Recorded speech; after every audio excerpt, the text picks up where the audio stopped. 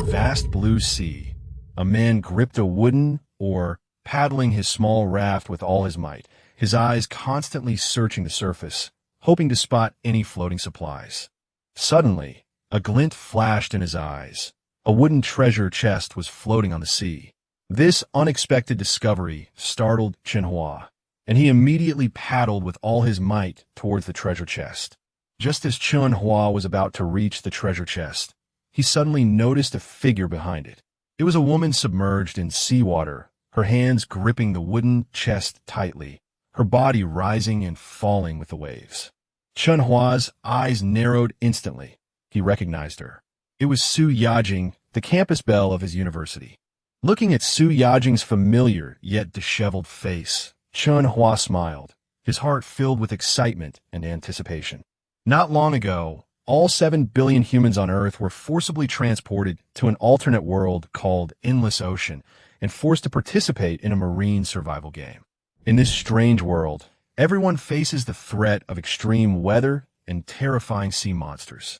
But at the same time, this sea is also teeming with countless opportunities. Each player awakens a unique talent at the start of the game. The strength of this talent directly determines the ease or difficulty of survival. Most people awaken only the most ordinary talents, but Chen Hua unexpectedly awakened a unique SSS-level talent, God-level Female Containment. By taking on women who meet the system's requirements, Chen Hua will randomly receive a special reward. For every day these women survive on board, Chen Hua will receive 10 gold coins. The gold coin earnings will increase as the vehicle's level increases. The school beauty who had fallen into the water, Su Yajing, perfectly matched the system's requirements. Chen Hua certainly wouldn't miss this excellent opportunity. He plans to take Su Yajing onto his small raft, thereby activating the system rewards and gradually upgrading this simple raft into a legendary powerful vehicle, ultimately establishing himself as the dominant force in the endless seas. Thinking of this, Chen Hua burst into excited laughter. Ha! I knew it. When someone's luck reaches its lowest point, a turnaround is inevitable. He practically shouted the last sentence. Immediately afterward, Chen Hua used all his strength to continue paddling, speeding towards the floating treasure chest. His shouts also alerted the woman hiding behind the treasure chest, who was struggling to survive. The woman slowly raised her head, her vision blurry. When she saw that the approaching vessel was a simple wooden raft, she became instantly excited. Finally, someone's here. Help! Help! She tilted her head back and called out with her last ounce of strength. It was a clean and lovely face, but now, from being submerged in water for so long, it looked pale and weak, a heartbreaking sight. Chen Hua didn't stop. Instead, he swiped even harder, and within seconds he was close to her. As he drew near, a virtual panel automatically appeared before his eyes. Su Yajing, captain who lost his vehicle spirit. 16 endurance, 8 strength, 6 defense. 8 The detailed data immediately confirmed Chen Hua's identity. It was Su Yajing, the campus belle from his university. Immediately, the image of the other person's aloof and unapproachable demeanor from back then flashed through his mind. I never thought that such a proud school beauty would fall into my hands. Chen Hua squatted down, watching Su Yajing struggle for survival, but did not immediately offer any assistance. Help me, help me. Su Yajing struggled desperately in the water, calling out to him for help, but she clearly didn't recognize Chen Hua's identity. At this moment, she was already in a sorry state, completely different from her former glamorous image. Chen Hua smiled and said casually, "Campus belle, I didn't expect to run into you here." Su Yajing was stunned when she heard the words campus belle and subconsciously stared at Chen Hua. But no matter how hard she tried to recall, she couldn't remember him for a moment. Seeing this, Chen Hua gently reminded her, "It's normal that the campus belle of Suzhou University doesn't recognize me. But you should remember that in the school cafeteria, I sat in the last empty seat, and you got up and left looking disgusted, right? It's you." The scene immediately flashed through Su Yajing's mind. That day, she had argued with her family and was in a terrible mood, so she went to the cafeteria alone to eat. Just as she started eating, a simply dressed boy sat down next to her, eating only the cheapest dishes. Because she was in a bad mood, she was genuinely disgusted with him at the time, muttering it's affecting my mood as she left. But now, that ordinary boy she once looked down on has become her only hope for survival. Su Yajing immediately gave a wry smile and explained in a low voice, "So it was you. I was in a bad mood that day. I didn't mean to dislike you. I'm not that kind of person. You should be able to understand." Chen Hua chuckled lightly, offering no further response, but instead changed the subject. "Let's not talk about the past, but your current state looks rather unfavorable." Hearing his tone soften, Su Yajing felt a glimmer of hope and pleaded, "Yes, I can't hold on much longer. Can you get me on the ship? I'll definitely repay you." "Of course." Chen Hua nodded. Then with a swipe of his hand, a virtual panel appeared in the air. Once a crew member becomes a crew member under the crew recruitment contract, they are permanently bound to the captain and cannot cause any harm to them. The contract panel instantly unfolded before Su Yajing's eyes, causing her already weakened nerves to tighten abruptly. "A contract." She looked at Chen Hua hesitantly, her voice weak. "Could you let me come up and rest for a bit first?" Chen Hua looked at her as if she were a naive fool, his tone playful. "School beauty Su, are you mistaken? Right now, I'm the only one with a raft on this stretch of sea. The treasure chest is mine, and you're mine too. Why should I let you board the ship for free?" "What? I'm yours too." Su Yajing's expression changed drastically. She finally understood Chen Hua's true intentions. But becoming someone else's appendage, or even a slave, was something she could not accept. "What do you want to do?" "Fine, I won't board your ship." "Won't board? Fine, then you could just drift on the sea." As soon as he finished speaking, Chen Hua immediately made a move, snatched the treasure chest she was clinging to, and pulled her onto the raft. In an instant, having lost buoyancy, Su Yajing sank into the sea. She frantically flailed her arms, trying to struggle, but her strength was already exhausted. Glug! She was forced to swallow several mouthfuls of seawater, constantly rising and sinking. Chen Hua remained unmoved, coldly watching her struggle and sink again and again. "Please save me." "Sign a contract, become my crew member, and I will naturally save you." Chen Hua's tone was devoid of any pity. At this moment, Su Yajing finally broke down, the word devil constantly surfacing in her mind. Chen Hua not only stole her treasure chest, but also didn't spare her. But the fear of death had already swallowed her up. Finally, after swallowing most of the seawater, Su Yajing gave in. "I'll sign. Pull me up quickly. That's more like it." A wise person knows when to yield. Chen Hua nodded in satisfaction and used a wooden oar to pull her up. With a splash, Su Yajing's slender body lay soaking wet on the raft. But Chen Hua didn't look at her much, and instead waved again to send out the recruitment contract. Su Yajing struggled to sit up, staring at the nightmarish contract, tears welling in her eyes, her face full of grievance. "Big brother, can I not sign? I can work for you for free." "You've changed your mind?" Chen Hua's face darkened. Without a word, he grabbed her arm and was about to push her back into the sea. Su Yajing turned pale with fright and cried out, "Don't pull me. I'll sign, okay." She hurriedly signed her name on the contract. Contract signing complete. The captain has successfully taken in a top-tier goddess, triggering a talent reward. Ding. "Congratulations, Captain. You have obtained the talent reward. A fishing rod that can catch salmon indefinitely." Ding. Captain's vehicle is detected to be level 1. The goddess can currently generate 10 gold coins. Today's earnings have been generated. Please check your account, Captain. With a series of system notifications, the gold coins and fishing rod fell onto the raft. A satisfied smile finally appeared on Chen Hua's face, and he was overjoyed. He had successfully captured Su Yajing. He eagerly opened the system shop and began selecting food. 1 bottle of mineral water, 2 gold coins, balance 8.4.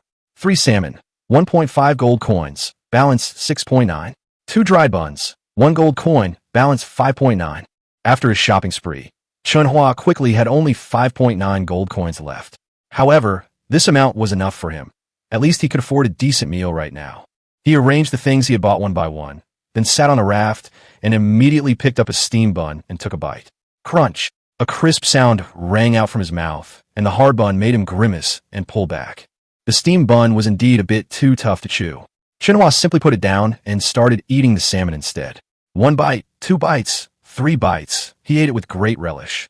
Su Yajing, standing to the side, was already weak from hunger, and her stomach rumbled loudly. "Captain, could you give me something to eat? I'm so hungry." Chen Hua then noticed that his goddess slave had reached her limit in all aspects. If he didn't replenish her soon, she probably wouldn't be able to hold on. This was his treasure trove, a woman who generated profits for him every day.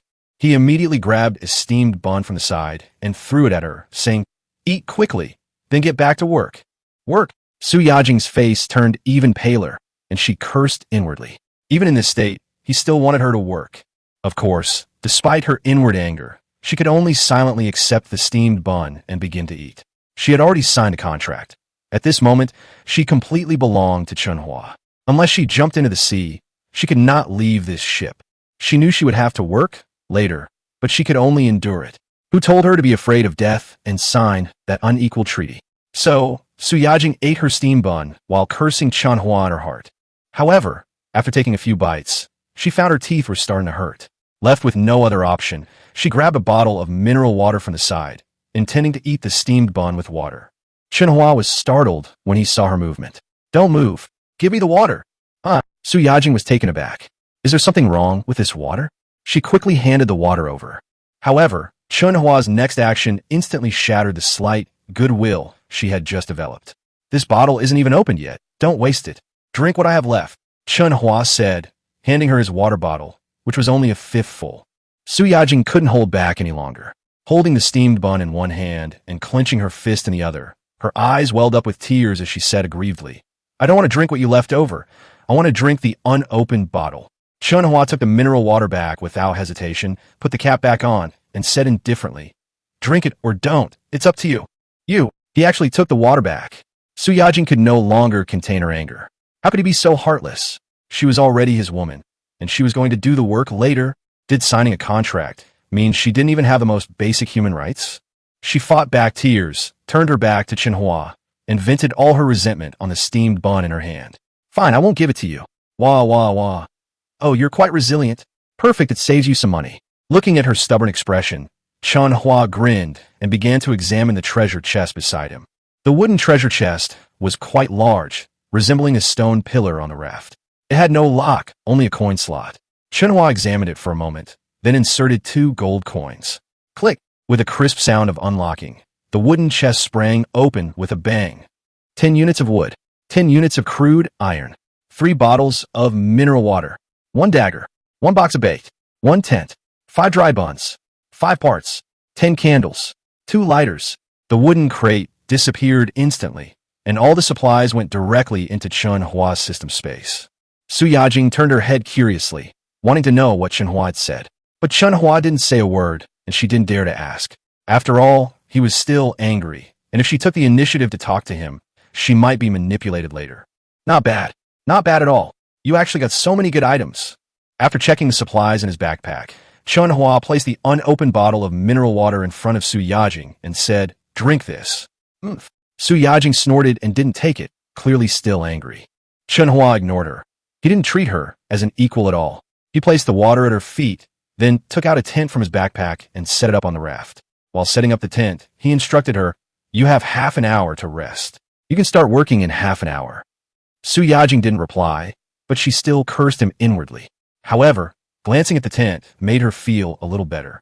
Although she was the school beauty with countless suitors, she came from a strict family and had never been in a relationship. With a tent as cover, it wasn't so shameful. As for the bottle of water, he only gave it to her because he was backing down, so why not drink it? She thought to herself as she bit into her steamed bun and tried to unscrew the cap. But after trying for a long time, she couldn't open it. She could only stand behind Chen Hua and say coldly, "I can't open it." Chen Hua was squatting on the ground, busy with his work. He glanced back at her, but didn't say much. After helping her unscrew the bottle cap, he continued with what he was doing. Su Yajing stomped her feet in anger and could only hide to the side, sulking as she continued to eat her dry steamed bun. Soon, the steamed buns were finished, and the entire bottle of water was drunk. Su Yajing's strength and spirit began to recover. At this time, Chen Hua also finished setting up the tent. Her divine physical attributes had mostly recovered, and her clothes were half dry from the sun and sea breeze. Finished resting? Let's get back to work once it's fixed. Chen Hua was exhausted, sitting down beside the tent to rest while preparing fish bait. Seeing this, Su Yajing's heart tightened, but she still steeled herself and went to the tent, lifted the curtain, and bent down to crawl inside. Chapter 7: A fishing rod that can catch salmon all the time, go to the toilet in the sea. Chen Hua was busy setting up the tent when he didn't expect Su Yajing to crawl right inside. He was stunned and hurriedly reminded her, Hey, I told you to work, not to come into the tent. Su Yajing blushed, gritted her teeth, and cursed, pervert, then actually lay down next to him and closed her eyes. Chen Hua was stunned and asked her why she lay down. Wasn't she supposed to go fishing? Upon hearing this, she immediately sat up, realizing that Chen Hua's work really just meant fishing. Seeing her hesitation, Chen Hua's tone turned cold, stating bluntly that if she wasn't going to work, she wouldn't eat. There were no idlers on the boat.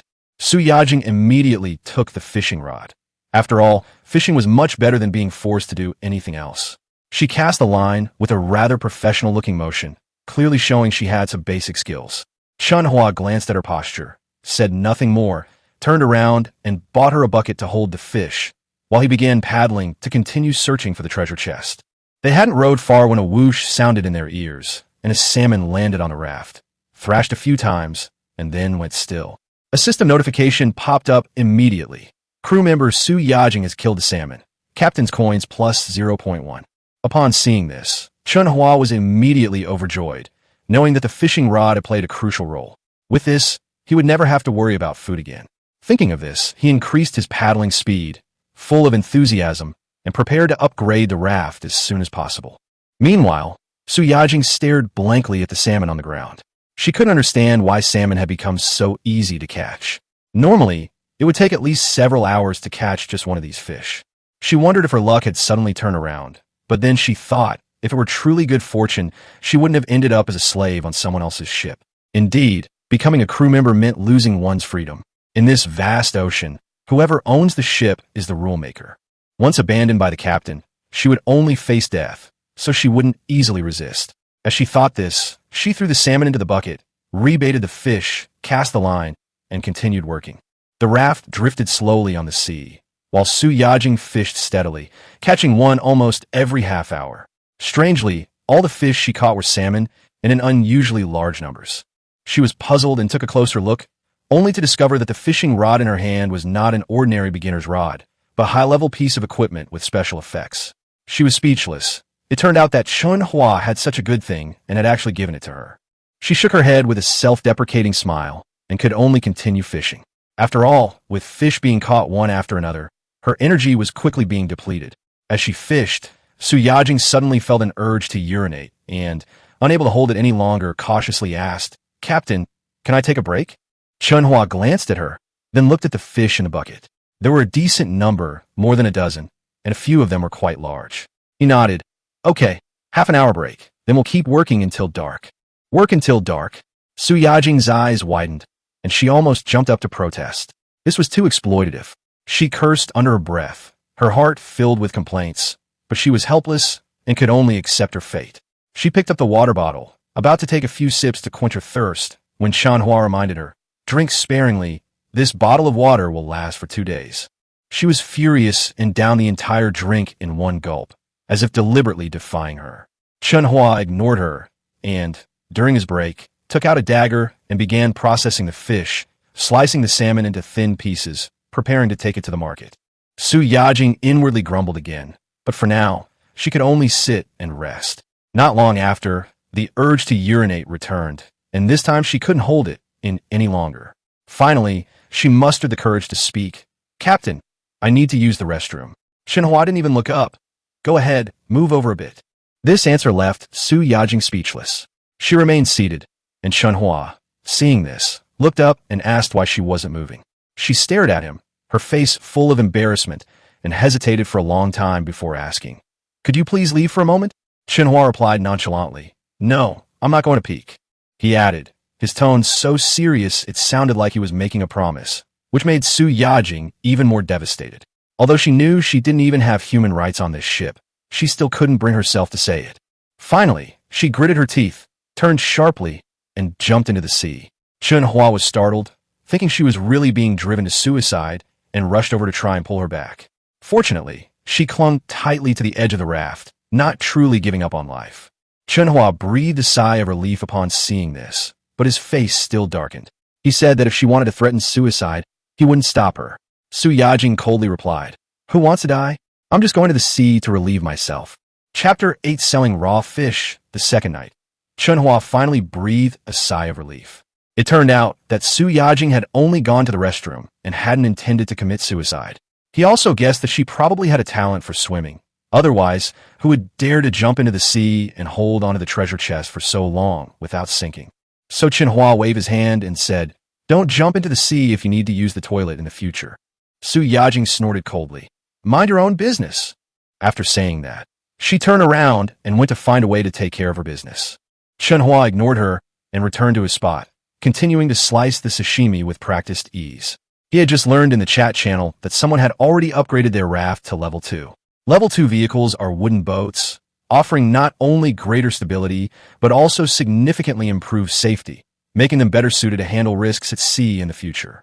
Especially in half a month, the sea will change, becoming turbulent, and the raft will be unable to withstand the changes.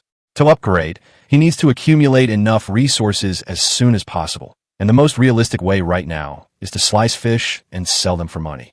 A whole salmon is only worth 0.5 gold coins in market, but if it's divided into 7 pieces and sold individually, each piece costs 0.1 gold coins, totaling 0.7 gold coins, a difference of 0.2 gold coins. Chen Hua is currently using this small profit to gradually accumulate his upgrade fund. Not long after, Su Yajing returned from the sea, wrung out the water from her clothes, and then lay down on the raft to rest without saying a word. Chen Hua didn't rush to call her, giving her a few minutes to process the situation, and only spoke when he couldn't bear to watch any longer. "Su Yajing, it's time to get up and go fishing." Without opening her eyes, she replied directly, "You said yourself that I have half an hour of rest time." Chen Hua was stunned, only then realizing that he had added half an hour of rest time at the last minute, because he was afraid she might do something rash. He felt like he had lost a fish. The words were already spoken, and he couldn't take them back, so he had to suppress his heartache and continue slicing the fish. Soon after, all the fish slices were processed, and he listed them on the online store. Su Yajing also got up at this time and continued fishing, her attitude quite conscientious. Chen Hua nodded and was about to check the shop when he heard the sound of gold coins falling continuously. He quickly refreshed the page and saw that the fish slices had sold out instantly, and the gold coin price jumped from 5 to 14. That's too fast, so sliced fish sells better. Chen Hua was overjoyed, realizing he had found the key to making money, and immediately opened the shop to go on a shopping spree. However, the shop had a limited selection of items, and the prices were generally outrageous. A large machete cost 7 gold coins, and a revolver was a whopping 50, with only 20 bullets included. Although he was envious, he knew that such prices were beyond the reach of ordinary people. He thought to himself that someone must have opened an iron treasure chest, or even a higher level chest to get these equipment. The gap between people was truly enormous. Shaking his head, Chen Hua turned to look for some practical and cheap supplies, especially the parts needed to upgrade the wooden boat. Unfortunately, the parts were snapped up as soon as they were put on the shelves, and there wasn't a single one left, so he couldn't get his hands on any. Left with no other choice, he bought 2 bottles of 8 treasure porridge and a bed sheet, spending 2 gold coins. His stomach was protesting after eating so much fish and steamed buns. The 8 treasure porridge was a lifesaver for improving his diet. As for the bed sheet, the sea breeze was strong at night, and he wouldn't be able to sleep without some cover. After this series of actions, he only had 11 gold coins left, and he dared not spend them carelessly. He decided to leave the raw materials with opaque prices alone for the time being, planning to stockpile some first, and then buy the rest to make up the difference if he really needed them. After making the arrangements, Chen Hua opened the regional channel and glanced at the status of other players. The channel was still bustling, with messages constantly scrolling, and the number of online players had dropped from 98,777 in the morning to 98,112. Hundreds more people had died in the sea. Survival games were indeed cruel and merciless. Chen Hua remarked that he was quite lucky, having found a goddess to join his crew the very next day. Although he was still a step behind the players who had opened iron treasure chests, he was already far better than most. The regional channel was flooded with various trade, distress call, and recruitment information. Some were forming fleets, some were selling equipment, and some were crying for help. Someone even called themselves the Shark Rescue Team, specializing in rescue missions throughout the region and recruiting to expand their influence. Others advertised, recruiting crew members, gender not limited, high salary. In just 2 days, the entire sea area had evolved into a miniature society, with fleets, caravans, and gangs beginning to take shape. Chen Hua didn't rush to join in the excitement, choosing instead to continue observing the situation and maintain a low profile while developing his character steadily. Only when there was no new content in the channel messages did he close the panel and continue paddling to search for treasure chests. Unfortunately, the journey didn't go smoothly from there. He didn't encounter a second treasure chest until nightfall. Instead, he did encounter a sea monster larger than a raft. But fortunately, the monster wasn't very aggressive and was scared away by Chen Hua's dagger. For safety's sake, he immediately changed direction and moved away from that area of sea, only stopping when it was completely dark. Su Yajing also finished her day's work, lying on the raft with her eyes closed, resting without moving.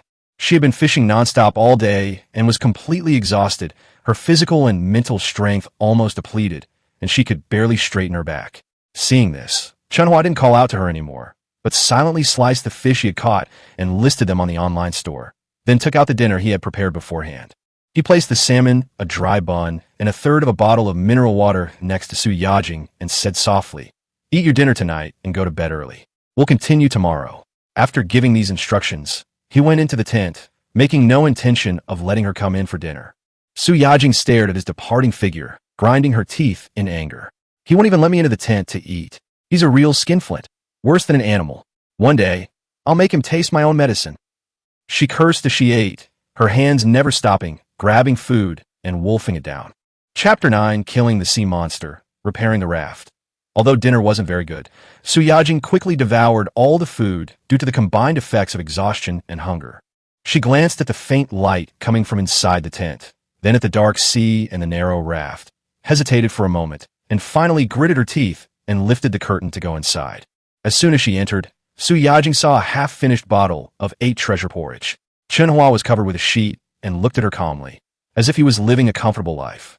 This scene infuriated her, and she gritted her teeth in anger. They actually drank 8 treasure porridge behind her back and even used the bed sheet. They were even more ruthless than exploiting workers. She angrily lay down next to Chen Hua, pouting as she slept. Chen Hua was too lazy to pay attention to her, only glancing at her before closing his eyes to rest. Chen Hua wasn't worried at all that the other party would cause trouble. After all, the system was set so that crew members couldn't harm the captain, so he was naturally confident. Besides, if you want people to work, you have to let them rest. She wanted to rest in the tent? Sure, as long as she could continue fishing tomorrow. Inside the tent, Chen Hua's even breathing could be heard, but Su Yajing couldn't fall asleep. After tossing and turning, she suddenly sat up abruptly. She furtively picked up the bottle of 8 treasure porridge that Chen Hua had left, carefully licked the remaining porridge residue from the rim, and a look of utter satisfaction appeared on her face. The familiar taste flooded her mouth, like a long-awaited burst of happiness, instantly filling her entire taste buds. Su Yajing licked it clean with gusto, then lay back down, quietly pulling the sheet covering Chen Hua closer to her. She finally closed her eyes peacefully and drifted off to sleep. After an unknown amount of time, the candles had long since gone out, and the raft suddenly began to shake violently, as if something was hitting its bottom. Su Yajing groggily opened her eyes and was about to get up to check when Chen Hua grabbed her wrist and whispered a reminder not to move. She instantly snapped out of her daze, realizing there might be danger. She quickly stopped what she was doing and glanced at him. She saw Chen Hua with a grave expression, drawing a dagger, crouching low as he passed her, and quietly slipped out of the tent. This gesture warmed Su Yajing's heart. She hadn't expected this seemingly heartless man to protect her in such a crucial moment. Not wanting to cower in the tent, she followed suit and peeked outside. In the darkness, the raft swayed with the waves, and a strange fish, as large as a human, was repeatedly ramming its head against the vehicle. A system notification appeared. Level 1 Sea Monster. Big head fish. It has no teeth, but it can destroy vehicles. Su Yajing's heart immediately raced. She recognized this creature. It was the culprit she had encountered before that caused the raft's destruction. That incident had almost cost her her life. If she hadn't found the treasure chest beforehand, she would have perished at sea long ago. She exclaimed, "Captain, it's a sea monster." Chen Hua remained calm and replied casually, "I know." In fact, he had already learned about these creatures from the chat channel. The toothless sea monsters didn't bite, but they deliberately rammed ships, which was very troublesome. The real danger lies with those fanged sea monsters, like the ones we encountered during the day. Those are the true killers of humans. This strange fish, while frightening, poses little threat, and if you successfully kill it, you might even get resources and gold coins. He wasn't about to let this opportunity slip by. As the sea monster charged again, Chen Hua raised his knife and slashed it hard across the head. Blood immediately stained the sea red, and the sea monster roared and thrashed about, its next attack even more devastating. Chen Hua gritted his teeth and continued to strike. The second slash went straight into the eye of the sea monster, the big-headed fish. The monster roared in pain, its thrashing becoming even more frequent, and the entire raft shook as if it were about to fall apart. With each impact, Chen Hua followed up with a vicious stab. He lay on the side of the raft, soaked to the bone, fighting like a madman. After an unknown amount of time, the big-head fish finally let out a final muffled thud and slowly sank into the water, at which point a system notification appeared. You have killed an LV1 big-head fish, gaining 1 gold coin, 1 fish skin, and 1 part. Chen Hua slumped onto the raft, staring at the notification box, and couldn't help but complain. Only 1 gold coin? This sea monster is so stingy. His hands were numb with fatigue, and the raft was badly damaged from the repeated impacts, tilting severely. The survival situation was once again under alarm. A system notification popped up. The vehicle is damaged but can be repaired. Repair requires 2 units of wood, 1 part, and 0.5 gold coins in labor costs. What? I have to pay for labor too. Chen Hua gritted his teeth, but considering he was exhausted and hadn't bought all the tools, he had no choice but to accept it. In the end, he chose the system repair function, watching his transparent nails and logs emerge from the gap in the raft, and it was finally completely restored. Only now did Chen Hua finally breathe a sigh of relief, determined to get a real weapon as soon as possible. Otherwise, he would have to risk his life again next time. He crawled back into the tent, lit the spare candle, and habitually wanted to drink some 8 treasure porridge to calm his nerves, only to find that the bottle was empty. He frowned and glanced at Su Yajing. Her face was flushed, and she didn't dare to look at him. It was obvious who had done it. However, remembering that she had reminded him in the critical moment and seemed quite nervous, Chen Hua didn't really get angry. He casually tossed her the fish skin that had just fallen off, saying, "It's windy at night. Use this to cover yourself." After saying that, he opened the system shop and began browsing the weapons section, preparing to upgrade his combat power in case of danger again. Chapter 10, Semi-Automatic Ballista, Big-Head Fish, and Sharp-Toothed Fish. Su Yajing lowered her head and touched the fish skin on her knee. A jolt ran through her, and she involuntarily looked up at Chen Hua. Although part of his body was obscured by the virtual panel, she could still sense a subtle change in Chen Hua's attitude. He doesn't seem so cold-blooded after all.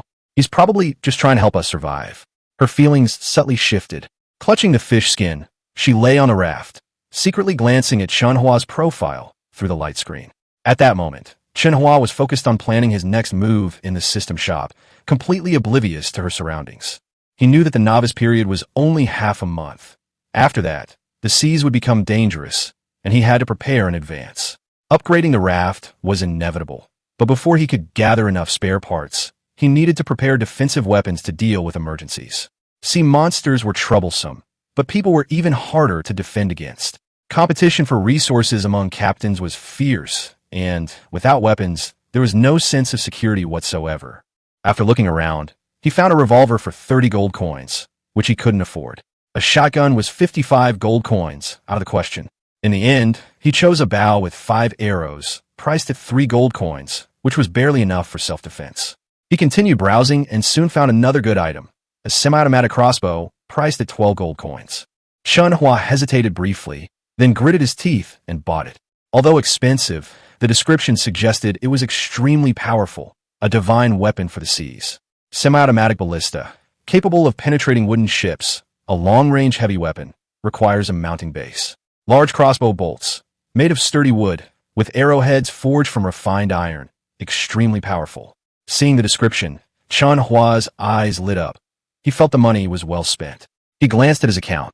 He only had 3.7 gold coins left. However, it wasn't a big problem. The system would automatically distribute 10 gold coins after midnight, giving him a chance to turn things around. He immediately used the remaining gold coins to buy several sets of high-grade bait, hoping to help Su Yajing catch more high-value fish. After doing this, Chen Hua closed the shop, bent down, and stood up abruptly, startling Su Yajing. Before she could speak, Chen Hua had already stepped over her, walked to the raft, and taken out the heavy ballista. With a thud, the ballista slammed onto the raft, causing the entire platform to tremble slightly. A system prompt popped up. Upgrade the ballista base. Require materials. 2 wood, 2 parts, 0.5 gold coins for labor. Chen Hua clicked his tongue, inwardly complaining that the game was constantly charging money. But he still chose to upgrade, fearing that the crossbow would fall into the sea and be lost for nothing. A virtual modeling process unfolded, materials were quickly assembled, and a sturdy base took shape on the edge of the raft. The ballista, like a small cannon, was firmly mounted on the raft. Simply turning the winch would fire deadly bolts. Chen Hua nodded in satisfaction, studied its usage for a while, and then prepared to return to his tent for a good rest. But before he could lie down, a familiar white figure appeared again on the distant sea. LV-1 sea monster. Big head fish, characteristics, toothless, does not harm people, but will destroy vehicles. Su Yajing, who was watching from the side, saw it all clearly and immediately shouted, "Sea monster! It's a sea monster again!" Chen Hua heard the shout, but just smiled and said calmly, "It's probably attracted by the smell of blood. Perfect opportunity to test the new weapon." Chen Hua turned the winch, setting up a crossbow bolt as thick as his wrist, and aimed at the rapidly approaching big-head fish. This bolt wasn't cheap. It cost 1 gold coin each in the shop, and he didn't want to waste it. He had to hit the target with a single shot. "It's here. Fire!" Su Yajing watched nervously from the side, like a commentator.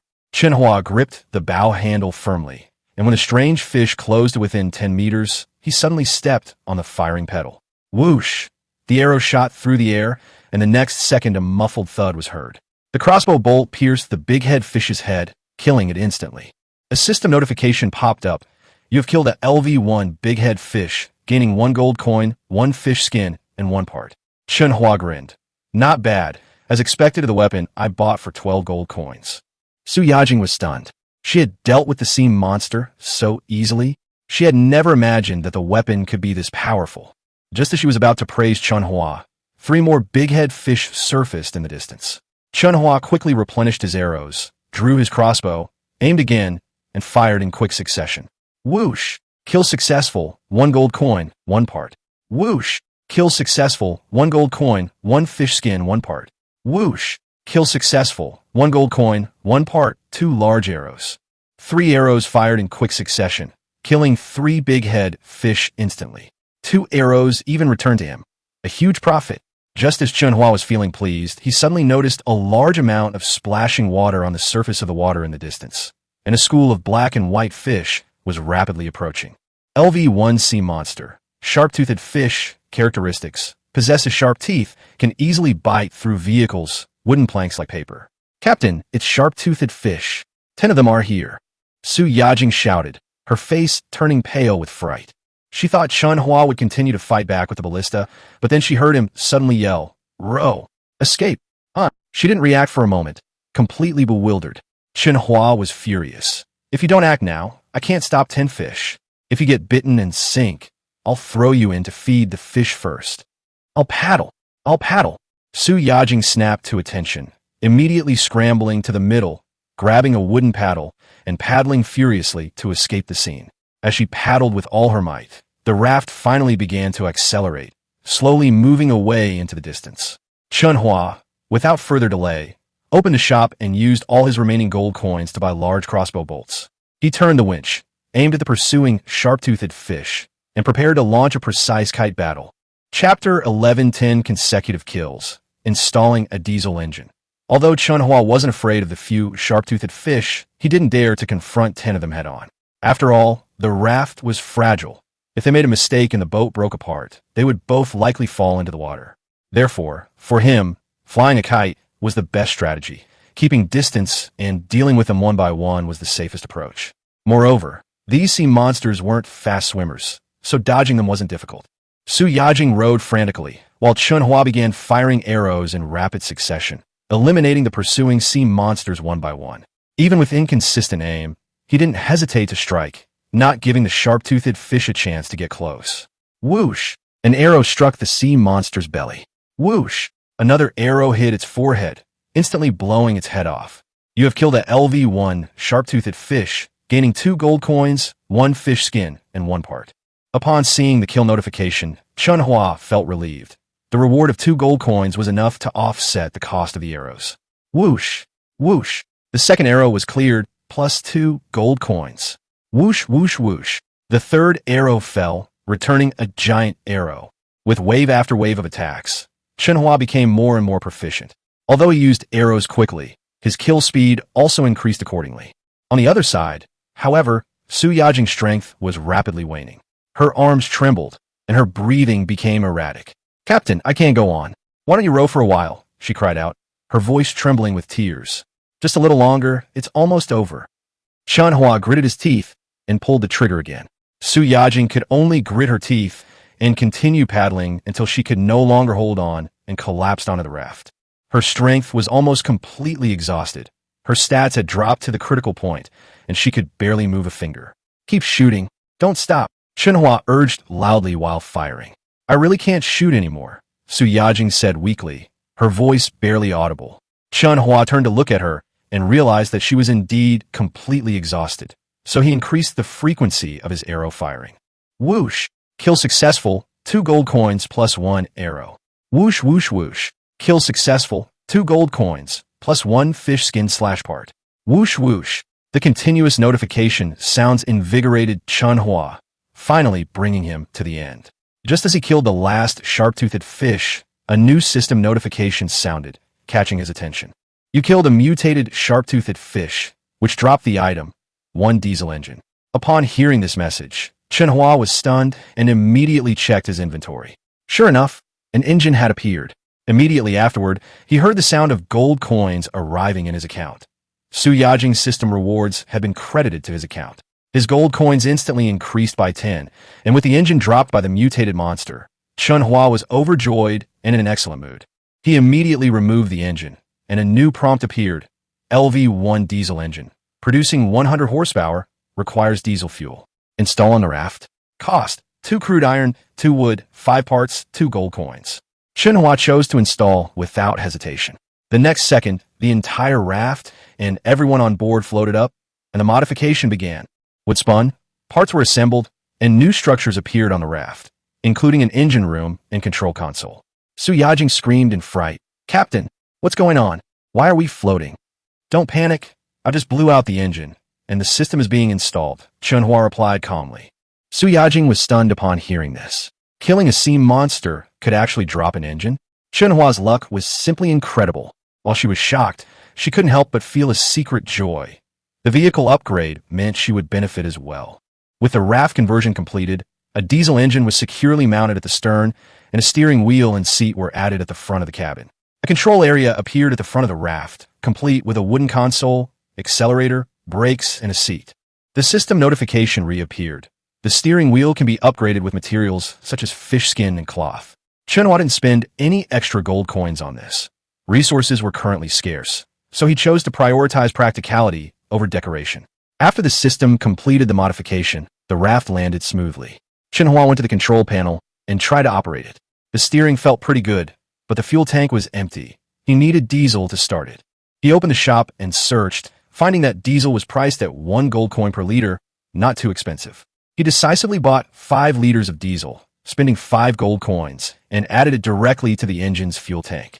Current fuel level, 5 liters, capable of driving 50 kilometers, top speed 80 kilometers per hour. As the system panel kept refreshing, Chen Hua finally gained mobility and was no longer afraid of being passively drifting. These modules can all be upgraded and expanded.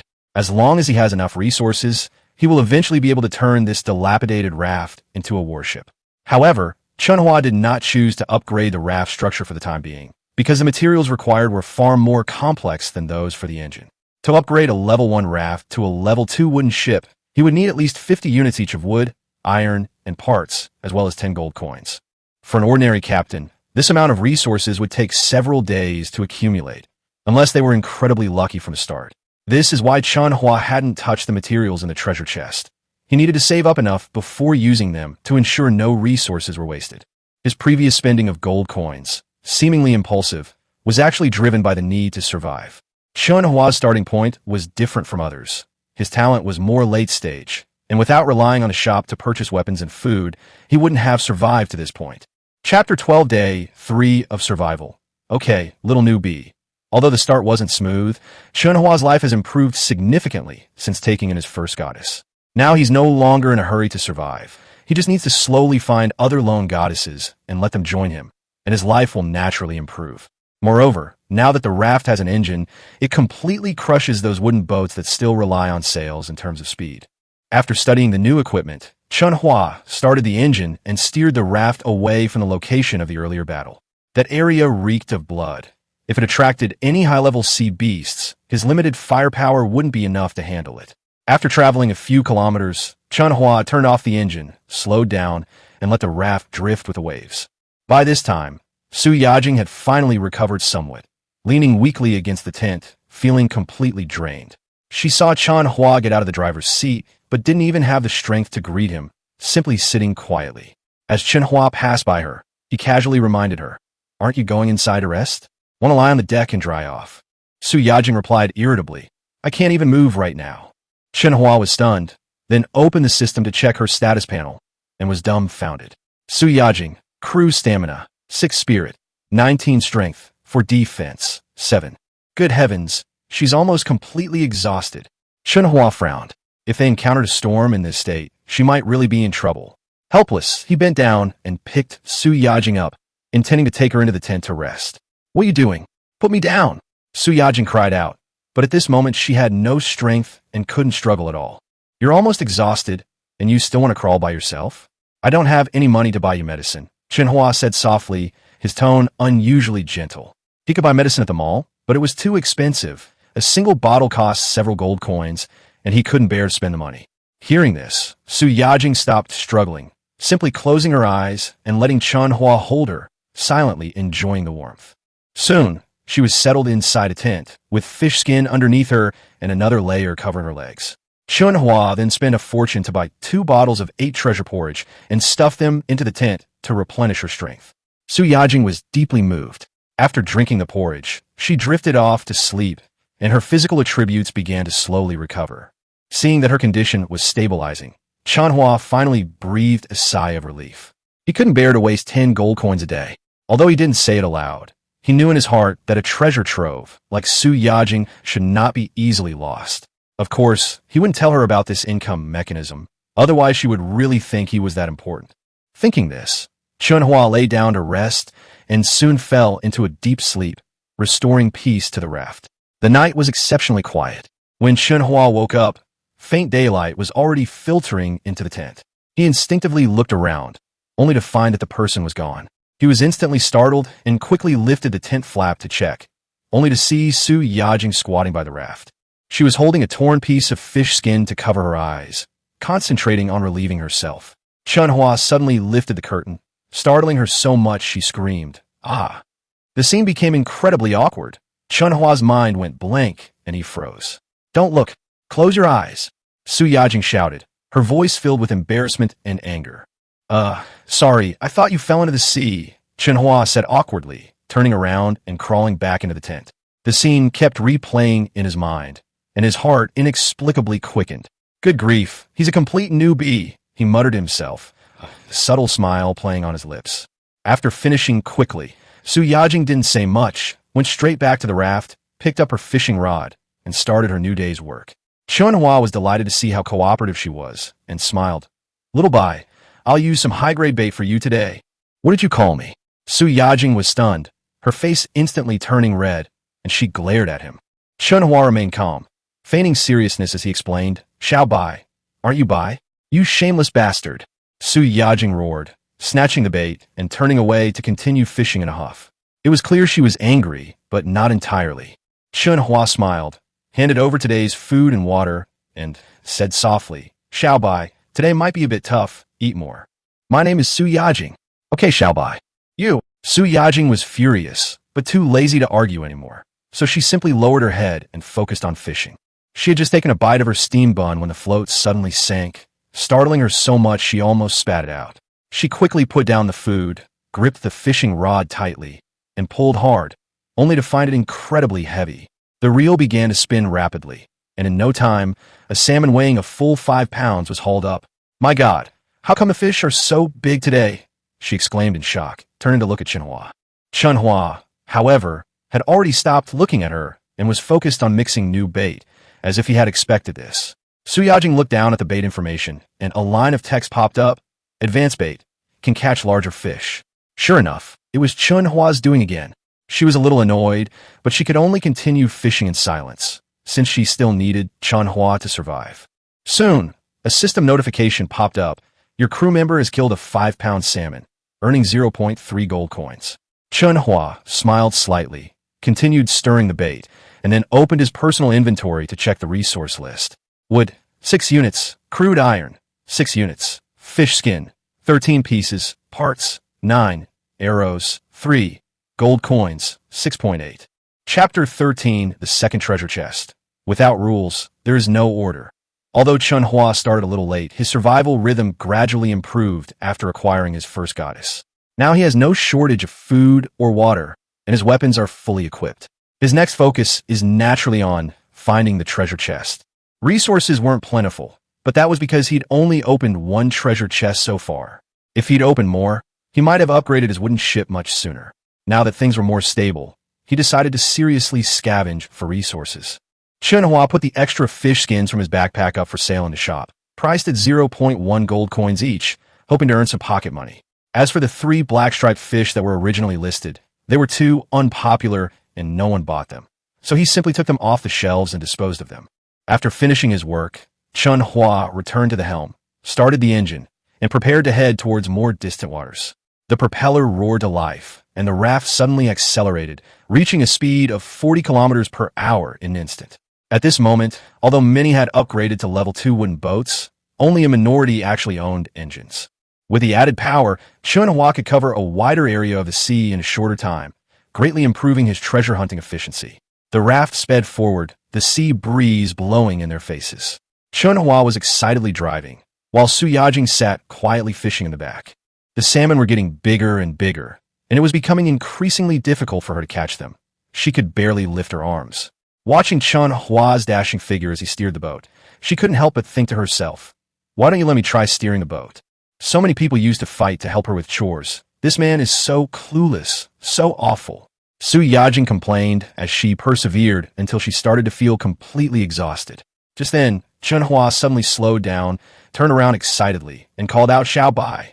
Hearing this call, Su Yajing was overjoyed, thinking that it was finally time to change shifts. But the next second, her illusion shattered. There's a treasure chest up ahead. I'll steer it. You use the fishing rod to hook it up. Su Yajing's face darkened. Got it. With that, Chen Hua precisely steered the raft close to the edge of the treasure chest, while the actual salvage work naturally fell to her. A moment later, she dragged up a large wooden chest, about half a person's height, and Chen Hua immediately inserted 2 gold coins to open it. With a click, a pile of supplies appeared before them. 10 pieces of wood, 10 pieces of crude iron, 10 general-purpose arrows, 3 large arrows, 2 cans of beef, 5 liters of diesel fuel, 1 box of high-grade fish bait, and 8 spare parts. All the supplies instantly entered Chen Hua's system inventory. The abundance of resources made his eyes light up. Although Su Yajing couldn't see all the contents, she caught a glimpse of the 2 familiar cans of food, and her eyes instantly lit up. Captain, are we having canned food tonight? She asked tentatively, her tone full of anticipation. Chen Hua glanced at her stamina panel and nodded. Sure, but we still have to work now. Oh, Su Yajing's previously excited expression immediately waned. Chen Hua pondered for a moment, then smiled and said, starting today, you'll have a daily salary, 1 gold coin a day, and there will be bonuses for good performance. Really? There's a salary? Su Yajing perked up immediately, but then asked suspiciously, won't they deduct my meal allowance? Chen Hua was speechless. Food and lodging are included. You can save your salary and tell me what you want to buy. Yay, then I'll work hard. Su Yajing saluted on the spot, her whole body beaming. Chen Hua smiled too. Although losing 1 gold coin a day seemed like a loss, managing the crew couldn't rely solely on exploitation. For long-term development, rules and incentive mechanisms were essential. Water can carry a boat, but it can also capsize it. Even if the crew couldn't harm him, he couldn't push them to the brink. Besides, he planned to recruit more goddesses in the future, and he couldn't afford to alienate them. With the incentive of wages, Su Yajing's enthusiasm increased significantly. In one day, she caught 21 salmon weighing 5 pounds each. At the same time, Chen Hua used the engine to travel further and found another treasure chest. He also encountered other people's rafts and boats in the distance. However, in this dark forest of waters, all ships kept their distance, and no one dared to approach rashly. Especially on Chen Hua's raft, a conspicuous crossbow stood, its arrows as thick as a baby's arm, gleaming coldly. Under such intimidation, no one dared to make a move, allowing Chen Hua to safely plunder for an entire day. As night fell, Chen Hua gave Su Yajing a gold coin and some food, then opened the shop to manage his resources. He kept the upgrade materials and some supplies, and put the rest, such as excess arrows, fish skin, and salmon, up for sale. Soon, notifications of gold coin arrival popped up one after another. Just from the items sold that day, he had earned another 28 gold coins. Adding the system income and what he had left over, he now had 38.8 gold coins in his account, his highest savings to date. Su Yajing's contribution was undoubtedly significant. The fish she caught accounted for more than half of his earnings. Chen Hua was deeply moved, experiencing for the first time what it felt like to have teammates. Efficiency practically doubled. After selling his goods, he didn't hesitate. He immediately spent 5 gold coins to replenish his supplies and stabilize his basic needs. Then he spent 3 gold coins to buy himself and Su Yajing each a new set of clothes, finally improving their quality of life. With everything arranged, Chen Hua contentedly crawled into his tent, ready to drift off to sleep and prepare for tomorrow's new scavenging adventure. Chapter 14 Promotion to Level 2 Vehicle, Heaven and Earth. After receiving brand new underwear, Su Yajing was noticeably more proactive in her work the next day. Not only did they catch more salmon than the day before, but they also complained much less, and their attitude towards Chen Hua softened considerably. This freed up Chen Hua's hands to handle management matters, and he successfully found 2 more wooden treasure chests at sea. Although the 2 treasure chests didn't yield much wood and iron, they did contain 2 rare items. One was a small telescope, and the other was a second diesel engine. He wasn't in a hurry to sell the engine. He planned to wait until it could be synthesized and upgraded to improve the vehicle's power before using it. With the telescope in hand, not only can we spot sea monsters in advance, but we can also see treasure chests floating on the sea in the distance. The second engine chest was discovered using a telescope. The days passed just like that, and 3 days flew by. Chen Hua's gold coins steadily increased every day, averaging 30 to 40 coins a day. By the end of the 3rd day, his savings had soared to 130 gold coins. The raft was piled high with resources, including cases of bottled water, iron pots, instant noodles, blankets, and first aid medicines. The materials needed to upgrade the vehicle have already been gathered, and there's even a surplus. There are 74 units of wood, 74 units of crude iron, and 59 parts. Chen Hua didn't start immediately because he was afraid that if he needed materials temporarily during the upgrade process, he wouldn't be able to replenish them in time. However, since he had an abundance of materials, he didn't hesitate any longer and opted for an upgrade. Under the blazing sun, Chen Hua and Su Yajing sat outside the tent, excitedly awaiting the moment of their upgrade. Su Yajing was especially excited when she learned that the raft was going to be upgraded. What makes her happiest is that after the upgrade, she no longer has to submerge half her body in water when fishing. Please add upgrade materials. 50 units of wood, 50 units of crude iron, 50 parts, and 10 gold coins for labor. Once added, the upgrade is complete. Add to. Without hesitation, Chen Hua filled in the resources, looked at the prompt on the panel, and clicked confirm. The next moment, the raft suddenly disintegrated, and all the people and items were suspended in the air. Immediately afterwards, the hull began to be reconstructed, and it was quickly assembled into the shape of a small wooden boat. Starting from the bottom of the ship, the process involved piecing together timber, inlaying parts, and reinforcing with thick iron, progressing layer by layer. Next came the engine, fuel tank, electrical system, and ballista weapons, all of which were then assembled. The deck, rooms, bow, helm, and stern were all quickly completed. Before long, the basic shape of the ship was completed, with only the ballista remaining to be installed. The system prompted Chen Hua to choose the installation location himself. After considering for a moment, he installed the ballista at the stern of the boat. Although this method cannot defend a front, the bow has a bridge, allowing the ship to change direction at any time. Moreover, he plans to equip every direction with weapons in the future to achieve 360-degree full coverage defense. As the weapon was installed, a system notification sounded. Vehicle upgrade complete. With a thud, Chen Hua and Su Yajing landed simultaneously on the brand new deck. Su Yajing looked at the clean and tidy new ship with a look of surprise and excitement, as if she had returned to a new home. She excitedly rushed into the cabin, opened the only room, and couldn't help but exclaim in amazement. Although the room doesn't look big, the lower half is hidden in the plywood, so you can stand up completely inside. Furthermore, the doors have been changed to sliding wooden doors, providing access to both the bow and stern, making them more practical. Wow, how tidy! A delighted voice came from inside the room. Just as Chen Hua was about to go over to check, a prompt suddenly popped up in front of him. Congratulations, Captain. You've been promoted to a Tier 2 vehicle. Please give your vehicle a name. Naming? Chen Hua was stunned for a moment, then immediately remembered that other ships also had names printed on them, so it turned out to be a system setting. So he typed Ba Wang into the input box. Warning, this name is already taken. Chen Hua looked puzzled, and then he tried Fate again. Warning, this name is already taken. He tried entering names like Invincible, Carefree, and Ethereal, but they were all taken. Chen Hua was completely dumbfounded, which also meant that quite a few people at sea had already upgraded to level 2 vehicles. Just as he was feeling down, a brilliant idea struck him, and he typed in 4 characters, Heaven and Earth. Ding! Name entered successfully. Vehicle renamed to Heaven and Earth. Holy crap! Nobody uses a name like that? Chen Hua looked up at both sides of the boat with a bewildered expression, and sure enough, the words Heaven on Earth were printed on them. The name is indeed a bit off topic, but we can't worry about that right now. In short, he will eventually turn this little boat into a true paradise on Earth. Chen Hua glanced at the vehicle status, and the system interface immediately displayed detailed information. Heaven and Earth, Level 2 vehicle. Hull material, ordinary wood. Plywood material, ordinary wood. Number of rooms, 1. Weapon quantity, 1 semi-automatic ballista. Maximum load capacity, 1,200 caddies. Fuel tank capacity, 30 liters. Engine, LV1 engine, current top speed 60 kilometers per hour. Comment, a more advanced vehicle with greater load-bearing capacity and more space. Note, any component on the ship can be upgraded to comprehensively enhance its functionality. To upgrade the entire vehicle, the hull material must first be upgraded.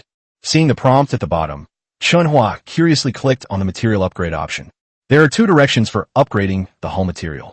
One option is to use more wood to synthesize hardwood and build an all-hardwood hull, which requires 70 units of wood and 50 parts. Secondly, the wood was wrapped with sheet metal to improve the strength and stability of the hull, requiring 50 units of iron and 20 parts. These 2 directions are not contradictory and can be carried out sequentially to ultimately achieve comprehensive enhancement. After reading it, Chen Hua immediately closed the interface. The materials were far from enough, so he wouldn't consider upgrading for the time being. Especially the engine. If it could be upgraded, the performance improvement would definitely be more significant. Now, because the ship has become larger, the engine is struggling to keep up, and the speed is only 60 kilometers per hour. If it is being chased, it will be difficult to shake it off. Thinking of this, Chen Hua sat on the deck, gazing at the boundless sea, and turned on the regional channel to check on the situation at sea. Chapter 015, Purchasing the Power Fruit and Discovering the Black Iron Treasure Chest. Chen Hua hadn't even had a chance to look closely at the point card channel before he was drawn in by the number of people on it. Because of the original 100,000 people in the area, after these days of elimination, only 85,846 people remain. In just a few days, more than 10,000 people have disappeared. Certainly, after observing for these past few days, Chen Hua discovered that these missing people were not necessarily dead. Many people who went to other ships also disappeared. This also indirectly proves many ships have recruited varying numbers of crew members. The more crew members a ship has, the stronger its fighting power. This could be a potential threat to Chen Hua. Wherever there are people, there will be conflict, especially at sea, where there are no laws. Once an overwhelming advantage in combat power emerges, a crisis of survival of the fittest will inevitably follow. Therefore, he needs to develop his business faster. As the saying goes, it's not the thief you should fear, but the one who has his eye on you. Only a more powerful vehicle can better protect his safety. Chen Hua slowly turned his gaze to the page in the chat channel. We're hiring for level 2 vehicle positions. Anyone struggling to make ends meet, feel free to contact us. Meals and lodging provided, plus a salary. We absolutely won't make things difficult for you. We're recruiting for the level 1 raft. Although it's still a raft, we've gathered enough materials to upgrade to level 2. We can upgrade anytime once we find an engine. Brothers, if you're thinking of joining forces, whatever you do, don't go to those level 2 vehicles that don't even have engines yet. Otherwise, you'll be exhausted from rowing them. I need to buy food at a low price. Please help me, I'm so hungry. Do you have any fever reducers? I'd like to buy some. Unlimited arrows for my own use. Beware of the fiery ship. This ship is ruthless, constantly launching sneak attacks, destroying other people's vehicles, and forcibly abducting people onto its ship. Anyone offering to sell crew members? I'm willing to pay a high price. Contact me if you have any. I'm willing to pay a high price or barter. Messages kept appearing, each subtly revealing their own needs. When Chen Hua saw that someone had actually traded an engine for a crew member, he was completely stunned. Although at sea, crew members are indeed valuable assets, but the engine is also very expensive. The fact that the other party is willing to spend so much means things are definitely not that simple. Although he also wanted the engine, Chen Hua still didn't contact the other party. After all, if a deal goes wrong, it's easy to get yourself into trouble. So Chen Hua continued reading. She soon saw a piece of information that piqued her interest. Power fruits for sale. Only 5 gold coins each. One fruit increases your strength by 1 point. Hurry up and get yours. They're already listed. The fruit of power? Chen Hua's eyes lit up, and he immediately clicked on the other party's information, arriving at the other party's shop window. Li Zishuang's shop window. Power fruit. 5 pieces, 5 gold coins each. Description. A special fruit. Eating one will increase your strength by 1 point. Comment. This is a good thing. Really. It's really good stuff. Chen Hua's eyes lit up, and he immediately bought all 5 fruits. Gold coins reduced by 25. Fruit appears. Crystal clear. Chen Hua popped one in his mouth. Strength attribute instantly increased by 1. All 5 were eaten. His strength, which was originally only 35, has increased to 40. Wow, this is such a great product, and nobody's buying it. Chen Hua was overjoyed and immediately opened Li Zishuang's private messages and sent her a message. Are you there? Do you still have any power fruits? I'll take them all. At the same time, on another unnamed sea area, Li Zishuang is fishing while sitting on a raft. At her feet lay 2 flower pots. 2 vines are growing inside the pot. On each vine, there is an unripe fruit, but buried beneath the roots of the vines are not soil, but magic-patterned fish. It's obvious that Li Zishuang actually grew a power fruit using the magic-patterned fish.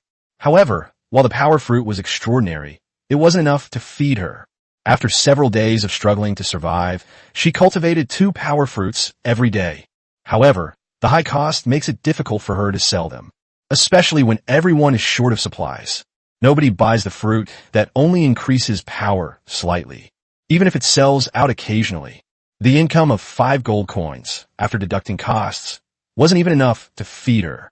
If it weren't for my good luck in finding a treasure chest on the first day of survival, she probably starved to death long ago. Ugh, I don't want to sell them at such a high price. But buying seeds and trying different things out is such a waste of money. Rubbing her empty stomach, Li Zishuang felt a bit dizzy. She knew it was from contact with the magic-striped fish that had caused her mental decline. However, even this method cannot prevent it. To cultivate extraordinary fruits, you must first break free from those demonic creatures. Her only hope now is that someone will buy the power fruit she's been saving for 2.5 days, so she can have a good feast. As Li Zishuang fantasized, she stared at the sea, hoping that she could catch another edible fish. Otherwise, she might go hungry again today. Ding dong. Just as she was worrying about her next meal, suddenly, I heard a notification that I had received a message. Li Zishuang thought it was those seed sellers contacting her again. With a helpless expression, he opened the panel, preparing to reject this supplier first. However, after the chat panel expands, she suddenly realized that the letter was not from the seed supplier. It was a man named Chen Hua. Are you there? Do you still have any power fruits? I'll take them all. Upon seeing this, Li Zishuang was instantly shocked and instinctively glanced at her gold coin balance. 25.9. Looking at the power displayed in my shop window, it's indeed true. They're already sold out. It's obvious that this man bought all those power fruits. And that wasn't enough. They wanted to buy more from her. Good heavens. Has God finally opened his eyes and let me finally meet a big client? Li Zishuang was extremely excited and quickly replied, Yes, yes. However, only 2 fruits can be provided per day. Is that all right? Ding dong. Chen Hua received a reply very quickly. He was slightly disappointed when he saw the text in the message. However, knowing that you can't get fat in one bite, I can't be too lazy. So he replied, No problem. From now on, when you get fruit, just trade with me directly. Don't put it up for sale in the shop. Okay. The fruit from today will be ripe by tonight. I'll contact you then. Good. Contact complete. Chen Hua glanced at his remaining 95 gold coins, then sat back in the driver's seat and shouted to Su Yajing in the cabin. Xiao Bai, let's get to work. Boom, boom, boom. After saying that, the engine started. A wooden boat, a symbol of heaven and earth, sails along the water. Su Yajing sensed the ship starting up and obediently came out to work. Not long after, the two then disappeared into the sea. Soon, night is approaching. The bucket is filled with salmon again. However, just as the two were preparing to wrap up work, suddenly, a group of black figures appeared on the distant horizon. Chen Hua picked up the binoculars and took a look. His expression immediately changed, and he showed excitement. Captain, what have you found? Su Yajing, who was stretching nearby, noticed something was wrong and asked in confusion. At this moment, Chen Hua handed her the binoculars, then grinned and said, We're lucky. There's a black iron treasure chest ahead. However, there are many sharp-toothed fish around the chest. Chapter 016. Killing the level 2 sharp-toothed fish and obtaining the Zhuge repeating crossbow blueprint. A black iron treasure chest? A sharp-toothed fish? Su Yajing was stunned, then picked up her binoculars and looked over as well. Really? A black treasure chest is floating on the sea. However, around a treasure chest, a group of at least a dozen sharp-toothed fish are swimming around. Moreover, these sharp-toothed fish were even larger than the group they had encountered before. Captain, are we still going? Su Yajing looked at Chen Hua with a hint of fear. Chen Hua turned and walked to the stern of the ship, took out the large arrows he had stockpiled in advance, and placed them on the deck, showing Su Yajing his intentions through his actions. Seeing this, Su Yajing also realized Chen Hua's determination to obtain the black treasure chest. Although I was somewhat reluctant and afraid of being hurt by these sharp-toothed fish, I could only obediently walk to the driver's seat. These days of struggling to survive. The two have already developed a certain tacit understanding in their actions. Just sailing the boat. She's still a bit unsure. Captain, I might not be very skilled at piloting this boat. Please hold on tight. She gripped the steering wheel, turned around, and gave Chen Hua some instructions. Chen Hua didn't respond, but simply waved his hand with his back to her, telling her to do as she pleased. Upon seeing this, Su Yajing silently cheered herself up, then stepped on the gas. Boom, boom, boom. The raft rose from the ground and shot off in an instant. Chen Hua lost his balance and was almost thrown into the water by her. Fortunately, the boat's initial speed wasn't very fast. Moreover, he had already handed the steering wheel to the other party. Then let them drive however they want. My job is to hunt those sharp-toothed fish. Soon, Su Yajing steered her wooden boat to a spot not far from the sharp-toothed fish, and then began to circle around it. Information about the sharp-toothed fish also came into their view. Level 2 Sea Monster, Mutant Sharp-Toothed Fish. Assessment. It boasts a larger size and thicker defenses. Ordinary wood is as thin as tofu in its presence. They were all Level 2 sea monsters. Seeing this, Su Yajing and Chen Hua both became serious. After all, this was the first time they had faced such a large number of Level 2 sea monsters. Even Chen Hua is getting serious. Fortunately, their ship was fast. You can continue flying kites. Control your speed. I'm about to start shooting. After giving a reminder, Chen Hua picked up the ballista and fired the first shot. Call out. An arrow as thick as a child's wrist pierced the sky and struck a sharp-toothed fish. However, instead of slowing down, the sharp-toothed fish accelerated and charged towards the wooden boat. Chen Hua quickly loaded new arrows, turned the winch, and launched the second arrow. Although the ballista is semi-automatic, however, it still takes time to operate. Call out. Another arrow struck the sharp-toothed fish. However, the level 2 sharp-toothed fish has a thicker defense. If it doesn't hit the vital areas. Even though 2 arrows hit the target in a row, it did not affect the sharp-toothed fish's movements at all. Left with no other choice, Chen Hua could only hold his breath and continue firing. Finally, after the third arrow was fired, it hit the head of the level 2 sharp-toothed fish. You have killed a level 2 sharp-toothed fish and obtained 3 gold coins, 1 part, and 4 common arrows. The first sharp-toothed fish died suddenly. The kill reward will also be credited to your account.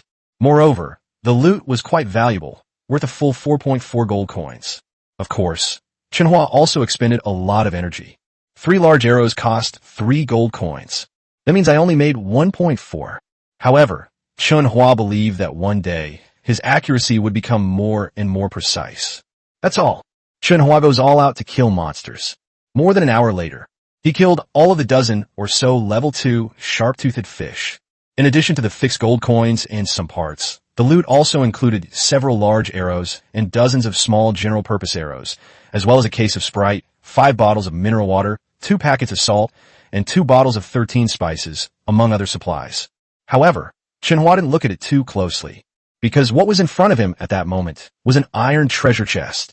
In contrast, he was more looking forward to what he would get from the iron treasure chest. Iron treasure chest requires 4 gold coins to open. Comment: it will yield more and better items than wooden treasure chests. He secretly rubbed his hands together.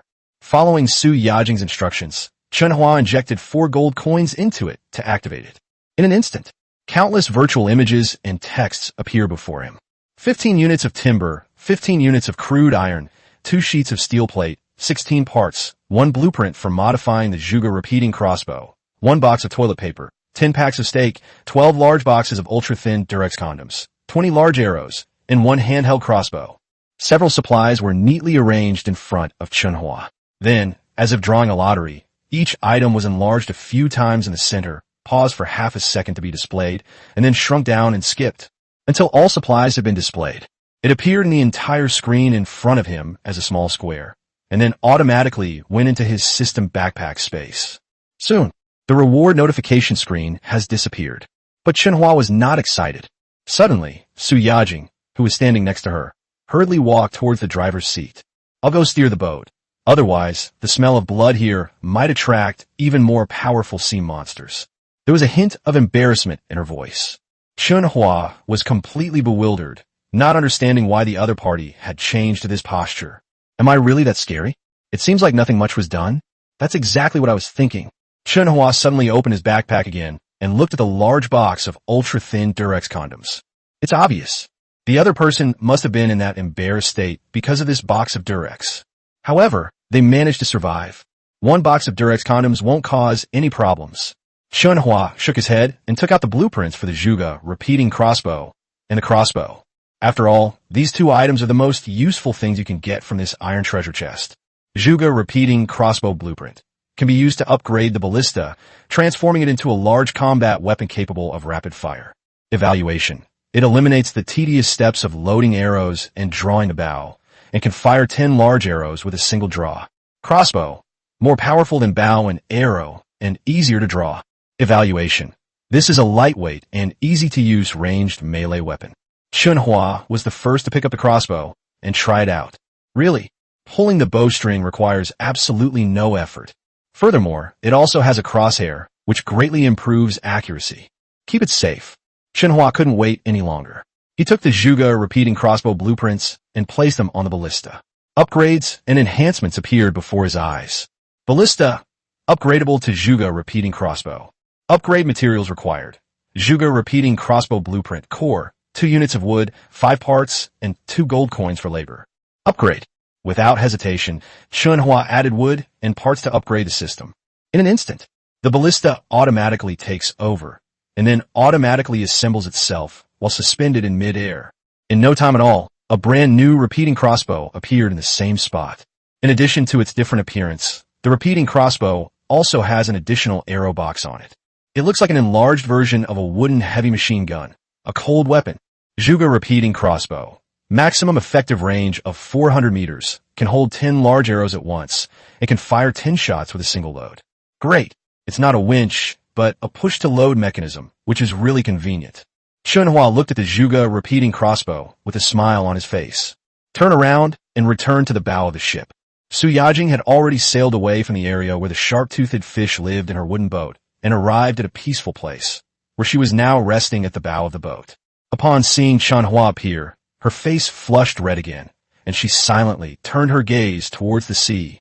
Chapter 017 Nighttime SOS Message. Saving Xiao Biluo. Little Bai, it's time to eat. Chen Hua sat down and took out 2 bottles of 8 treasure porridge and 2 sandwich breads. As their income increased, their food also became better. Snort. Seeing the food appear, Xiao Bai still didn't give them any face, snorted, and then picked up the food and ate it. Seeing this, Chen Hua could only shake his head silently, sighing at the woman's strange temper. Then he picked up the food, ate it, and opened the system shop to list the extra resources he had. Certainly, he won't sell scarce resources. What we're selling are either surplus items or items that can generate continuous profits. For example, unimportant things like salmon, discarded bows, and fish skin. After all, he doesn't lack these things now, but there are still many people who are in dire need of these supplies. Soon, put all the extra items on the shelves. Chen Hua's gold coins have once again exceeded 100. Certainly, after finishing their meal, they didn't forget to give Su Yajing her salary for the day. Su Yajing, who receives a daily salary of 1 gold coin, seems to have experienced the joy of saving money. After getting the gold coins, he quietly went into his room and put them into a small jar. That was a piggy bank that Chen Hua bought for her with 0.1 gold coins. See here, Chen Hua didn't interfere in her private affairs. I just quietly opened the regional channel and started reading the latest news. Help! Someone please help me. I've been targeted by 2 sharp-toothed fish. Location. I'll reward you handsomely if you can save me. We are looking to buy large quantities of general arrows. Contact us privately if interested. Female crew members for sale, 10 gold coins each. Hurry up if you want them. A treasure chest has been found near the coordinates, guarded by a sea monster. Anyone nearby willing to team up and split the treasure chest? Messages kept appearing on the screen, although it looks no different from usual. But in the words used in the chat, there was a sense of powerlessness. The number of online users, in particular, is constantly declining, especially as the days of survival drag on. The number of online players is dropping at a visible rate after nightfall. Chen Hua quietly refilled his diesel fuel tank. Just as I was about to close the regional channel after taking one last look, a suddenly appearing coordinate, along with a distress message, caught his attention. Coordinates. I'm surrounded by sea monsters. Someone please save me. I'm Xiao Biluo, a female news anchor, and I'm only 20 years old. I don't want to die. This message scrolls rapidly across the screen until it disappears from view. But Chen Hua quickly scrolled down the chat page to that message and started to make his own plans. He had seen the female streamer Xiao Biluo before. She's indeed very beautiful. She's goddess level. If he could take the other party in, his life would leap to a new level. Moreover, this female streamer was very close to his coordinates. Should we go take a look? Thinking about this, Chen Hua was completely smitten. After all, these days of struggling to survive. He also knew that he could only actively seek out his own talents. If we just wait, it's probably going to take forever to wait for one. Now a goddess-level streamer is asking for help. If he misses this opportunity, he'll probably regret it to death. So Chen Hua opened the coordinates and calculated the distance between the two sides.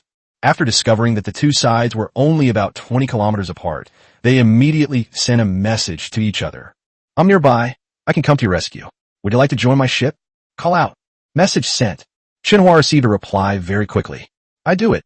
I'll do anything you want to save me. I even have gold coins. You can have them all. Upon seeing Xiao Biluo's reply, Chen Hua immediately replied. Okay. Wait. I'll be there in about 20 minutes. Speak. Chen Hua closed the chat panel, then called out to Su Yajing in the room as he walked towards the driver's seat. Xiao Bai, get to work. Boom, boom, boom. Su Yajing rushed out of the room. The engine suddenly started. With the accelerator floored, the wooden boat, weighing less than a ton, instantly soared across the sea.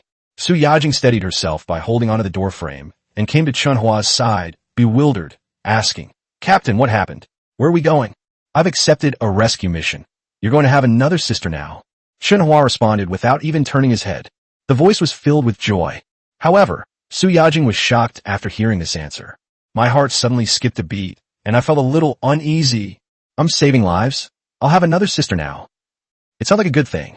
Someone can share her workload. But suddenly she felt a little sad. Then, will my position be threatened? The captain wouldn't dislike her low stats and sell her to another ship, would he? Thinking back on these past few days, Chen Hua hadn't done anything excessive to her. Imagine the chat channel filled with blatant messages about trading female sailors. Su Yajing felt that her position was under tremendous threat. Crew. It's the captain who lost his own vessel. Once you become a crew member, you will be unable to harm the captain. You will become the captain's personal property and will never be free again. The rights that were once held by the captain also disappeared after becoming a crew member. For example, the system's trading function may be disabled, chat may be inaccessible, and private chat may be disabled. Certainly, crew members can still see other people's discoveries through the chat channel. You can also enter the store to view the items for sale and their prices. They simply lost the ability to participate and became complete bystanders. This is also why Su Yajing didn't want to sign a crew contract when she was at sea. Because once a contract is signed, you become someone else's private property. But not signing is not an option either. Because a captain who has lost his vehicle is doomed. Die standing or live kneeling. Most people would choose the latter. After all, there's hope as long as you are alive. Once you die, you lose everything. Whoosh whoosh whoosh. The sea is not calm at night. One wooden boat and raft after another sailed the seas, participating in rescue missions or escaping the pursuit of sea monsters. Only, most vehicles, whether level 1 or level 2, basically don't have engines. Many vehicles still rely on human power, and the sails erected on them to navigate. At this moment, Chen Hua's ship can be seen sailing at high speed. People in countless vehicles looked on with envy. Whoosh whoosh whoosh. On an uninhabited sea, one arrow after another floated out of the raft and pierced the sea. On the sea surface, a dozen sharp-toothed fish are attacking a raft. The edges of the raft were torn and mangled, even revealing the engine hidden beneath. With the engine about to be destroyed, the raft was shrinking in size. The woman on the raft was utterly desperate. Her aching arms prevented her from bending over continuously. Terrified, I could only crawl into the tent and open the chat panel to call for help. Good person, have you arrived yet? Where are you? I can't hold on much longer. Hey, can you hurry up? I'm about to fall into the sea. Wah, you're such a nice person. Why aren't you replying to me? Are you not coming back? Chapter 0:18 Beauty filters kill people. Use an engine to make up for it. One message after another was sent to Chen Hua's system. But Chen Hua was focused on navigating the boat and had no time to respond. I just silently watched the coordinates and adjusted my direction. Finally, after 20 minutes, we arrived at the coordinates. Captain, should we rescue that raft? At this moment, Su Yajing, who had been observing with binoculars, spotted the raft being attacked by the sharp-toothed fish several miles away. That's right. You steer the boat. I'll take care of those sharp-toothed fish. Chen Hua stepped out of the driver's seat, gave instructions to Su Yajing, walked towards the stern of the ship, and sent a message to Qiao Biluo. I've arrived. Hang in there a little longer. Call out. Message sent. Chen Hua also gripped the Zhuge repeating crossbow tightly. Fortunately, he hadn't yet tested the power of the Zhuge repeating crossbow after its upgrade. Today, let the Zhuge repeating crossbow display its divine power. Boom boom boom. The wooden boat, seemingly floating between heaven and earth, sped towards the area surrounded by sharp-toothed fish. Qiao Biluo finally saw the wooden boat appearing in the moonlight in the distance. She was instantly overjoyed. I don't know where the strength came from, but he picked up the longbow again, pulled open the tent flap, and started shooting at the sea again. Whoosh whoosh whoosh. Small arrows are not very powerful. Even if the arrow hits the sharp-toothed fish, it is unlikely to cause any real damage. But this will at least buy her some time. Finally, the rescue boat is approaching. It drifted to the side of the encirclement and began to circle her raft clockwise. The tall, imposing figure of a man standing at the stern, his hand on a Zhuge repeating crossbow, was then revealed. Oh my god, so handsome! Qiao Biluo squatted in the tent, her eyes glazed over. At that moment, Chen Hua began firing. Boom! Press the launch pedal. An arrow, as thick as a child's wrist, pierced through the sea surface in an instant. Whoosh! In an instant, a large patch of black blood gushed from the sea. You killed a level 1 sharp-toothed fish and obtained 2 gold coins, 1 fish skin, and 1 part. 1 fatal blow. The surrounding sharp-toothed fish immediately scattered and chased after Chen Hua. But Chen Hua's boat was faster than the sharp-toothed fish. No matter how hard the sharp-toothed fish chases, it can't catch up. Therefore, Chen Hua remained calm and, after aiming, stepped on the launch pedal again and again. Whoosh whoosh whoosh. Stomp on it and fire a large arrow. In addition, there's been continuous firing recently. Chen Hua's accuracy has also improved a lot. Basically, 1 or 2 arrows are enough to kill a sharp-toothed fish. The technique was completed in no time. He wiped out more than a dozen sharp-toothed fish, and I earned an extra 20 gold coins. Of course, most of the large arrows have also been used up. Approach the raft.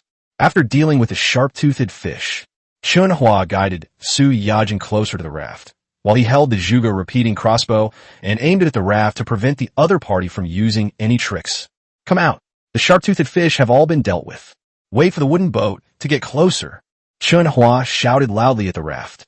Xiao Biluo, who had been hiding in the tent, excitedly stepped out of the raft.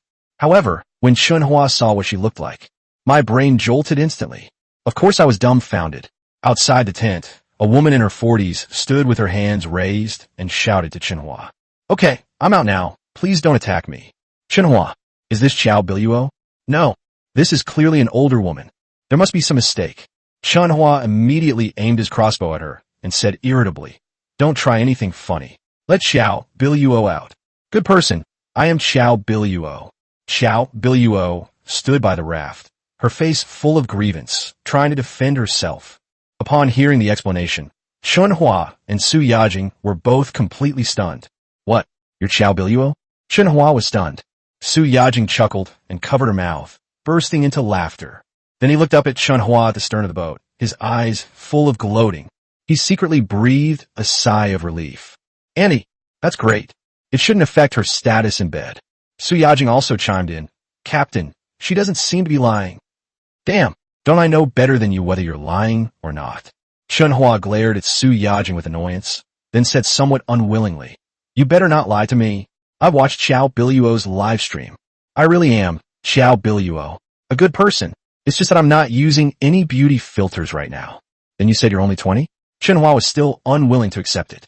After all, we've come from so far away, and after deducting the cost of the journey and the arrows we've used, we haven't made much money.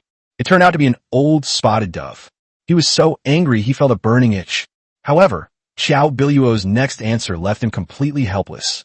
I'm only 20 years old, and nobody's coming to save me. Please, kind people, please come and let me onto the boat. I'll work for you. After this crisis, Xiao Biluo no longer dared to develop on her own and asked Chen Hua to let her board the ship. But Chen Hua's talent is to capture top-tier goddesses. How could this old turtle dove possibly meet his requirements? Let them board the ship. Not only did he receive no reward, but his resources were also wasted. Even if the other person is capable of doing the work, he doesn't need them. After all, space on the ship is limited. Every extra mouth to feed means another waste of space. But if we leave now, he felt incredibly cheated. There's also the feeling of being made a fool of like a monkey. Thinking of this, Chen Hua said irritably, Fine, I'll get on the ship, but you'd better give me some compensation. Compensate? Xiao Biluo shrugged and said, Good person, I want to compensate you too, but I have nothing. I don't even have any food left. I'd better get on your boat. Saying that, she picked up the wooden paddle and was about to row towards Chen Hua. Chen Hua's head suddenly felt like it was going to explode. They immediately launched a large, powerful arrow into the sea in front of the enemy. Call out. The large, sharp arrow entered the water, creating a splash that scared it away. Good man, my most valuable asset is myself, and I can sing and dance. Let me aboard, and I'll take good care of you. Chen Hua. Su Yajing smiled gloatingly and said inappropriately, Captain, why don't we let her come up? She knows a lot. Shut up. Chen Hua snapped at him irritably, then looked at the raft with a helpless expression. Indeed, it does look rather shabby. So he immediately pointed to the exposed engine on the raft and said, Give me your engine. Xiao Biluo was stunned, not expecting that the other party had actually set their sights on her engine. You should know that this is the most valuable item on a vehicle. Although she ruined her engine by adding water, but she still didn't want to give it away. So he quickly explained, Good sir, if you let me on the boat, I'll give you the engine. Are you trying to bargain with me? With a deep frown, he immediately raised the Zhuge repeating crossbow, aimed it at the opponent's feet, and said coldly, I'll give you 3 seconds. If you don't hand it over, you and your raft will sink to the bottom of the sea. 3. Seeing that Chen Hua was about to get serious, Xiao Biluo didn't dare to continue entangled. They quickly removed the engine and placed it on the raft. Chen Hua had Su Yajing bring the wooden boat closer, then took the crossbow and boarded the other party's raft. After putting the engine into his backpack, he returned to his own boat without hesitation. Immediately afterwards, with a rumble, the wooden boat sped away. Xiao Biluo was left standing there, cursing incessantly. Chapter 019 continues the upgrade. Level 2 engine and hardwood hull. The wooden boat traveled more than 10 kilometers in one go. Chen Hua stopped it. Looking at Chen Hua's rather unpleasant expression, Su Yajing was incredibly happy. At the same time, my self-confidence has also increased. After all, She originally thought Chen Hua was a somewhat cold-blooded person, but now it seems appearance is something he cares about too. And herself, a woman of school beauty caliber. She was also the only and most beautiful woman by his side. I believe it will be very difficult to replace. Captain, should we still go to the rescue? Su Yajing leaned in at the most inopportune moment, asking with a mischievous smile. Chen Hua was already in a bad mood, and his face immediately darkened. Are you provoking me? No way. Seeing that things had gone well, Su Yajing stopped teasing and immediately explained, I was just asking. If we're not going to rescue anyone, I'll go inside and rest. The fish I've caught these past few days have been too big, and I'm really tired from accompanying you on missions tonight. If you're tired, go and rest. Chen Hua ignored him and, after giving a stern rebuke, went to repair the engine. The engine I got from Xiao Biluo was damaged. Chen Hua had no idea how the other party had broken it, but still predictable. The other party couldn't escape because their engine broke down. Otherwise, ordinary sharp-toothed fish wouldn't be able to keep up with the speed of the engine. Engine repair. 1 steel plate, 5 parts, labor cost 2 gold coins. The price is reasonable. You just happened to get 2 steel plates today. Chen Hua opted for repairs directly. Then, he took out the other engine from the backpack. LV1 engine. Upgradable. Upgrade materials. 2 engines, 1 steel plate, 10 parts, labor cost 5 gold coins. The price is still reasonable. The Chen family continues to choose to upgrade. In an instant, the engine was then disassembled, and the 3 basic engines were combined to form a brand new LV2 engine. Let's look at the engine again. New information has emerged. Level 2 engine. Produces 200 horsepower. Top speed 90 kilometers per hour. Current fuel consumption is 0.15 liters per kilometer. The second stage engine provides increased power, but also increases fuel consumption. But Chen Hua didn't care, because at sea, speed is also very important. So he turned around and upgraded the fuel tank again. Its level 1 fuel tank has been upgraded to level 3. It consumed a total of 20 units of crude iron, 8 parts, and 5 gold coins. The diesel capacity has also been increased from the original 50 liters to 200 liters. Of course, the level has also reached its limit. If you want to continue upgrading the fuel tank, you can only upgrade the vehicle. Otherwise, there wouldn't be any more room to increase the fuel tank capacity of the wooden boat. Although I didn't get a new goddess, it wasn't a wasted trip. Looking at the wooden boat he had modified, Chen Hua finally showed a satisfied smile, and the frustration in his mind was swept away. Thinking about this, he opened the system panel again, ready to make some purchases for the vacancies on the ship. However, as soon as the page opened, an unread message appeared. Upon entering, Chen Hua realized that the message was from Li Zishuang, who sold the power fruit. Boss, the power fruit is ripe. Are you there?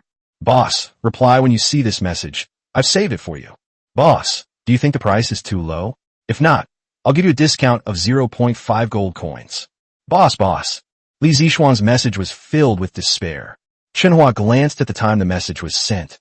It was during the time he rescued Xiao Biluo. He immediately replied, I'm here. Ding dong. The message had barely been sent when Li Zishuang's reply appeared on the panel. Boss, you finally replied. I thought you didn't want it anymore. As soon as the information appeared, a transaction request immediately popped up on the panel. Moreover, there are 2 power fruits in the trading slot. As for the other side of the grid, the price is set at 9 gold coins. She really is an honest girl. They lower the price just like that. Seeing this, Chen Hua was somewhat moved and immediately generously put 10 gold coins into the grid and replied, I'll still pay you the original price. From now on, sell me all of these fruits. Wow, 10 gold coins. On the other side, Li Zishuang's eyes widened immediately. She was initially annoyed that she had voluntarily lowered the price. After all, a decrease of 0.5% for each fruit is already very close to the point of losing money. Surprisingly, they still offered the original price. He's a good person. Li Zishuang was extremely excited and quickly replied, Okay. After saying that, she happily took the gold coins and went to the shop to buy seeds and food. Meanwhile, Chen Hua sighed. After the transaction was completed, I ate 2 fruits. Then I opened the online store, cleared out the excess fish skins, and started a new round of purchasing. First, diesel fuel. If the price is right, I'll buy it instantly. Large arrows can also be bought directly. In addition to that, there were spare parts and wood, which I bought one by one in a flash. In no time at all, his gold coins quickly dwindled, leaving him with only 50 odd. The missing gold coins were exchanged for more than 20 liters of diesel fuel 20 units of wood, and 9 parts. First time purchasing timber, Chen Hua still felt a little sorry for him. After all, these things are in treasure chests. It will appear as long as you open it. The only thing wasted was time. As long as you search diligently, you'll find more and more sooner or later. But with an engine, he could travel further and encountered more other survivors. Furthermore, it is known that many survivors possess weapons such as bows and arrows, or even pistols, to guard against survivors with ulterior motives. He needs to increase the strength of the ship's materials. After all, ordinary wood can't stop large arrows. If we happen to encounter a ship equipped with ballistae, the enemy could pierce through the ship's template with a single arrow, which would be quite dangerous. Therefore, Chen Hua chose to waste some of his gold coins to buy wood. Supplies have been procured. Chen Hua's backpack contained 58 units of wood, 24 units of crude iron, and 11 parts. Fortunately, fighting sea monsters will occasionally draw parts. Otherwise, he would have had a real hard time gathering all the parts he needed. Current vehicle, Tier 2 wooden boat. Upgrade options for ship hull timber. 1. Hardwood. 2. Ironclad wood. Chen Hua immediately chose the first one. The information in front of me changed again. Upgrade ship hull material. Requires 50 units of wood, 5 parts, and 5 gold coins for labor. Comment. After the ship's materials were upgraded, they were all replaced with hardwood. Hardwood is more durable and provides better defense, but it will also be heavier. Chen Hua didn't hesitate and immediately chose to upgrade. However, the ships were not disbanded during this upgrade. Instead, 50 units of wood turned transparent and then merged into the original hull. When it reappears, the material used for the ship's hull has changed. It looks much more sturdy. Upgrade complete. Chen Hua touched the hull and found that it was indeed much sturdier. The indicator from the engine location, in particular, caught his eye. Level 2 engine. Produces 200 horsepower. Top speed, 90 kilometers per hour. Current fuel consumption is 0.15 liters per kilometer. Chapter 020. Today's light rain will be absolutely exciting. Level 2 engine. Produces 200 horsepower. Top speed, 90 kilometers per hour. Current fuel consumption is 0.15 liters per kilometer. The LV2 engine did not reduce speed or increase fuel consumption despite the increased weight of the vessel. This shows that the LV2 engine is still quite powerful. Once you finished all that, Chen Hua's backpack was now empty, with only a handful of wood and parts left. His gold coins had also plummeted to a mere 43. But he wasn't worried at all, because the vehicle has been upgraded to level 2. Just wait until the next day. The goddess on the ship will bring him a higher containment benefit than a Tier 1 vehicle. Thinking this, Chen Hua loaded the large arrows into the crossbow's arrow box, then organized the large and general-purpose arrows he had stockpiled in his backpack before returning to his room to rest. Inside the room, Su Yajing was watching other people chat on the regional channel. Upon seeing Chen Hua return, he immediately turned off the control panel and pretended to be asleep. Chen Hua didn't expose her and closed his eyes while lying in the cabin. A night passed in the blink of an eye. Today's goddess's earnings, 20 gold coins from Su Yajing. Early the next morning, Chen Hua glanced at the source of the extra 20 gold coins and revealed a joyful expression. A level 2 vehicle, one goddess can generate 20 gold coins. Then there will probably be even more Tier 3 vehicles. If we really find 10 or 8, I reckon the goddess's daily earnings are more than she can spend. I stepped out of the cabin with a joyful heart. The sky was rather overcast. Today's weather, light rain. Today's temperature, 18 to 22 degrees Celsius. Today's wind force, light breeze. Comment. Although the ocean is polluted, the rainwater is still clean. It looks like it's going to rain today. After finishing breakfast, Chen Hua and Su Yajing worked together to fold the fish skin into the shape of a collector and placed it on the boat to collect rainwater. Then they divided the work. One fished, and the other sailed the boat to find treasure chests. After all, this is the first time it has rained since we started trying to survive. These days, no one is capable of taking a bath. Today's rainy weather is a kind of survival benefit for the survivors. Those lacking water can replenish their water supply. Those who have plenty of water can collect water to wash themselves. So much so that wherever Chen Hua drove his level 2 vehicle, you could see raincoats used to collect water on every vehicle he passed. Treasure chest spotted ahead. Another treasure chest has been found ahead. It's noon. Chen Hua has already opened 2 wooden treasure chests. Although the items that came out weren't very good, but it's not too bad. This allowed him to acquire a considerable amount of basic resources such as timber, crude iron, and arrows. Certainly, Chen Hua didn't believe it was because his luck had improved. It was because of the change in vehicles that he found so many treasure chests. After all, it has a cruising speed of 80 kilometers per hour. That's enough time for him to travel to many places in a single morning. The farther you go, the more treasure chests you'll find. Splash, splash, splash, splash. I had just opened the second treasure chest when it suddenly started to drizzle. "Captain, it's raining." Su Yajing, who was fishing, quickly spoke up to remind him. Chen Hua, however, remained calm and grinned, saying, "Perfect timing to take a shower." As he spoke, he took out 2 towels and gave one to Su Yajing. "Su Yajing, no, this isn't how you exploit your employees." Seeing Chen Hua's seriousness, Su Yajing was completely stunned. However, due to the difference in her social status, she could only drape the towel over her shoulder and then unbutton her sleeves to reveal her fair arms. Especially since Chen Hua was standing, while she was sitting. A chasm, leading straight to the abyss. Chen Hua couldn't take his eyes off it. "Captain, can I go and rest after I finish my shower?" Just then, Su Yajing was wiping her neck with a towel and turned around to look up at Chen Hua. In an instant, their eyes met. Chen Hua's eyes lit up. He shifted his gaze to the chasm above the chasm, then smiled and said, "Okay. You little pervert, do you think I can't handle you?" A sly glint flashed in Su Yajing's eyes. She then took a towel and wiped her clothes, saying, "Then I can rest today. I can only rest for a short while." Fearing he might lose control after looking at too much, Chen Hua turned around, walked to the driver's seat, and picked up the binoculars to examine the area. On the sea, 1 or 2 dark silhouettes of rafts can be seen. After reading it, he lowered his head and started fiddling with the fish skin. On the other side, seeing that Chen Hua had actually started working, Su Yajing had no choice but to abandon her alluring gestures. To be honest, as the survival period lengthens, so does the understanding of life on other ships. She had already accepted Chen Hua in her heart. After all, the captain beside her was very exploitative. But actually, it's also for survival. Moreover, he did not do anything outrageous to her during this period. As for the other ships, the crew members had long since become commodities to be traded, sold and sold back and forth. She has already lost her vehicle. The best outcome is to be attached to a ship and become something that cannot be traded. Otherwise, the consequences are unimaginable. Therefore, Su Yajing had already decided in her heart to take her relationship with Chen Hua to the next level. Unfortunately, Captain Chen Hua, this blockhead, doesn't seem to have this idea yet.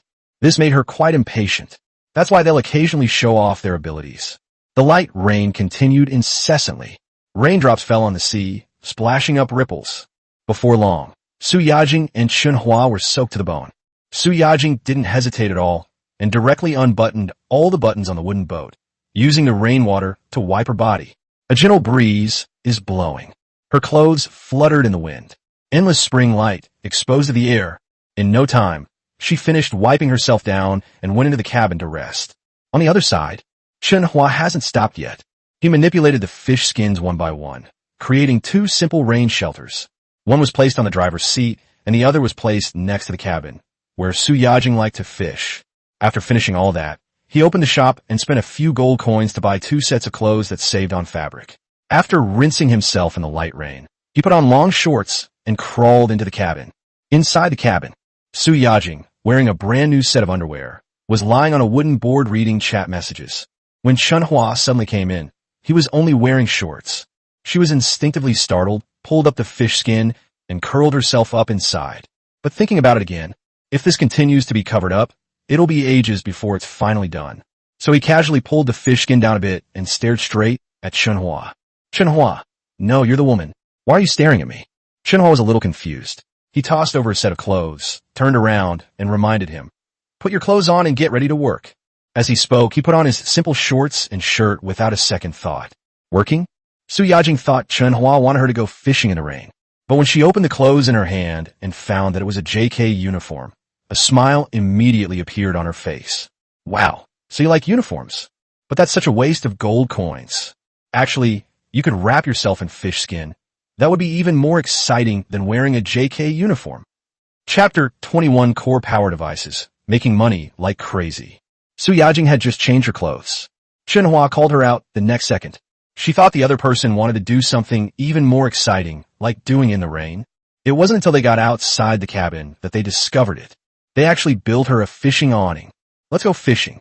Remember to wash my dirty clothes after you fill the water tank. Su Yajing. That's a real skinflint. Have no choice. Su Yajing could only crawl under the awning to continue fishing. Chen Hua returned to the helm, restarted the ship, and headed towards the boundless sea. On the boundless sea, marine mammals only proliferate when they are in the wild. During the day, the number of sea creatures is extremely small. Because Chen Hua's ship had been modified, it also possessed the powerful weapon, the Zhuge repeating crossbow. Therefore, when he encountered sea monsters, he basically did not try to escape. He always chose to push them away. That's all. A day passes in the blink of an eye. Chen Hua finished his work for the day by killing 7 sea monsters. It's a pity. His aim is getting more and more accurate. However, aimless searching also results in a huge waste of diesel fuel. Chen Hua couldn't help but feel curious about the sea area after the beginner's period. Wait until you're past the beginner phase. How much will the number of sea monsters and treasure chests increase? Night. The rain continues. The fish skin rain tanks on the wooden boat were completely full. Chen Hua instructed Su Yajing to store the water resources, and then bought a stove to put in the cabin to dry the clothes he was washing. However, the temperature of the furnace was simply too high. Even at night at sea, it's still enough to make you sweat.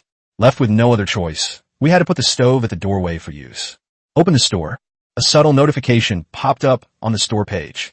With continuous rain and a sharp drop in water prices, captains are advised to be vigilant about business risks. After entering the store, the first item on the list is mineral water. The price has dropped from 2 gold coins to 0.2 gold coins per bottle, a 10-fold decrease. Moreover, this price mostly includes the cost of the water bottle. They're even resorting to these tactics to survive. First, fish skin prices skyrocketed, then bottled water prices plummeted. The business world truly is a battlefield. Chen Hua shook his head, filled with emotion. Then I organized today's supplies. Besides basic supplies like wood parts, the 2 treasure chests also contained many small arrows, 2 pairs of shoes, and a bag of wheat seeds. In addition to fish skins and parts, some daily necessities were also found among the sea creatures hunted. Supplies such as toothbrushes, toothpaste, shower gel, and fishing nets. Chen Hua did not choose to sell these items. After tidying it up, it was stored on the ship. After all, backpack space is limited, and if you carry it around all the time, you can't store other things in it. Soon, all supplies have been organized. Details are as follows. Backpack supplies, 27 units of wood, 45 units of crude iron, 21 spare parts, 36 large arrows, 56 small arrows, 4 fish skins, 18 liters of diesel fuel, 1 dagger, 51 gold coins. Despite occasional purchases, Chen Hua's gold coins not only didn't increase, but actually decreased. But that makes sense. After all, opening treasure chests, buying diesel fuel, replenishing large arrows, and occasionally snapping up parts all require gold coins. Looking again at the supplies that have been neatly arranged on the ship. Onboard supplies. High-grade fishing bait, toothbrush, toothpaste, 8 treasure porridge, shower gel, bottled water, steamed buns, wheat seeds, fishing nets, instant noodles, shoes, Durex condoms, bread, canned food. There are many kinds of things, but the number is not large. Chen Hua looked through them once, and then put some of the small arrows, hard steamed buns, and the 20 caddies of salmon he had harvested that day on the online store. First, there are the small arrows. He rarely uses them, so there's no need to keep so many. 31 pieces are listed at 0.1 gold coins each. Next are hard steamed buns, 0.3 gold coins each. 15 of them are available. Finally, there was the 20 gene of salmon we harvested today. After slicing, we got more than 140 slices. Certainly, since Chen Hua started selling sliced fish, many sliced fish have appeared in the mall. It's not that you can make more money after slicing. The main problem is that some people sell small amounts at a time. After being sliced, they sell even better. They're basically sold out as soon as they appear. Moreover, some slices are not peeled cleanly, leading to a decline in reputation. Chen Hua's fish are cleaned more thoroughly, making them more competitive in the market. Soon, list all excess supplies. Chen Hua gained more than 20 gold coins, bringing his savings to 73. Ding dong. At the same time, a notification came through my private message. Chen Hua opened it and took a look. He discovered that it was Li Zishuang who had contacted him, indicating that the 2 power fruits for today had ripened. Without hesitation, Chen Hua spent another 10 gold coins to buy it. Boss, I got a power core device from a treasure chest today. Do you want it? The transaction had just been completed when Li Zishuang sent out a bombshell message. Upon seeing this news, even Chen Hua's heart skipped a beat. A core power system? Good heavens. Is she really that lucky? This is much better than an engine. Although it's not a necessity. But if only my own ship could be equipped with such a system. The entire ship can be powered up directly. There's hope for a better life. Just thinking about it is enough to excite people. Thinking about this, Chen Hua immediately replied excitedly. How many gold coins do you want? Someone offered me 200 gold coins. I want to save it for you. 200? Chen Hua's fingers paused slightly, because he doesn't have that much money right now. After thinking for a moment, he replied, I don't have that much money right now. Could you hold on to it for me first? Sure. After all, 200 gold coins is a large sum of money, and not many people can come up with it all at once. Li Zishuang replied very quickly. It seems they trust Chen Hua even more. Chen Hua replied, Okay, 3 days. I'll make the deal with you in 3 days. Okay, chat over. Chen Hua watched as the light rain outside the cabin began to intensify, and couldn't help but take a deep breath. This is what survival at sea is all about. Skill and luck are two completely different things. Core power equipment. I'm afraid even the most top-of-the-line ships don't have that yet. Chen Hua silently began planning his work schedule for tomorrow. Even in torrential rain, we can't rest any longer.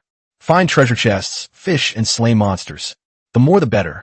Early the next morning, Chen Hua then woke up Su Yajing and asked her to go fishing. Seeing the rain getting heavier and heavier outside, Su Yajing was completely stunned. No, the rain was heavy enough. Why are you up so early? Even a donkey isn't used like that. Because of Captain Chen Hua's status. Although Su Yajing was very fond of Yunmin, she could only obediently come to the fishing platform and fish while eating breakfast. Chen Hua then added the excess diesel fuel to the fuel tank and set off in his wooden boat to search for the sea monster and the treasure chest. It was also this day. A famous fast ship has appeared on the sea. It roams everywhere. Wherever they went, all the sea monsters perished. It caused quite a stir within a radius of hundreds of miles. Meanwhile, Chen Hua was also searching the sea around the clock. After a day's hard work, I finally harvested supplies worth 50 gold coins. Chapter 22, showing no mercy, taking down Su Yajing. Put all supplies on the shelves. Chen Hua didn't rest at night either. They even proactively accepted rescue missions on the channel. Within a radius of 100 kilometers. We'll go to the rescue as long as you pay us. However, some people lie in order to ask for help. Chen Hua didn't tolerate this. As long as he gets there, a commission will definitely be charged. Even if we can't afford it, it's easy to fix. If it has an engine, remove the engine. Dismantle weapons without engines. So, in the middle of the night, they harvested more than 20 gold coins and supplies worth more than 30 gold coins. However, when it got late at night, Su Yajing, whose overall physical attributes were already low, was completely exhausted. She lay in the cabin, repeatedly saying how tired she was. Even when Chen Hua told her to move inside, she was too lazy to move. Helpless, Chen Hua had no choice but to lie down next to her and silently sell off the surplus supplies. Ning. At this moment, Su Yajing, who was being squeezed on the side, saw that Chen Hua still had the energy to study the system's store. Enraged, she rolled over and hugged Chen Hua tightly. In an instant, a soft, warm sensation sent a shiver down Chen Hua's spine. Xiaobai, what are you doing? Chen Hua froze, feeling a surge of impulsiveness. However, Su Yajing didn't have the strength to answer. She just closed her eyes and looked completely relaxed. It seems Chen Hua has been turned into a cushion. See here. Chen Hua wanted to look away, but the repression brought on by the struggle for survival made him unable to resist the urge to release it. The image of Su Yajing going to the toilet instantly flashed into my mind. There, it held a tremendous allure for him. It made him unable to resist exploring it. After all, his theoretical knowledge is very strong, but I still have zero practical experience. In an instant, Chen Hua reached out his hand as if possessed. Su Yajing instantly tensed up, blocking Chen Hua's hand from her body, and asked nervously, Captain, what are you doing? What are you doing? With a glint of anger in his eyes and heavy breathing, Chen Hua asked directly, What do you think I should do? Do me? Su Yajing asked nervously. In this rhetorical question, this became the final straw that broke Chen Hua's rationality. To hell with human ethics and morality. They're trying to survive, and it's been many days already. Countless people have died at sea. Rule. There's no need to persist. I'm not going to eat this fatty meat right in front of me. Won't we wait any longer? Anyway, this is a world of survival. On this ship, I am the heaven. Chen Hua lost his temper and flipped her over, pinning her beneath him. Then he began to grope her all over. Wah! Su Yajing was startled. I never expected Chen Hua's impulsive act to happen so suddenly. She wanted to take it slow, but it was too late. She was already completely exhausted. All it could manage were flirtatious struggles. This emboldened Chen Hua to act even more fiercely. Ning. The next day at dawn, Su Yajing opened her eyes. Chen Hua is not in the room. A more lavish breakfast than usual was laid out beside him. Upon seeing this, she felt no helplessness at losing her chastity. Instead, she felt a sweet warmth in her heart, as if she had eaten a honey date. After all, this is a world full of crises. If only I could truly gain a captain's favor. From now on, the road ahead will be absolutely smooth. Thinking about this, Su Yajing dressed and ate in a cheerful mood. Although I was messed up 3 times yesterday, but compared to the changes today, she feels it was all worth it. After finishing her meal, Su Yajing opened the door. The light rain outside has turned into moderate rain. Chen Hua, meanwhile, sat in her usual fishing spot and fished intently. I heard a noise. Chen Hua turned around. His once childlike face now carried a hint of maturity. This is a transformation from men. You're awake. Su Yajing nodded obediently and said, I saw the food you left for me. Thank you. That's all. She blinked her long eyelashes, revealing a uniquely feminine allure. However, just when she thought the other person would feel her tenderness, Chen Hua's next words stunned her again, giving her the illusion that he was giving them away for free. You're welcome. Your task for today remains the same. 20 fish. Come and fish. What? 20 fish still? Su Yajing's mind went blank, and she was dumbfounded. No, dude, I'll sleep with you. And this was the first time, but you did it 3 times. Even if I have to keep working, shouldn't the workload be reduced accordingly? Did you even consider my feelings? Su Yajing was stunned, almost frozen in place. But Chen Hua seemed to know what she was thinking. He stood up and said indifferently, Don't forget your identity, my crew member. Since you got up a little late, I've already caught 5 for you. So, your workload hasn't increased. That's all. Chen Hua then walked straight to the helm of the wooden boat, leaving Su Yajing with a kingly silhouette. This moment, she suddenly felt that the man before her seemed to possess an aura of dominance and authority. Mingming's words were very domineering, but it's hard to get angry at it. At least you still have some conscience. Su Yajing pouted, went to her fishing platform, and began her new day's work. As Chen Hua sat in the driver's seat, he steered the wooden boat while reaffirming his decision in his mind. Before, he was just a poor student. They'd never seen a big scene, never experienced a brutal test. At that time, he knew nothing and was worried about everything. So since arriving in the ocean of survival, nothing has changed. But from now on, he wants to completely change this world of survival. He doesn't want to be an ordinary person anymore. Severe punishments are necessary in chaotic times. Starting today, he wants to always maintain the demeanor of someone in a superior position. Crew members are crew members. A captain is a captain, even if the crew member had that kind of relationship with him. And we will absolutely not allow him to be on equal footing with us. One day, it passed by in the blink of an eye. This day, Chen Hua was incredibly lucky and found 2 wooden treasure chests and 1 iron treasure chest. And it's an iron treasure chest without any sea monsters guarding it. After opening it, not only did they gather enough crude iron to upgrade the wooden boat, but they also found a battery and an air conditioner inside. During the dinner break, Chen Hua carefully preserved all these valuable items. List any excess items in the shop. They then prepare to take on a nighttime rescue mission. After all, completing 1 more mission means getting the power core device sooner and living a better life.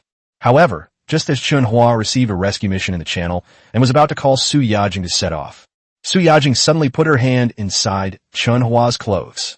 Captain, please don't go today. I'm so tired. She lay on Chen Hua's chest, her eyes alluring, appearing delicate and vulnerable. Seeing this, Chen Hua's head swelled with anger. He flipped over and pinned the boy down, his voice low and menacing. You little brat. How dare you stop me from making money? Today I'll show you the consequences of disobeying me. Chapter 23, A Turbulent Night, Robbery at Sea.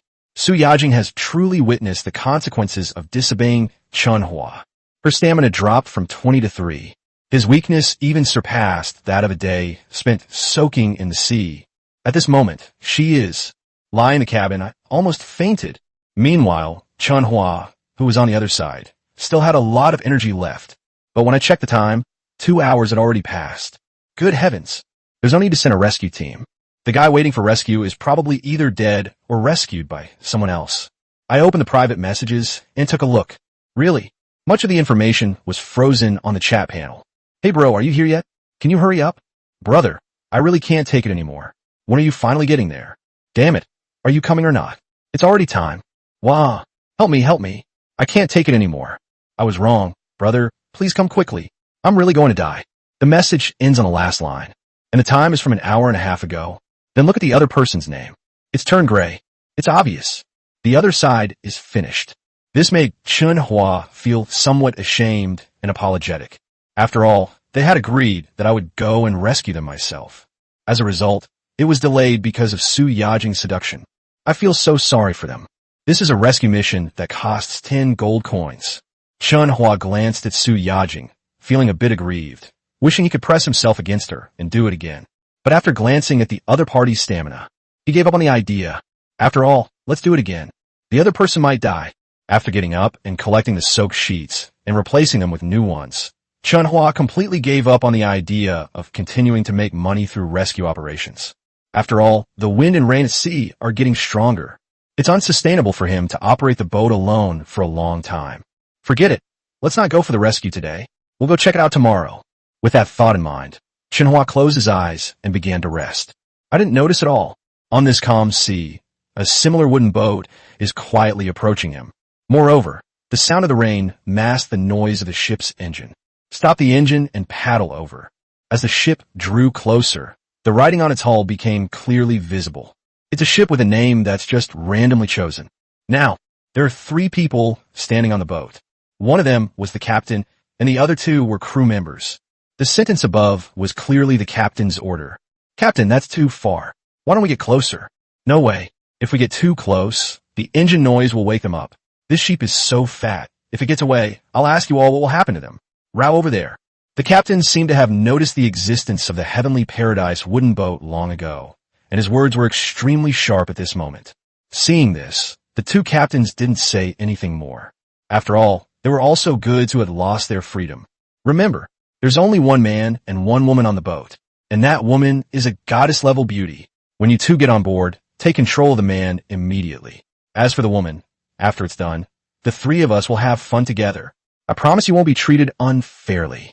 Seemingly realizing that his words had been a bit harsh, the captain of the ship, who had just given it a name, spoke up in a gentle voice about the benefits. Upon hearing this, the 2 crew members felt an immediate surge of excitement. They had seen what the women on the wooden boat in the Heavenly Paradise looked like. To be honest, before coming to this world of survival, they never dreamed they would come into contact with women of that caliber. Seeing that he could enjoy the same thing as the captain, he became excited. Yes, Captain, rest assured. We will definitely capture the enemy captain alive. We must be careful. Otherwise, if the captain dies, the vehicle will sink. Then it will all be for nothing. After making the arrangements, the captain, who had just given himself a random name, also joined the rowing team. They quickly slid their wooden boat to the side of the Heaven and Earth Palace. But the sea is not calm. Although the waves were small, each sway prevented the 2 wooden boats from getting completely close. Left with no other choice, the 2 crew members, armed only with ropes and machetes for self-defense, jumped into the sea, then stealthily grabbed the edge of the Heaven and Earth wooden boat and climbed inside. The captain, who would simply give the ship a random name, would hide in the cabin, holding a bow and arrow, peeking out with half his head peeking out, ready to be discovered and start a surprise attack. After all, this wasn't the first time they'd done something like this. Those 2 crew members were slaves he captured through a sneak attack. Certainly, there are times when we fail. Otherwise, he would have even more crew members. Heaven and Earth. I'll send you to heaven. The engine is mine, the ballista is mine, the supplies are mine, and the women are mine too. Whoosh. As soon as the 2 crew members stepped out of the sea, their soaked clothes were covered in water stains. The water droplets on his upper body splashed onto the deck, creating an unavoidable splashing sound. This made the 2 of them tense up, and they immediately stiffened. I'll wait until my clothes are completely dry before continuing to climb. Otherwise, they were afraid that making too much noise would attract the attention of those inside the cabin. However, just as the two of them were hanging on the edge of the wooden boat to control the water, I didn't notice at all. Inside the pitch-black cabin, Chen Hua's eyes had been opened at some point. Su Yajing, who was next to me, was still fast asleep. Fish skin covered her private parts. The rest of the fish skin was pure white, stretching out freely outside the skin. See here. Chen Hua slowly picked up the crossbow that was placed on the bedside table, then silently turned over and covered Su Yajing with the fish skin that had been mostly torn off. Just as Chen Hua was turning over to pull out the fish skin, two small wooden rollers were rolling in the groove where he had just been lying. Moreover, although the small logs are inlaid in the grooves, they're engraved with spikes. It's obvious. It was the movement of these two small logs in the groove that woke Chen Hua from his sleep. This was a warning bell he had set in advance. Formed by black fishing line wrapped around a wooden boat.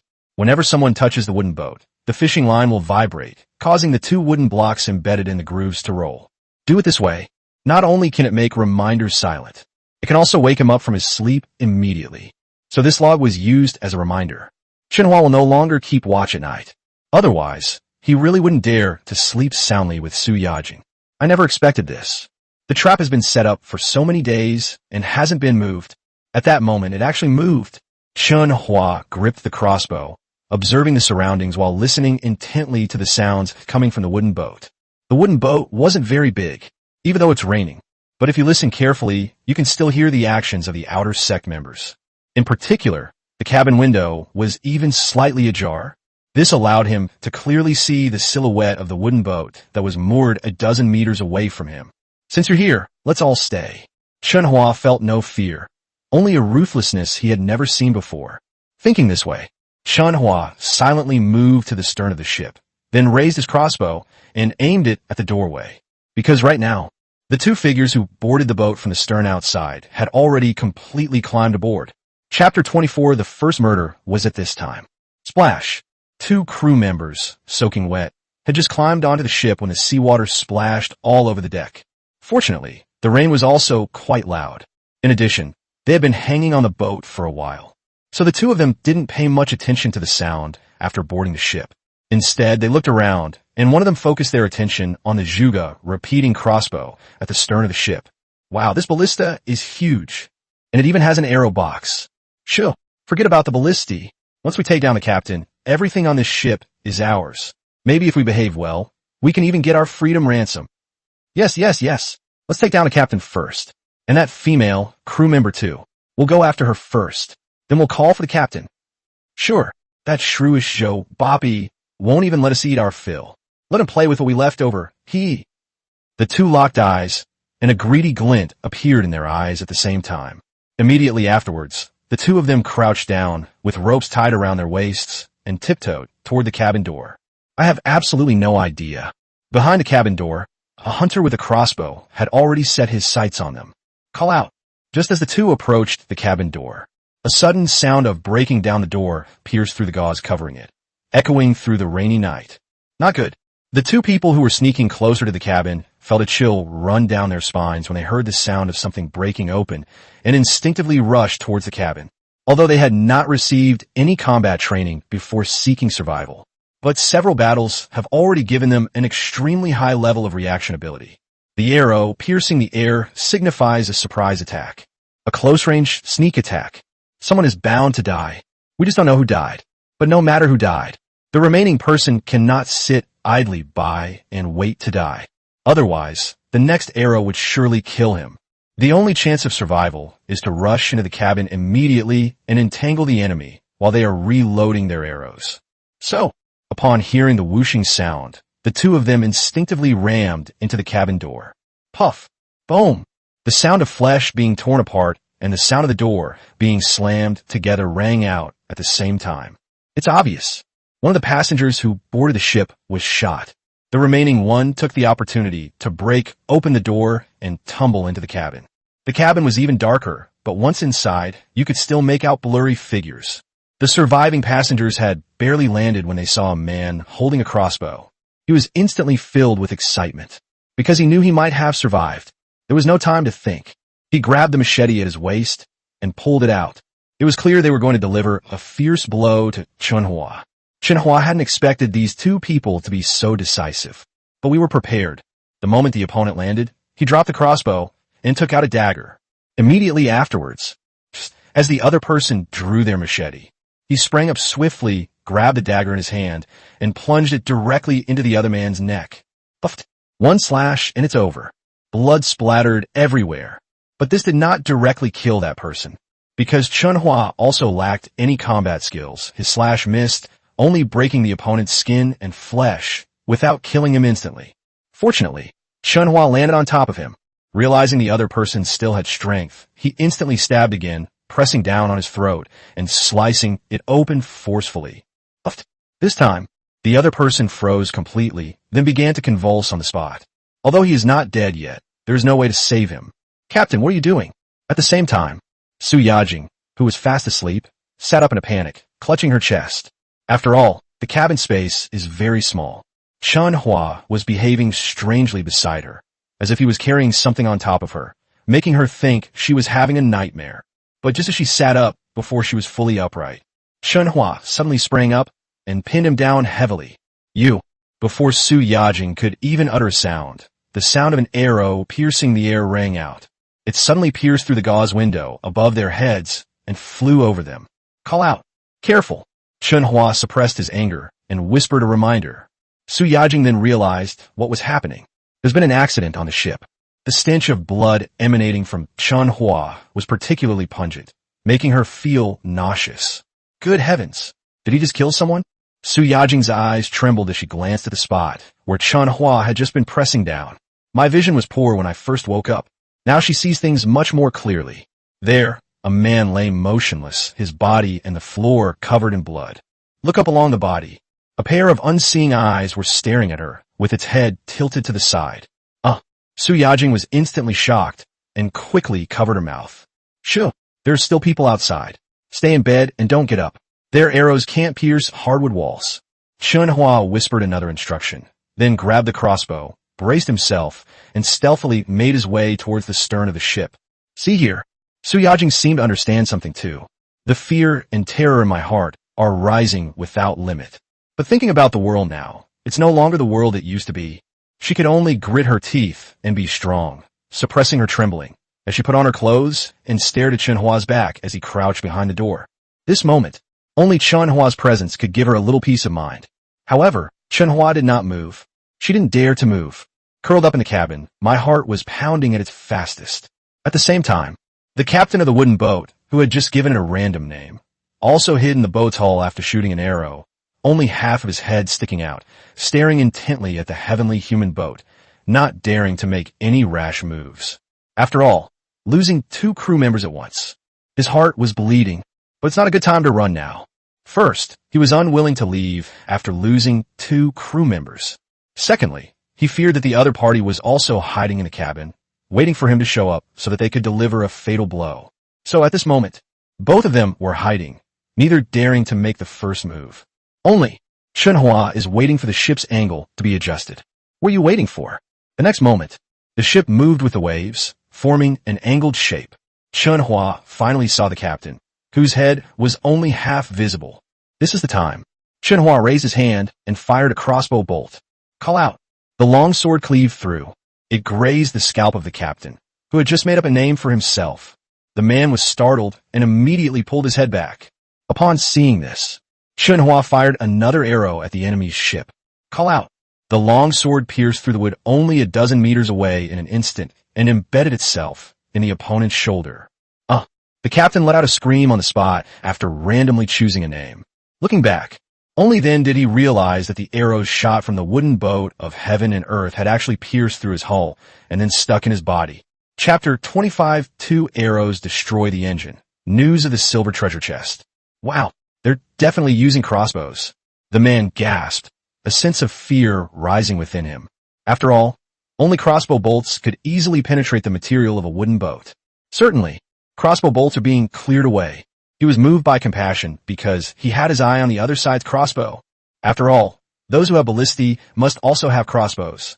It's a pity, The seemingly foolproof plan to launch a surprise attack in the dead of night has failed. Damn it, I've really messed up this time, but I'll be back someday. He randomly picked a name for himself as captain, gritted his teeth, and broke the arrows stuck in his shoulder and the hull. Then he sneaked over to the driver's seat. Immediately afterward, taking advantage of the swaying of the seawater, they adjusted the angle so that Chen Hua could not see clearly. He leaped up and jumped into the cockpit. Then, without looking back, he started the engine and stepped on the gas. Boom, boom, boom. The wooden boat started moving instantly and sped off into the distance. See here. Chen Hua stopped hiding, got up, and went to the deck at the stern of the ship, and then used both hands to assist the Zhuge repeating crossbow. You think you could just walk away after ambushing me? There's no such thing as a free lunch. Chen Hua took aim and then stepped on the launch pedal. Call out. A massive arrow was launched in an instant. The powerful impact even caused the wooden boat to sway slightly. Boom! A large arrow flew out and pierced the engine compartment of the rapidly departing wooden boat. In an instant, the wooden boat was given a random name, then lost power, glided for 100 meters, and came to a stop on the sea, and to prevent the other party from repairing the engine. After firing one arrow, Chen Hua fired another, completely destroying the enemy's engine, although this would reduce his gains. But absolute certainty is the prerequisite. Xiaobai, get up and get to work. He turned around and called out to Su Yajing. Su Yajing came out to start the boat immediately. Chen Hua supported Zhuge Liannu the entire time. Once we get close to the wooden boat that has lost its engine, the other side has already surrendered with their hands raised. Don't kill me. Don't kill me. I surrender. I'm willing to join your ship and serve you. The man, under the arrows of the Zhuge repeating crossbow, raised his hands in terror and shouted. But does Chen Hua need this kind of person? Of course not. So Chen Hua continued to urge Su Yajing to get closer. Then he continued to point the Zhuge repeating crossbow at the other side and said, hand over all the supplies on your ship. Yes, yes, yes. The other party dared not resist and immediately sent a chat request to Chen Hua. This is one of the ways captains get up close and personal at sea. You don't need to search for the other person in a huge number of regional channels. You can directly initiate a chat request face-to-face. Once the other party accepts, you'll be directed to a private message for transactions or chatting. It's extremely convenient for communication between ships. Request information received. The chat panels for both parties have been opened. Chen Hua's backpack began to fill with various supplies. Wu Chang transferred to you 1 case of bottled water, 1 rice cooker, 1 box of general-purpose bullets, and 1 box of ibuprofen. Wu Chang transferred 35 units of timber, 12 units of crude iron, and 5 parts to you. Wu Chang has transferred 20 small arrows and 17 gold coins to you. Wu Chang will transfer to you 1 scrapped engine, 3 packets of table salt, 1 packet of corn seeds, and 1 packet of vegetable seeds. In an instant, various transfer information appears on the panel. Before long, Chen Hua's backpack was full, so he took out the extra money and started receiving transfers again. They quickly amassed a large amount of supplies. However, most of these supplies consisted of food and seeds. The largest items among them were a discarded engine and a washing machine. Only electrical appliances like this. Currently, practically no one can afford it. After handing over everything, Chen Hua glanced at them, then aimed the Zhuge repeating crossbow at the opponent again. Seeing this, Su Yajing and Wu Chang, who were sitting in the driver's seat, were both startled. After all, we've already got our hands on everything. Logically, they should be recruited as crew members. Why is Chen Hua not playing by the rules? Wu Chang was terrified and cried out, Brother, brother, I've given you everything. You promised you wouldn't kill me, and I'm willing to join your ship and work for you. Work for me? Huh, I'm afraid you'll dirty my boat. Chen Hua sneered, his heart filled with murderous intent. As the saying goes, nip it in the bud. He didn't want to kill people indiscriminately. But the other party boarded his boat in the middle of the night. Keeping this kind of person around will only bring trouble. Moreover, his ship only accepts top-tier goddesses, not trash like this. As for capturing them and selling them to other ships, it's not something we can't consider. However, he has only taken in his first goddess so far, and his strength is not very high. However, the sale of crew members to each other requires offline transactions. He didn't want to cause himself so much trouble before he grew up. It was clear that Chen Hua was truly intent on killing him. Wu Chang was filled with remorse, because he never expected it. They will leave no survivors. Remember, Every person is both a competitor and a resource. As long as you weren't eaten by a sea monster, it has value no matter where you put it. Even if the two sides have a deep-seated hatred, we won't waste such a scarce human resource. He couldn't understand how this man was planning his future, so he quickly shouted, "Don't kill me. I have more good stuff. It will definitely satisfy you." What a wonderful thing. Chen Hua remained expressionless, his face indifferent. It's a treasure chest. News of a silver treasure chest. Boom! As soon as Wu Chang spoke, not only did Chen Hua's eyes sharpen, but even Su Yajing was shocked. Silver treasure chest. How do they know about the silver treasure chest? This is the highest level treasure chest that has ever been discovered. Even in the regional channels, very few people have received it. Moreover, all those people got good items. For example, an LV-2 engine. For example, an AK-47. One person even fired a rocket launcher out of it.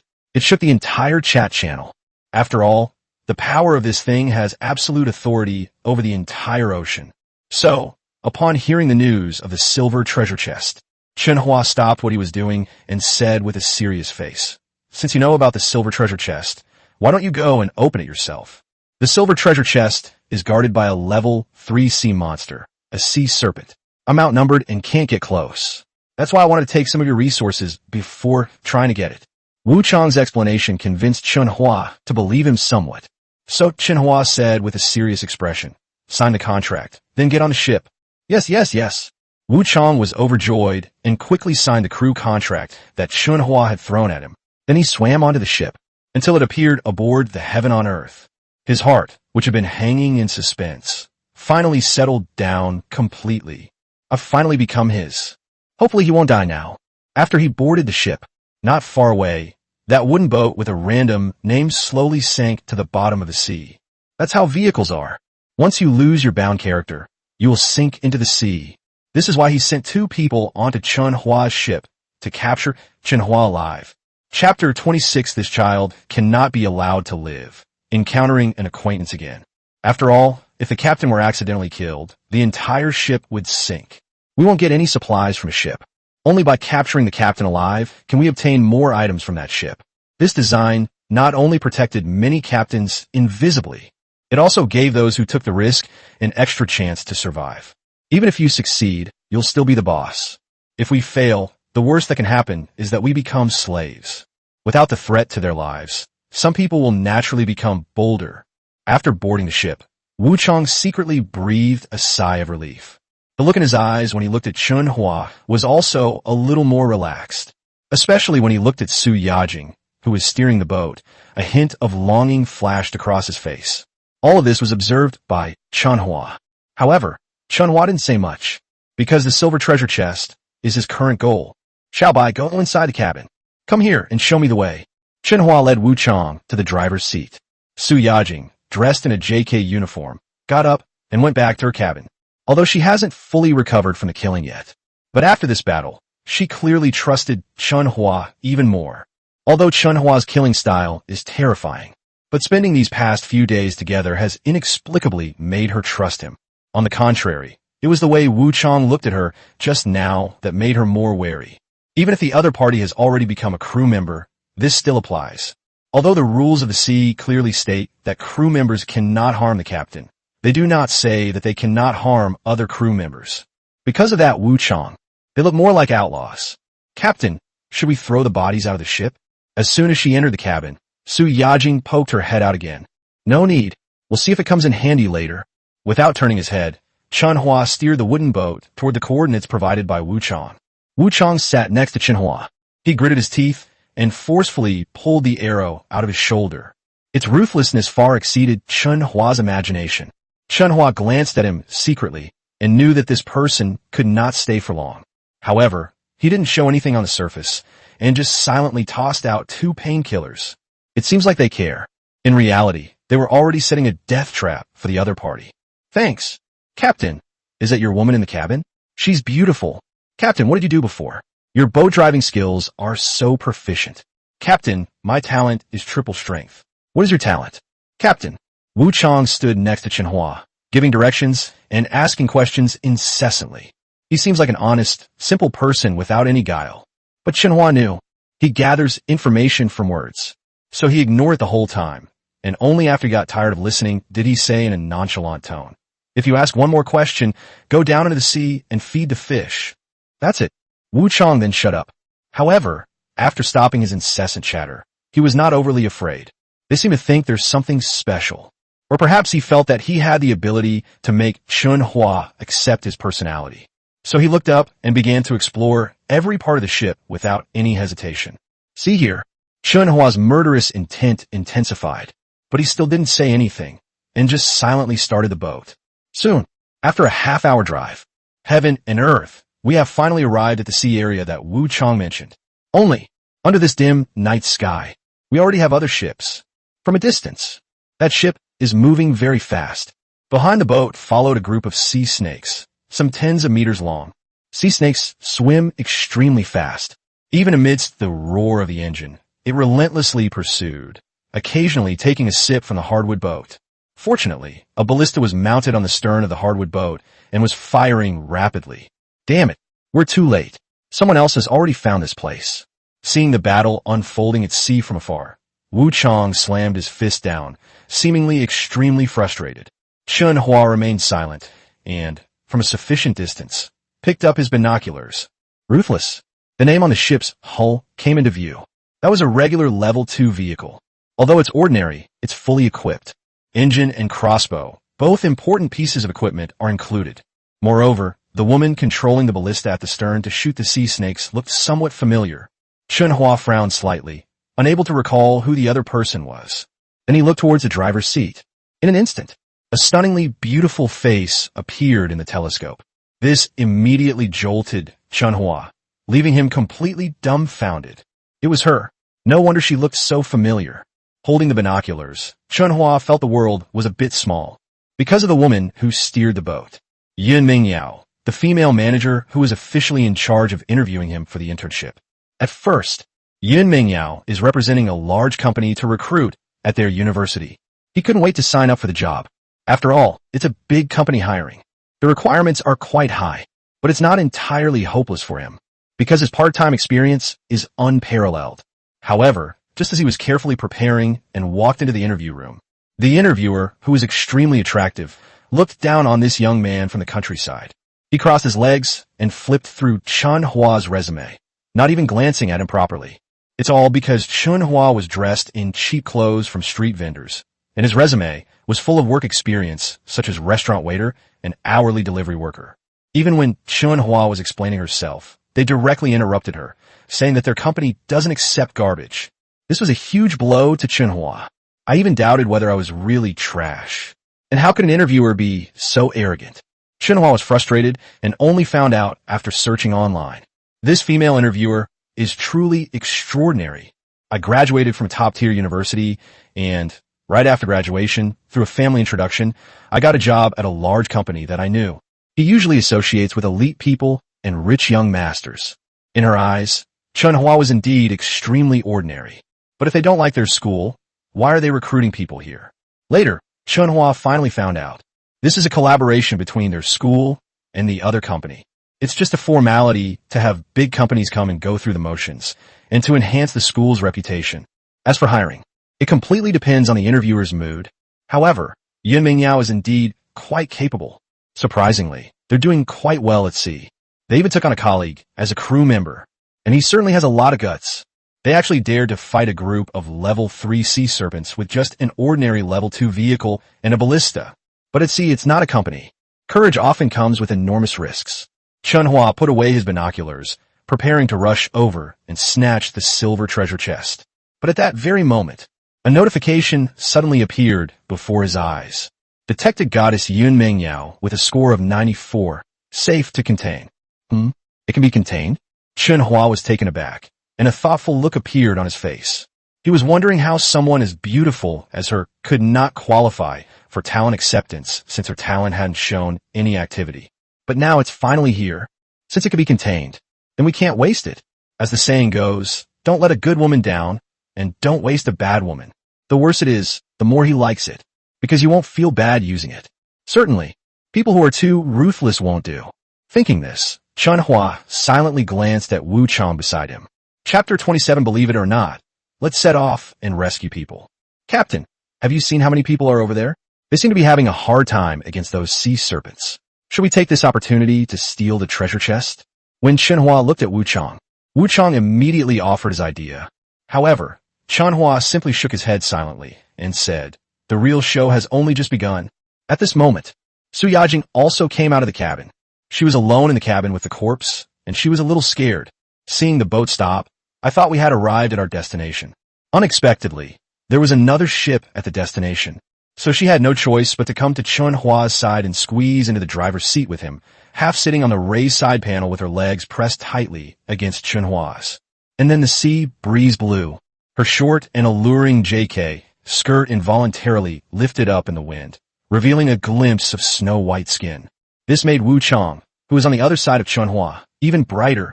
Unconsciously, his gaze swept towards Su Yajing's legs. "Wu Chang, go to the stern and control the Zhuge repeating crossbow." Chen Hua felt somewhat uncomfortable and began to shoo them away. Wu Chang reluctantly got up and walked towards the stern of the boat.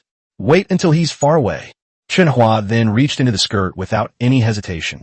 Meow. Caught off guard, Su Yajing let out a soft hum. Upon seeing this, Chen Hua then vented his dissatisfaction, staring at Su Yajing with an indifferent expression and said, "Your skirt is flying up. Can't you see it?" As he spoke, he exerted even more force, pushing it in 2 inches further. Su Yajing shuddered and immediately grabbed Chen Hua's hand through her skirt, saying in a stammering voice, How would I know? Be careful next time." After carefully experiencing the sensation, Chen Hua solemnly withdrew his hand and returned. He wiped himself on the other person's skirt and looked back at the wooden boat where the water snakes were fighting fiercely in the distance. "Look at the residue on the skirt." Su Yajing blushed and inexplicably felt a sense of peace. Far away, Yin Mingyao and Sun Qianqian are still fighting. But after a struggle between the two sides, their ship is riddled with holes. In particular, the level 3 sea monsters and sea serpents actually darted onto their ship and attacked their bodies directly. This forced them to put down what they were doing and turn their attention to dealing with the sea snakes on the ship. "Mingyao, hurry up and start the boat, don't stop." At the stern, Sun Qianqian had no choice but to release the ballista and quickly fire at the sea snakes that had swarmed onto the ship with her crossbow. And the ship came to a near stop. More and more sea snakes rushed towards her from behind. In no time at all, she was surrounded by enemies. Even the wooden planks underfoot had been chewed up by sea snakes, revealing what looked like an engine.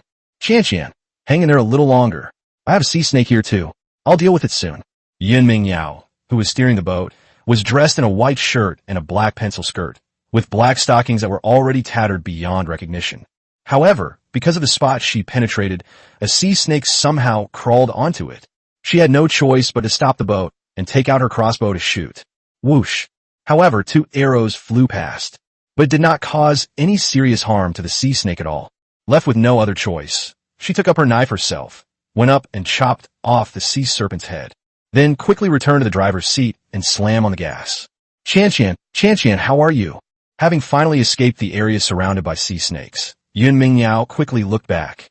However, upon turning around, I realized her colleague, Sun Qianqian, had been eaten away, leaving only half of her body.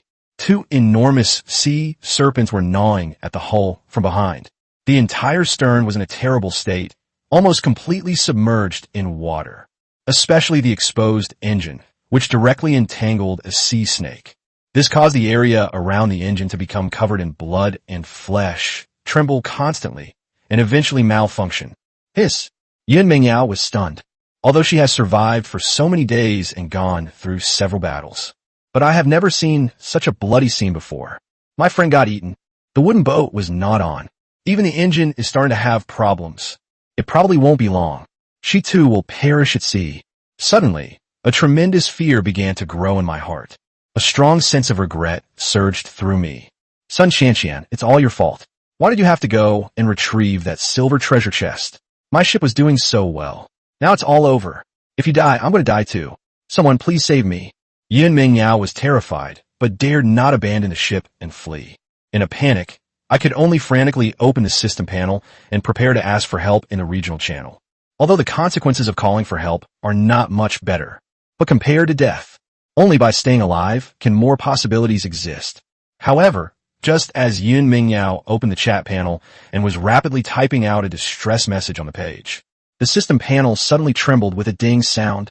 Immediately afterwards, a request from someone nearby appeared before her.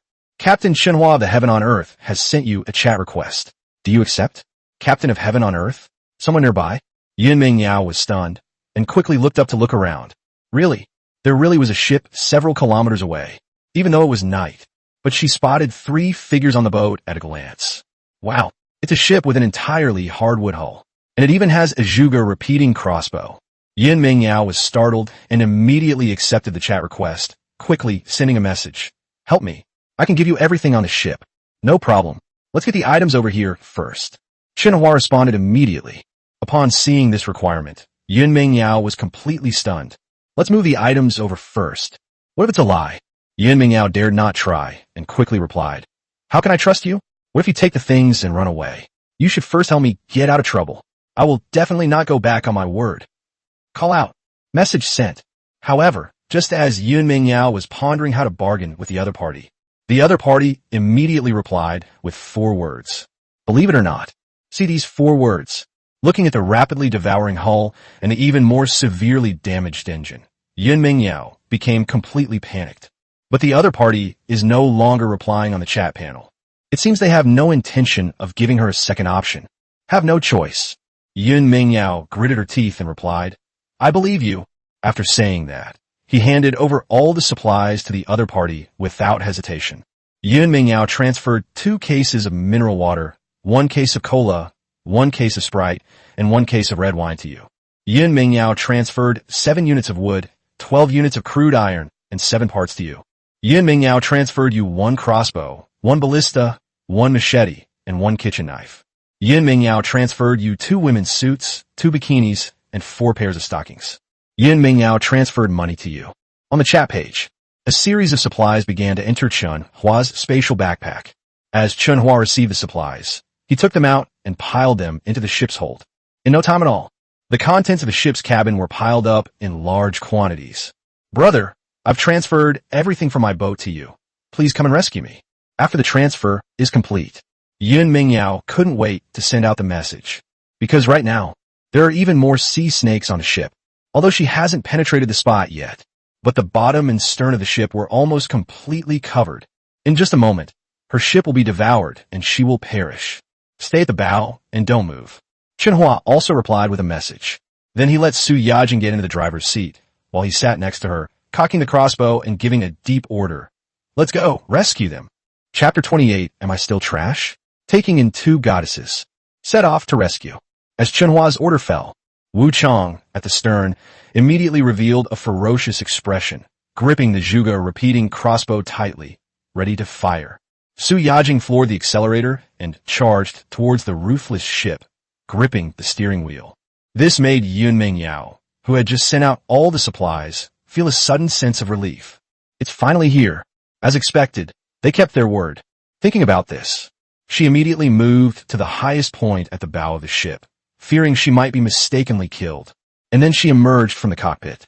Her stunningly hot figure immediately caught the eyes of Chen Hua and the others. Black stockings covering her hips, slim waist, and plump fruit. Even in the world before survival, it would be an extremely powerful existence.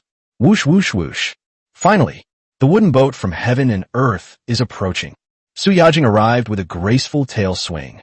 Then, the Zhuge repeating crossbow suddenly fired, and 1 huge arrow after another pierced the air, exploding the sea serpent's head. Clang, clang, clang. Because the distance was reduced, the large arrows, enhanced by the Zhuge repeating crossbow, became extremely powerful. After the sea snake on the bow, it can even pierce through the wooden boat. A few shots later, they made the already dilapidated stern even more tattered. See here, Yun Mingyao's heart was bleeding, because if this destruction continues, her ship will sink.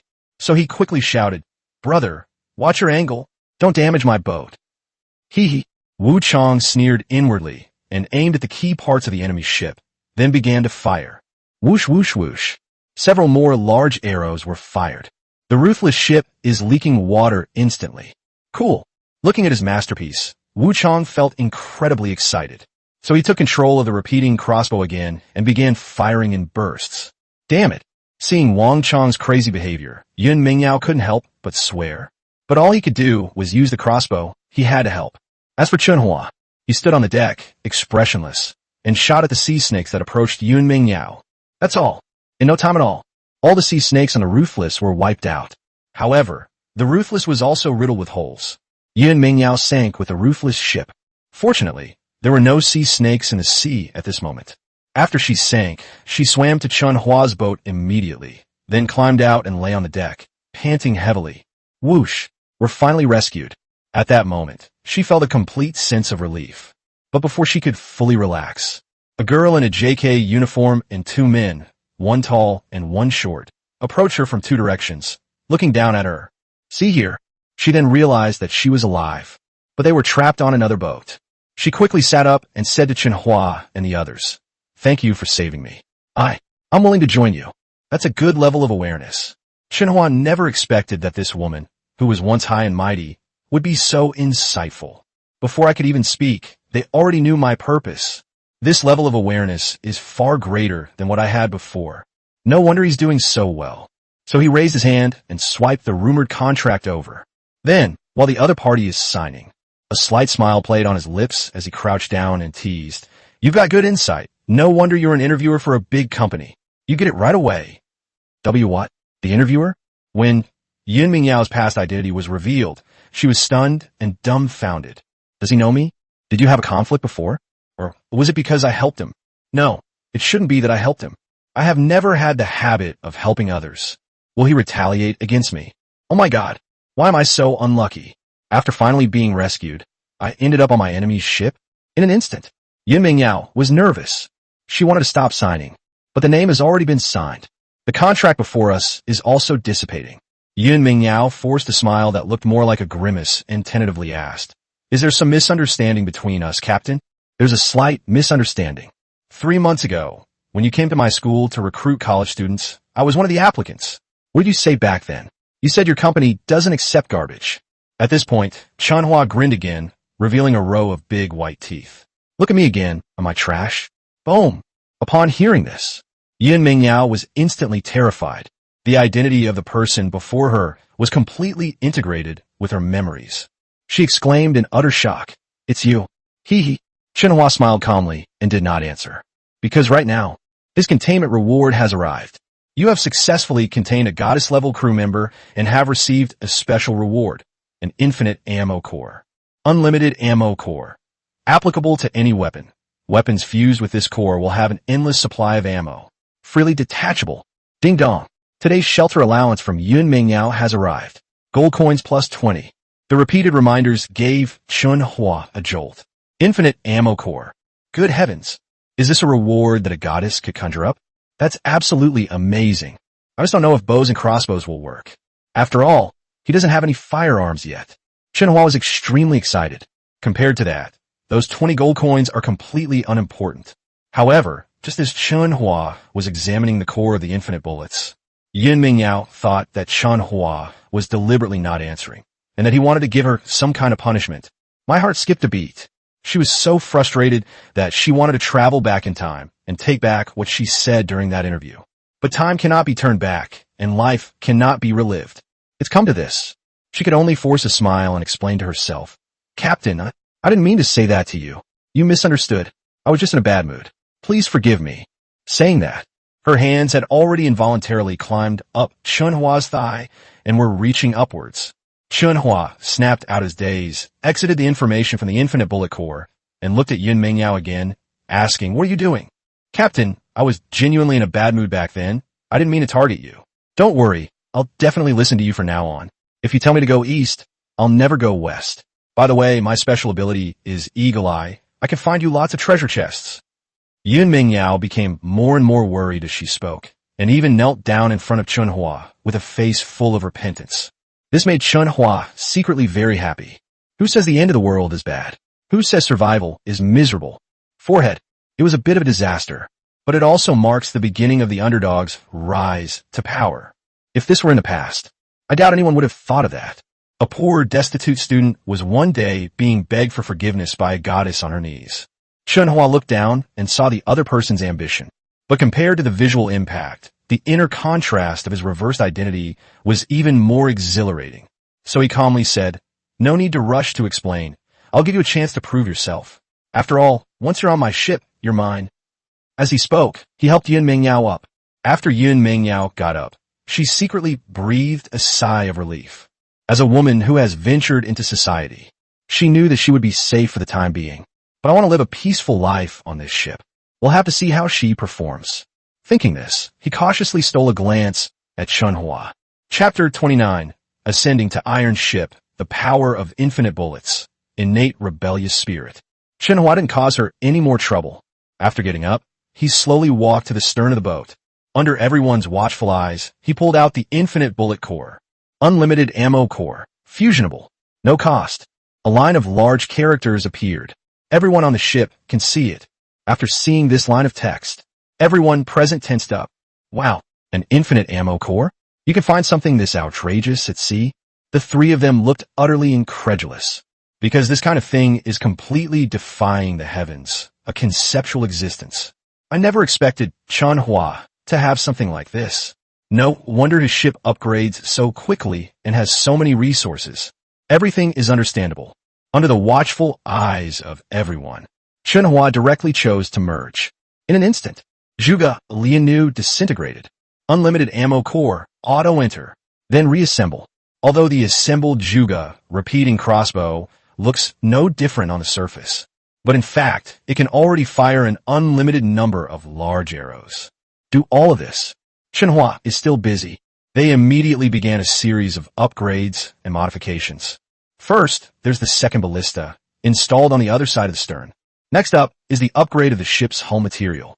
It consumes 50 units of crude iron, 35 parts, and 10 gold coins in labor costs.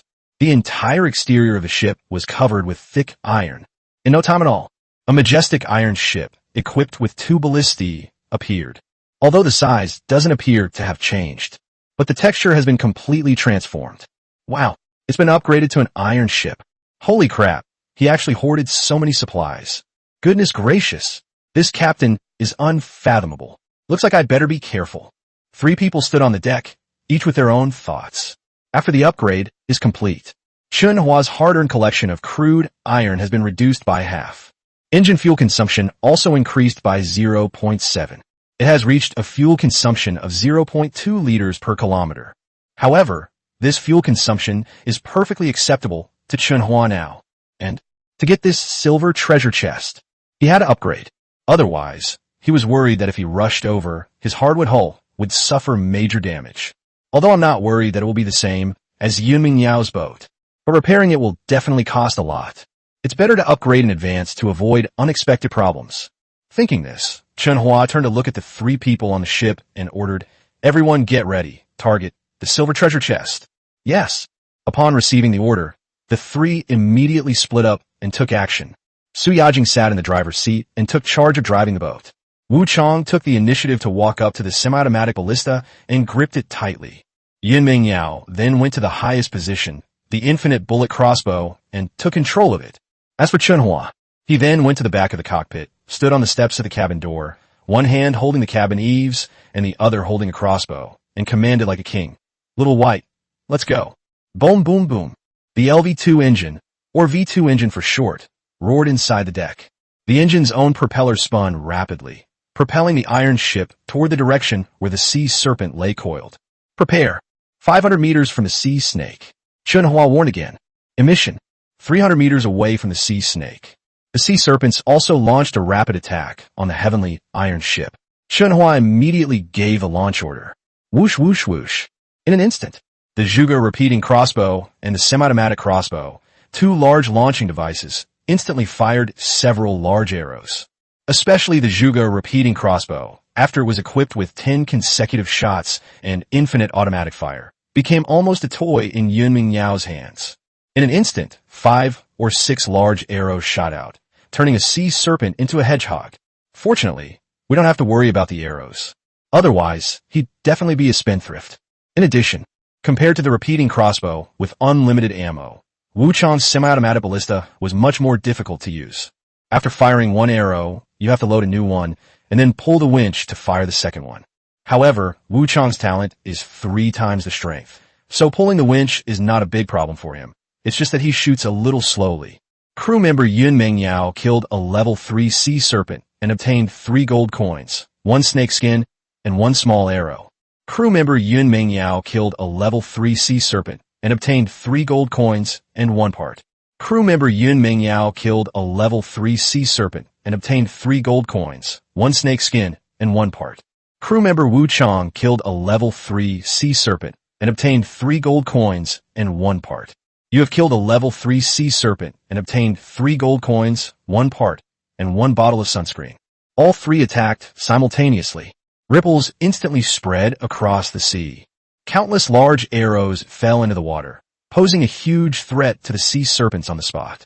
However, the reason why level 3 sea snakes are level 3 is because they are slender, swim fast, and are more agile. So even though some of the sea snakes died, but even more sea snakes took the opportunity to rush in. Whoosh! At this moment, Chen Hua's crossbow came in handy. As a flexible short to medium range weapon, it is perfect for clearing out these approaching sea snakes. That's all. Su Yajing steered the wooden boat, while Chen Hua and 2 crew members fired shots. In no time at all, the sea snakes that had been entangled with them were completely wiped out. The calm sea surface is now completely still. See here, everyone couldn't help but marvel at the advantages of powerful weapons and vehicles. After all, the defense of Chen Hua's iron ship had already surpassed the attack power of the sea serpent. Even if you are caught up occasionally while killing sea serpents, it will be difficult to cause substantial damage to the iron ship vehicle in a short period of time. Especially the Zhuge repeating crossbow with unlimited ammo. At least 200 large arrows were launched this time. If it weren't for unlimited ammo, this battle could bankrupt Chen Hua. Soon, clear out all the sea serpents around the silver treasure chest. The wooden boat finally arrived next to the silver treasure chest. Captain, I'm going to retrieve the treasure chest. At this moment, Wu Chang volunteered. After obtaining Chen Hua's consent, he leaped up and plunged into the sea. Splash, splash. He grabbed the treasure chest, swam through the torrential rain, and reached the edge of the iron ship. However, just as he excitedly held the treasure chest and looked up, wanting to claim credit, Chen Hua, who was on the ship, suddenly raised the crossbow in his hand and aimed it at Wu Chang. In an instant, Wu Chang was terrified. Su Yajing and Yun Mengyao were also stunned. Everyone froze in place, not daring to utter a sound. Only Wu Chang, looking extremely nervous, asked, "Captain, what are you doing to me? Is there some misunderstanding between us?" "Huh, a misunderstanding?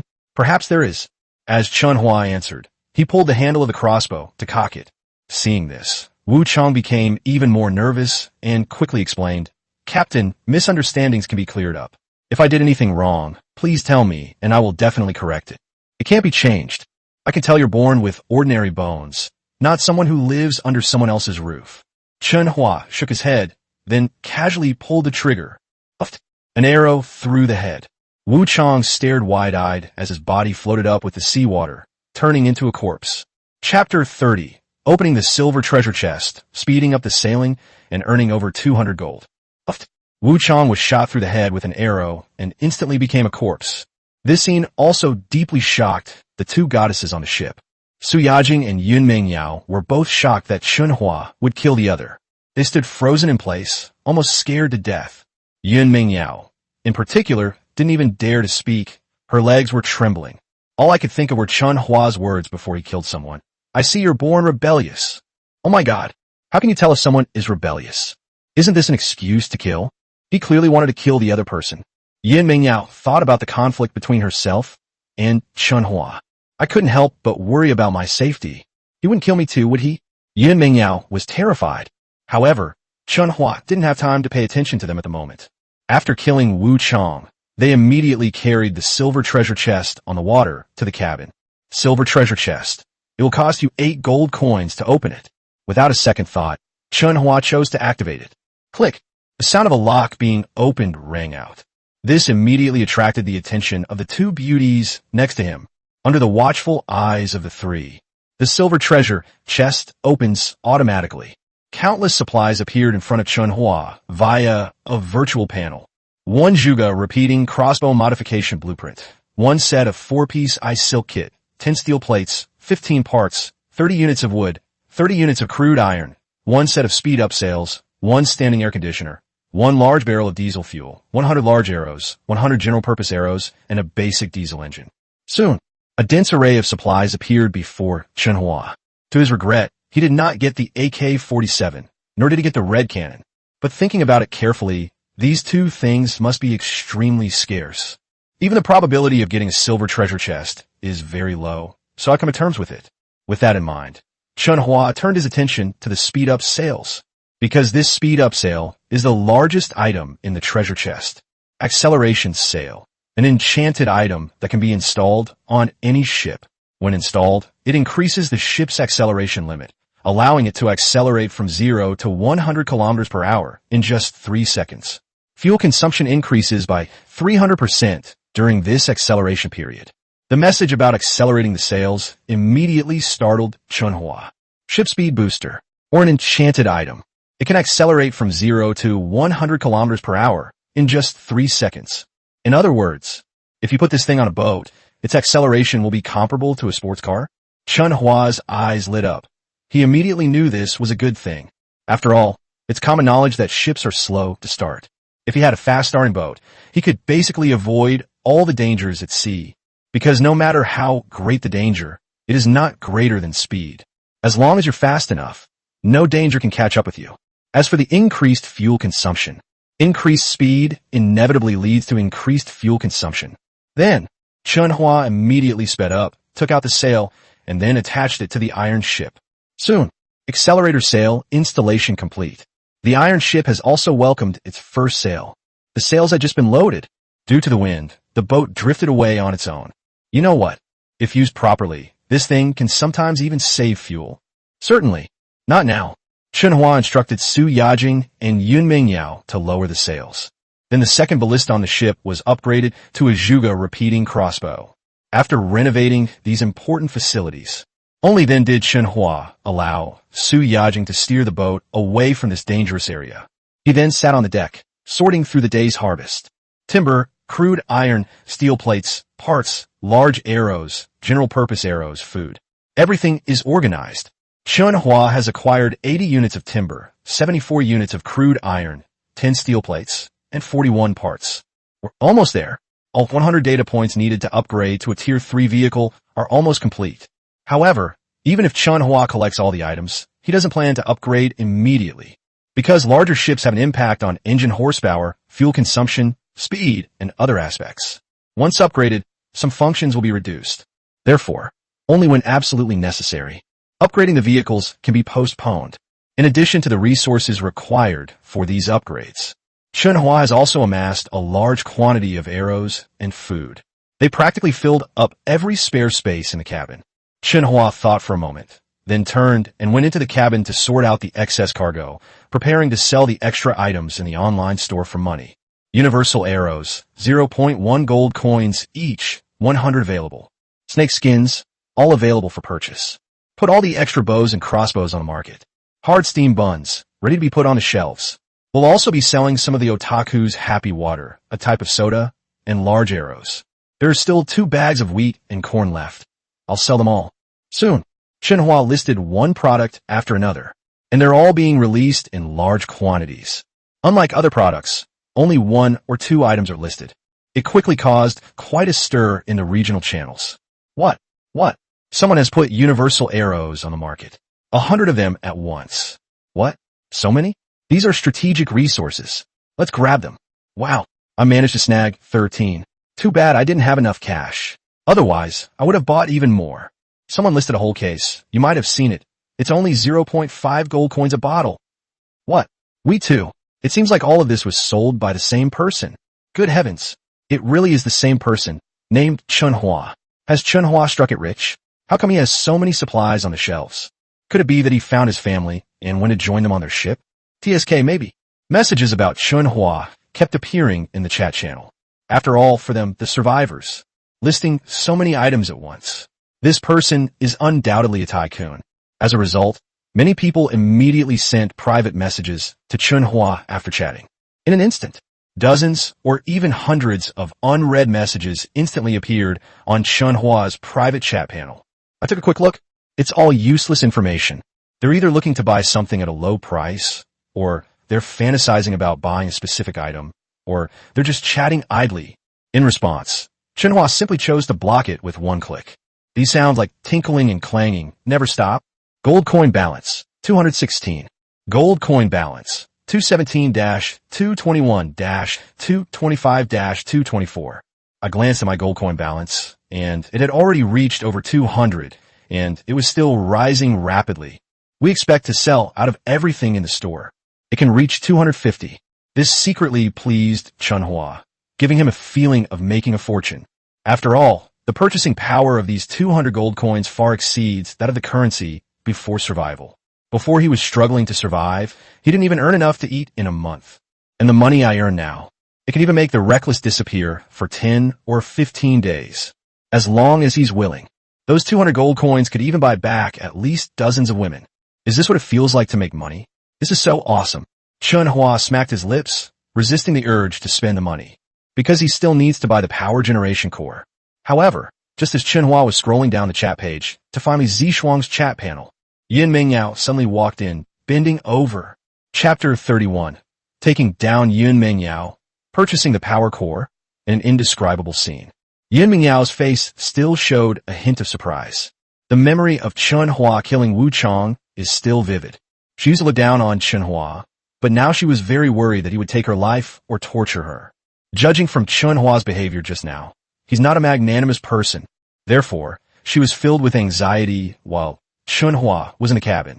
Seeing that Chen Hua still hadn't come out, she finally couldn't hold on any longer and went into the cabin on her own, because she remembered what I had said to her before Chen Hua killed Wu Chang. No need to rush to explain. I will give you a chance to prove yourself.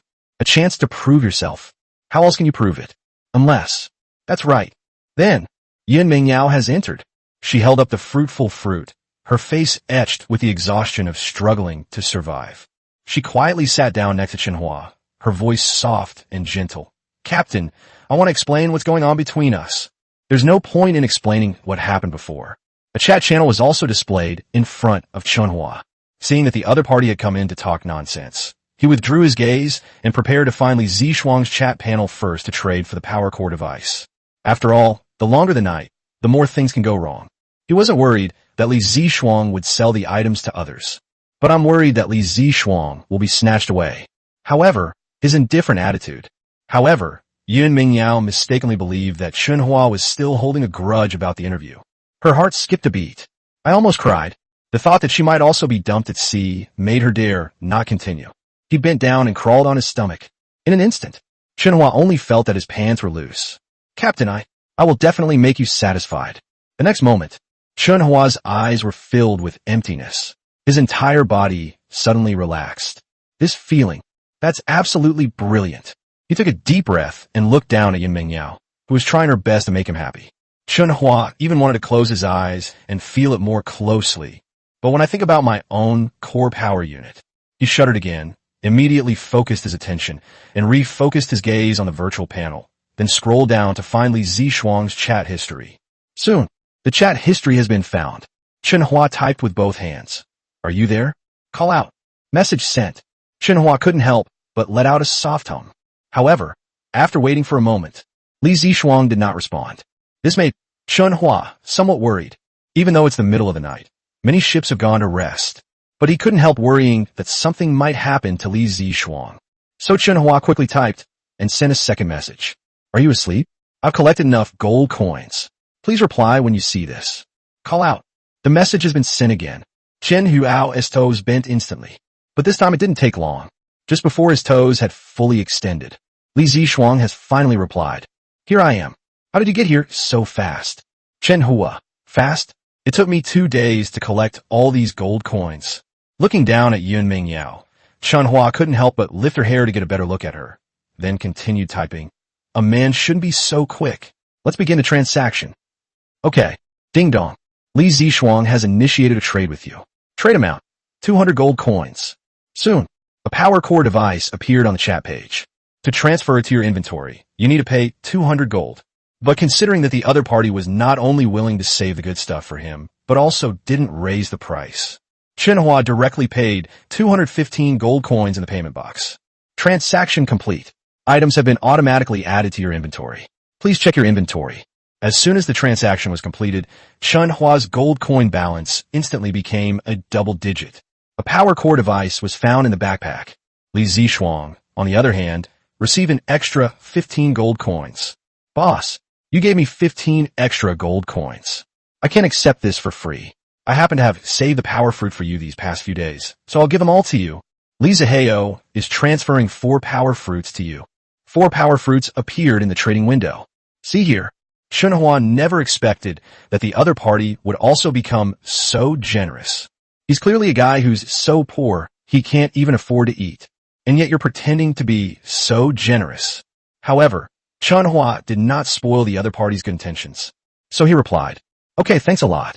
Feel free to contact me if you need anything in the future. I'll try my best to help."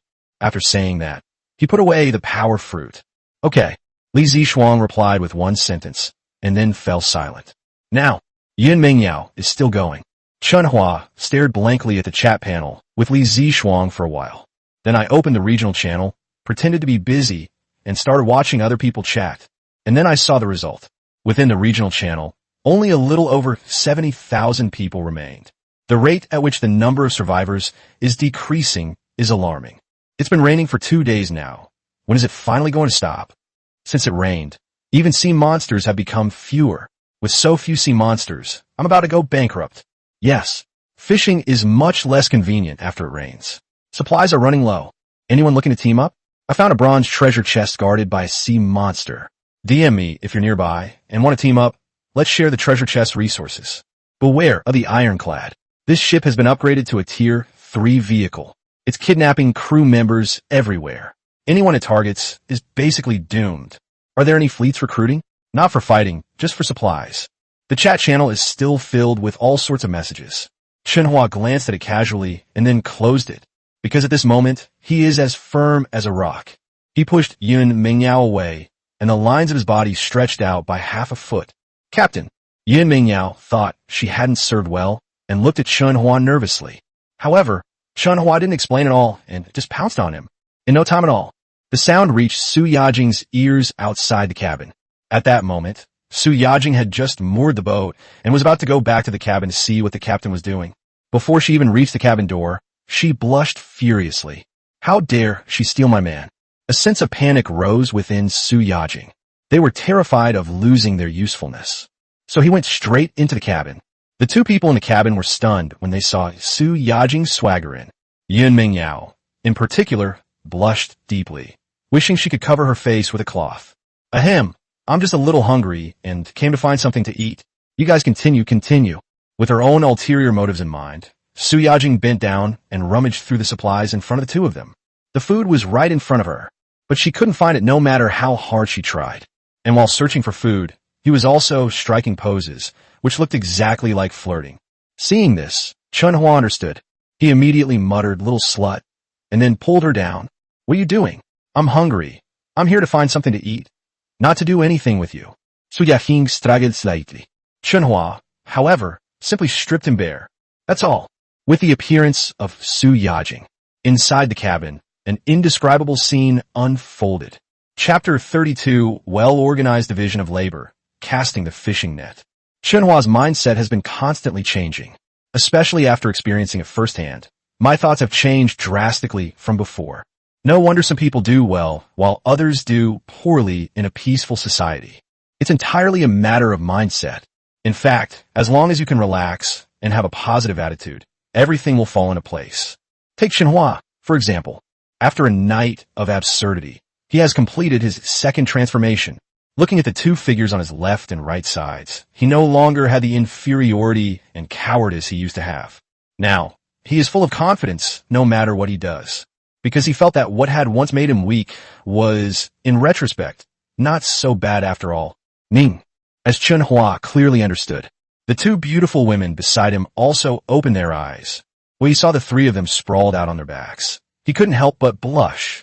But what controls them now is neither morality nor law, but the man in front of them. So, Su Yajing and Yun Mingyao only hesitated for a moment before clinging to each other again. Certainly, Chen Hua is not the kind of person who indulges in pleasure.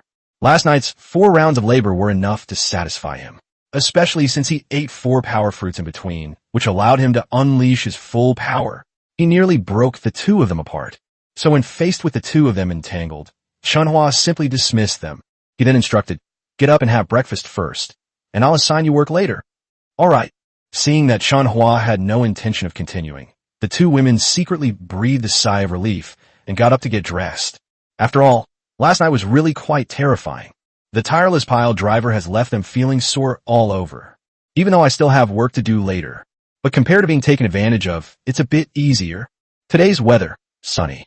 Today's temperature, 26 to 31 degrees Celsius.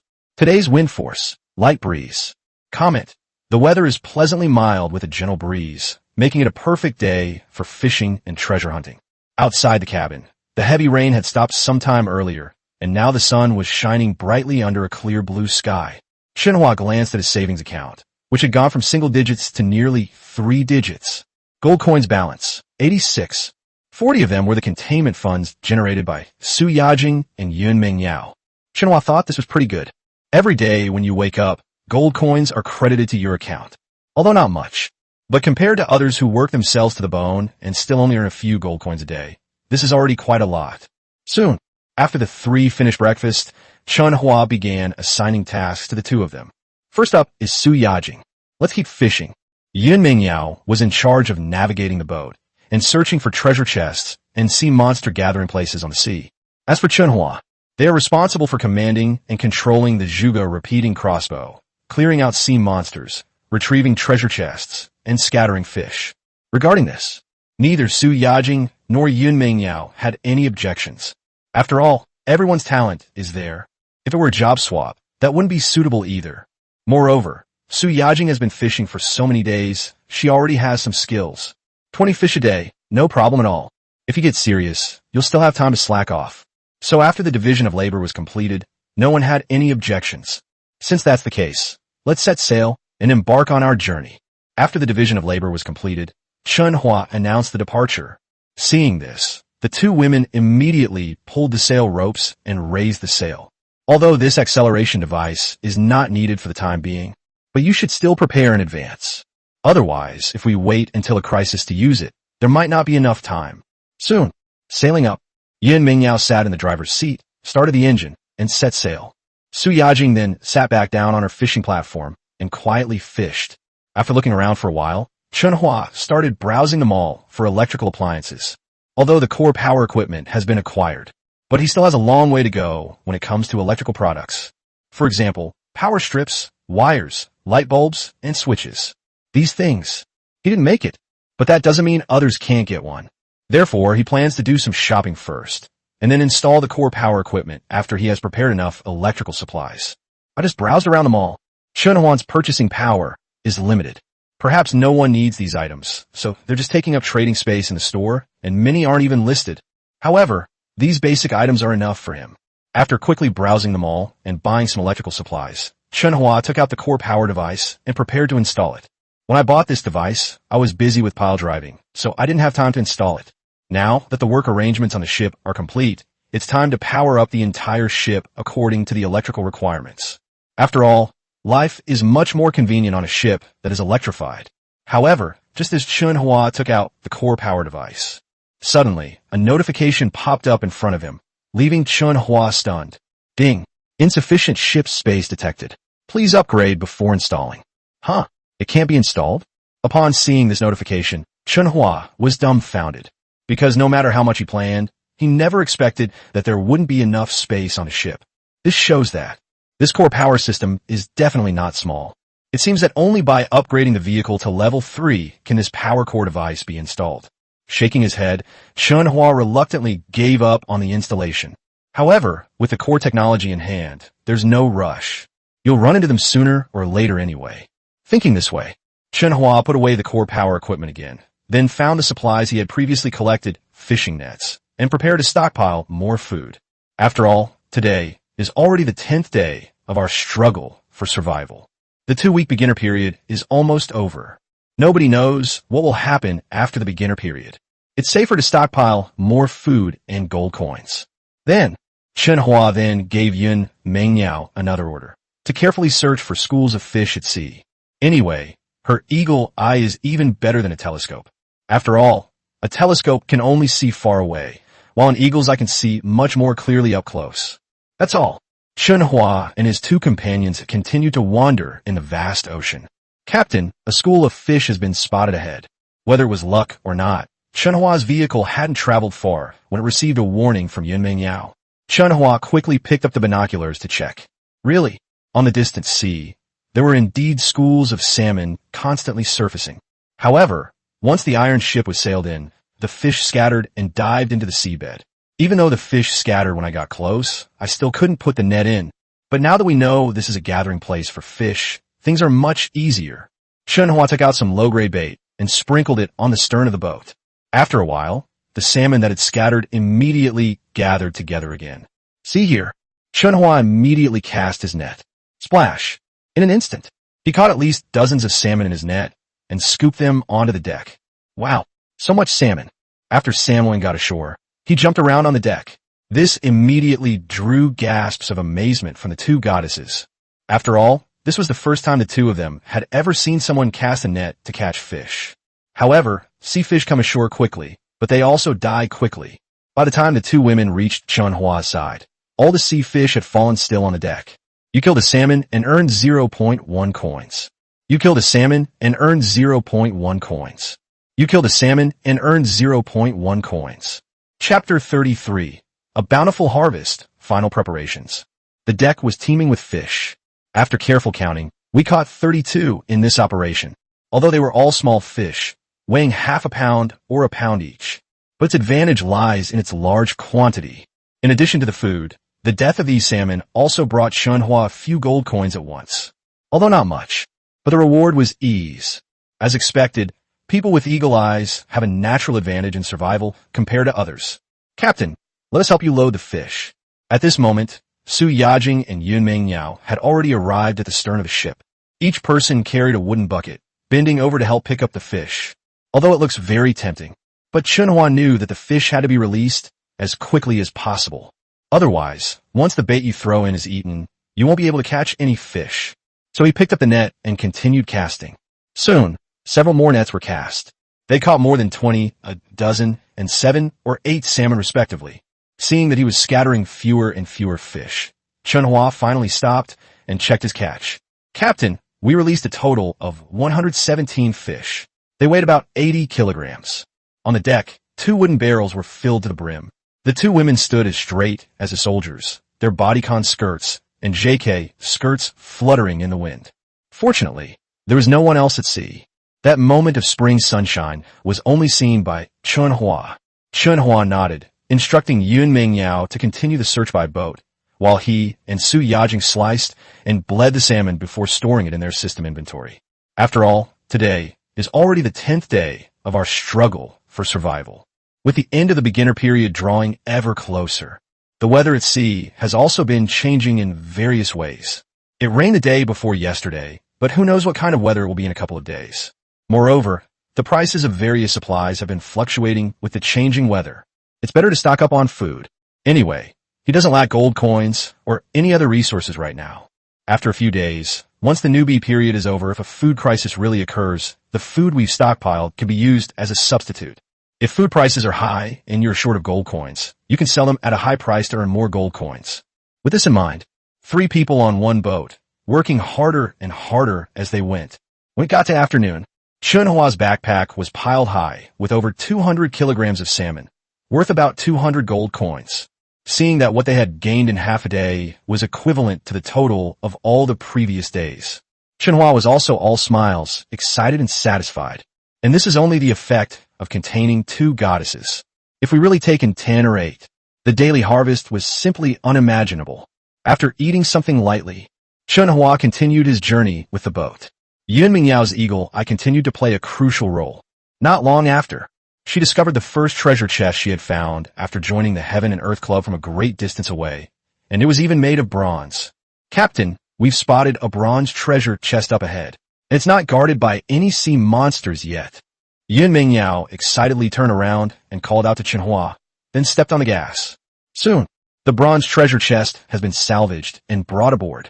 Chen Hua spent 4 gold coins to activate it, and countless resources burst forth.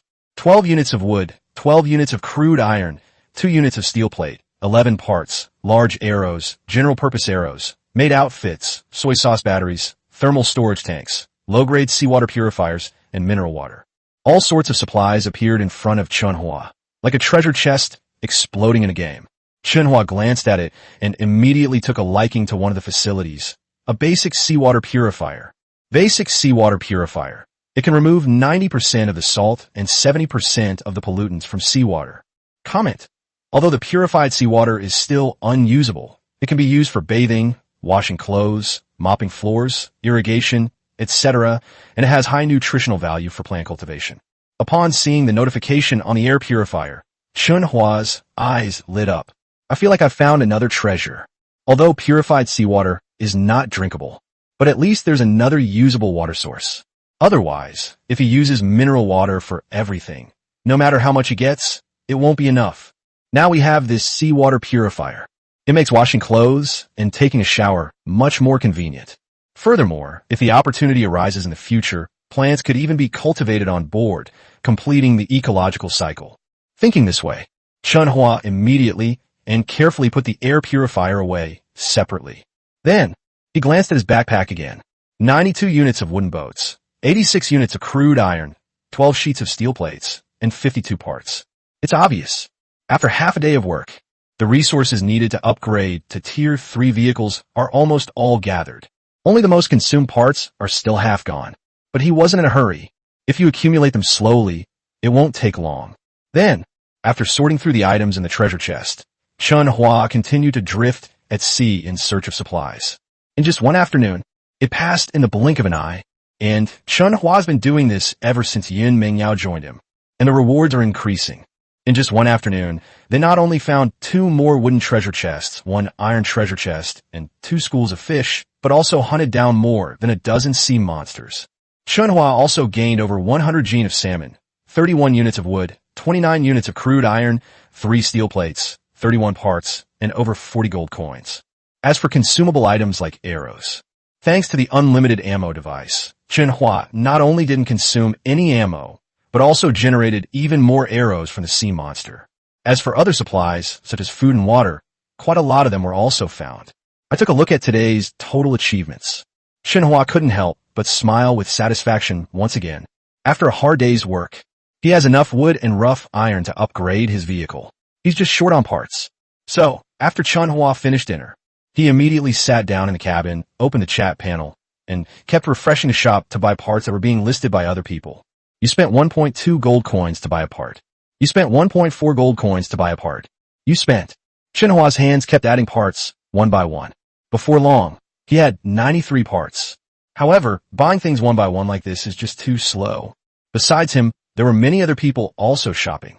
So after placing the order for a while, Chen Hua opened the regional channel and prepared to purchase it there.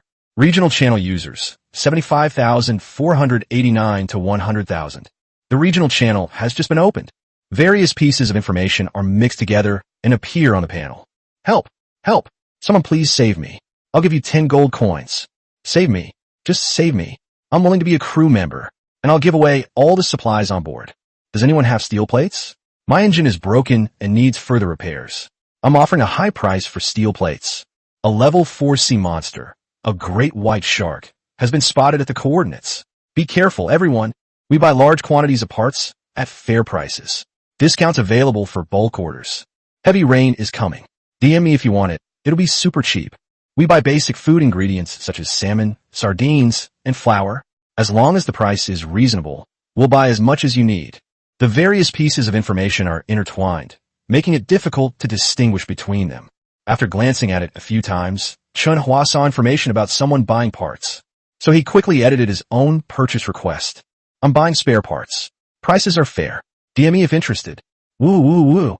Chen Hua's message has just been sent out. The chat page shook a few times. Chapter 34 Promotion to a Level 3 Iron Ship. Entire ship electrified. Look towards the private messages. There are already 3 unread new messages. Is it that fast?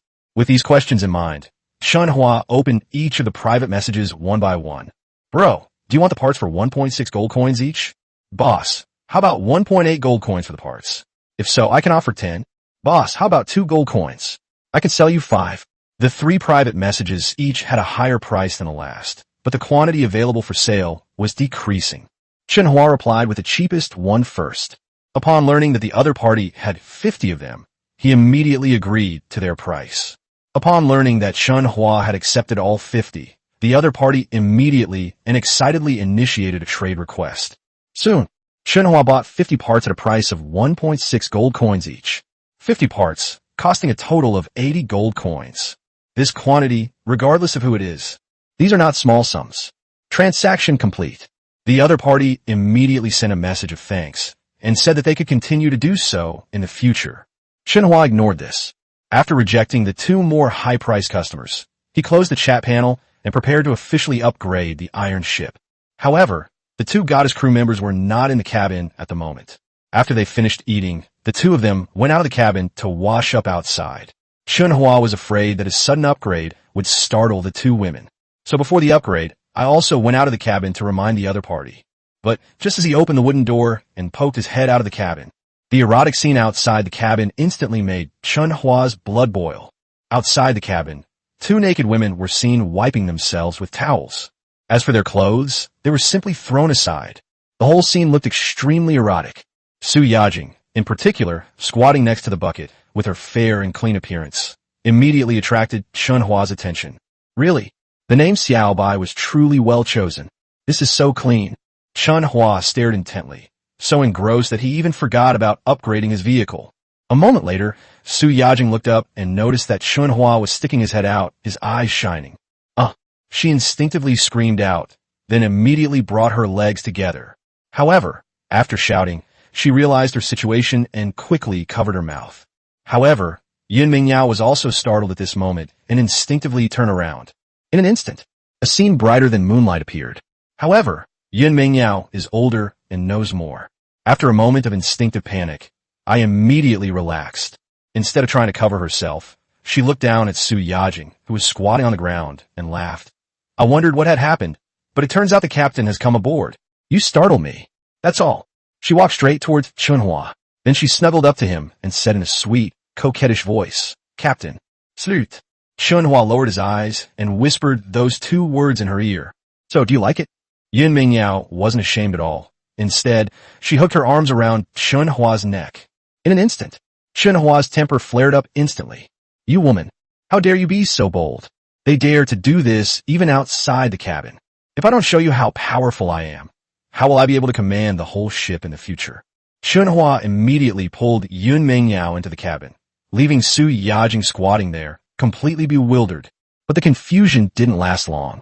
Soon, heavenly music filled the cabin. Su Yajing blushed, tiptoed to retrieve her clothes, and then slipped into the cabin. This is slightly better than 30,000 words. 1 hour later, Chen Hua stood outside the cabin and silently opened the vehicle upgrade page. Upgrading to a Tier 3 vehicle requires the following resources: 100 units of wood, 100 units of crude iron, 100 parts, and 10 gold coins for labor. Upgrade? A notification appears. Chen Hua immediately chose to upgrade. Old man. In an instant, the Heaven on Earth cruise ship instantly ascended. Immediately afterwards, the entire ship disintegrated into countless fragments. Chen Hua and the 2 women lying sprawled out in the cabin also floated up. Fortunately, Chen Hua covered them with something when he came out. Although most of it is still exposed, at least it is not completely exposed. Swish, swish, swish, swish. Under Chen Hua's watchful eye, the ship's hull and upgrade resources are combined and reassembled. In no time at all, an ironclad ship at least 15 meters long was assembled. Moreover, the hull of the ironclad ship was covered with countless iron plates, making it look sturdy and intact. The deck is spacious and flat.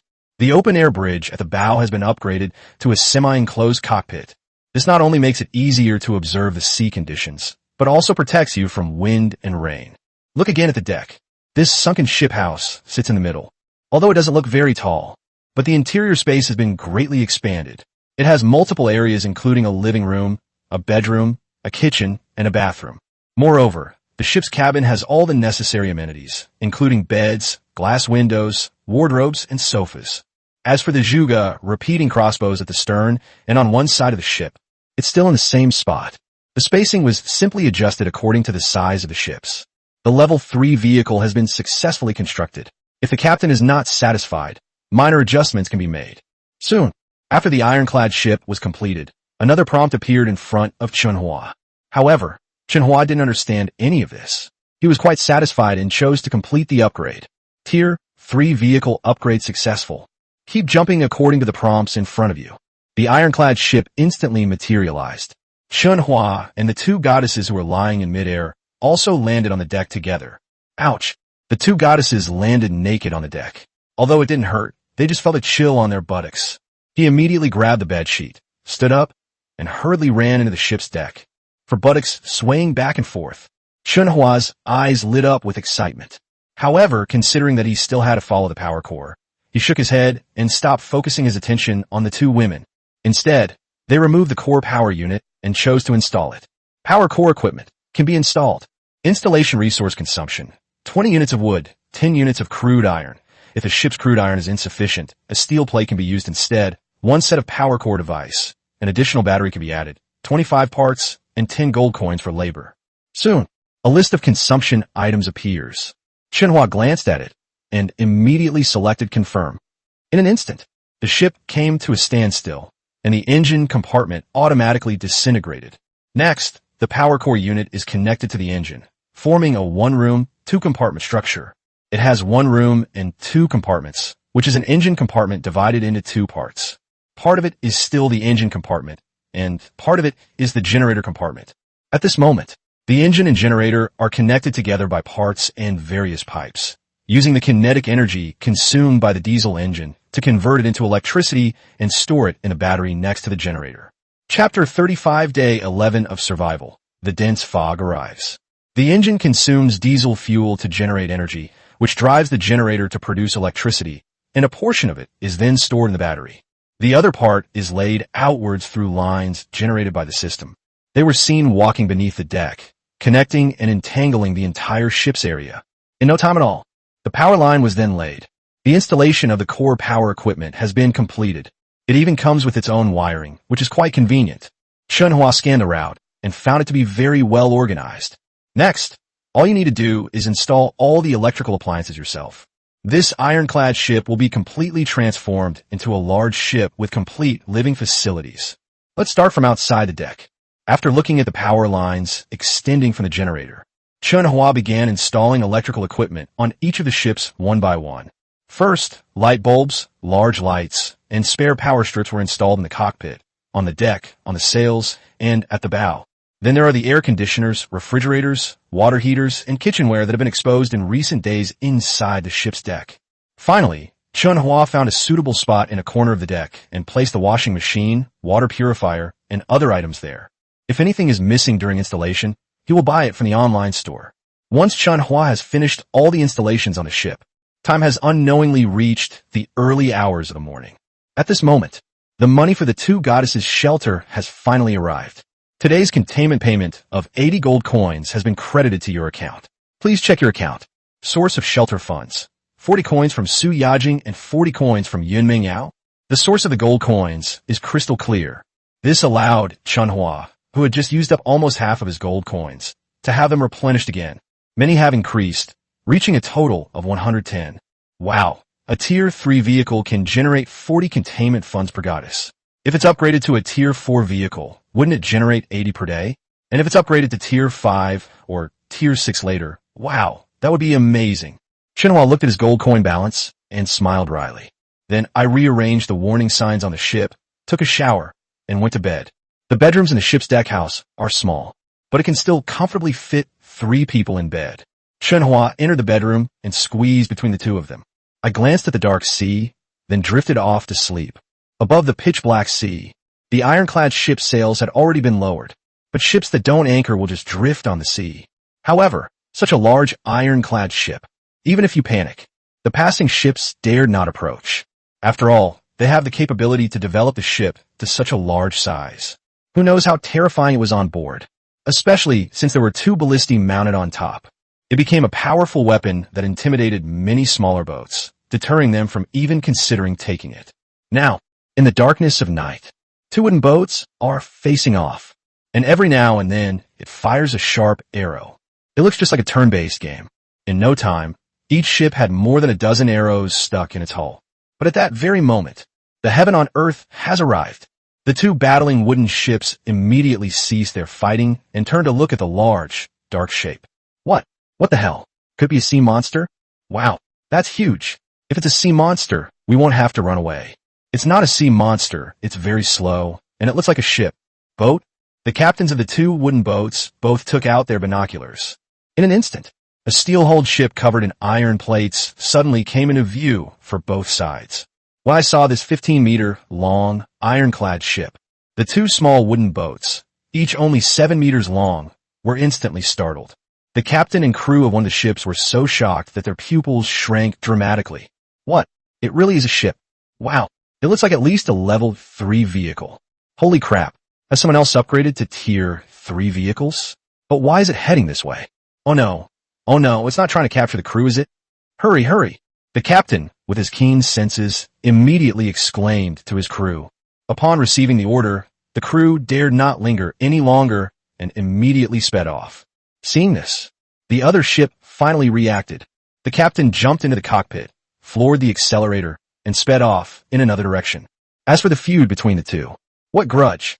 Who has a grudge against whom? That's all. The two ships sailed away without looking back. Meanwhile, the ironclad ship named Heaven and Earth continued to drift leisurely on the sea.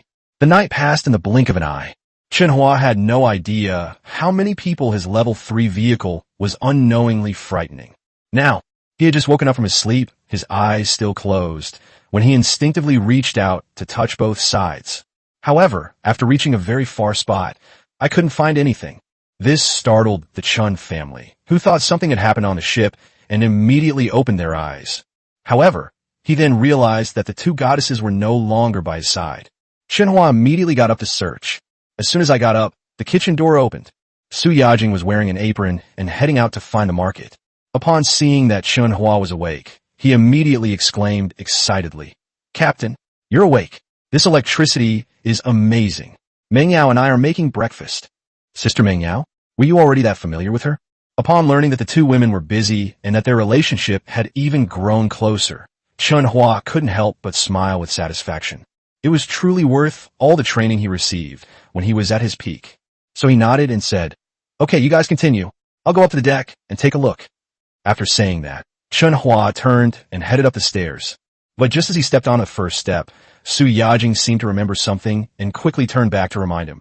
"By the way, Captain, there's a thick fog outside, and we can't see anything. The weather forecast also warns that foggy weather makes sea monsters more active and the sea more dangerous. So you must be careful." "Oh, there's a thick fog at sea?" Chen Hua was taken aback. However, he nodded, picked up the crossbow that was placed at the bottom of the stairs, and then climbed up the stairs. "Step outside the deck."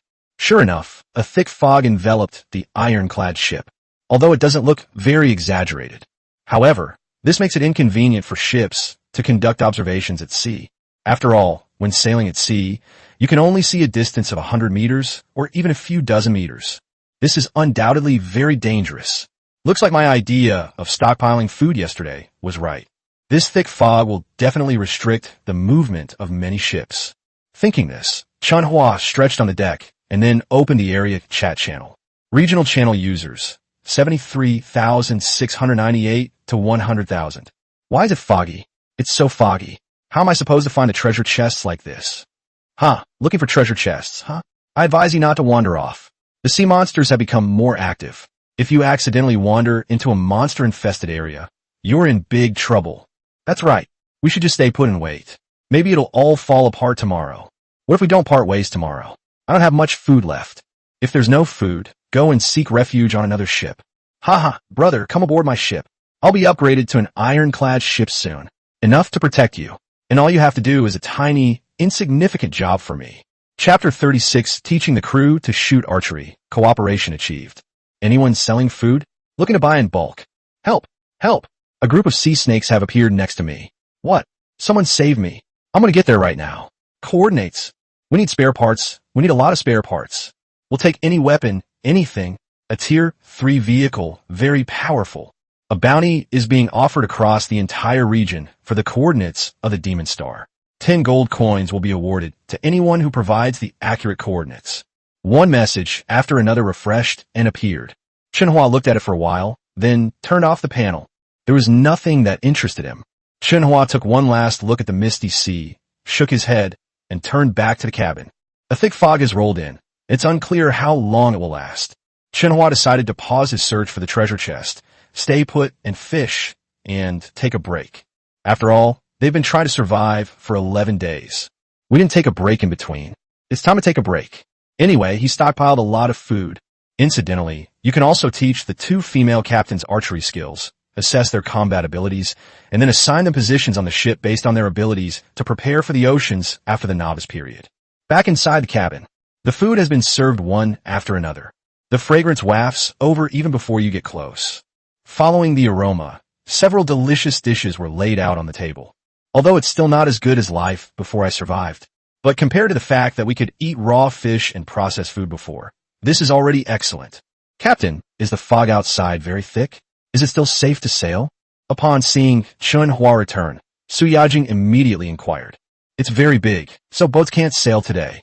Chen Hua sat down in the main seat and looked at the steaming food in front of him, and his appetite was immediately whetted. Captain, what did you shout?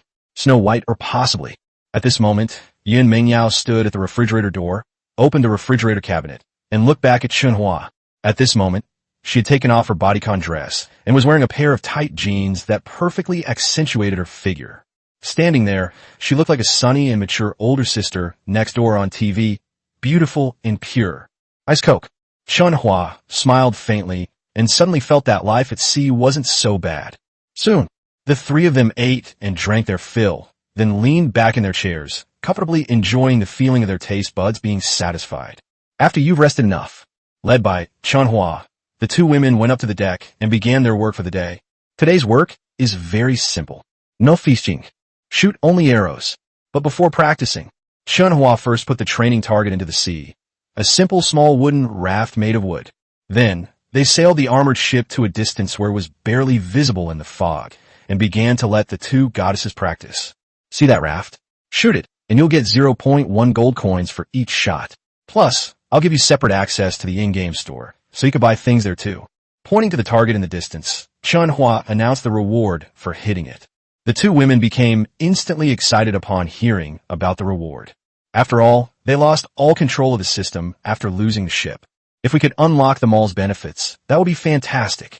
You could buy whatever you need in the store. So the 2 girls immediately vowed to train hard. Okay, let's start with you, newbie. After the communication was completed, Chen Hua handed the Zhuge repeating crossbow to Su Yajing. Su Yajing gripped the crossbow handle, aimed, and began firing. However, as a woman with low overall attributes and useless talents, her accuracy and strength were far inferior. Even if the target is not very far away, she needs to shoot several times to hit it once. Moreover, after firing dozens of shots in a row, my physical strength dropped drastically. This left Chen Hua somewhat helpless. He shook his head and told Yin Mengyao to go first. When Yin Mengyao came up, her first shot gave Chen Hua a huge shock, hitting the center of the raft. Immediately afterwards, the second and third arrows hit their mark. Before long, they shot and destroyed the wooden raft he had made. Upon seeing this, Chen Hua exclaimed in admiration, "Hawkeye is truly amazing. His accuracy is even better than mine. In the future, besides being able to drive the ship, I can also be an excellent marksman. At a critical moment, deliver a severe blow to the enemy. Captain, I hit the target with all 17 shots. That's 1.7 gold coins." Watching the target drift away, Yin Mengyao turned back and gave Chen Hua a flirtatious wink, secretly feeling smug. "That's great. I'll give it to you. Since you're such a good shooter, from now on, the task of hunting sea monsters on the ship will be yours. Also, like Xiaobai, you'll receive 1 gold coin a day." "Thank you, Captain. I guarantee I will repel any invading enemies." Yin Mengyao immediately stood up straight and saluted Chen Hua in a teasing manner, as if to assure him. Seeing this, Su Yajing quickly came over, her face full of grievance, and asked, "Captain, what about me? Do I still have to fish?" "Of course. Otherwise, what are you planning to do? Upon learning that Su Yajing was expending her energy too quickly, Chen Hua immediately abandoned the idea of training her. This left Su Yajing looking helpless and aggrieved. She asked, "Can I do something else?" As she spoke, she even seductively shook Chen Hua's arm. Unfortunately, there were no other missions on the ship. Chen Hua shook his head with a serious expression and said, "No." "All right." Su Yajing reluctantly went to get her fishing rod and go fishing. "See here." Yin Mingyao felt bad about being idle, so she volunteered, "Captain, there's no crisis now, so I'll go fishing too." "No need. There's only one fishing rod on the boat that can keep catching fish. You'll just waste your energy going there. Just stay on the boat and keep watch. Otherwise, do whatever you want." Okay." Faced with Chen Hua's arrangement, Yin Mingyao felt flattered and a little embarrassed. After all, this job is just too leisurely. Hearing this, Su Yajing, who was fishing nearby, felt a surge of jealousy. Why should the other party be able to do whatever they want when nothing's wrong? I was never idle while I was in bed. Although she certainly doesn't know as much as Yin Mingyao, she's still trying her best to show it. That's so unfair. And what about the captain? Is he good or bad? They actually used this method to sow discord between her and Yin Mingyao. It really does work, but it's absolutely awful. Su Yajing sullenly went fishing, pondering what she had done wrong that hadn't earned her special treatment from the captain. However, just as she kept recalling the scenes in bed, Yin Mingyao suddenly walked up to her, interrupting her reminiscence. "Yijing, let me help you." She had a big smile on her face and didn't look arrogant at all. This left Su Yajing somewhat confused about the other person's intentions. But she still said defiantly, "No need, the captain didn't tell you to fish. But the captain didn't tell me not to help. I think we should get along well." Yin Mingyao wasn't angry at all, and explained with a smile, "After all, there will definitely be more than just the two of us women on this ship in the future. Do you understand?" Chapter 37 RPG Rocket Launcher, Making Cooked Food. Brush. Upon hearing this, Su Yajing instantly imagined the scene of women flocking to her in the future. Yes, they're trying to survive. The mainland is gone. The captain is incredibly capable. In just 11 days, he not only had no shortage of food and clothing, but he even managed to install a power core. At this rate, there will definitely be more and more women on the ship. If we keep fighting alone, we'll probably be ignored by the captain sooner or later. Thinking about this, Su Yajing quickly replied, I understand. Then can we help each other in the future?" "Of course."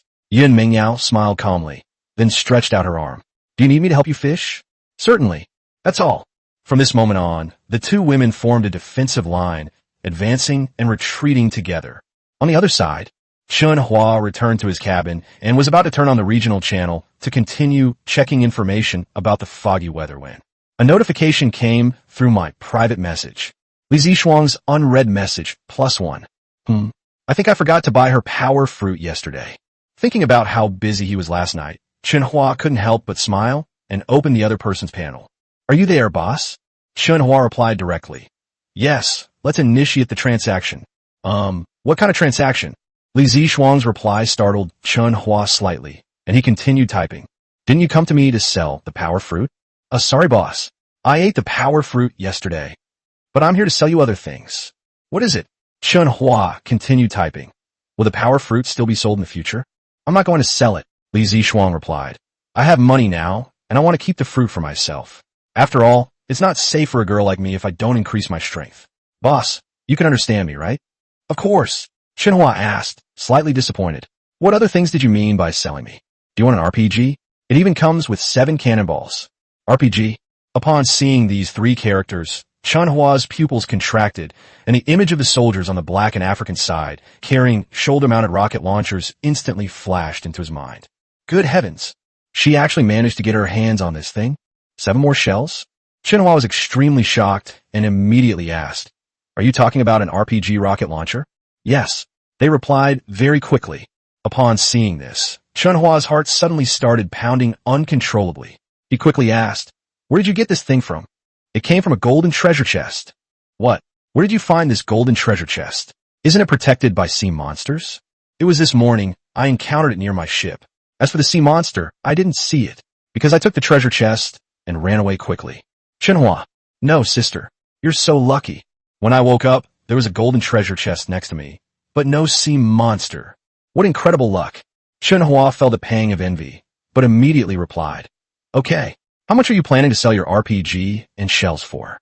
"I don't know the price either, because there's nothing like it in the store yet.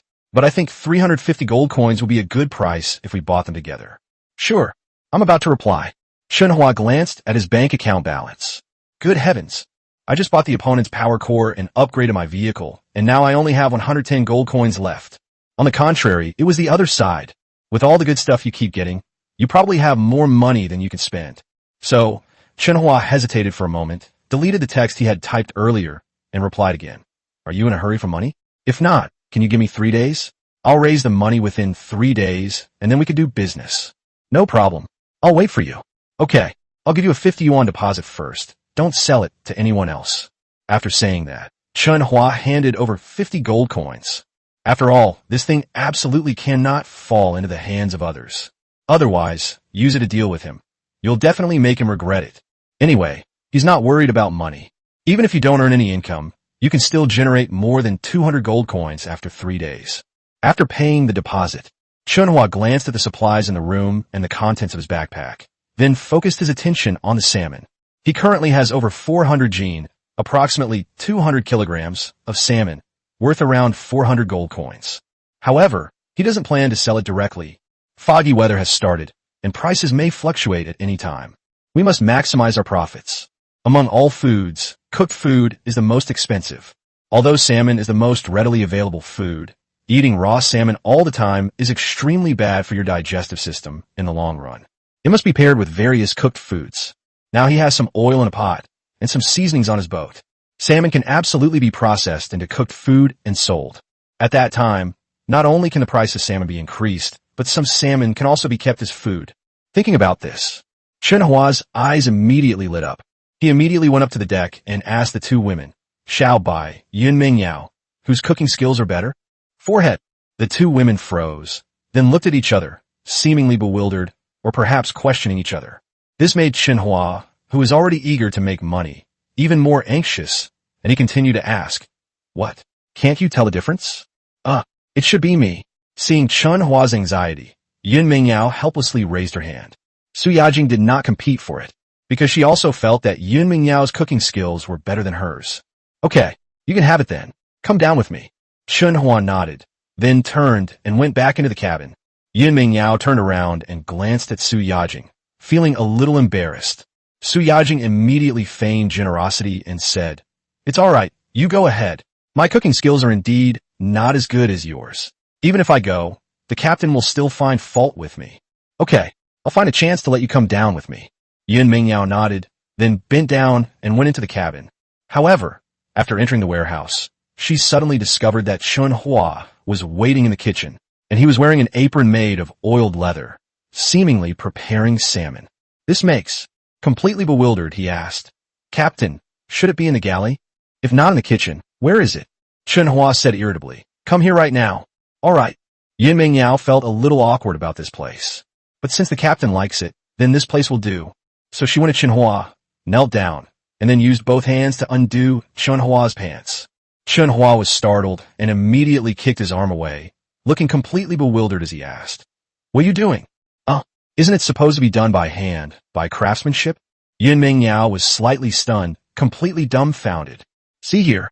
Chen Hua finally realized that the other party had another idea, but I didn't say anything. Why do those two women always get the wrong idea? Chen Hua rolled his eyes in annoyance and said, "I asked who's a good cook, not that I asked you to do crafts for me." Saying that, Chen Hua then took out over 200 pounds of salmon, and while preparing it, said, "Go steam the fish." Yun Mingyao. Chapter 38. The Woman Who Predicts the Weather, Taking a Big Gamble. Upon learning that Chen Hua's cooking skill was actually steamed fish, Yun Mingyao was completely numb. So she turned around and went to the kitchen counter, turning her back to Chen Hua to start steaming the fish. You know what? Yun Mingyao has a really great figure. Chen Hua sat on the stool and looked over. The other side fit perfectly, creating a visually stunning effect. In an instant, he was getting restless again. However, Chen Hua shook his head and chose not to continue. After all, it just ended last night. Too frequent spending will affect your earning potential. So, with an appreciative look in their eyes, they watched as they gutted the salmon. That's all. The fish in the pot was quickly gutted and cleaned up. Yin Mingyao had also made preparations for steaming the fish. She bent down and placed a basin of cleaned fish into the pot one by one and began to steam the fish. However, you can't steam more than a few in one pot. To produce cooked food quickly, Chen Hua bought several more large pots. In this way, you can steam at least 20 fish at a time. Certainly, you could actually buy more. If there were any more, the kitchen wouldn't be able to hold them all. Soon, the first batch of steamed fish is ready. Yin Mingyao put it away and then started steaming the second batch. And so, with the cooperation of the two of them, time passed slowly. One pot after another of steamed fish were brought out and placed in another wooden basin. Strange, why hasn't it come out yet after so long? At the same time, Su Yajing, who was fishing on the deck, couldn't wait any longer as more than 2 hours had passed and no one had come out. Because based on her understanding of the captain can't hold out for that long.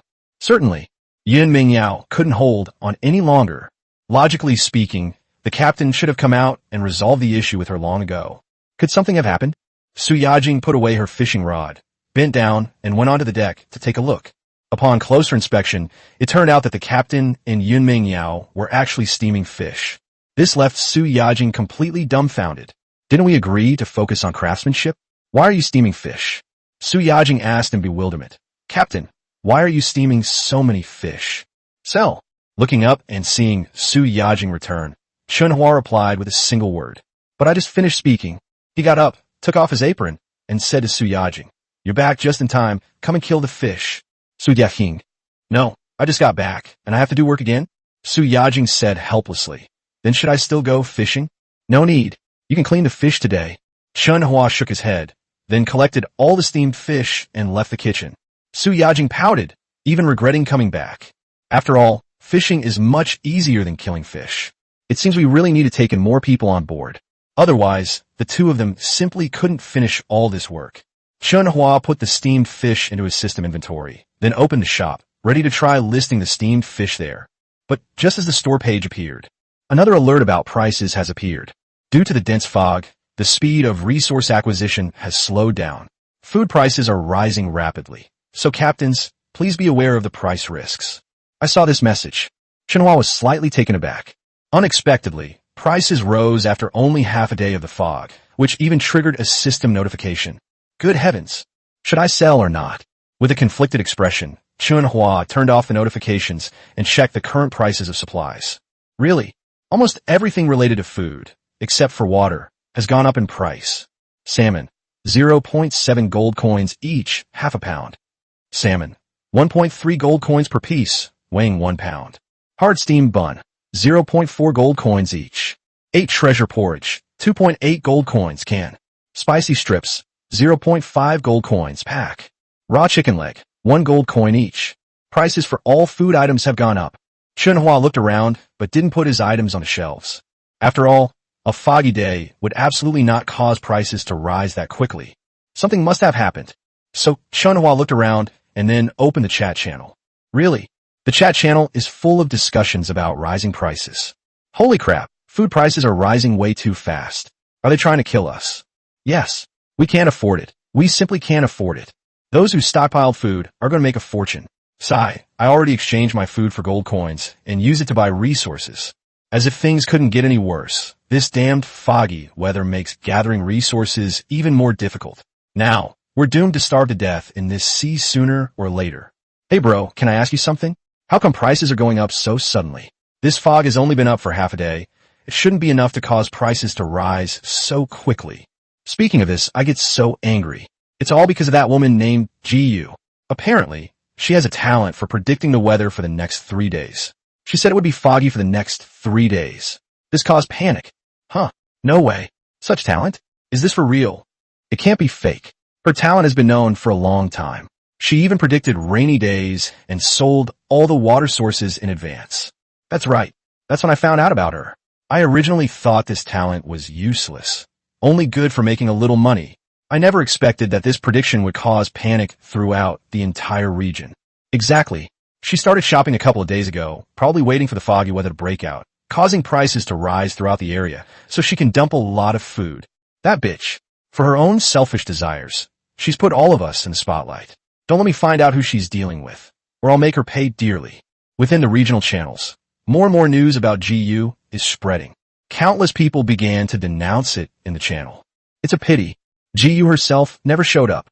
Nobody knows how much food she stockpiled this time, or how much money she can make in this thick fog. See here, even Chen Hua couldn't help but sigh in amazement.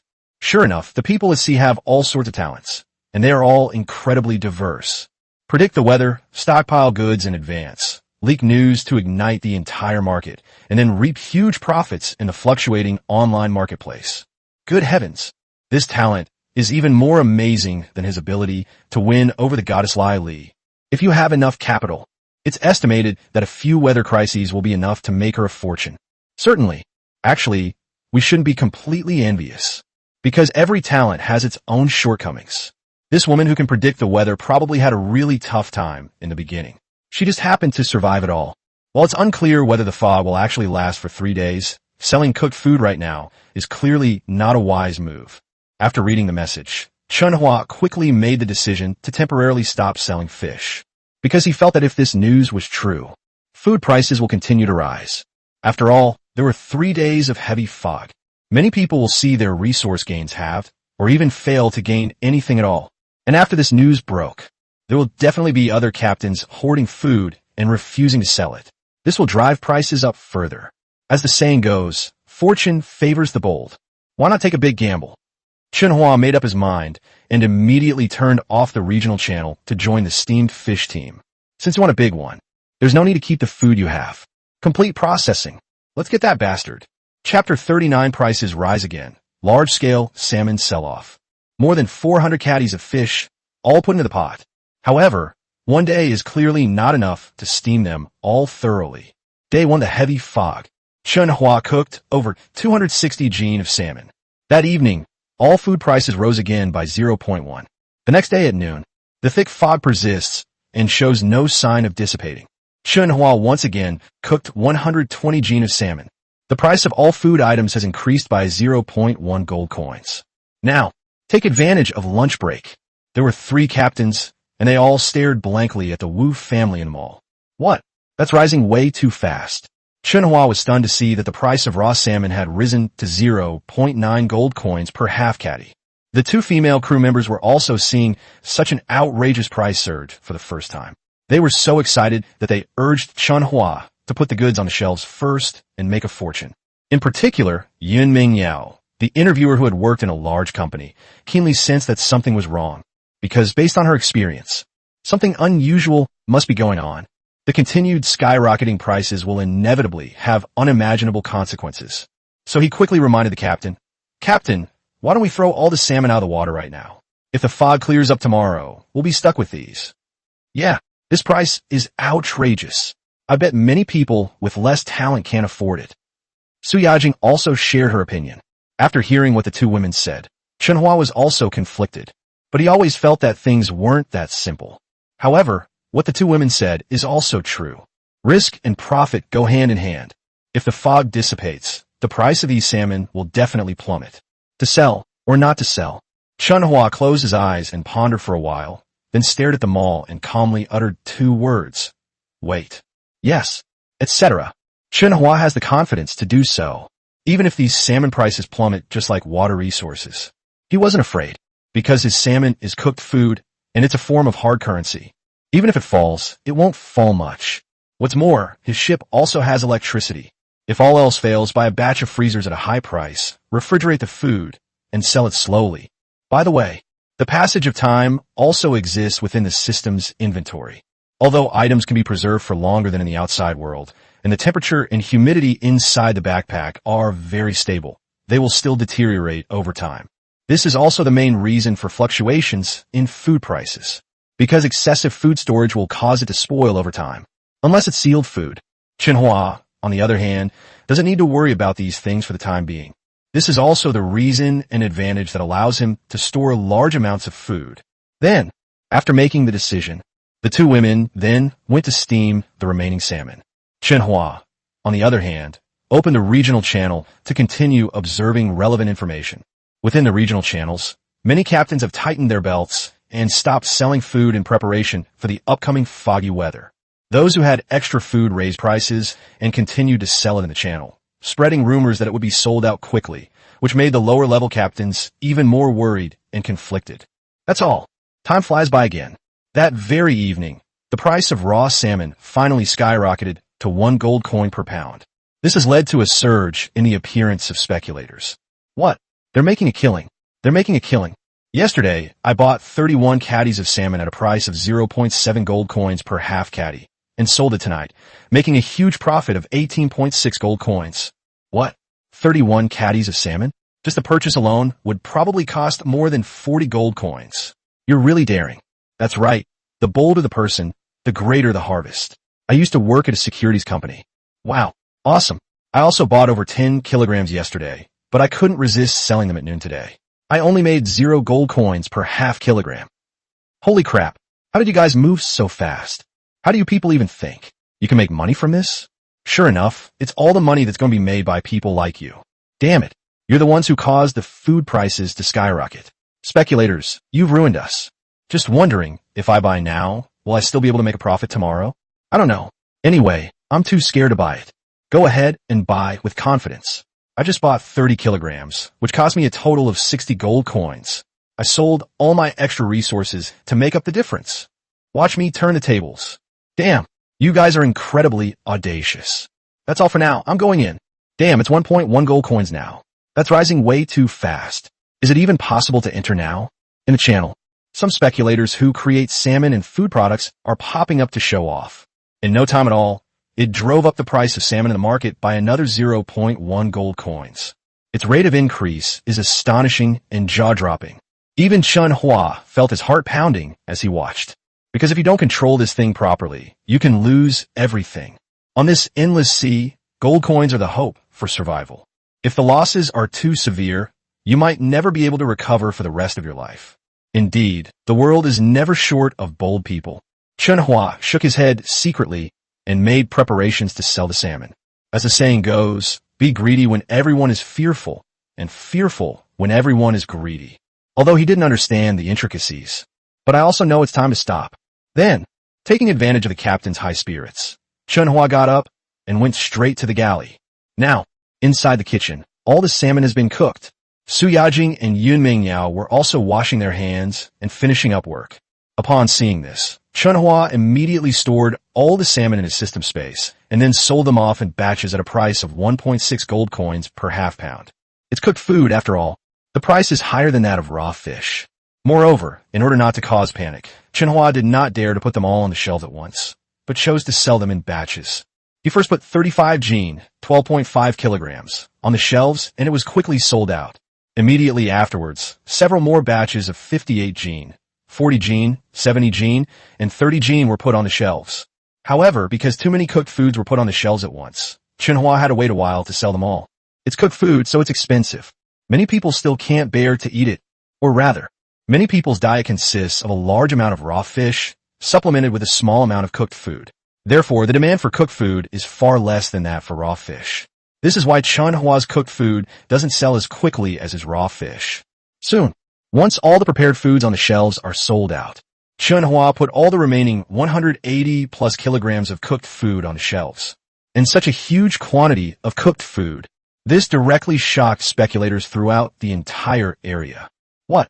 Someone's dumping salmon, and it's even steamed. Someone has put salmon on the shelves again.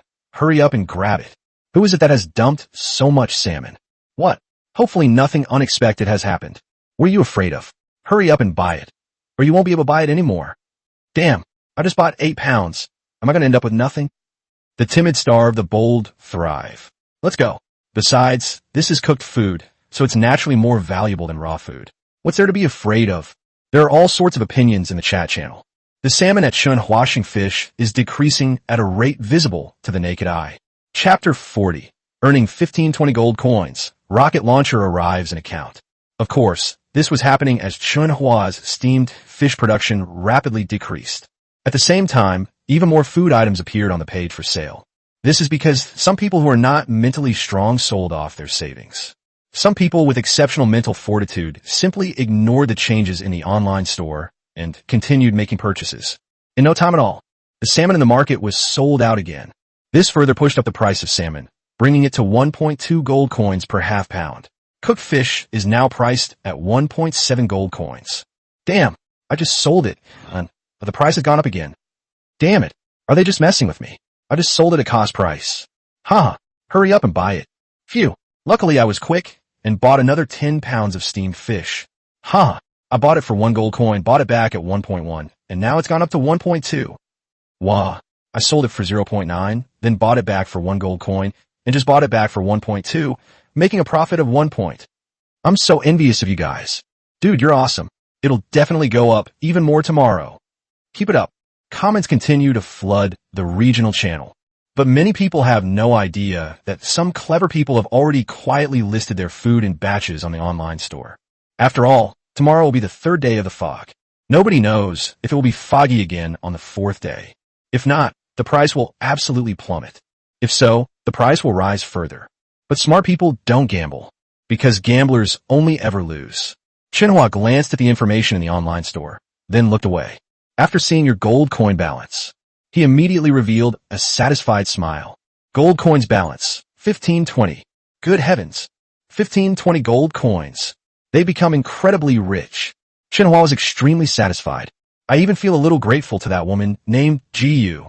Otherwise, it would take him forever to earn those 1,000+ gold coins. These days, my profits have doubled just because of the weather. It couldn't be better. Captain, how's it going? Have they all been sold? At this moment, Su Yajing and Yun Mengyao had finished washing up and changed into cool pajamas. They bought these in the mall with their wages.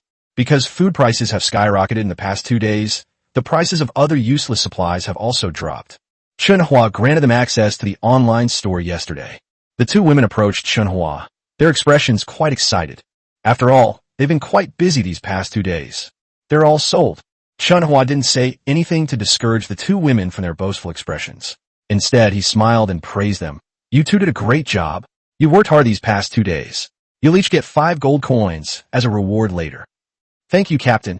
The captain is so nice. Upon hearing about the 5 gold coin reward, the 2 immediately became excited and each wrapped their arms around Chen Hua's arm, then rubbed against him vigorously. However, Chen Hua had important matters to attend to and didn't have time to play with them. So he transferred 5 gold coins to each of the 2 women, then waved them away and sent them aside. Seeing that Chen Hua still had things to do, the 2 women stopped bothering him and took the gold coins to the mall to buy what they liked. Upon seeing this, Chen Hua then regained his composure and opened Li Zishuang's chat page. Are you there? Exist. Li Zishuang replied quickly. You've earned 300 gold coins so quickly? Boss, you make money way too easily. Huh, not bad. Let's initiate a trade. Li Zishuang has made a deal with you. Soon, a pop-up window appeared on the chat page. One end shows a picture of an RPG rocket launcher and shells, and the other end shows the amount of gold coins he needs to enter. The quantity is set at 300 gold coins. Chen Hua simply waved his hand and sent 310 coins to the other party. After all, whether you consider the price of the rocket launcher or the kindness shown by the other party in leaving it for him, these 10 gold coins are utterly worthless. Wow, 301. The boss is so generous. I'll definitely come back to you for any good stuff in the future. After the transaction was completed, Li Zishuang sent a message exclaiming in surprise. Chen Hua smiled calmly and continued to reply. Did you only get a rocket launcher and a shell from your golden treasure chest? Were there any other good items? Of course. I also have an AK-47 and 100 rounds of ammunition, but I'll keep them for self-defense. Okay, come to me again next time you have something good. Chen Hua was somewhat disappointed, but he could only accept it. After all, it's already pretty good that the other party was willing to buy the rocket head. If anyone else came across this, they wouldn't sell it. Close the chat panel. Chen Hua then went to the mall and searched for firearms. For example, handguns, AKs, etc. There was absolutely nothing to it. Chen Hua knew that it wasn't that no one wanted it, but that no one was willing to sell it. As the struggle for survival intensifies, survivors won't easily sell these items unless they reach the very last stage. Chen Hua shook his head, preparing to shut down the online store. But at that very moment, an item at the very bottom of the shop caught his attention. The product you searched for does not exist. Here are some recommended products for you. Juga repeating crossbow, 60 gold coins per unit. Ballista, 45 gold coins per ballista. 30 rounds of universal ammo, 2 gold coins per round. 3 RPG rockets, 40 gold coins each. Good heavens. Someone is actually selling bullets and rockets. I only glanced at it. Chen Hua immediately clicked buy all. 30 rounds of general-purpose ammunition. Transaction successful. 60 gold coins deducted. 3 RPG rockets. Transaction successful. 120 gold coins deducted. Soon, 2 more items appeared in his backpack. Although the general-purpose bullets are not currently in use. But Chen Hua knew that stockpiling in advance wouldn't do any harm. Anyway, he doesn't lack gold coins at all. After you've taken care of these things, Chen Hua finally closed the system panel. Then he took out the RPG. In an instant, a thick, long rocket launcher appeared in Chen Hua's arms. Chen Hua hoisted it onto his shoulder and made a firing motion, which immediately shocked the 2 female crew members next to him. Hiss! RPG! Holy crap! A rocket launcher! Su Yajing and Yun Mingyao were shocked. After all, they are 2 young people. They don't know anything about weapons, but they do know about games. Isn't this the super powerful thing from the game? They actually managed to get their hands on their captain. In an instant, the 2 women's expressions changed. He quickly sat down next to Chen Hua and excitedly looked him over. Really? It's a real rocket launcher. Could their captain be the legendary son of heaven? Is it destined to rule the sea? Otherwise, how could he be so powerful? Amazing at making money, amazing weapons, amazing vehicles, and amazing brothers.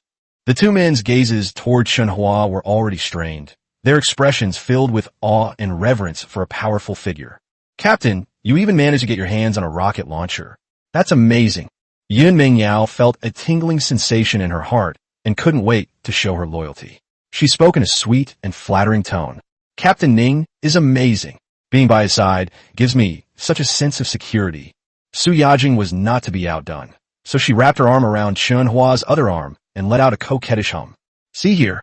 Chen Hua felt a tingling sensation in his heart. After all, having 2 women in his arms, who could understand that feeling? Whether what the 2 women said was true or false is no longer important. So Chen Hua calmly put away the rocket launcher. Then, with a flip, he began his journey tonight in the living room. Chapter 41 Learning to Respect the Market, Gu Eshin's Predictions. Chen Hua's strength, enhanced by several power fruits, is now extraordinary. He used a simple trick. This made it impossible for the 2 female crew members to stand up. In the end, it all comes down to cooperation. This battle has barely ended. And when the battle is over, it was already past midnight. Chen Hua's gold coin balance increased by another 80, returning to a total of 1,410 coins. Chen Hua moved the 2 of them from the living room to the bedroom. I fell into a deep sleep. Furthermore, this is because the vehicle has been upgraded to level 3. The ship's superstructure has also become very sturdy. Once the door is locked, there's no need to worry about it being broken open even if someone boards the ship in the middle of the night. Unless those who board the ship can not only avoid the warning fishing lines around the hull, but also silently break through the ironclad hardwood walls. At the same time, in a systems store, food prices have stopped rising. Moreover, the number of people trading decreased sharply in the latter half of the night. Many captains who had stockpiled food became somewhat anxious when they saw prices stop rising and began to tentatively sell some of their cargo. However, due to the decrease in the number of traders, many foods that are put on the shelves are simply not eaten in a short period of time. Gradually, anxiety was spreading in the hearts of many captains. Regional chat channel participants, 72,156 to 100,000. It's strange. Have you noticed that there seems to be more and more food in the store? That's a lot. And the price hasn't changed. Oh my God, is something going to happen? I put 15 pounds of salmon on the market half an hour ago, and I've only sold 5 pounds so far. Could it be because there are fewer people around late at night? I don't know. I have a feeling something's not right. Those people who were shouting the loudest in the channel before are all silent now. Chow, now that you mention it, I'm starting to feel a little panicked. What's there to be afraid of? Even if the fog clears up after tomorrow, there's still a day left. People still need to eat. Besides, with such thick fog, everyone's food is basically just going in and not coming out. That's true. Hearing you say that puts my mind at ease. Time for bed. I'm going to sleep now. I'm sure the price will go up again when I wake up tomorrow. That's right. Sleep soundly. That's all. Many speculators in the channel closed the chat page and opened the system store instead. Then they all listed their food items in the online store at even lower prices. If someone goes on a shopping spree tomorrow, then the first ones to buy them will be theirs. I don't care if prices continue to rise, because they only listed a portion of the listings. they can still profit from the price difference on the remaining portion. So after doing all that, many people fell asleep peacefully. I didn't enter the chat channel until the very next morning. For many people, their world collapsed in an instant. Because no matter which captain it was, they were stunned by the sheer volume of information in the chat channel the moment they opened it. Because right now, in the chat channel, it's all about the plummeting food prices. Salmon prices have fallen below 0.9. Haha, the speculators are dumbfounded now. Hurry up and dump your stock. Prices will keep dropping. Salmon prices have dropped again. Now it's down to 0.8. What? The store is full of salmon. This is insane. Everyone's gone mad. Luckily, I sold them yesterday. Ha ha ha. I sold yesterday too. Actually, many people sold yesterday. Only those greedy fools still thought the price would skyrocket. They deserve their bad luck. Don't be fooled by the shopping spree yesterday. After careful observation, I found that many people were simultaneously selling and buying new stock. They were just moving goods from one hand to the other and had already cleared out their inventory. Holy crap. Can the online store within the system be manipulated by humans? Wow, I'm so unlucky. Before I even tried to survive, I lost everything in the stock market. And now I'm still penniless. I refuse to accept this. Brothers, goodbye. Don't anyone try to stop me. I'm going to rob someone. In the regional channel, countless cries of agony filled the entire chat page. Countless speculators who still had plenty of salmon and food on hand immediately opened the online store with tears in their eyes and quickly put all their excess food on the shelves. However, the rate at which food supplies are falling far exceeds everyone's expectations. They just hung the food up over there. The price here has dropped by another 0.1 gold coins. They just changed the price over there. It's dropped another 0.1 gold coins here. This completely shattered the already anxious hearts of countless speculators. As a result, many people immediately set their prices at 0.5 just to sell quickly and minimize their losses. However, even with the introduction of a price of 0.5 gold coins, the purchasing speed in the store remains slow. Moreover, some people even listed their prices as low as 0.4, breaking the previous low price before the foggy weather. This completely stunned countless speculators who had hoarded the goods. Immediately afterwards, they were all listed at a price of 0.4. Really? With fish priced at 0.4 appearing everywhere in the mall, some eager shoppers began to emerge. Then quickly eat all the salmon in this price range. Before long, the price of fish was pushed back up to 0.5 gold coins and stabilized. Now, Chen Hua also woke up from his sleep. While waiting for the two female crew members to cook, I witnessed the changes in the system store. However, he did not participate because he knew that he was lucky to have sold the salmon in time yesterday. He doesn't have the relevant talent, so he can't gamble. He just quietly watched the people in the regional channel, sighing and complaining about everything. Wow, this is so awful. So terrible. I've lost so much money. The fog hasn't even lifted yet. How could it have fallen like that? Damn it, I won't sell. I won't sell. As long as I don't sell, I'll never lose money. Ugh, I lost half my savings in one go. Who can understand this kind of pain? The resentment in the channel is still growing. But at that very moment, a message from GU suddenly appeared on the panel and ignited the entire chat channel. The fog will last for 2 more days and will continue until the beginner period ends. Boom! This news has just come out. The entire chat panel exploded instantly. What? GU, the great god, sent a message. There's going to be 2 more days of heavy fog. Will prices rise further? Dear GU, what's the weather like in 2 days? Will it be sunny? Expert, will food prices continue to rise? What? People are starting to go on a shopping spree in the mall. Ouch. Hurry and grab it. Prices have gone up. Salmon prices have gone up. The messages in the chat channel were all crammed together and refreshing at lightning speed. If you're not quick-witted and have fast reflexes, you won't be able to see the content at all. And within the system store, the amount of salmon on the shelves is also decreasing rapidly. The new price has been relisted. In no time at all, the price of all food items increased by 0.2 gold coins. Its rate of increase far exceeded that of the day the dense fog appeared. It's a pity. The person named GU did not reply further. See here.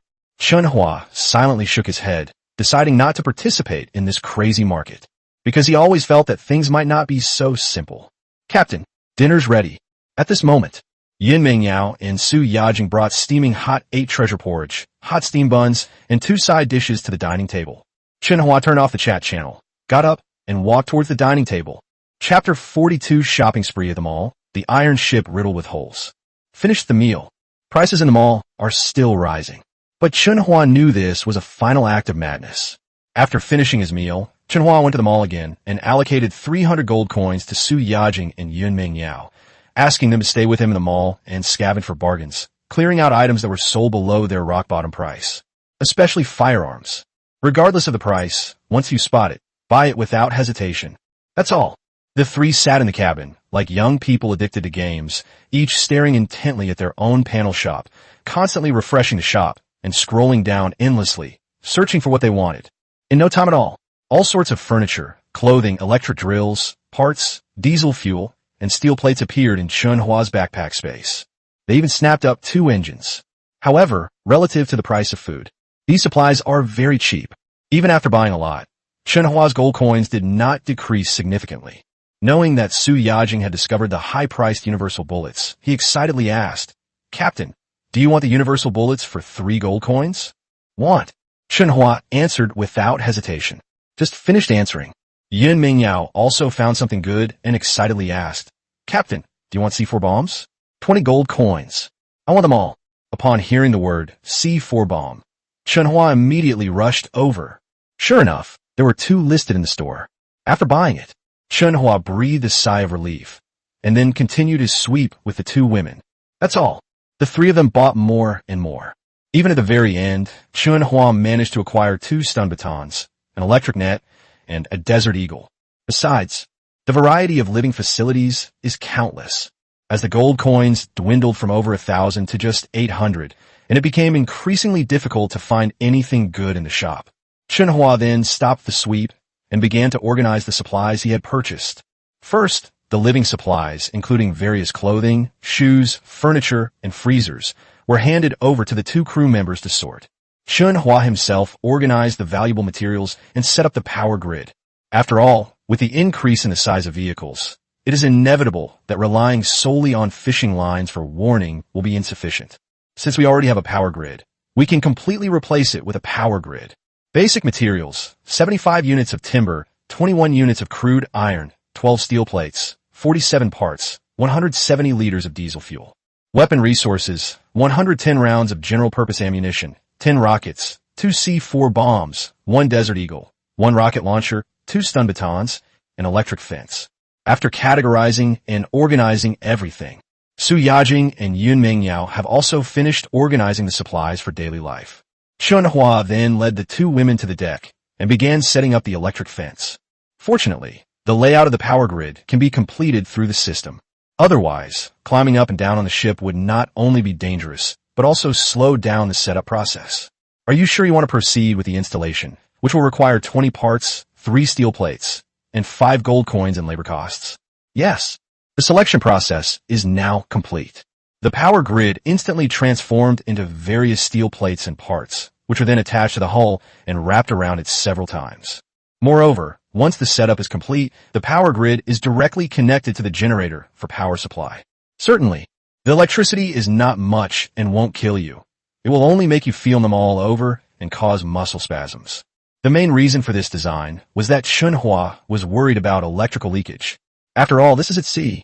Let's not even talk about fighting sea monsters. In the event of a conflict with another vessel, if the hull is damaged and leaks electricity, the high voltage could indiscriminately attack the hull and the people on board. By then, it's estimated that others will only need to attack the hull, and his ship will lose its fighting capacity, with all the crew members surrendering without resistance. Therefore, only a small voltage is set to prevent people from sneaking onto the ship. Call out. After the electric grid was successfully set up, the 3 of them were peering down from the ship's eaves when suddenly a magic-patterned fish crashed into the hull. Your mind has been attacked. Mental strength -2. In an instant, the mental strength of all 3 of them dropped. However, that patterned fish wasn't much better off. The moment it came into contact with the electric grid on the hull, it emitted a puff of white smoke and turned charred black. Your ship has killed a magic-striped fish, earning you 0.1 gold. Wow, I got electrocuted. Su Yajing pointed at the magic-patterned fish floating on the sea surface and excitedly paced back and forth. However, Chen Hua just followed her gaze. Then I was subjected to another mental attack. It's clear that even an electric, charred magic-patterned fish can still launch mental attacks. Snap! Chen Hua went up to her and slapped her hard on the butt. saying angrily, "You did that on purpose, didn't you?" "Exactly. I'm starting to get a little irritable." Yun Mingyao also withdrew her gaze, a hint of annoyance in her eyes. This is clearly a result of reduced mental energy. I didn't mean to. I was just too excited. Actually, Su Yajing was already a bit irritable when she was attacked the first time. So she deliberately made the captain and Yun Mingyao take a second look. She covered her bottom with her hands behind her back and explained with her head down. However, Chen Hua also knew that Su Yajing's mental strength was low and she was easily affected by the magic fish, so he did not blame her. "All right, nothing else today, you can get back to work." Shaking his head, Chen Hua turned and went back to the cabin. The two women then began their new day's work, fishing. Although Yun Mingyao doesn't have a fishing quest, but now that they've reached an agreement, they should help each other. That's all. Time passed little by little, and soon it was almost noon. The two women took turns fishing, and it wasn't tiring at all. In just half a day, they caught 8 salmon. However, just as the two women were about to continue fishing, in the mist, a blurry outline of a ship suddenly came into Yun Mingyao's sight. "Hey, bye-bye, something's up." She quickly tugged at Su Yajing's shoulder to remind her. Su Yajing also quickly looked up. Sure enough, it was the outline of a ship. However, she doesn't have eagle eyes, and her vision is far less clear than Yun Mingyao's. "What is that? Is someone targeting us?" "Go and inform the captain. Leave this to me." Yun Mingyao dared not be careless. After giving a word of advice, she immediately went to the Zhuge repeating crossbow at the stern of the ship and prepared to meet the enemy. Su Yajing dropped her fishing rod and rushed back to report. "What? A ship is approaching us?" Upon hearing the news, Chen Hua, who was in the cabin, immediately looked out the window. Really, it was indeed an iron ship. However, the iron ship was riddled with holes and pierced by many large arrows. It looks like they just came back from a battle. Chen Hua dared not be careless. He immediately sent a chat request to the iron ship, and then quickly walked towards the deck. But after he got to the deck, there was no response from the other party. Moreover, the iron ship seemed to have lost control and was still slowly drifting towards them. Chen Hua frowned and immediately instructed Yun Mingyao to issue a warning to the other party. Chapter 43, A Fallen Female Celebrity. Did I let you go? Call out. A large arrow is launched. It pierced through the iron ship in an instant. Then there was still no movement inside the iron ship. Yun Mingyao asked doubtfully, "Captain, is this an empty ship?" Impossible. Chen Hua didn't believe it at all. Because the ship is every captain's lifeline, no one would abandon their own ship. So he ordered again, "Keep shooting. There must be someone inside." "Yes." Yun Mingyao nodded, then aimed at the protruding room on the iron ship and fired twice. Whoosh! 2 large arrows, one after the other, pierced through the wooden wall in an instant. In no time at all, a woman ran out of the cabin, waving her hands and shouting, "Stop shooting! Stop shooting! I'm out!" The woman was wearing a dirty shirt and shorts. His face was filled with panic like a frightened rabbit, and he kept waving his hands. Even so, Chen Hua and the others immediately recognized the woman as extremely familiar, especially the large fruit on her chest. It gives people a feeling that they have seen it somewhere before. She. Why does she look so familiar? Yeah, it looks like some celebrity. Su Yajing and Yun Mingyao frowned and pondered deeply, one after the other. Of course it's not that they rarely watch TV. It's because they've been struggling to survive for more than 10 days. Even the most obviously frail person can't withstand the ravages of time. However, after the two women gave me a reminder, Chen Hua, on the other hand, immediately recognized the woman who was carrying a large child. "Holy crap, Youngmi." "What? Youngmi?" As Chen Hua exclaimed in surprise, Su Yajing and Yun Mingyao finally noticed something amiss. Wow, it really is her. Good heavens, she's become like this? She looks so pathetic. The two women were shocked. I never imagined that a once high-profile superstar would fall to this level. What if a man catches him like this? That outcome. Both women looked at Chen Hua. It's as if I can already foresee Yang Mi's fate. "Stop shooting. I'm leaving now." In a panic, Yang Mi grabbed the wooden oars on the eaves and rowed with all her might. However, how could a single person easily drive a level 2 vehicle? No matter how hard she tried, the wooden boat could not move as far as the waves on the sea. That's all. After a flurry of activity, her second-class wooden boat collided with Chen Hua's armored ship. Fortunately, she kept pushing the oars hard. The forces cancel each other out, so the impact is very light. Damn it, I should never have upgraded to a level 2 vehicle. Am I going to fall into the tiger's den right after escaping the wolf's lair? Yangmi felt a surge of frustration. She gripped the wooden paddle and swung her whole body wildly. The fruits swayed back and forth. The three people on the rocking, ironclad ship couldn't take their eyes off it for a moment. Fortunately, Yami has a lot of talent.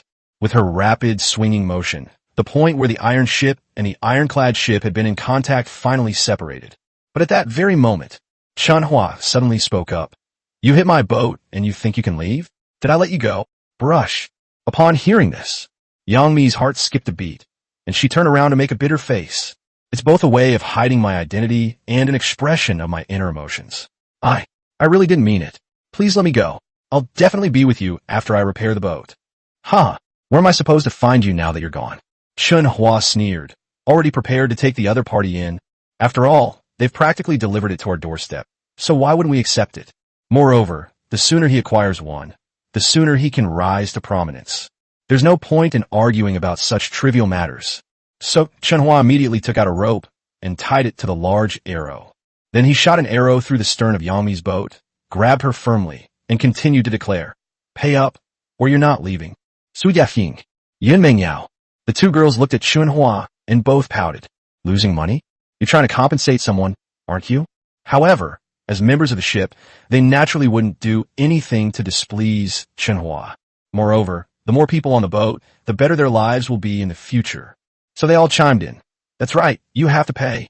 You're not leaving without 3,000 gold coins. 3,000 gold coins? That's not enough. At least 5,000 gold coins. The two women worked together, each offering their own comment. Yangmi's eyes widened in shock. 5,000 gold coins? This, even selling her wouldn't be enough. And who can afford a tier 3 vehicle for 5,000 gold coins? Extortion. This is blatant extortion. Yami was angry but dared not act out, so she had to bite the bullet and say, I really don't have any money. Can you give me some time? Ha, giving you time?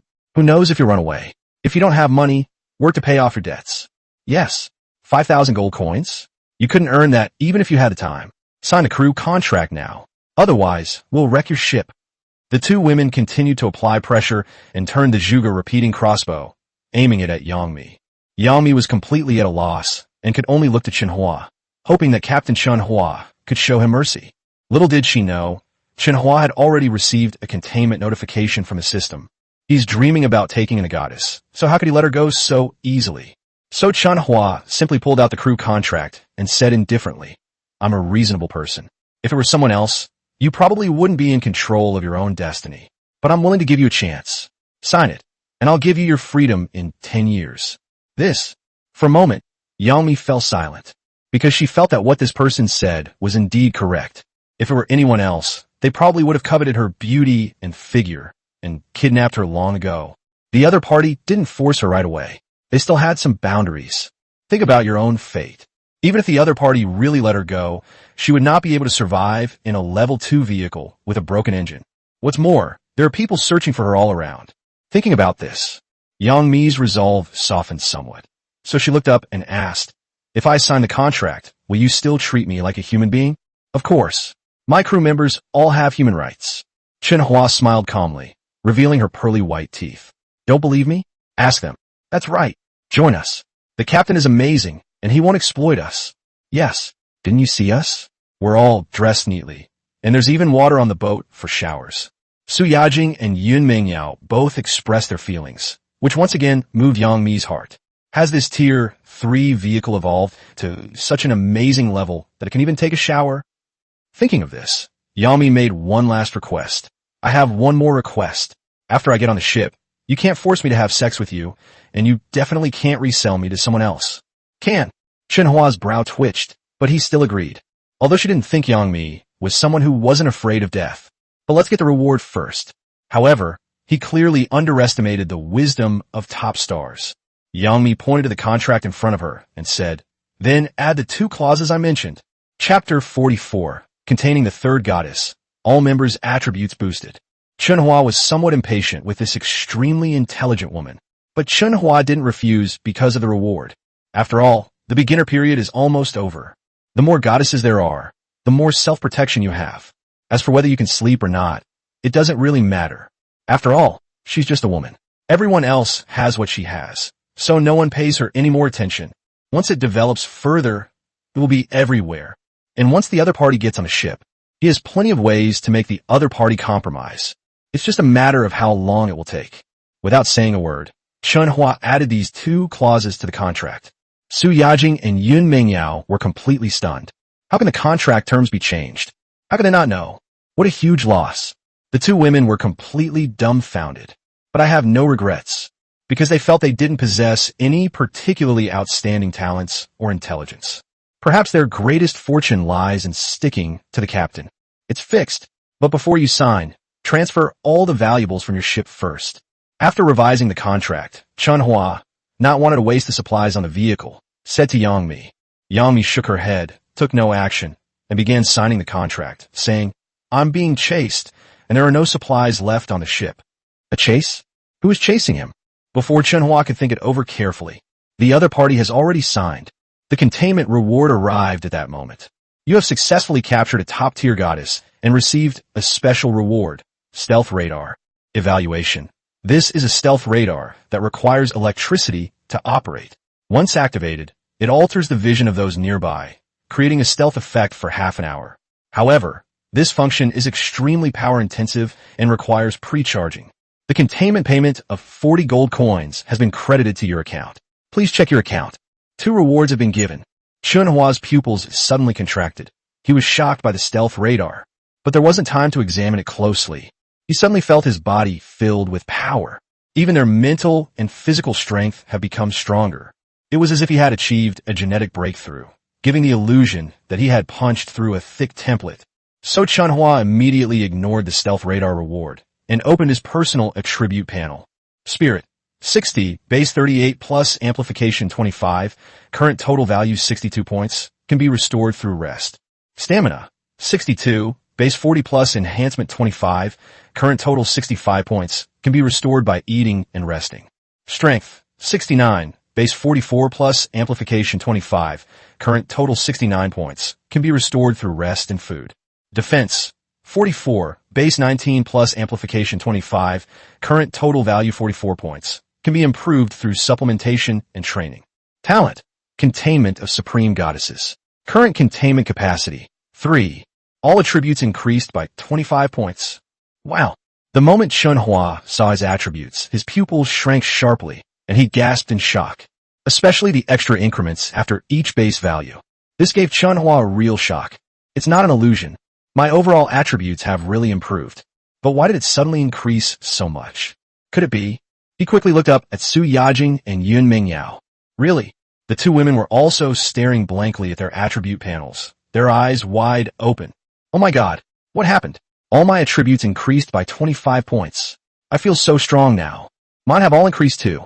The two girls were extremely excited. Seeing that Chen Hua was looking at him, he was about to ask a question. However, Chen Hua nodded before them and said, "All of our attributes have increased by 25 points. If I'm not mistaken, it should be due to her talent." At this point, Chen Hua's gaze slowly turned to Yang Mi on the iron ship. Yang Mi also noticed the changes in Chen Hua and the others, and no longer hid it. After all, she had already joined the Heaven on Earth ship, and was considered one of the captain's women. So he took the initiative to explain. "You guessed right, this is my talent, which increases all attributes of all personnel in the vehicle by 25 points.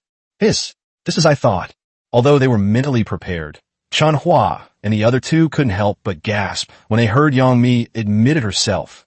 After all, that's 25 points to all attributes. It's even higher than the basic attributes of an average adult woman. Moreover, it increases all attributes of all passengers in the vehicle. This is practically a walking, multidimensional amplifier. No wonder someone was chasing him. Such talent. I'm afraid everyone would be envious. "Captain, could you please pull me aboard first before you're shocked? My ship is sinking." Seeing that Chen Hua and the others were still in shock, Yang Mi secretly breathed a sigh of relief. After all, the reason she dared to ask Chen Hua not to force her was because of his talent. No one wants to lose this talent just for a moment of enjoyment. Now, seeing Chen Hua and the others' shock only strengthened her belief in her own safety. If you want this kind of increase, don't go overboard. Otherwise, I'll commit suicide and see if you can bear the consequences of losing this boost. She reached out smugly. only to be pulled up by Su Yajing and Yun Mengyao. Certainly, turn off the power before boarding. Otherwise, Yang Midian would definitely roll his eyes. After boarding, Yang Mi tidied up her messy, dirty clothes before telling Su Yajing and Yun Mengyao her name. My name is Yang Mi. I hope we can take care of each other in the future. He then bowed to the two of them, showing extreme humility. However, no one noticed that the corners of her mouth had already turned up the moment she bent over. It seems to be a sign of confidence in one's own name. To her surprise, the expected gasp did not come until she stood up straight. The two women in front of her seemed to have already figured out her identity. He simply smiled and shook her hand, saying, I know you, big star. I've even seen you on TV. By the way, my name is Su Yajing. My name is Yun Mengyao, and I really enjoy listening to your songs. Please take care of me in the future. The two women maintained a humble yet assertive demeanor, completely lacking the awe and excitement that ordinary people would have when meeting celebrities. This made Yang Mi feel a pang of disappointment. But thinking about it carefully, everyone has already been reduced to surviving at sea, so their former identities have naturally become useless, let alone a celebrity. Even if it's a CEO with hundreds of billions in assets, it probably won't cause a huge uproar. Moreover, her current status is merely that of a crew member under someone else's control. Certainly, even so, but she still couldn't completely let go of her pride. She could only force a smile and nod, her heart filled with bitterness. All right, now that you're on board, you're mine. Honey, is it okay if I call you that? At this moment, Chen Hua returned, and as he finished speaking, a wicked smile appeared on his face. Yang Mi felt a pang of bitterness when she saw Chen Hua's slightly teasing expression. Honey, although this is her strength, many people call her that behind her back, but being called out to her face still made her feel bad. Because I always feel like the other person is talking about her size all the time, but what the other party said is also correct. Once you're on the ship, you belong to the other side. The fact that the other party can guarantee that they won't force her is already good enough. So she nodded bitterly and said, Of course. Okay, go and change your clothes first. I'll assign you work when you come out. After taking a quick sniff, Chen Hua gave her first instruction after boarding the ship. She had no objection to this at all, because she really hadn't taken a bath in a long time. So he nodded and agreed. But before following Su Yajing to the cabin, she hesitated for a moment, then turned around and stammered, Captain, can I ask you for a favor? Chapter 45 Yang Mi's experience, her sister-in-law's V3 engine. Captain, can I ask you for a favor? Yang Mi stammered, seemingly finding it difficult to speak. But after questioning her, Chen Hua had already figured out that Yang Mi wasn't someone who was fearless of death, so he was in a great mood. Upon hearing that the other party had something to say, he immediately became interested and said, Tell me, I would like to ask you to grant me chat privileges. At this point, she seemed to notice the change in Chen Hua's gaze and quickly explained, I have a friend who might be in a bad situation. She helped me escape from the clutches of bad guys. I wanted to send her a message to let her know I'm safe, so she wouldn't worry. Friend? Chen Hua's eyes narrowed slightly. However, as the captain, he has the authority to see the chat content from the time travel. So after hesitating for a moment, he nodded and said, Of course, no problem. But I'm curious, why were you being hunted down, and why would someone put themselves in danger to save you? Is that friend your family? I guess so. Yang Mi hesitated for a moment, but decided to tell the truth anyway, because with this kind of thing, there's no point in hiding it anymore. So she continued, Actually, I have a fiancé. The person who saved me is my future sister-in-law, Jiyu. You should have heard this name these past few days. When she mentioned Jiyu's name, she glanced up at Chen Hua's expression. Sure enough, Chen Hua's pupils twitched slightly upon hearing the name. Because of the name Jiyu, she's recently become quite famous on the regional channel. One person, one prediction, directly triggered the rise and fall of prices in the entire region. Even he was affected. It turns out this terrifying woman is actually Yang Mi's future sister-in-law. Certainly, I was also shocked to learn that Yang Mi had a fiancé. But now that we're at sea, this news is completely insignificant compared to Jiyu's news. After all, the fans here have long lost the motivation to follow celebrities. Maybe you'll actually run into a fan, and fans might be even more enthusiastic when it comes to their favorite star, and it's physical madness. As for being polite and respectful, no need to even think about it, because people's hearts are inclined towards evil. Without legal sanctions, all sorts of evil will emerge. In comparison, bosses who only exploit others are much better. Of course, I've heard of that name, But what does her have to do with you being hunted down? Chen Hua stared intently at Yangmi, his gaze unwavering, like a superior master scrutinizing his servant. This put considerable pressure on Yangmi. Yangmi pursed her lips and continued. Originally, it wouldn't have mattered, but when Jiyu first predicted the rainy weather, I noticed it. I contacted her. Then we went to different places, formed a team, helped and supported each other, and searched for her brother, my fiancé. However, her talent was difficult to utilize in normal times. So, we weren't doing very well. Later, to earn money to upgrade our vehicles, we kept killing sea monsters and searching for treasure chests. Until the fog arrived, Jiyu predicted this was a chance to make a fortune, and we started frantically hoarding supplies, preparing to resell them at high prices. But to our utter surprise, our supply gathering was exposed before the fog arrived. A fleet ambushed us once, and although we defeated them, soon more ships appeared searching for us and trapped us in a certain area of the sea. Fortunately, a thick fog arrived the next day, obscuring their vision. We successfully escaped the encirclement. However, the fog was too thick, and as we were escaping, a sea monster blocked my path, and the fleet caught up with us. Knowing she couldn't turn back to save me, Jiyu hid after leaving and negotiated with the fleet. She said she could drive up prices in the mall, so the fleet could make a fortune, but on the condition that I be released. The fleet had the same goal, so they agreed and didn't forcibly take me aboard, fearing that Jiyu wouldn't be able to contact me, and they would lose their chance to make money. Then, on that foggy day, Jiyu posted a weather forecast in the chat channel, causing price fluctuations. However, that group didn't keep their promise to let me leave. I thought I was really going to be kidnapped and taken to their ship, but I didn't expect Jiyu to be so bold.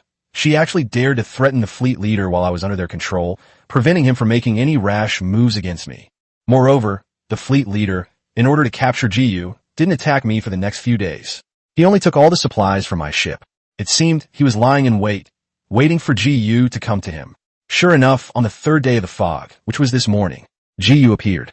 She first lured away some of the fleet's crew, and then moved one of my V2 engines to me at close range.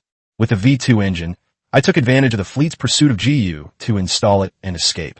And because my ship was quite fast, I quickly broke free of the encirclement. Unfortunately, those people also made money during this price surge, upgrading the engines of several of their ships and continuing their pursuit of me. Later, Jiyu reappeared to help me escape completely, drawing most of the firepower. I then fled in my battered iron boat. During this process, damaged parts of the boat were caught in the engine, causing it to be completely destroyed. I rowed all the way until I was exhausted and had to rest for a while. And then I met you all. Yangmi slowly and calmly recounted the whole story. The hardships of the process and the twists and turns of the story made Su Yajing and Yun Mengyao tremble with fear, and they couldn't help but sweat for him. After all, the other party is Yangmi, a superstar, a stunning beauty. If it weren't for that sister-in-law constantly protecting her safety, they've probably already fallen into the tiger's den and been tortured beyond recognition. Stimulate. That was so exciting. It's even more exciting than their combined experiences. The two women looked at Yangmi, still in shock, and asked nervously, "What about your sister-in-law? Did she run away?" "I don't know, but she stockpiled some supplies before the fog, and she already upgraded the engine to V3. Otherwise, she would have been captured the first time she appeared to save me." "A V3 engine? Then there shouldn't be any problems," Yun Mengyao said seriously. "After all, the V3 engine is much more powerful.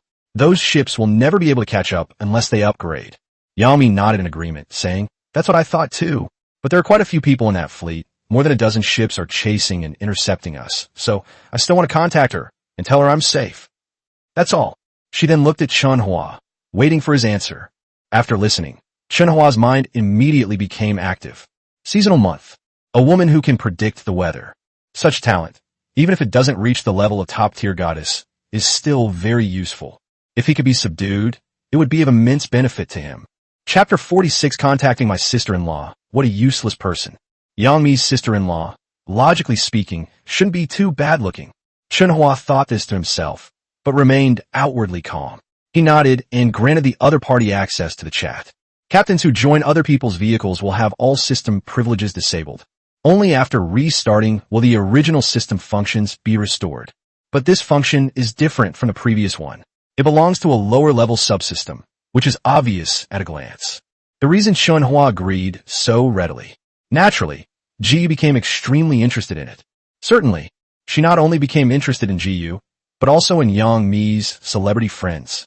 After all, he's a top star. I'll surely meet other top celebrities eventually.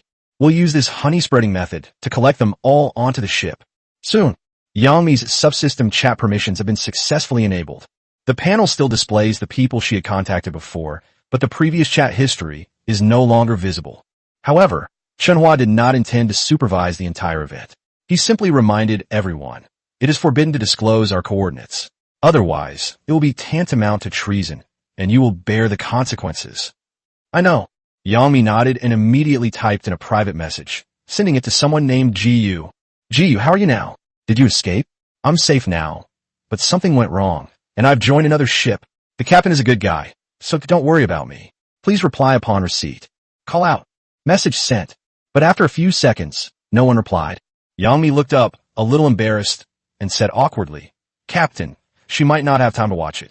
Why don't you turn it off first and turn it back on later? No need. I'll leave the permissions open for you, and close them once she replies. It'll save you the hassle of constantly turning them on and off. Go take a shower. Chen Hua waved his hand, not taking it to heart. Anyway, the other party is already on his ship. I'm not worried at all about any trouble that might arise. Moreover, he also wanted to learn more about this Gu. After waving his hand, Chen Hua asked Su Yajing to take her to take a bath. He then stood on the deck and began installing the newly acquired stealth radar on the Tier 3 vehicle. Stealth radar. It can alter the vision of people around it, allowing the ship to enter a state of invisibility for half an hour. However, this effect consumes a lot of power, and the radar needs to be recharged every time it is used, although it seems to have many flaws. But on the vast ocean, half an hour of invisibility can often turn the tide of the entire situation. Installation costs for stealth mines: 5 units of wood, 2 steel plates, 18 parts, and 10 gold coins for labor. Confirme installation. Confirm. Chen Hua chose to install it without hesitation. In an instant, the stealth radar and various materials were assembled in mid-air, forming the shape of a satellite dish antenna. Immediately afterwards, the assembled radar flew to the top of the superstructure and extended a thick cable, connecting to the generator compartment. The stealth radar has been successfully installed. Currently, it has stored 1% of its power, and it can store 1% of its power every hour.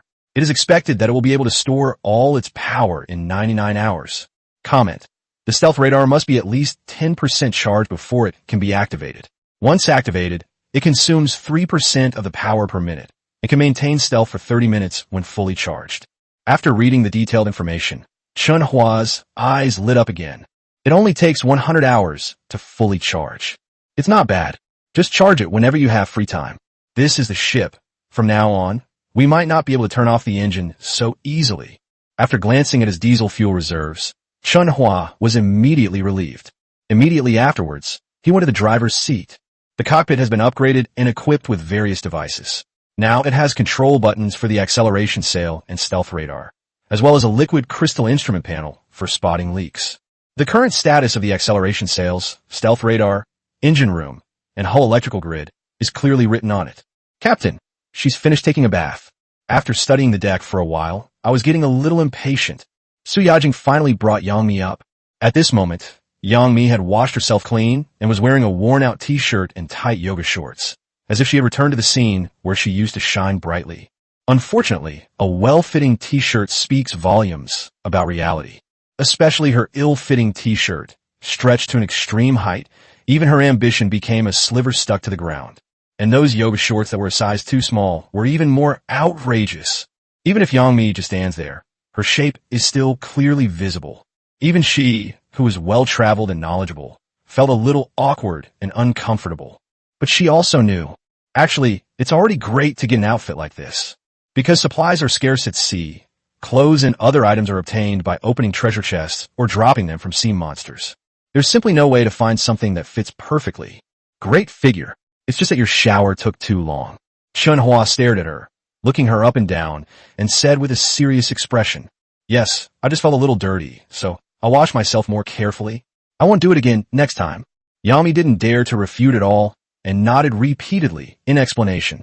Seeing this, Chen Hua waved his hand, not continuing the topic, but pointed to the fishing net beside him and said, From now on, Your basic job will be fishing. That fishing net will be your tool. In addition, when there are no fish, you'll do some odd jobs. Once you finish the odd jobs, you'll help each other out, just like the other crew members. There are no other strict requirements. Yes. Yang Mi glanced at the fishing net on the ground and secretly breathed a sigh of relief. After all, she was genuinely afraid that the other party might propose something outrageous. It's just fishing, easy. As she spoke, she lifted the fishing net. It's a bit heavy. Fortunately, she has good talent and ability, so it's not a big problem. There's no need to cast nets now. There are no fish here. Seeing that the other party was about to start working, Chen Hua shook his head and said, "You can go and prepare lunch first. The ingredients are in the deck house. Take them yourself." Forehead. Upon hearing the word cooking, Yang Mi's fingers tightened instantly, and she said somewhat embarrassedly, I'm not very good at cooking." Huh? Can't even cook? Chen Hua's brow twitched. He hadn't expected that either. "It's not that I can't, it's just that my cooking doesn't taste good."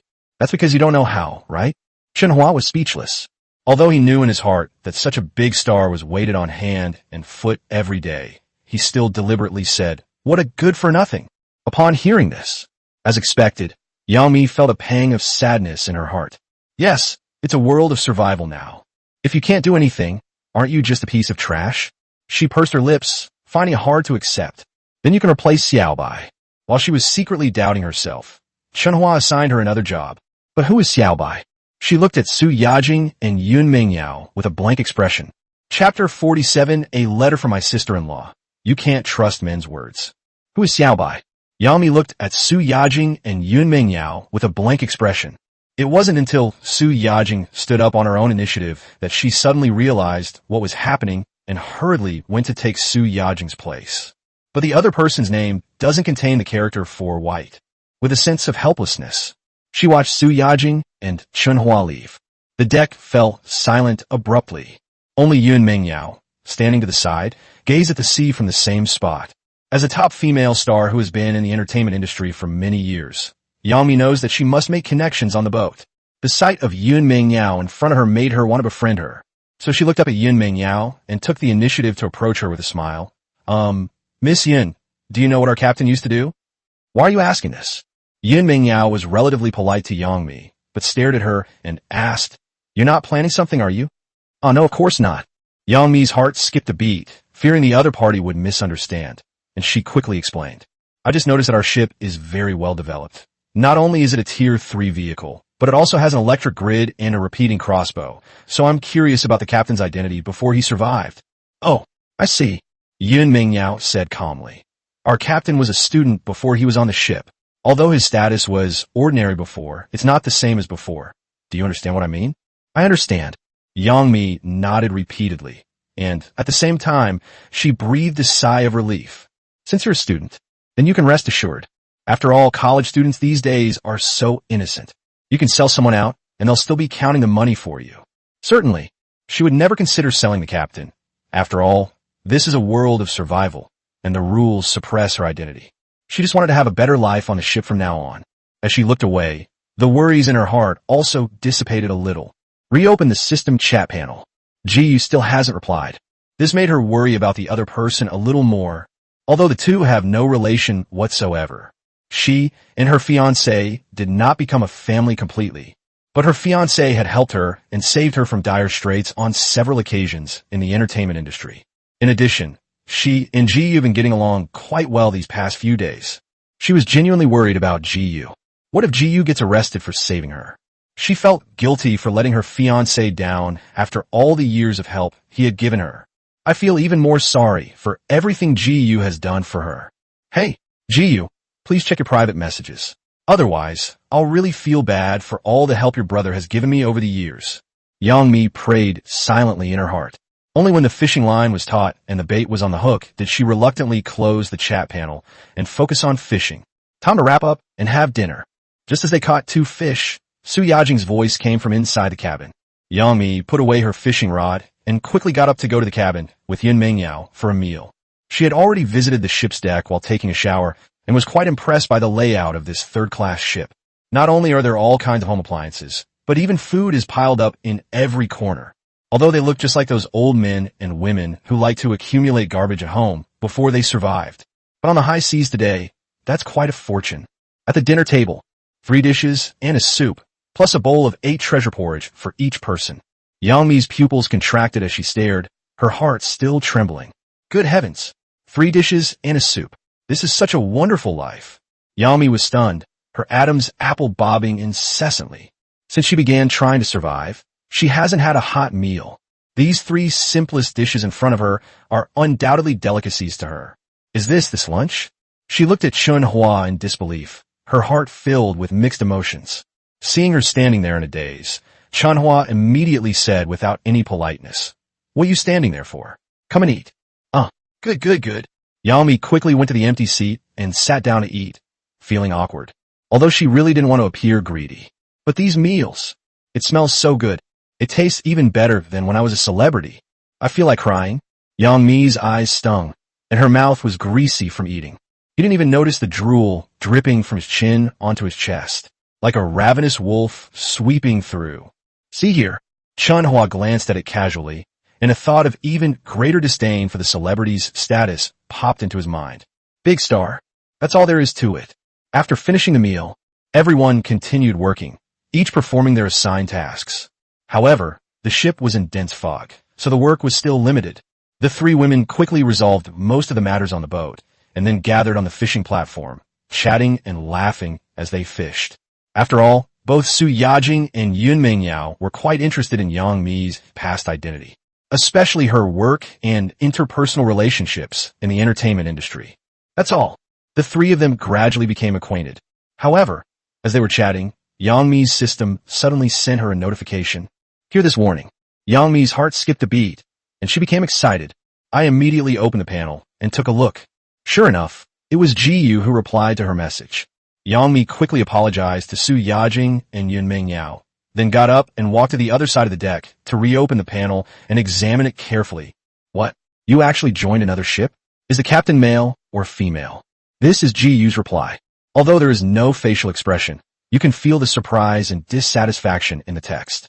Yang Mi wasn't angry about this, because her future husband's family is indeed a conservative family.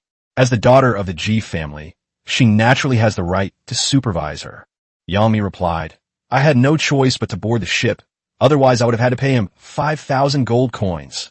But the captain is a nice guy. He even modified the terms in the contract, so you don't need to worry about me. As for you, how are you doing now? Have you shaken off those fleets? In response to Yang Mi's inquiry, Jiyu completely ignored it, but instead noticed the clue in Yang Mi's text and replied with 2 messages in a row, seemingly in a great hurry. Sister-in-law, you can't trust what men say. That guy didn't do anything to you, did he? It's just 5,000 gold coins. Once I'm out of trouble, I'll give him double. Don't let him blackmail you. Or how can you face my brother? Yang Mi, I am speechless. But she responded kindly, I won't let him touch me. You can rest assured. And he didn't intend to do anything to me. But do you need my help? Message sent. There's been no response from them again. It seems they've gotten themselves into some trouble again. Yang Mi was anxious and sent 2 more messages. However, the other party seemed to genuinely not have time to respond. This made Yang Mi feel both worried and anxious. After all, no matter what, she was already nominally a daughter-in-law of the Ji family. This month, Jiyu even put herself in a dangerous situation. If the other party really gets arrested because of her, she really can't accept it. But the other party didn't reply, and there was nothing she could do. With heavy thoughts in his heart, he could only return to Su Yajing and Yun Mingyao's side and silently pray for Jiyu. Chapter 48, Is it Yang Mi who's here? Don't tell anyone. Gradually, it's evening now. The 3 crew members finished their work and returned to the ship's deck. Dinner was still very plentiful, but Yang Mi didn't have much of an appetite. It wasn't until after dinner, when Chen Hua took the 2 women to the deck to enjoy the evening breeze, that she opened the chat panel again and sent a message to Jiyu. However, this message had only been sent out for a short time. Ypsilon replied, Sister-in-law, I'm in some trouble right now. I'll definitely come to rescue you once I'm out of there. You must hold on. What's the problem? Oh dear, tell me quickly. You're making me so anxious. Upon seeing the reply, Yang Mi's heart skipped a beat, and she sent 2 more messages in quick succession. However, the other party seemed unwilling to provoke him, and replied, You're barely able to take care of yourself right now, so don't even think about helping me. Just take care of yourself. I saw this sentence. Yang Mi even wanted to find the other person and then give them a good kick in the butt. What time is it? You're still thinking about me. If you get kidnapped by those men, how am I supposed to explain it to your brother? Yang Mi gritted her teeth, both anxious and angry, and said, This ship I'm on is rich in resources. It even has a generator. Tell me what you need, and I'll find a way to help you. Besides, many of the things I have here aren't even considered valuable on this ship. Really? Seeing her future sister-in-law's reply, Ji Yu's heart fluttered. After hesitating for a moment, she tentatively made a request that she thought wasn't too outrageous. Do you have any steel plates? My engine was damaged and needs steel plates to repair it. How much do you need? Yami immediately asked. 2 cards, but I'm out of gold. All the gold I earned these past few days was given to that fleet to save you. It's okay. I'll figure something out. Seeing Ji Yu's answer, Yami couldn't help but feel a pang of heartache. After all, they've stockpiled a lot of supplies during this period. Unexpectedly, Ji Yu threw everything away to save her. Now, they can't even afford 2 steel plates. If I can't even help with this little bit, I'm simply not human. So I agreed. Yami immediately got up and went to find Chen Hua. At the same time, Chen Hua was sitting on the soft chair in the driver's seat, enjoying the sea breeze while crossing his legs and peeking at Yang Mi's chat content. After seeing the chat message where Yang Mi wanted to borrow a steel plate from him, he immediately closed the page and then focused his attention on the chat channel, pretending to check the messages. Yang Mi cautiously approached the driver's side door. She glanced at Su Yajing and Yun Mingyao, who were whispering to each other on one side of the ship's deck and hadn't noticed her. She quickly climbed into the driver's seat. Ship captain. She stood beside Chen Hua, head down, hands clasped, stammering, unsure how to begin. Chen Hua wasn't in a hurry. He leaned back in his chair, looked up at Yang Mi, who was looking down at him, and calmly said, Oh, it's to me who's here. Hear my nickname again. Yang Mi didn't have time to think any further. She pursed her lips and said, I'd like to borrow some supplies from you. After saying that, as if afraid the other party wouldn't understand, he continued to explain, I contacted Ji Yu, but she's still not out of danger, and the engine has been damaged and needs steel plates for repair. Oh, you want to borrow supplies from me? Chen Hua stared at her and smiled calmly. However, just when Yang Mi thought the matter was settled, the other person's lips suddenly curled up slightly, and their voice, neither loud nor soft, said, Why should I? Boom! Upon hearing this, Yang Mi's heart skipped a beat, realizing that the other person was not as easy to talk to as she had imagined. So he quickly explained, I will pay it back. Return it? Even you belong to me. What are you going to give me in return? As he spoke, Chen Hua's gaze swept over her, taking her figure in and out. Then his gaze fell on her name, and he said calmly, Unless you can exchange it for something I'm interested in. Thing? Yang Mi was startled, and then her gaze followed Chen Hua's image downwards. In an instant, she understood what the other person meant. But didn't we agree before boarding the ship that we wouldn't force her? No, absolutely not. However, she was also worried that she might have misunderstood. So she pursed her lips, mustered her courage, and asked in a low voice, What will you exchange it for? Come closer. Chen Hua smiled mischievously and then said a word that made her cheeks turn red instantly. You. Yami was furious. She stood up straight abruptly and said angrily, No way. Don't even think about it. If you dare to force me, I'll jump into the sea. Ha! I didn't force you. If you don't want to, then go back. Chen Hua smiled faintly and raised his hand to shoo them away. This made Yang Mi panic instantly. She can't leave. Otherwise, Ji Yu might not have been able to hold on for long. But the other party made the request. This is absolutely outrageous. They actually let her use her own name. How can this be? Keep in mind, even her fiancé hasn't had any real contact with her yet. Yang Mi hesitated on the spot, feeling both angry and anxious. See here. Chen Hua once again revealed a disdainful sneer. Star. He's just an ordinary person with better conditions later in life. So he raised his voice and coldly urged, If you don't want to, what are you still standing here for? Upon hearing this, Yang Mi's heart tightened once again. She finally experienced firsthand the helplessness of ordinary people struggling to survive. Turn out to be, in the torrent of society, the choice left for those at the bottom is always one of two, and no matter which one you choose, there will be an unbearable price to pay. Yang Mi felt a pang of sadness and silently turned away. But just as she was about to leave Jingjing, Ji Yu's message came through the system again. Sister-in-law, can you get it? If not, that's fine. I'll figure something out myself. You absolutely mustn't wrong yourself, and you're not allowed to let my brother down. I saw this message. Yang Mi, who was about to leave, stopped in her tracks. My mind was filled with thoughts of the help the other person's brother had given me over the past few years. If it weren't for that man's protection, she probably drowned in that cesspool of the entertainment industry a long time ago. So she quickly replied, "Yes, I can get it. I'm discussing it with the captain. Please wait a moment. That's all." She made up her mind, then turned around and mustered her courage to say to Chen Hua, "I can agree to your request, but you can't tell anyone about us. And just this once." "Certainly." Chen Hua tapped the chair, turned to Yang Mi, and then said with a faint smile, "Come here. Steel plate. I will contact her." Chen Hua interrupted the other party directly. Yang Mi had no choice but to come before Chen Hua, then kneel down and remove her armor. Chen Hua leaned back in his chair, his eyes comfortably fixed on the ceiling, and let out a long sigh. Immediately afterwards, he opened the system panel, found the contacts in the subsystem, turned off Yang Mi's chat permissions, and then sent a temporary message to Gu. "I'm the captain of Yang Mi. Tell me, how many steel plates do you need?" Chapter 49, a bit rusty, what a strange thought process. In the midst of a thick fog, a second-class iron ship is drifting on the water. The ship's hull is entirely covered in iron, with the two large characters Demon Star branded on it, giving it a solid and powerful appearance. In particular, the two Zhuge repeating crossbows mounted on the deck, as well as the female crew members repairing and researching facilities on the deck, all subtly demonstrated the strength of this iron ship. "Captain, the engine has stopped working. We'll probably be caught by the pursuers soon. Maybe we should buy a repeating crossbow." At that moment, the crew member in the helm left the helm and hurried into the cabin, where he found Gu staring at the system panel with a furrowed brow. Gu naturally heard the sound of the engine stopping. Looking up, he saw Xiao Xiao, a female employee of his family's former company, and his depressed mood eased a lot. After all, she never expected that after surviving, God would not only let her meet her future sister-in-law, but also this loyal employee.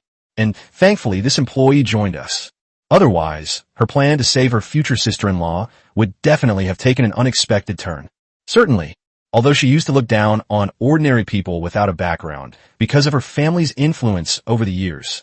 But she also knew that things were different now than before. Therefore, her attitude towards this female employee has obviously changed a lot. When she came to report the situation, she even suggested selling the Zhuge repeating crossbow. Gu simply explained gently, "Sister Xiao, the Zhuge repeating crossbow is a strategic weapon. We absolutely cannot sell it unless it's the last resort. Also, I've already contacted Sister Yang Mi. She'll help me get the materials to repair the engine. I'm waiting for her reply now. You guys go to the border first. Be careful to row your boat to where the fog is thicker, and don't let that fleet spot you." Yang Mi? Upon hearing the name, Xiao Xiao's eyes lit up, and she instantly relaxed. After all, I'm just a member of the working class. She knows all too well what top-tier employees are capable of.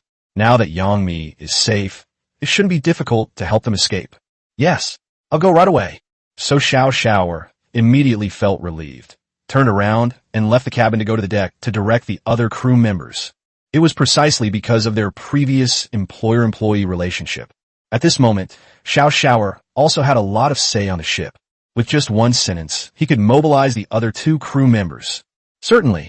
Actually, before saving Yang Mi, excluding her, there were 4 employees on their ship.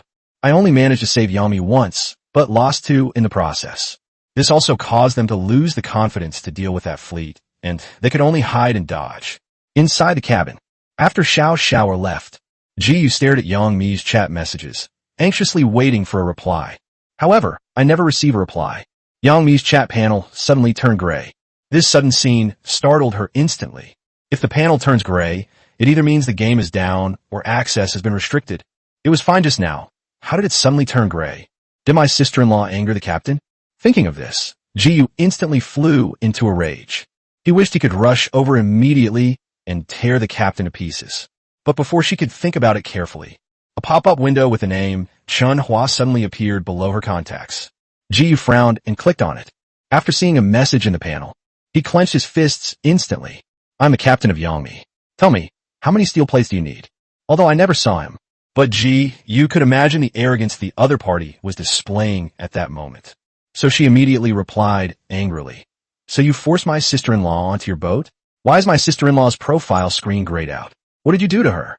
Let me tell you, if you dare to lay a finger on her, I'll hunt you down the whole world. Call out. Message sent. In an instant, Chen Hua's system panel appeared. Now, Chen Hua, who was looking down at the screen, noticed a slight vibration on the panel. But I didn't check it right away.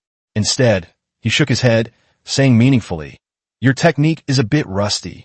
That shouldn't be the case." Upon hearing this, Yang Mi's hand tightened even more instantly. Does being a celebrity necessarily mean you're an uncouth woman? It's not like she's without anyone protecting her. Yang Mi was dissatisfied, but she didn't respond. Since things have come to this point, responding will only worsen their predicament. Upon seeing this, Chen Hua ignored it and looked at the information on the panel in front of him. When he saw Ji Yu's reply, the corners of his mouth turned up in a smile. Ridiculous. They've already walked into the lion's den, and they still dare to threaten me? It's a pity. It's too late. Chen Hua ignored Ji Yu's message and replied indifferently. Just state your demands. So arrogant? Ji Yu frowned, clearly taken aback by Chen Hua's answer. Although she rarely had any contact with the family business, she had seen countless grand occasions and frequently met important figures. But this was the first time she had met someone like Chen Hua, someone she couldn't understand at all. So she pondered for a moment and decided not to continue the argument. The more entangled they are, the more detrimental it may be to her sister-in-law. Since you're so arrogant, then I'll ask you for more. Thinking this through, Ji Yu immediately replied, 10 steel plates, 30 pieces of wood, and 50 gold coins. Call out. Message sent. Chen Hua burst out laughing. They really dare to ask for such an exorbitant amount. So she calmly replied, Are you sure? Yang Mi will have to pay for all of this with her work. The more work she does, the more she has to do. What? They actually want my sister-in-law to work? Ji Yu was furious and immediately sent a message. 2 steel plates, 5 gold coins. Speak. Chen Hua then handed the item over to the other party. The recipient did not express gratitude after receiving it. Another threatening remark. I will redeem my sister-in-law. Until I do, you are not allowed to harm a single hair on her head. Otherwise, this blood feud will last until death. If I were fighting for my life, I might actually be scared. But now, Chen Hua glanced down at Yang Mi, who was still working hard, and completely ignored what she said. On the high seas. Ma makes right. What kind of celebrity or big shot is he? We had to start all over again. Chen Hua closed his eyes, and in his mind, he had already built his own giant ship empire. Half an hour later, Yang Mi got out of the driver's seat, although some sacrifices were made. But it saved her future sister-in-law. As she walked towards the ship's deck, she silently prayed. I hope you won't blame me. I did it for your sister.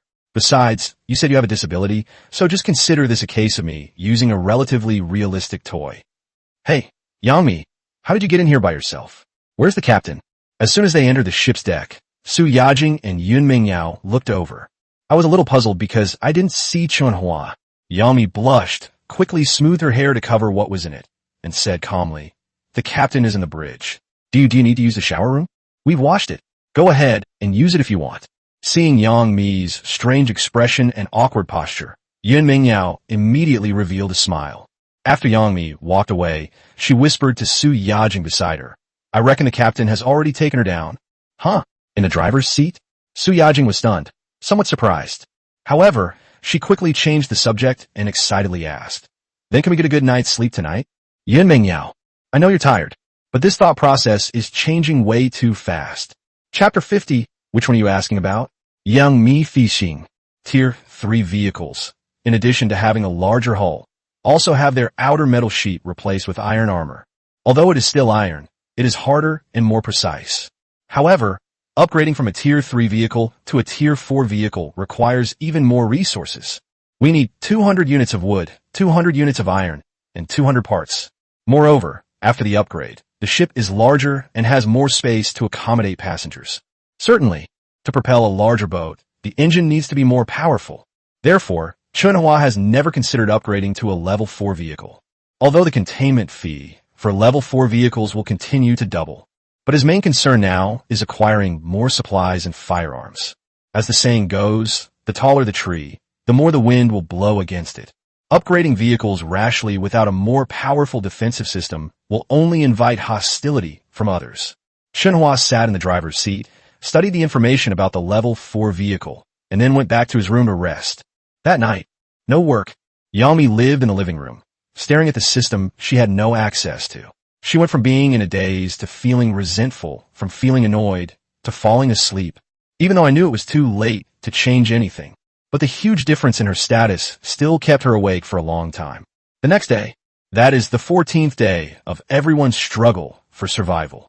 The fog still lingers. The chat channel was buzzing with excitement. After fluctuating along the way, prices have finally settled at a level slightly higher than before the fog. It's neither exaggerated nor too low. Chen Hua knew that this was because with the appearance of the dense fog, many people were unable to obtain food continuously, and the food shortage was beginning to increase. Prices are no longer expected to skyrocket, but they won't come down easily until the fog completely dissipates. However, from that day onward, Chen Hua did not stay in the same place to rest. After all, they've rested for so long.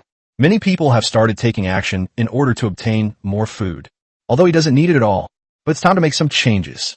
After all, you can never have too many supplies, and the beginner period is about to end. What if the fog still hangs heavy after the beginner period? That would be a real problem. Moreover, he now possesses an acceleration sail and a stealth device. In particular, the stealth device is ready for use after being charged for a day and a night. Even in the face of a crisis that is difficult to handle, they have the ability to escape. Then, after breakfast, the group stepped off the deck and began a new day's journey. First, Su Yajing continues to bait the fishing spot. Next is Yun Mingyao, who uses Eagle Eye to steer the ship, search for the treasure chest of the Fog Force, and guard against the dangers posed by the Fog Force. Then there's Yang Mi, who, with a fishing net, is responsible for watching out for changes in the sea near the boat, and preparing to fish where there are fish. In addition, after a night of rest, Yang Mi's complexion had fully recovered. Although she still looked dazed, she seemed to have something on her mind. But her body is already in great shape, and she has regained her former fleshy and sexy look, especially inappropriate t-shirts and hot pants. He exudes mature hormones at all times. The reason why the melancholy look on her face hasn't disappeared. It's obvious that the other party hasn't come to terms with what happened yesterday. But Chen Hua wasn't in a hurry. Every goddess on the ship is his precious treasure. There's no need to push so hard. It's just a matter of time. Standing on the deck, Chen Hua scrutinized the three women, his confidence soaring. Captain, a wooden treasure chest has been spotted ahead. Captain, a swarm of sea snakes has been spotted ahead. Captain, fog has been spotted ahead. Captain, 3 wooden boats are engaged in battle ahead. After a long day, Yun Mingyao's keen eye discovered many things that Chen Hua had failed to notice beforehand. This made Chen Hua, who was observing from the driver's seat, increasingly satisfied with Yun Mingyao's abilities, although it wasn't actually discovered much earlier. However, in foggy weather, being able to see an extra 50 meters allows you to prepare in advance.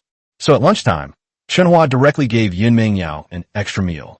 Even after the meal, Yun Mingyao was given 5 gold coins as a reward to motivate the other crew members. Yun Mingyao was overjoyed to have received a sum of money, putting aside Su Yajing's envy. Even Yang Mi, a new crew member, was a little envious. After all, these are gold coins, the universal currency on the high seas. I wish she could have that too. So, at some point after dinner, Yang Mi approached Chen Hua, subtly inquiring about whether she would receive a salary. Chen Hua also told her without any hesitation that the employees who added the clauses would not receive a salary. Unless what? Yang Mi's heart tightened, and she quickly pressed for an answer. Unless you agree to the cancellation terms. Chen Hua replied with a half smile. That won't do. Upon hearing this answer, Yang Mi immediately became alert. Chen Hua shook his head and continued. Then there's nothing I can do unless you can generate more benefits for the ship outside of your regular work. I can pay you a salary. For example, retrieving fish far exceeding the scope of your job duties. Chen Hua stared at the other person for a moment, then continued with a smile that even Yang Mi found mischievous. For example, finding the maritime supplies we overlooked, washing my feet, and taking care of my daily needs. Phew, thank goodness it wasn't that one. Yang Mi felt a slight sense of relief, unaware that she herself felt no dissatisfaction with these tasks. Certainly, on the other hand, from a moment she boarded the ship, she was actually unable to disembark. If you can earn income on the ship and start a new life, that's not out of the question. Yang Mi paused for a moment, then continued to ask, how are the wages calculated for these jobs? Are you asking about fishing or serving me? Chen Hua tapped his fingers on his knees, calmly meeting his gaze. Yang Mi instinctively asked, are you fishing? For every 100 jin or more you buy, You'll get 0.1 gold coins for each gene exceeding that. Hearing this answer, Yang Mi was not surprised, and then asked, "Serving you? Are you asking about a foot bath or massage? Wash your feet. 1 gold coin per try. What about a massage? 1 gold coin per try. Why is the salary for serving you so high?" Yang Mi was stunned after hearing Chen Hua's answer. I never imagined there would be such a huge price difference between fishing and serving fish. However, Chen Hua's next answer seemed to make sense. Of course, I'm the captain. Am I not worth that much money? Yummy is konfliktet. But in the end, he left the ship's deck and chose to fish. Although fishing wages are low. But that's okay. Let's start over. That's all.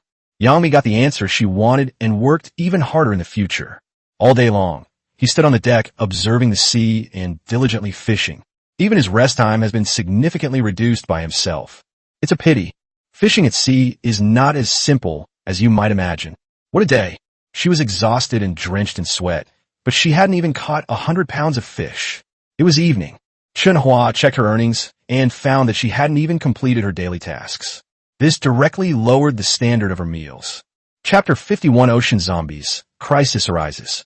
Since I'm getting paid, I absolutely have to finish my job duties. If you don't finish, you'll be punished. Otherwise, wouldn't anyone be able to just coast through life? As a result, Yang Mi received a sashimi and a dried steam bun. But this did not defeat her. The next day arrived. She fished even harder. Despite the sweat pouring down their faces, and even during their spare time, they would fish together with Su Yajing using ordinary fishing rods. Finally, before nightfall, I completed my daily task of 100 gene of fish for the first time. Now, Yang Mi's top got wet from the seawater. He's bending over to wring out his clothes. The other 2 women got up and packed their things to finish work. At this moment, Chen Hua walked over. Seeing that she had wrung out her clothes and was about to put the net down, I reminded her, "Aren't you going to finish work? It's not completely dark yet. I want to play a few more rounds."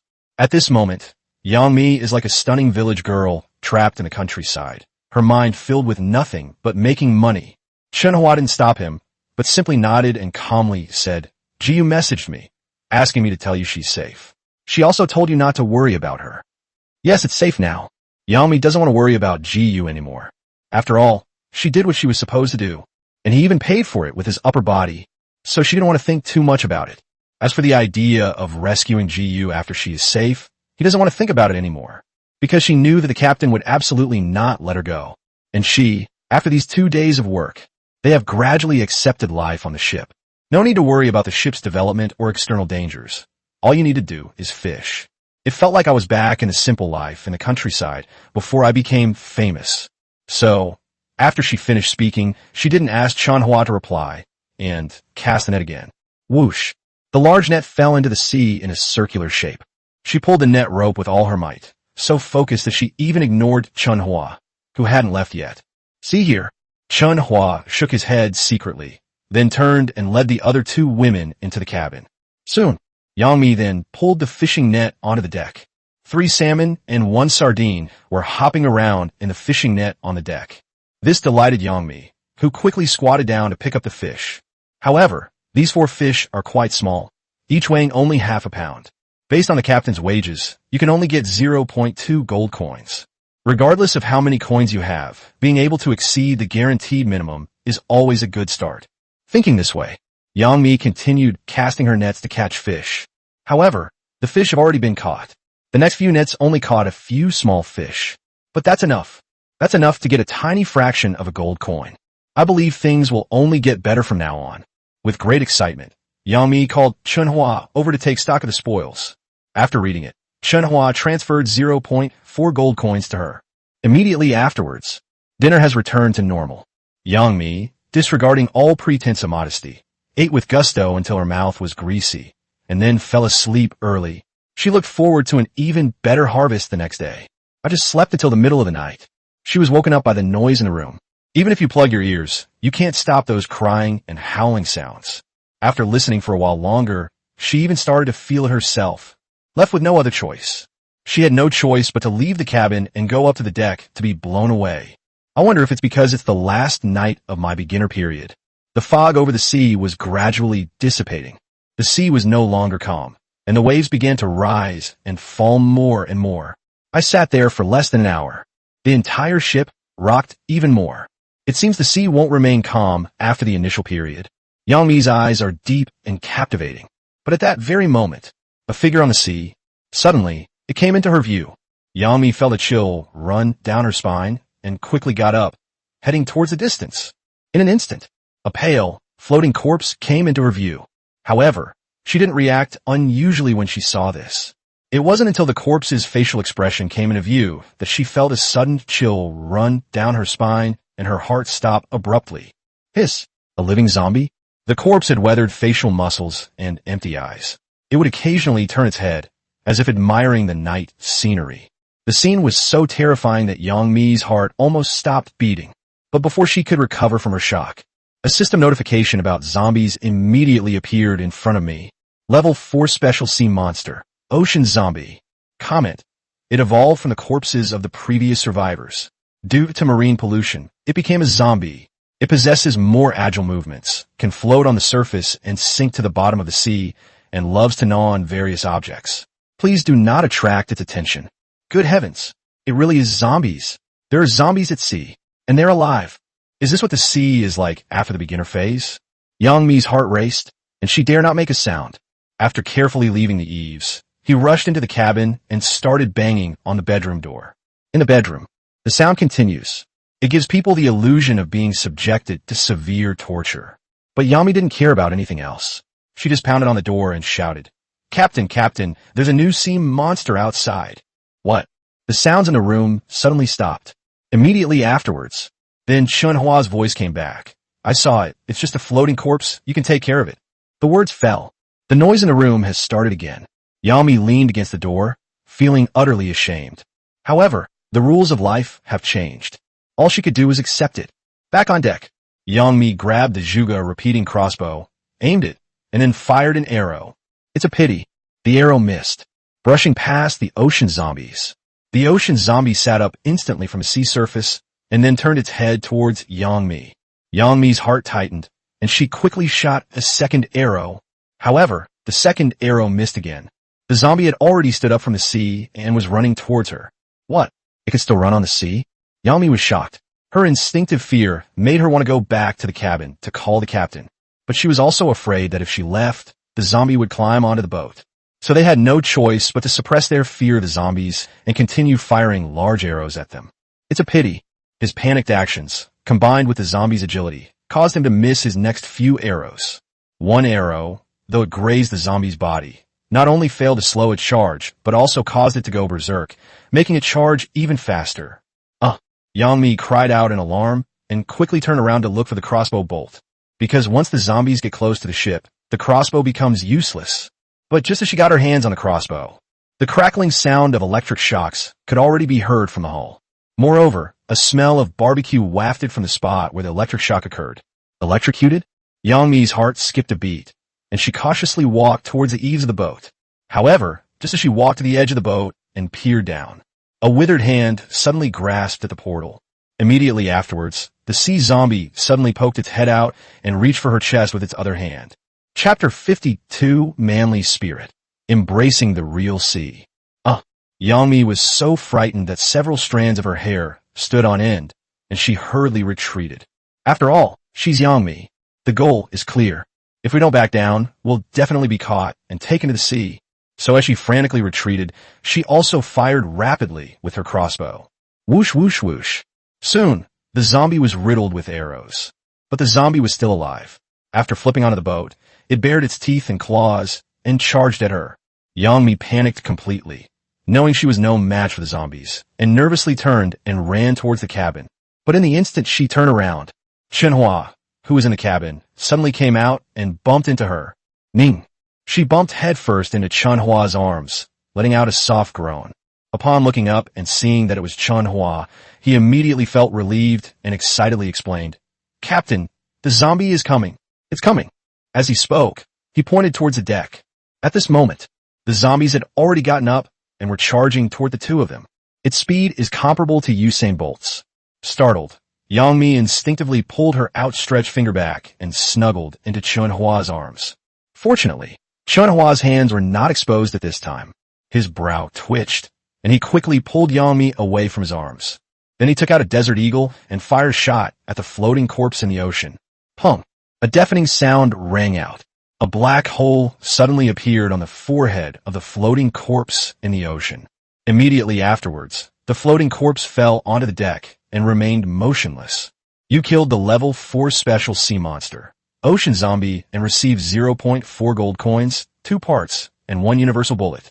A kill reward popped up in front of me. Chen Hua, expressionless, turned around and looked at Yangmi, whom he had pushed aside. Now, Yangmi was pulled away by Chen Hua and made to sit on the ground. A deafening gunshot left her stunned. I didn't even have time to react. Chen Hua then reached out his hand to her and helped her up. In an instant, a strange sense of security grew within her.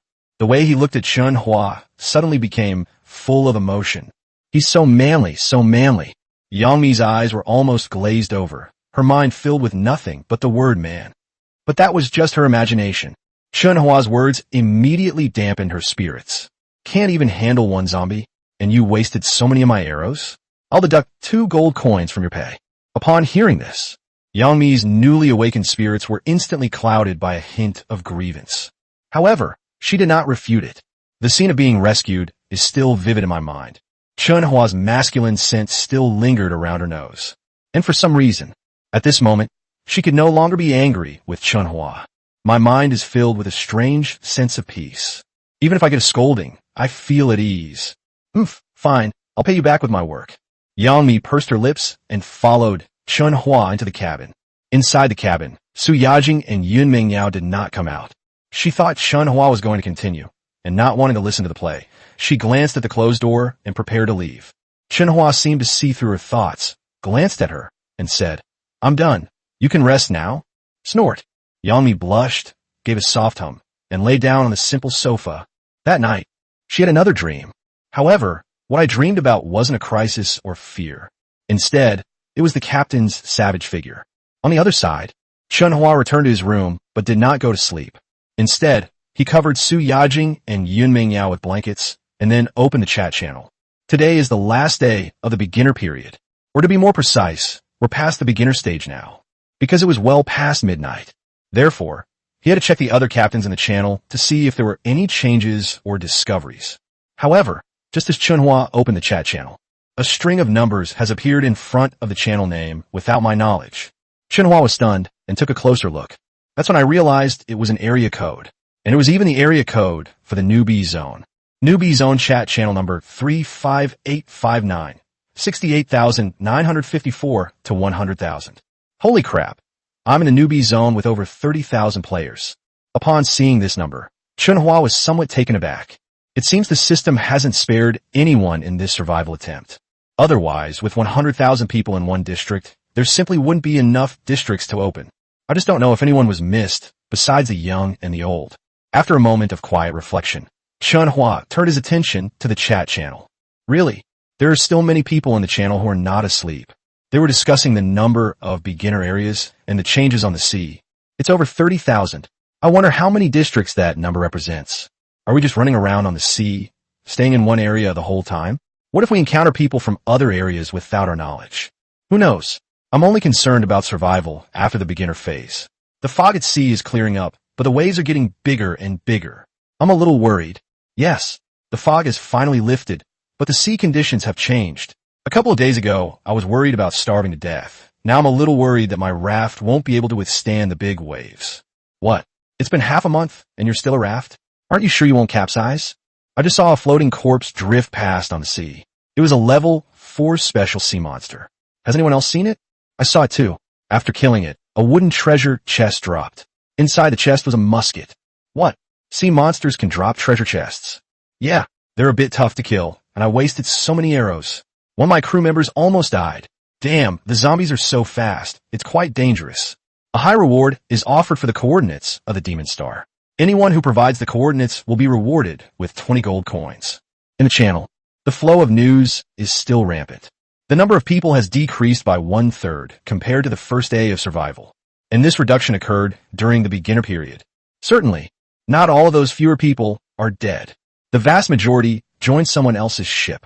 Even so, this also proves how difficult it is to survive, especially since the beginner phase is over. Their situation is likely to get even worse from now on. After reading other people's chats, Chen Hua opened the online store and took a look. After noticing that weapon prices had increased, I closed the control panel and went to sleep. He no longer finds ordinary weapons appealing. Firearms are in high demand. They're snapped up as soon as they're released. Unlike during heavy fog, there's no chance to find any bargains. Modern firearms. It seems unlikely that anyone will sell it until the very last moment. Thinking this way, Chen Hua then turned and embraced one of the gray-haired bodies, falling into a deep sleep. The next day, the waves are surging. The ship is rocking. Chen Hua and several crew members were all shaken awake. Ning, it's so shaky. Su Yajing was the first to wake up. She opened her eyes groggily and found that it was already bright outside. Through the window, you can see the thick fog that has completely dissipated outside, as well as the waves surging back and forth. The waves rolled, rocking the entire ship from side to side, making it extremely unstable. The sky has cleared up? With a look of surprise, she got out of bed. Immediately afterwards, Chen Hua and Yunming Yao also got up and started dressing. When the three of them left the room, they did not see Yang Mi. It wasn't until they reached the deck that they discovered Yang Mi was actually casting a net to catch fish. Good heavens! With waves this big, aren't you afraid of falling in? It would be so much better if this ability to endure hardship were used to take care of oneself. Isn't it much more efficient than fishing? Chen Hua gave a brief instruction and then drove the vehicle to a calmer area of the sea. While I was cooking, I opened a regional chat channel again. Various cries of agony were already echoing in the channel. Chapter 53 High Temperatures Arrive, starting the game with 4 gold coins in debt. Good heavens! How can the waves be so big? Are they even going to let the raft survive? Damn it, where did all these floating corpses come from? We can't possibly defeat them. Grandma's legs, and how come weapon prices are rising so fast? Food prices went up a few days ago. Now weapons are going up. Damn it. Are we ordinary people even going to survive? Those who used to be in business are probably going to rise again. Haha, I stockpiled a lot of weapons before, and now they're finally coming in handy. Awesome. This is the real ocean. The previous waters were too calm. Not exciting at all. Now it's finally getting exciting. A mixture of wailing and excitement. Opportunity and crisis go hand in hand. However, those thrill-seeking captains were immediately attacked and scolded after expressing their feelings. Those who benefited from this price surge became the envy of others. After all, no matter where you are, those who know how to do business will always rise to prominence by riding the wave of opportunity. See here, Chen Hua also glanced at his weapons and equipment inventory. Quite a few. All of these were obtained by defeating monsters before the fog rolled. Although some were sold before, there are still quite a few left. But he has no intention of selling. After all, this is a strategic resource. Thinking this, Chen Hua prepared to close the chat panel. But at that very moment, a brand new wailing message. But it caught his attention again. Guys, the weather forecast says it'll be super hot today. Should we stock up on some water? What? High temperature? Let me see. Only now you realize. Too late. What? Today's temperature is 33 to 45 degrees Celsius. That's incredibly high. Wait, no way. I haven't checked water resources for a few days, and water prices have gone up again. Information about weather and water resources is appearing one after another. Chen Hua paused for a moment, then habitually looked up at the sky. Today's weather, sunny. Today's temperature, 33 to 45 degrees Celsius. Today's wind force, light. Comment. High temperatures are coming. Please take precautions against the heat. Really, today's temperature is indeed unusually high, just as the other captains have said. The highest temperature even reached 45 degrees Celsius. What does this mean? It has reached the highest temperature predicted for survival. Without a second thought, Chen Hua immediately went to the mall and purchased some water resources. Even though the price has already gone up, but he has plenty of money and doesn't care at all, because he knew that water was life, absolutely essential. So he spent over 300 gold coins on the spot to buy various mineral water, distilled water, rainwater, iced tea, Gatorade, and Red Bull. They completely wiped out all the low-priced water resources that were at the top of the list. This has inadvertently driven up water prices once again. What? Who bought out all the water in front? That's some incredible hand speed. Damn, they bought all that cheap cement from earlier? Oh, I was too slow again. There's only 2.6 gold coins left for a bottle of mineral water. The wailing continued. Chen Hua smiled calmly, closed the chat panel, and went into the ship's deck to eat. Good heavens. The temperature is rising way too fast. Inside the ship's deck, Su Yajing, Yun Mingyao, and Yang Mi were sweating profusely as they carried food to the dining table. The rapidly rising temperature, combined with the heat from the kitchen, made all three of them stick to their clothes. Especially Yang Mi. The enormous fruit had become a burden, and sweat dripped down her face, flowing down her brow, making her extremely uncomfortable. Especially since she had just finished fishing, she was feeling quite weak from the heat. Upon seeing this, Chen Hua found the air conditioner remote and turned it on. Suddenly, a cold wind blew in, and the air vent was refreshingly cool. If it gets too hot later, we could just turn on the air conditioner. Chen Hua tossed the remote control on a table, then pulled out a pile of cool clothes he had stockpiled before, and said to the three of them, "Go change your clothes. I happen to have some cool clothes here." Yes. Su Yajing and Yun Mingyao were both very excited and immediately took over the clothes to choose from. However, when the clothes were unfolded, Yang Mi, who was standing next to her, suddenly blushed, because all these clothes are bikinis. "Captain, do you have any other clothes?" Her face flushed red, and she didn't dare to take them. "Other items are also available, all long sleeves and trousers. Wear them if you don't mind the heat." Chen Hua walked to the corner, pulled out his normal clothes, and picked out a set of shorts and a tank top for himself. He then went to the bedroom to change. The three women were left behind to continue choosing clothes in the living room. However, Su Yajing and Yun Mingyao made their choices quickly, each finding a set of bento boxes that fit them fairly well and changing on the spot. Yang Mi was left dumbfounded. "Is this how it's changed? Aren't you going to avoid suspicion?" She was completely dumbfounded. Seeing her like this, Yun Mingyao kindly reminded her, "Yang Mi, things aren't like before we were on the survival mission. You'd better change quickly. Otherwise, you'll be the one who gets too hot. There aren't many medicines on this ship." All right. Yang Mi knew the other party was right, but she still had no choice but to come to the two women. Then I managed to find a bikini with a skirt and went to the bathroom to change. Soon, after everyone changed their clothes, they sat down at the dining table to eat. The pure white expanse made the temperature in the room rise a few degrees. Chen Hua picked up the remote control, turned the temperature down a few times, and then started eating. Only Yang Mi, with her arms tucked between her legs, looked extremely restrained. Fortunately, this wasn't before she was trying to survive, so no one was watching her. So after finishing her meal, she gradually got used to it. "Everyone, please do your jobs and get to work." Once the dishes are cleared away, Chen Hua, accompanied by three goddesses, returned to the deck. However, as soon as we arrived on the deck, a wave of heat swept over us. Immediately afterwards, the bodies floating on the sea surface were hidden beneath the gleaming water. Damn, the temperature is getting higher and higher. It's only morning, and I can't even stand it anymore. Yun Mingyao, wearing a bikini, walked towards the cockpit. Su Yajing then went to the fishing platform and sat under the rain shelter to fish. Only Yang Mi is in a bit of a predicament, holding a fishing net under the blazing sun, sweating profusely. "Captain, I have a sunshade." Before the boat even started moving, Yang Mi couldn't take it anymore and whispered a plea to Chen Hua, who was setting up a tent for the Zhuge repeating crossbow. "Of course, the fee will be deducted from your salary," Chen Hua said without turning his head. "Yang Mi, why do we have to make such a fuss just to build a shed?" Did Su Yajing and Yun Mingyao both pay money? At that moment, Yang Mi suddenly felt incredibly poor and cautiously asked, "How much?"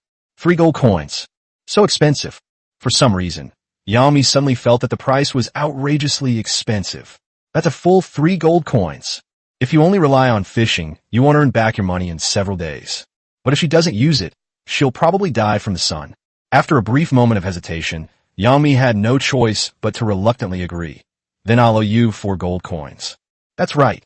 After setting up the sunshade for the repeating crossbow, Chen Hua set one up for Yang Mi as well. Aside from the materials, the labor cost is only 1 gold coin. Certainly, Chen Hua will not let Yang Mi know this. Boom, boom, boom. At the same time, with the engines roaring, the heaven and earth began its new day of sailing, and zombies were floating all around. At the same moment the engine throttle was increased, they all turned their heads, rose from the sea, and charged toward the ship. Chapter 54 Yang Mi Ardi, Ironclado Orientaria.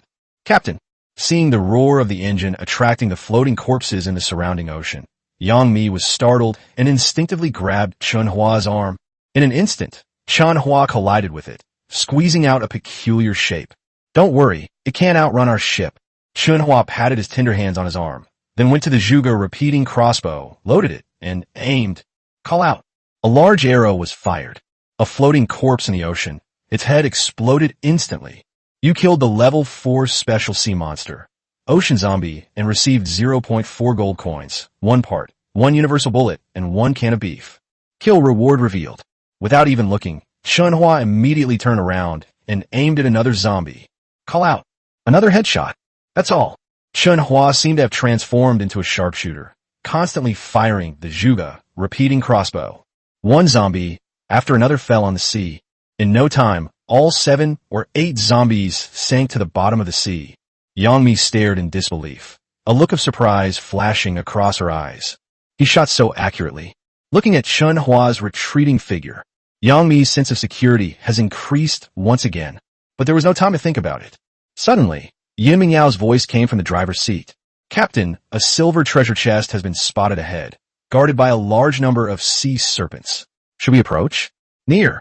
Chen Hua turned his head and replied, then stood up and made room for Yang Mi, saying, Come up here, take this opportunity to teach you archery. Huh? Yang Mi was stunned and didn't quite react. Seeing that she was still in a daze, Chen Hua couldn't help but think of the word ordinary.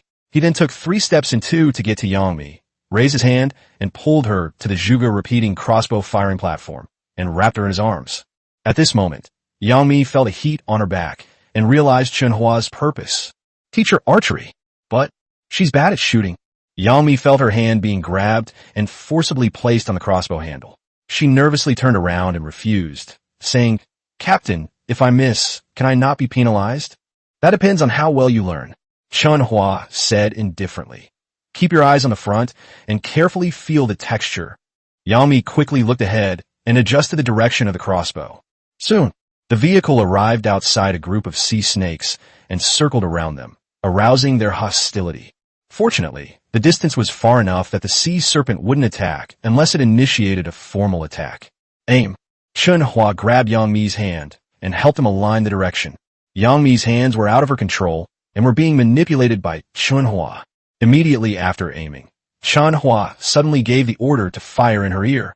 Yang Mi didn't hesitate and immediately stepped on the launch pedal next to her. Call out.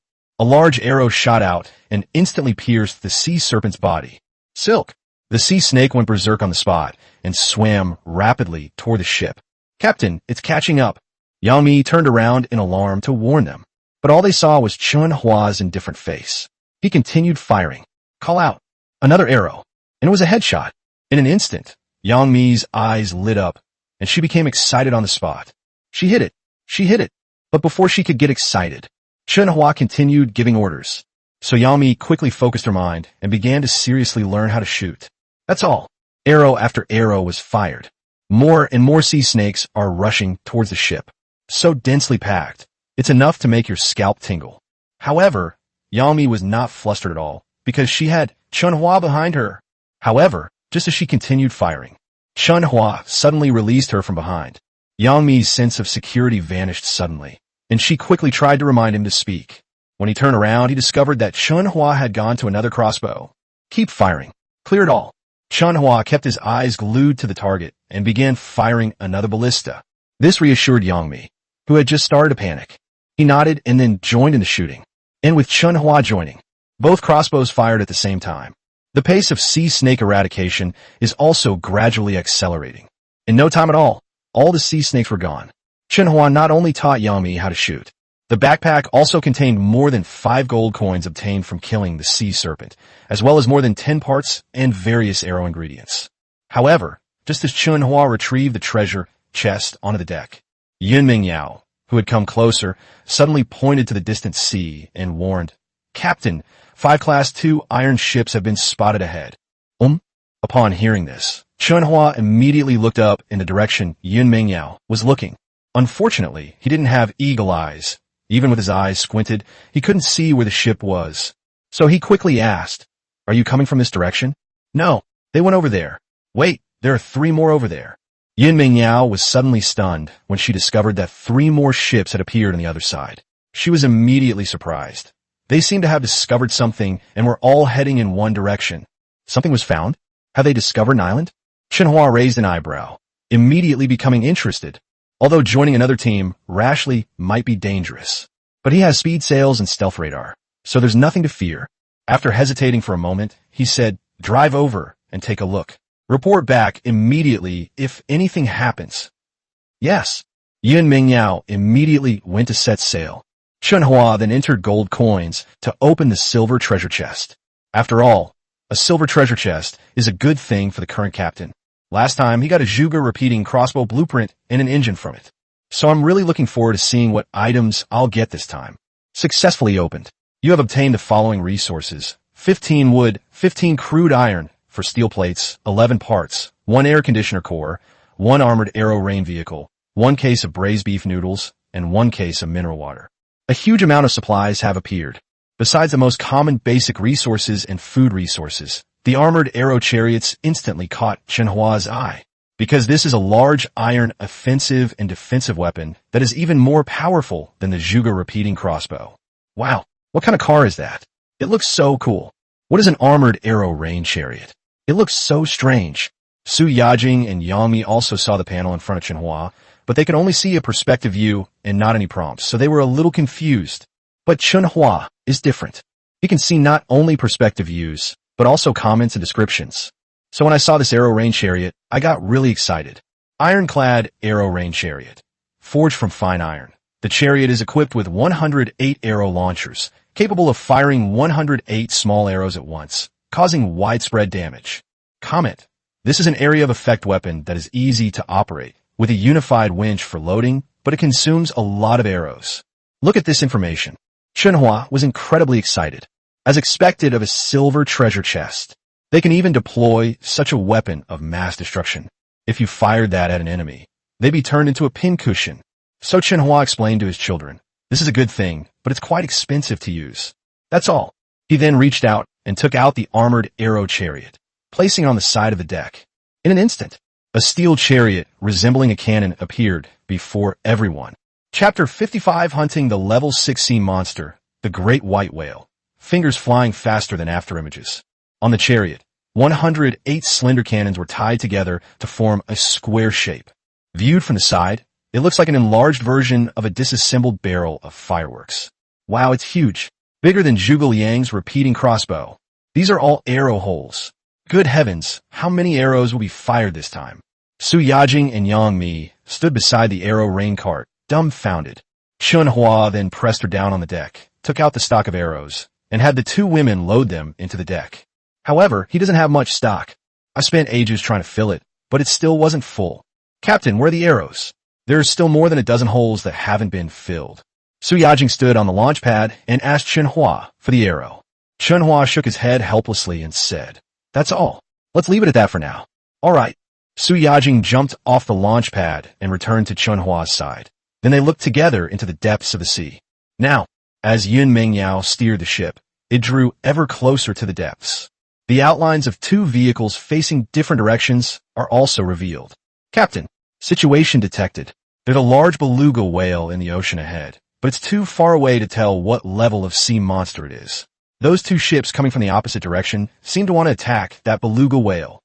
Should we approach?" At this moment, Yun Mingyao stopped the ship and went to the deck to report. As he spoke, he spread his arms wide to describe the size of the beluga whale.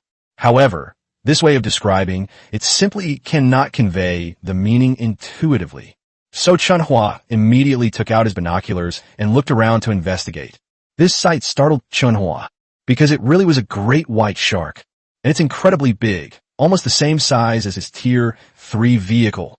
As for the ships coming from the two directions, they stopped not far from the great white whale, seemingly discussing how to capture it, or perhaps staring at it. "See here." Chen Hua was involuntarily shocked. Little did I know that the ocean during the beginner stage was far more dangerous than I had imagined. Even a beluga whale weighing several tons has appeared. If it gets bumped, the ship will definitely fall apart, and everyone will be thrown overboard. To put it even more bluntly, even Chen Hua's rocket launcher might not be able to break through the great white whale's super strong defense. How dare those ordinary second-class iron ships target this great white whale? Chen Hua's eyes darted around, constantly observing. It wasn't until he saw something reflecting golden light behind the great white whale that his pupils contracted, and he suddenly realized what was going on. Could that golden thing be a golden treasure chest? Chen Hua's heart skipped a beat, and he immediately instructed Yun Mengyao to bring the boat close enough to fully observe the golden object. This time, however, before Chen Hua could even observe it himself, Yun Mengyao had already seen what the treasure chest looked like. Captain, it really is a golden treasure chest. Those ships want that golden treasure chest. Should we try to steal it? Yun Mengyao was also a little excited. Although the opponent had many ships, the golden treasure chest was guarded by a level 6 sea monster. But she firmly believed that she could definitely get her hands on the heaven on earth with all its features. And as long as she gets this treasure chest, she'll get a share of the credit. Her status on the ship will rise higher and higher over time. Wow, just thinking about it makes me feel wonderful. However, Chen Hua didn't listen to her and rushed forward. Even if he has stealth radar, it won't work. After all, the stealth radar only reached a little over 70% charge after 2.5 days of charging. One instance of invisibility can only be used for 20 minutes. His current level 3 vehicle is still equipped with a level 2 engine. Even with the speed-up sails, we won't get very far in 20 minutes, especially the part where you sprint from here to the treasure chest and then sprint out from there. It's easy for someone to catch up with you. In addition, that great white whale was a level 6 sea monster, not only extremely large, but also with thick skin and flesh. If you're not careful and get bumped, it'll tip over. So, don't rush to get the golden treasure chest. We must wait for the right opportunity. Ideally, it would be when those ships are too busy to chase him, or when the great white whale has been lured away. Chen Hua rolled his eyes at Yun Mengyao and calmly replied, "Let's wait a bit. We'll go after those people, make their move." "Yes, Captain." Upon receiving the answer, Yun Mengyao was not disappointed, but rather slightly excited, and immediately hugged Chen Hua and leaned into his arms. Not to be outdone, Su Yajing immediately grabbed his other arm and nuzzled against his chest. Yangmi blushed slightly as she stared at him and immediately looked away. I don't know why. Looking at the three of them being so intimate, she suddenly felt a little empty. Chen Hua's heaven and earth is still some distance away from the two groups of ships at sea. However, Chen Hua was almost tired of touching the two goddesses beside him, and the two boats didn't move at all. This made Chen Hua think that they might have to give up on the golden treasure chest, so he began to think about how to obtain the golden treasure chest on his own. But before he could think about it carefully, a man named Wang Dianzi suddenly shook his system window and initiated a temporary chat message. "Brother, you're standing so far away, not moving an inch. Are you planning to watch the show, or are you preparing to launch a sneak attack?" The message was concise, but it immediately conveyed a condescending and arrogant attitude. Chen Hua didn't want to pay any attention to it, but the more he looked, the angrier he got, so he replied directly, "It's none of your business." Upon hearing this, the other end of the chat panel fell silent instantly. A moment later, two messages arrived in quick succession. "Kid, don't think you're so great just because you're driving a level 3 vehicle. Don't you know there are always people better than you, and there's always something beyond your understanding? If you also want to share the golden treasure chest, you can join us in taking down this white whale. We'll split the loot inside, but if you're thinking of sneaking up on me, you'd better think carefully about the consequences." Wang the madman sent two messages in quick succession, both filled with a threatening tone. This made Chen Hua very unhappy. It was clearly the other party who came over to question us first, and then they even threatened him. If we back down now, how will we ever be able to survive in this sea area again? So Chen Hua immediately pulled both hands back and quickly replied with two large characters. "Rubbish." Boom. These two words appeared. This made Wang Lizi on the other side of the screen so angry that his face turned red. His fingers immediately danced, leaving after images. Try saying it once. Call out. "Your message has been rejected. Please click to resend." Wang Lizi. I stared at the rejection message for a full 2 seconds. Wang Lizi's face grew increasingly red. In the end, he couldn't swallow his anger. He clenched his fists, raised his head, and roared. "Damn it! Damn it! Damn it! Buzz, buzz, buzz!" Two waves of vehicles dispersed on the sea and approached the level 6 sea monster, the great white whale. The great white whale's breathing also became heavier, and its eyes, as big as basketballs, were imposing and awe-inspiring.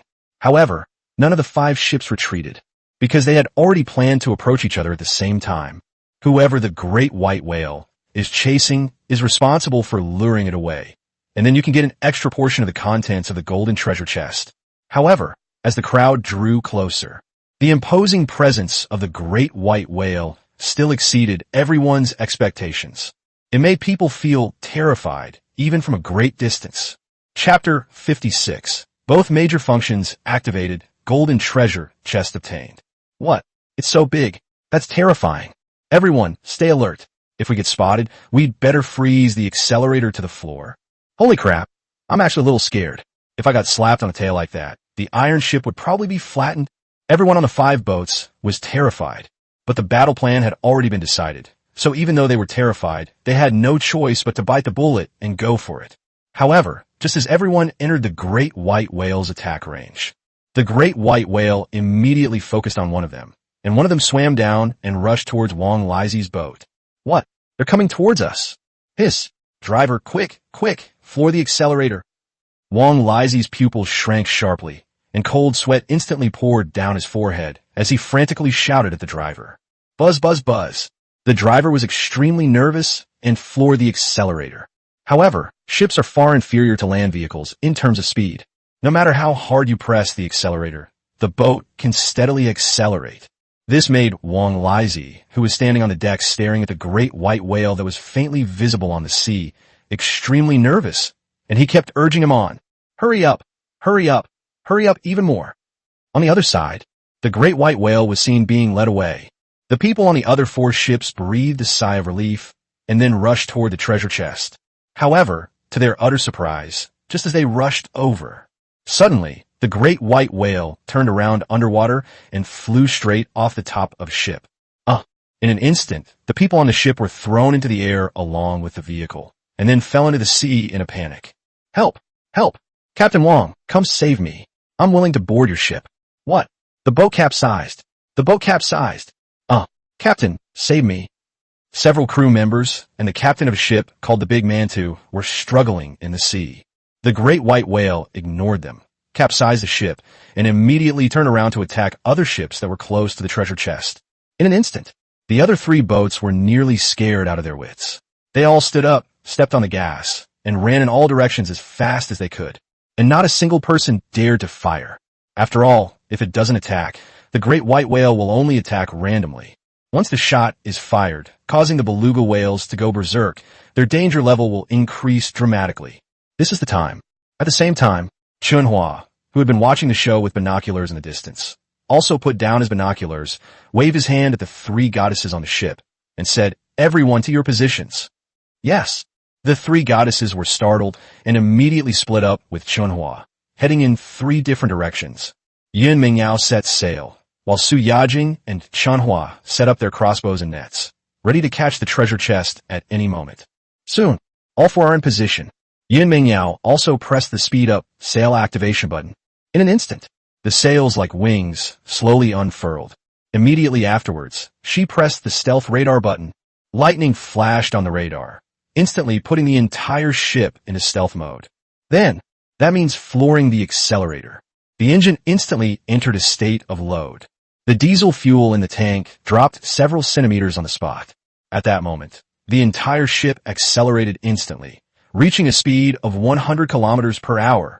However, the speed of 100 kilometers per hour only lasted for 3 seconds. Because of the current engine's load-bearing capacity, its maximum speed can only reach 70 kilometers per hour. Even so, the powerful pushback sensation caused Chen Hua, Su Yajing, and Yang Mi, who were holding on tightly, to all sway violently. Wow, that was a really strong start. Is that a speed-up sail? How does he have all sorts of amazing stuff? That's incredible. Su Yajing and Yang Mi had completely different thoughts, but their gazes toward Chen Hua were both filled with high regard. At the same time, the 4 remaining vehicles around the great white whale have completely lost their formation. Especially after one of the wooden boats fell into the water, everyone ran away faster than the last, and no one dared to rescue the people who had fallen into the water. Fortunately, at this moment, Wang Lizi turned around and pulled the person who had fallen into the water onto his own boat. Before the crew members who had fallen into the water could express their gratitude, the great white whale turned back, startling Wang Lizi, who shouted for them to run away quickly. That's all. A line of 4 boats was constantly pulling against the great white whale. They dare not get too close, nor dare to run too far. Since things have come to this point, if we leave now, we will completely lose our chance at the golden treasure chest. So even if they gritted their teeth and risked falling into the water, they continued to struggle with the beluga whale. However, just as everyone was nervously pulling at each other, the captain of a ship named Chicken You're Too Beautiful suddenly discovered that the Heaven on Earth ship that was anchored in the distance had disappeared. The captain of the Chicken You're So Beautiful was stunned for a moment and immediately looked in other directions. However, there's still nothing around. So he immediately grabbed a crew member who was running around and asked, "Did you see where the ship that was just moored over there went?" "I can't see him, Captain." "What about you? Did you see it?" "I didn't see it either, Captain." "Damn it." Captain Chicken You're Too Beautiful cursed under his breath and quickly opened the panel to send a message to their temporary captain, Wang Lizi. "Captain Wang, the Heaven and Earth ship has disappeared. Could it be that it ambushed us?" "What? It's gone?" On the Toad, Wang Lizi's face tightened, and he immediately picked up his binoculars to look. Sure enough, the sea area where the Heaven and Earth ship was located was now completely empty. But when did he disappear? Wang Lizi quickly looked around. "Fortunately, I didn't see it from any direction." He breathed a sigh of relief and replied, "They must have left. We need to hurry." "Okay, if all else fails, then use your secret weapon." "Can." After communication, the Toad and Chicken You're Too Beautiful took the initiative to take on the task of luring the great white whale. Have the other two ships rush towards the treasure chest simultaneously from two different directions. However, just as the two ships broke free and rushed toward the golden treasure chest, suddenly, the roar of an engine echoed across the calm sea. This left the two captains, who were standing right next to each other, completely dumbfounded. What was that sound? It sounded like a boat just passed by us. There's no boat. Captain, you must have misheard. No, a ship definitely just passed by. The two captains stood on their respective ships, dumbfounded. Ahead of them, a Tier 3 vehicle, completely invisible to them, was already roaring toward the golden treasure chest. Let's get started. Seeing that the invisibility effect was particularly good, Chen Hua breathed a sigh of relief. After all, he was quite worried that getting too close would lead to being discovered. In retrospect, this radar is indeed very effective. Even if you get very close, you won't be able to spot them. The sound of the engine and propeller couldn't be masked. Someone heard it. But it doesn't matter. Every ship's engine is roaring, and there are endless tsunamis and waves. As long as you don't get too close, I'm not worried about being hurt at all. Titanium. After receiving Chen Hua's signal, Yang Mi, who was standing on the edge of the deck, immediately exerted her strength in her arms and cast the net, which covered the golden treasure chest. Then, with a sudden lift, the treasure chest was retrieved and placed on the Heaven and Earth ship. Chapter 57, The Great White Whale's Rampage, promotes the formation of a new force. On the other side, the two captains, who were rapidly approaching the golden treasure chest, were completely dumbfounded. That's not right. This isn't right. Where's the treasure chest? They got caught in the fishing net? But where did that fishing net come from? The two captains couldn't believe it and suspected it was all an illusion. They all rubbed their eyes vigorously. However, upon closer inspection, the treasure chest was indeed gone. In an instant, the two captains and crew were all greatly alarmed. There's something on the sea that we can't see. The treasure chest has been taken. It's a fishing net, and the fishing net has come alive. What? Could it be a ghost? One of the crew members even hid behind the captain. This enraged the already terrified captain, who immediately shouted, "What the hell? Someone's definitely casting a net. Could some ships be invisible? Was the engine sound I just heard not an illusion?" The other captain's pupils contracted as he realized the possibility. After all, things don't just disappear for no reason. Fishing nets can't possibly become sentient. So one of the captains clenched his fist and immediately pointed to the spot where the treasure chest had disappeared, shouting, "Shoot! There must be an invisible ship there." Whoosh, whoosh, whoosh. Several captains drew their bows, controlled their ballistae, and fired at the spot where the golden treasure chest had disappeared. Unfortunately, the arrow fell into the water, and the sea remained empty. Impossible. Absolutely impossible. Damn it. Who is it? Who is it? The two captains were furious and went to the ballista themselves, firing at the suspicious spot on the sea. However, after firing around, they didn't hit anything. Left with no other option, the two could only send messages to Wang Lizi and the deputy captain. Only, the message has just been sent. Before a reply could be received, an unexpected event occurred. Captain, the great white whale is attacking us. Captain, the beluga whale seems to be angry. What? Run. The people on both ships were terrified. They frantically urged the pilots on and pointed their weapons at the beluga whale. At the same time, the Toad and Chicken, your two beautiful ships, breathed a sigh of relief when they saw the great white whale relocate the treasure chest, thinking their teammates had succeeded. Excitedly, he opened the chat panel, ready to ask some questions. However, the moment the two opened the panel, two messages from their teammates appeared right in front of them. Captains, something terrible has happened. The treasure chest has been taken by a ship that can turn invisible. Boom! This news has just come out. The two captains were completely dumbfounded. What? The treasure chest was taken by a ship that can turn invisible? What kind of ship can become invisible? Or were those two people just deceiving them? The two did not make any rash moves, but instead looked with furrowed brows in the direction the great white whale had swum past. Whoosh! The beluga whale was very fast. With a single bubble, it created a wave several meters high.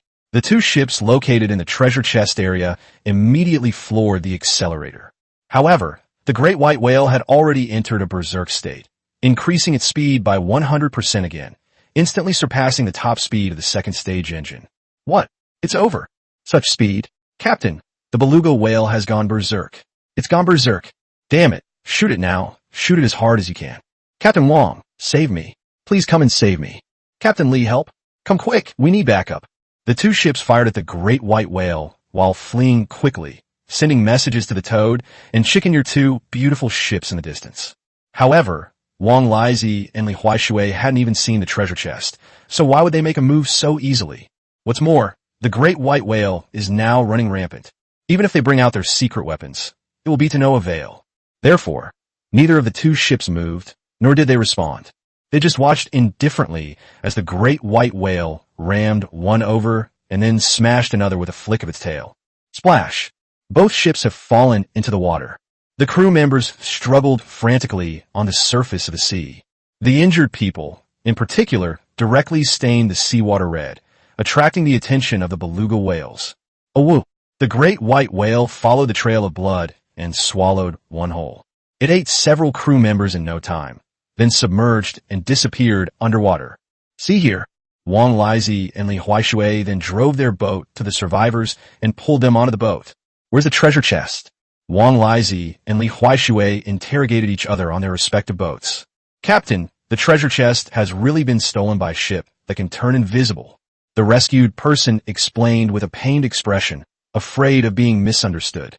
Huh, if you can turn invisible, how did you know? Wang Lizhi didn't believe it. His face was slightly ferocious, and he held a machete in his hand, giving off an invisible pressure that could kill at any moment. The rescued man was terrified and quickly recounted the scene of hearing the engine and seeing a fishing net emerge and cover the treasure chest. Hear this. Wang Lizhi then began to believe it a little, because he himself didn't think these people would dare to keep the treasure chest for themselves, especially since both groups of people have lost their boats. There's no need for them to keep anything for themselves. Thinking about this, Wang Lizhi closed his eyes and thought through all the ships he had encountered that day. After thinking it over, the only person they could think of was Chen Hua. Could it be that third-class ship? Wang Lizhi quickly contacted Li Huaishui, who was standing nearby. However, Li Huaishui thought the same thing.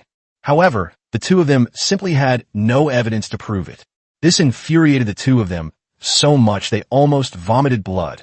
Damn it. It's only the first day after the newbie period, and I've already encountered such a weird thing. This is just too unlucky. We absolutely cannot let Chen Hua get away with this. He definitely took the treasure chest. What can we do? Even if we find him, he won't acknowledge it. We don't need his acknowledgement. We'll find a way to recruit some more people, and then take down that tier 3 ship. Once we take it down, we'll definitely be in the top tier in our newbie zone. Great. I've already contacted a few relatives. Let's go meet them. No problem. 2 of my relatives sent me their coordinates too. What? You have relatives too? That's great. We can definitely build an invincible fleet and roam the seas freely. That's right. Before we were struggling to survive, we were bound by the law and could only operate as local bullies. But here we are the rules.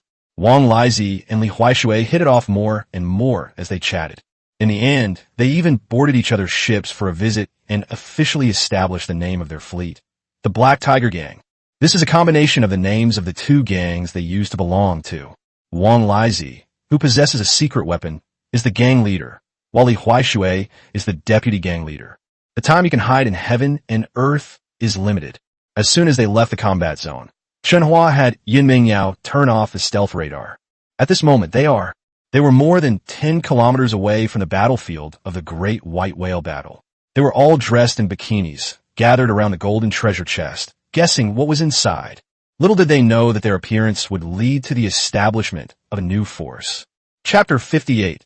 Steel spike ship sheath unfolds. Temperature continues to rise. A golden treasure chest. This is the first time I've ever seen one. I wonder what good stuff is inside. They should be able to fire a shot.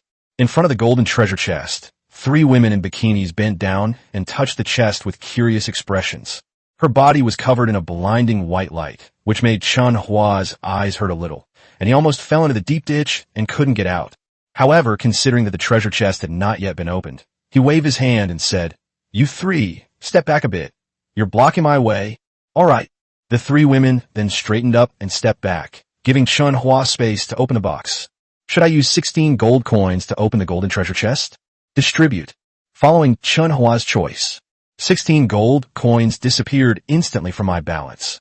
Immediately afterwards, the lid of the golden treasure chest popped open. A dense array of objects flew out from inside and appeared in front of Chen Hua, quickly being displayed. "You have received the following items: 20 units of wood, 20 units of crude iron, 10 steel plates, 20 parts, 1 set of large steel spike boat cover, 1 level 2 engine, 100 universal arrows, 100 universal bullets, large arrows, food, living supplies, and diesel fuel." A whole array of supplies, densely packed, filled the entire panel. Moreover, in addition to basic resources, the number of small items is enormous. For example, with the same can of food, other treasure chests might give you 1, 2, or 3 cans, but the golden treasure chest might give you a whole box of it. There were also all sorts of oil, salt, soy sauce, vinegar, soft drinks, sausages, and other items, all given out by the case. Although these items are not valuable, they are plentiful. The only pity is that no firearms were deployed. This left all 3 goddesses somewhat disappointed. Oh no, there are no guns. Yes, there are plenty of supplies, enough to last a long time. Overall, it's not bad. It even has a level 2 engine and ammunition. But what does this ship cover? Why does it have so many sharp spikes? The 3 women stood on either side of Chen Hua, staring at the panel together. Chen Hua's gaze also fell upon the boat cover, although he didn't fire the rocket launcher. But this ship cover is really no worse than a rocket launcher. Steel spike ship sheath, a shield made of countless spikes crafted from fine steel. It can be worn on a ship to protect against collisions with other people and sea monsters. It can also be used for attacking and clearing a path. It is incredibly tough. Evaluation: forged from high-strength steel, extremely hard. It can withstand the impact of ordinary bullets and pierce through thick iron as easily as cutting through mud. Read the introduction and reviews. Chen Hua's eyes lit up. Although rocket launchers look more powerful, but this thing isn't bad either. Piercing through thick iron is as easy as cutting through mud. It can even withstand attacks from ordinary bullets. Isn't this like putting a bulletproof vest on a vehicle? And it can also prevent collisions. So Chen Hua immediately took the item out and installed it on his own heaven and earth. In an instant, the steel spikes expanded through the clothing, landing on the hull and turning the ship into a hedgehog-like structure. The 3 goddess crew members stared wide-eyed at the sight of the ship's coat. "What? This, the sea hedgehog? Wow, those steel spikes are huge. I thought they were small. Fortunately, the gaps are large enough that it doesn't affect my fishing." The 3 goddesses, each with their own thoughts, all leaned over the eaves of the boat to watch. Taking this opportunity, Chen Hua continued to upgrade the engine. He already has 2 basic engines in his hands, and now he has obtained a second-stage engine. It's entirely possible to upgrade the ship's second-stage engines to third-stage engines. After all, it only takes 2 upgrades from level 1 to level 2. Upgrading from level 2 to level 3 requires 4. With his current engine inventory, after the upgrade, he will still have 2 spare engines left. The seas are especially dangerous these days. Even a level 6 sea monster has appeared. The ship's capabilities must be improved. Without hesitation, Chen Hua immediately turned on the engine panel. Upgrading to level 3 engine requires the following resources: 2 level 1 engines for steel plates, 30 parts, and 20 gold coins for labor. Upgrade now? Yes. Chen Hua's choice is now confirmed. 2 basic engines and various resources flew out and were assembled with the original engines on the ship. A moment later, the original engine was already a size bigger, upgraded to the V3 series, LV3 engine. Current fuel consumption is 38 liters per 100 kilometers. Current top speed is 90 kilometers per hour. The details of the upgraded engine appeared before Chen Hua. Compared to before, both fuel consumption and top speed have been improved, although it still doesn't look very fast. But the main problem is that Chen Hua's ship has a lot of stuff. For example, the steel spike hull, the Tier 3 vehicle, and the hardwood hull all contribute to the increased weight of the ship. Otherwise, the engine's fuel consumption and top speed would be far more than that. After the upgrade is complete, Chen Hua told Yun Mingyao to continue sailing. He then went back to the cabin to organize the items in his system inventory. However, when Chen Hua packed everything up and returned to the deck, the sun was already high in the sky. A powerful heat wave swept across the sea. He turned to look at the three women, except for Yun Mingyao in the driver's seat, who was doing somewhat better. Yang Mi and Su Yajing were both drenched in sweat, their bikinis completely soaked. Holy crap, this temperature must be at least 40 degrees Celsius or higher. Feeling the heat in the air and seeing the three women constantly drinking water, Chen Hua finally gave the order to call it a day ahead of schedule. That's it for today. I'm leaving early at noon. One shout down. The three girls immediately ran excitedly toward the cabin. After all, the closer it gets to noon, the hotter it gets. There was no air conditioning on the deck, and even the sea breeze was scorching. They were only wearing bikinis, with large areas of skin exposed, and they were already unbearably hot. Now that Chen Hua has spoken, none of them stopped. Even Yang Mi, who is eager to make money by fishing, was no exception. She raised her hand to her forehead and ran into the cabin. See here, Chen Hua had no choice but to reduce the time spent exploring resources during the day. With such a strong sun, it's easy for something to go wrong. These three goddesses of his are all treasures, and he doesn't want to cause trouble for them over a little bit of resources. Wow, it's so much cooler in an air-conditioned room. Wow, that feels so good. So good. Let me blow on it too. The three women huddled around the air conditioner vent in the living room, constantly turning their bodies to welcome the cool breeze. Seeing this, Chen Hua said to the three women, "From now on, rest earlier at noon and go out on the boat after it cools down in the afternoon." "Okay, Captain, you're amazing and so considerate. Thanks." The three women all had excitement on their faces. Then they all ran to the refrigerator, opened it, and took out their chilled drinks to drink. Glug, glug, glug. One sip of the zero-calorie drink, and a refreshing sensation instantly washes over you. Oh, that's so awesome. It's so good to have a refrigerator. It instantly cools you down. The three women even chose different drinks. However, only Su Yajing and Yun Mingyao drank it. The newcomer, Yang Mi, held a bottle of Scream, pressed it to her chest to cool it down, and without opening the cap, presented it to Chen Hua, saying, "Captain, you can drink this." Chapter 59, The Channel of Lamentations, The Plan Stillborn. "Thank you."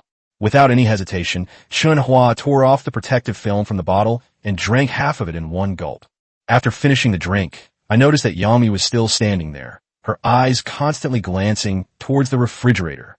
She seemed to know that those things didn't belong to her. Seeing this, Chen Hua slowly nodded and said, "You can drink it too." "Yes, I know." Yang Mi seemed a little flustered. Instead of going over directly, she hesitated for a moment and asked with some concern, "How much is a bottle?" Chen Hua, "Yes. How could he not have thought of that? You can charge for this drink. These past few days, Su Yajing and Yun Mingyao have gotten quite a bit of free drinks." Thinking about this, Chen Hua's gaze changed. He felt a pang of heartache. His sudden change made Yang Mi mistakenly think it was very expensive, and her heart sank on the spot, preparing to borrow money. However, Chen Hua did not intend to take her money this time, and calmly said, "No money for now. Go and have a drink." "Yes." Yang Mi was overjoyed to hear that Chen Hua was offering it for free. He immediately strode to the refrigerator door, grabbed a bottle of chilled drink, and gulped it down.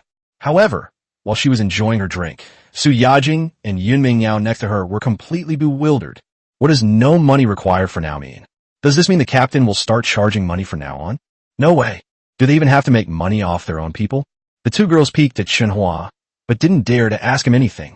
After all, they are both paid employees. If you don't ask, you can pretend you don't know. Asking that question will definitely lead to bleeding. Soon, after the three of them had a good drink, they all sat down on the sofa. They all had their legs crossed and turned to the side, with large swaths of skin exposed, constantly alluring. But Chen Hua had no intention of letting them sit idle. After all, these are all talented people. So he instructed Su Yajing and Yun Mengyao. Mengyao, Xiaobai, I'm allocating 150 gold coins to each of you. From now on, during your lunch break, you two will be responsible for keeping an eye on the shop and purchasing cheap items. For example, general-purpose arrows, bullets, weapons, food, or other items. Anything we need can be bought. If the price is too high, but the item is good, you can ask me for permission, or I can act first and report later. Yes. Receive. Su Yajing and Yun Mengyao had absolutely no objections to Chen Hua's arrangements. Moreover, Chen Hua had already granted them purchasing privileges. On the contrary, you can still get paid even if you shop in an air-conditioned room. Only, after Chen Hua finished giving his instructions, Yang Mi, who had been waiting to be assigned a role, noticed that Chen Hua hadn't made any arrangements for her yet, and immediately asked cautiously, "Captain, what about me? What am I supposed to do? You?" Chen Hua looked up and glanced at Yang Mi, but he quickly lowered his head again, because he had already made arrangements for Yang Mi. However, the arrangements need to be made one by one. Chen Hua did not answer Yang Mi immediately. Instead, they transferred the gold coins to Su Yajing and Yun Mengyao first. Then he said to her, "Go and put the water and drinks in the freezer. Then take inventory of all our supplies and register them. Then you can rest." Yes. Finally, the arrangements were made, and Yang Mi breathed a sigh of relief. As long as there's something to do, that's fine. Otherwise, she was really afraid the captain would suddenly stop providing her with food and lodging. At that point, her situation will truly become even worse. Yang Mi immediately went to the place where the supplies were stored and began to transfer and count them. "See here." Chen Hua nodded and then went back to his bedroom. You know what? A bedroom for one is so comfortable to lie in. Looks like I still need to upgrade to a Tier 4 vehicle and add more rooms. After a moment of quiet reflection, Chen Hua opened a regional chat channel to take a look. Within the regional chat channel, they were still having a lively conversation. The number of people resorting to sob stories is increasing. I am speechless. What kind of weather is this? It's getting hotter and hotter. Dude, didn't you check the weather forecast? It's going to reach a high of 45 degrees today. It's only midday now. The temperature hasn't peaked yet. Damn, this is only 45 degrees Celsius at most. I guess it's at least 55 degrees. You're talking about surface temperature, but the weather forecast is about how it feels to the touch. This is outrageous. Are they trying to kill us? Haha, it's so hot. My crew and I all stripped naked. Do you know what that scene was like? It was absolutely shocking. Haha, serves you right for not wanting female crew members back then. Now look what you've done. A bunch of grown men. My ship has plenty of women, all of them shirtless. Not to mention how hard the male crew members work. Why are there fewer and fewer water resources in the store? Brothers, have you all canceled your orders and stopped selling them? Or have they been bought by someone else? This awful weather. Only a fool would sell water. Before prices skyrocket, I'd better buy some and stock up. Have I forgotten the lesson from the last food price surge? This isn't even a price surge yet. A bottle of mineral water that normally costs 2 gold coins is now selling for 3 gold coins. What a beautiful day. Now I won't have to worry about selling my distilled water. Anyone who wants distilled water can prepay to reserve it. Otherwise, I won't be able to keep up with the demand. Inside the mall, various opinions are constantly emerging. Moreover, even after the fog cleared, people weren't doing much better. Apart from fishing in the morning, by noon, almost no one goes out on their boats. After all, the weather is just too hot. Even if the crew is exploited, the crew dares to resist. Although the crew cannot harm the captain. But a collective strike can also cause problems for the captain. But the captain can't just kill them all. If they really dare to kill them all, the entire ship would basically be unable to operate at full capacity.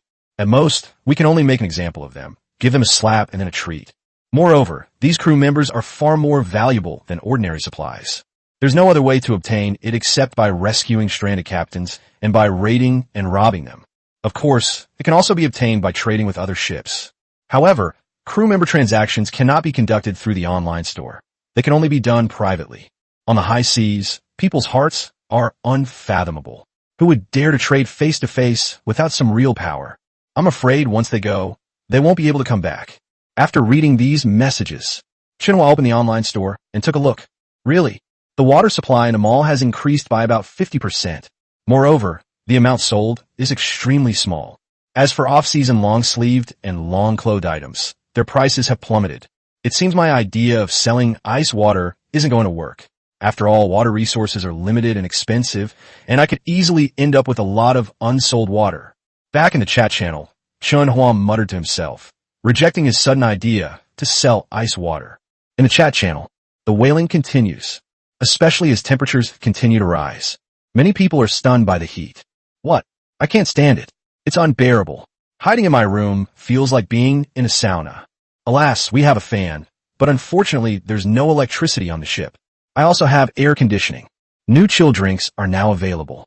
A bottle of chilled cola is only 5 coins. Hurry and grab yours before they're gone. 5 gold coins for a bottle of cola? What? Why don't you just rob someone? Chapter 60 Latest News from the Sea. The great god Gu makes another prediction.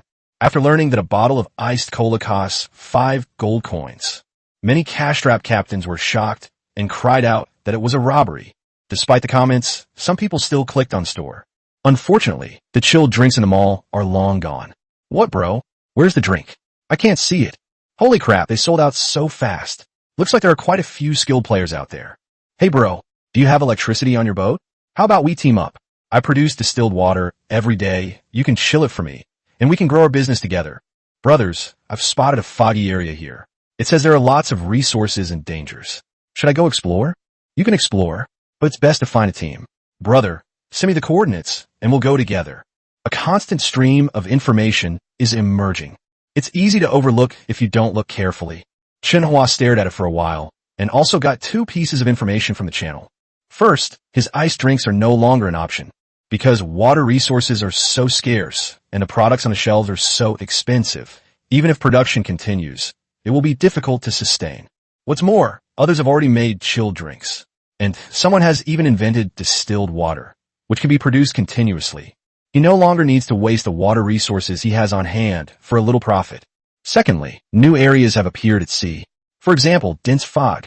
It's more dangerous inside, but there are more resources. Those with insufficient strength should not venture in lightly. We received these 2 pieces of information.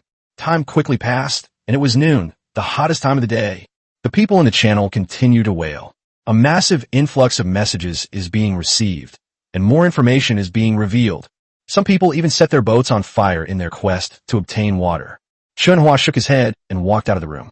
Outside the room, Yami was still taking inventory of supplies with her, but sticking out. After all the supplies are piled up here, making it difficult to investigate them all in a short time. Su Yajing and Yun Mingyao, on the other hand, were much more comfortable, constantly refreshing the online store and making purchases. I saw Chen Hua come out. Su Yajing and Yun Mingyao immediately reported their battle results. Captain, I bought coke, wine, spare parts, and goods, and some timber. There weren't many low-priced items. Most of what I bought was at the regular price. Captain, I bought shorts, a swimsuit, food, and arrows, among other things. The prices weren't too high. Here's the list. Take a look. As she spoke, Yun Mingyao pulled out a list to show Chen Hua. However, Chen Hua could see it through his system, so he raised his hand and stopped him. Moreover, he didn't want to worry too much about these trivial matters. Oh, Captain, I found a few sets of sun protective clothing in my shopping cart. They're a bit pricey, so I was going to ask you about them. Maybe you could take a look? Seeing that Chen Hua wasn't looking, Yun Mingyao changed the subject and clicked on the shopping cart. Originally, there were 5 items, totaling 11 pieces of sun protective clothing, but now only 3 stores have a total of 6 pieces left. They sold so fast. In just a short while, almost half of them were sold. Upon seeing this, Yun Mingyao was somewhat surprised because the cheapest of these sun protective clothes cost 7 gold coins per set. The remaining 6 sets are all priced at 10 gold coins. Certainly, although the price is higher, the style and materials are also better. You could tell just by looking at the image style. It's truly as thin as a cicada's wing, silky, smooth, and cool. Chen Hua glanced at it, and without thinking, told Yun Mingyao to buy it all. After taking it out, Chen Hua unfolded it. The shape of the fingers under the clothes is very clear. It feels like ice silk to the touch, extremely cool. Great. This is a good product. Distribute it. Yes. Yun Mingyao immediately and excitedly handed one of the largest sizes to Chen Hua to wear. However, after I picked one out, Su Yajing and Yang Mi went to pick one out. But when it was Yang Mi's turn to wear it, she couldn't zip it up all the way. Even if you pull it up with all your might, it will break open again if you straighten up. This made Yun Mingyao and Su Yajing somewhat envious. That's just too big. Soon, Some protective clothing has been distributed. Yang Mi continued taking stock, while Chen Hua stood beside her reviewing the completed records. Su Yajing and Yun Mingyao finished work and were about to leave. After finishing the meal, the 3 female crew members continued working. The temperature outside the window had reached its peak, and a gust of hot wind blew in, making the air seem distorted. I have no idea how many days this heat wave will last. Standing by the window, Chen Hua thought of Yang Mi's sister-in-law. That's someone who can predict the weather for the next 3 days. If only I could win her over. Having your own boat will definitely be a huge help. Unfortunately, that woman was very clever. Without special methods, she would never be used by anyone. Thinking this way, Chen Hua's control panel suddenly vibrated. I opened it and took a look. It was Jiyu who sent in the message. Chen Hua, do you want some water? A clear line of text appeared. Before Chen Hua could even send a message to the other party, he didn't even ask for their purpose. The second message appeared right after that. I'll exchange water for my sister-in-law. Name your price. Sure enough, this woman had indeed stockpiled water in advance. However, she only escaped the day before the fog ended. How much water could she have stockpiled in just one day? Chen Hua was unmoved and refused on the spot. Unnecessary. Call out. Message sent. Jiyu was stunned for a moment, feeling as uncomfortable as if she had swallowed a fly. No need? Do you even know how much water I have? How dare you say you don't need it? Jiyu glanced at the rows of bottled water and drinks around her and felt a wave of disdain. Sure enough, a loser is a loser. He doesn't even dare to set a price. So he immediately replied, you can name your price, whatever it is. I can accept it. The water resources I have are beyond your imagination. Call out. Message sent. Jiyu felt as if she had been released, and her whole body felt incredibly refreshed. He secretly thought to himself, you think you can look down on me? You'll be scared to death in a minute. Only, her delightful fantasy wasn't over yet. Chen Hua's answer made her freeze. No amount is needed. Your sister-in-law is mine now, so you don't need to think about redeeming her. Look at this line of text in front of you. Ye ipsonuis emotions froze. Her eyes widened, and then a surge of immense anger shot straight to the top of her head. How dare you lay a hand on my sister-in-law? You're asking for it. Message sent. But there was no response for a long time. Jiyu completely lost it. He immediately sat down in the middle of the pile of water, threw his head back, and let out a long howl. Ah? No, no, no. Captain. At this moment, Xiao Shower walked in, peeking out and asking worriedly. However, Jiyu was enraged and ignored him completely. She clenched her fists and gritted her teeth, saying, Chen Hua, I will never let you get away with this. That's all. She then opened the chat channel and posted a bombshell message. Temperatures will continue to rise over the next 3 days, and the sweltering heat is approaching. Please take precautions against heat stroke. Call out. Message sent. The entire chat channel exploded instantly. Chapter 61, The Ice-Making Project begins. Cutting ice blocks. What? The legendary Jiyu has appeared. Wow. The temperature is going to keep rising for the next 3 days? Really? It's already high today, 45 degrees Celsius. Oh, is it going to get even hotter? Even hotter than today? Good heavens. Are you trying to kill us all? Huh. Luckily, I stocked up on water beforehand. What? The water level in the mall has risen again. Sunscreen clothing is sold out. Ah, this is unbearable. This is truly unbearable. With Jiyu's message released, the entire channel is in complete chaos. Water prices in the mall have skyrocketed. Even so, it was still snapped up by people. Not long after, a bottle of mineral water that was originally worth only 2 gold coins has suddenly increased in value to 5 gold coins. Its high price makes it inaccessible to countless people. See here. Jiyu finally smiled, stepped out of the cabin, and instructed Xiao Shower, who was drenched in sweat outside. Xiao, water prices will skyrocket in the coming days. Many people will sell other unrelated resources at low prices in order to buy water. You will be responsible for purchasing those low-priced resources for the next 2 days. This time, I'm going to make Chen Hua beg me to buy water. Yes. Xiao Shower immediately nodded and went to do it, her loyalty undiminished from the past. At the same time, heaven on earth, here we come. Chen Hua also saw the chaotic channel and the shopping mall being frantically snapped up. I'm so glad I didn't try to be clever and sell iced water. After all, if the high temperatures continue to rise, water resources will only keep increasing. He has no ability to predict the weather, and the last time he made a fortune selling salmon was just a lucky coincidence. If this time is like last time, there might be a backlash. Therefore, he still needs to proceed steadily and develop gradually. He only has a little over 100 gold coins left. How exactly can one make a fortune during a heat wave? Chen Hua continued staring at the chat panel. I quickly found inspiration in a few messages. Damn it, if I'm really pushed to the limit, I'll drink seawater.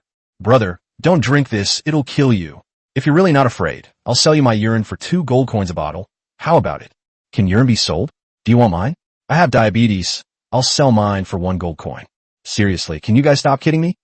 In this heat, drinking water is secondary. After all, we've been trying to survive for half a month. Everyone needs some water. The main thing is the heat. We need water to cool down our bodies. That's right, I'm practically bursting with heat right now. And the only way I can cool down is with water. I need a lot of water. It would be even better if there was ice water. It's a pity that not many ships are powered, so it's impossible to get any. Yes, even at high prices, they're impossible to get. And we're afraid to pre-order, worried about being scammed. These are the news items. This inadvertently opened up Chen Hua's thinking. Yes, if there isn't enough drinking water, I can make ice with non-drinkable water. Thinking of his water purifier and the several freezers he had bought specifically for storing food in the kitchen, Chen Hua was overjoyed. Let's do it. He immediately stopped the 3 busy women, telling them to put down what they were doing and fill the freezer with water. The 3 women were puzzled. They couldn't understand why the water from the water purifier, which was undrinkable, had to be put in the refrigerator. It wasn't until Chen Hua gave his explanation that the 3 of them suddenly understood and began to admire him. Oh yeah, how come I didn't think of that? This water isn't drinkable, but can be used to cool you down. Ice cubes with a slight contamination would definitely sell like hotcakes. Wow, how come he has such a good business sense? Wasn't he supposed to have been a student before? In an instant, the way the 3 of them looked at Chen Hua changed. Chen Hua waved his hand and said, "What are you looking at me for? Get to work. After the ice is made and sold, we'll split the profits. 1 freezer equals 1 gold coin. There are 3 freezers here, so you can get 3 gold coins for each freezer you make." What? 3 gold coins? Wow, so many? In an instant, all 3 women were excited. You know, they only get 1 gold coin for a whole day's work. Especially for Yangmi, there is no base salary. Their wages depend entirely on the commission from fishing. You can earn coins by making ice blocks. This is absolutely fantastic. And she only needs to make it 4 times to pay off her debt. With this in mind, Yangmi was the most motivated and immediately began to take to the air and get to work.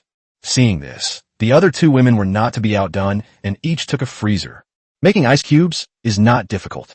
Simply empty the freezer, place shelves inside, and then pour the concrete layer by layer. It just takes a little time, but once the bottom ice block solidifies, things will be much easier on top. That's all. The 3 women immediately got to work. 2 hours later, the first layer of ice in the freezer was made. Next, they continued to lay down the interlayer, added more water, and then closed the freezer lid. They waited for it to fully set. However, it will take some time for the ice in the freezer to solidify completely. And at this moment, the sun has already set, and it's not so hot anymore. Although the air is still hot, it avoids the scorching direct sunlight. So Chen Hua and his group went back to the deck and continued working. After all, food needs to be obtained constantly. Treasure chests also need to be searched for. In addition, they all have some protective clothing. Lying on a bikini can also block out the sun's residual heat. Then, the Heaven and Earth ship continued its voyage in the afternoon. This voyage didn't even last a few hours before it got dark. Sigh, we only caught 48 pounds of fish today. When it was time to take stock of the work, Yangmi looked disappointed and somewhat dissatisfied with her success. You're alright. I only caught 12 fish, which weighed a total of 12 pounds. Su Yajing pouted and looked at Chen Hua and Yun Mingyao, who were walking over with her spoils. However, Chen Hua did not complain about their reduced harvest, because there simply wasn't enough time. He only killed a few sea monsters and a few dozen sea zombies. As for the treasure chests, 2 were found, but by the time they were discovered, they had already been picked up by other ships. Then, Chen Hua said, "Don't be discouraged. Even though you didn't finish the work, you'll still get paid. Go back. There are still blocks of ice waiting for you to cut." Okay. The 3 women were overjoyed to hear that they would still receive wages, and immediately followed Chen Hua into the cabin. After I got back, first, we need to prepare the salmon. However, all the freezers were occupied, so after the bloodletting, Chen Hua got them to sell in the mall. After all, he has no shortage of food now, especially the most basic salmon, which he has had enough of. Therefore, a large portion of the raw meat we obtain each day must be sold. Otherwise, storage alone would be a huge problem. Even though food prices have returned to normal now, we still have to sell. Because for any captain, raw fish is not something that can be stored for a long time. Salmon, 1 gold coin per pound, 50 pounds available. Soon, salmon is available as usual, priced at 1 gold coin per pound, which is equivalent to 0.5 gold coins per half pound. And someone bought it as soon as it was put on the shelves. It's just not as fast as the frenzied buying when food was scarce before. The process is just slower. Ding, ding, ding, ding, ding, ding, ding, ding. At the same time, various knocking sounds came from inside and outside the kitchen. Looking up, he saw that 3 female crew members had taken the ice out of the freezer and were breaking and cutting it into brick-sized pieces as he had instructed. Chapter 62, Mysterious Confidence, ignites the entire audience. As for why the large blocks of ice were cut into such small pieces, the reason is quite simple. The main concern is that it might be too big for others to afford. It's too small and it melts easily. The size of the ice cream block is just right. Moreover, by cutting according to the size of the ice blocks, one freezer can be cut into 80 pieces. The quantity appears to be just right, neither too much nor too little, which makes it easier to sell.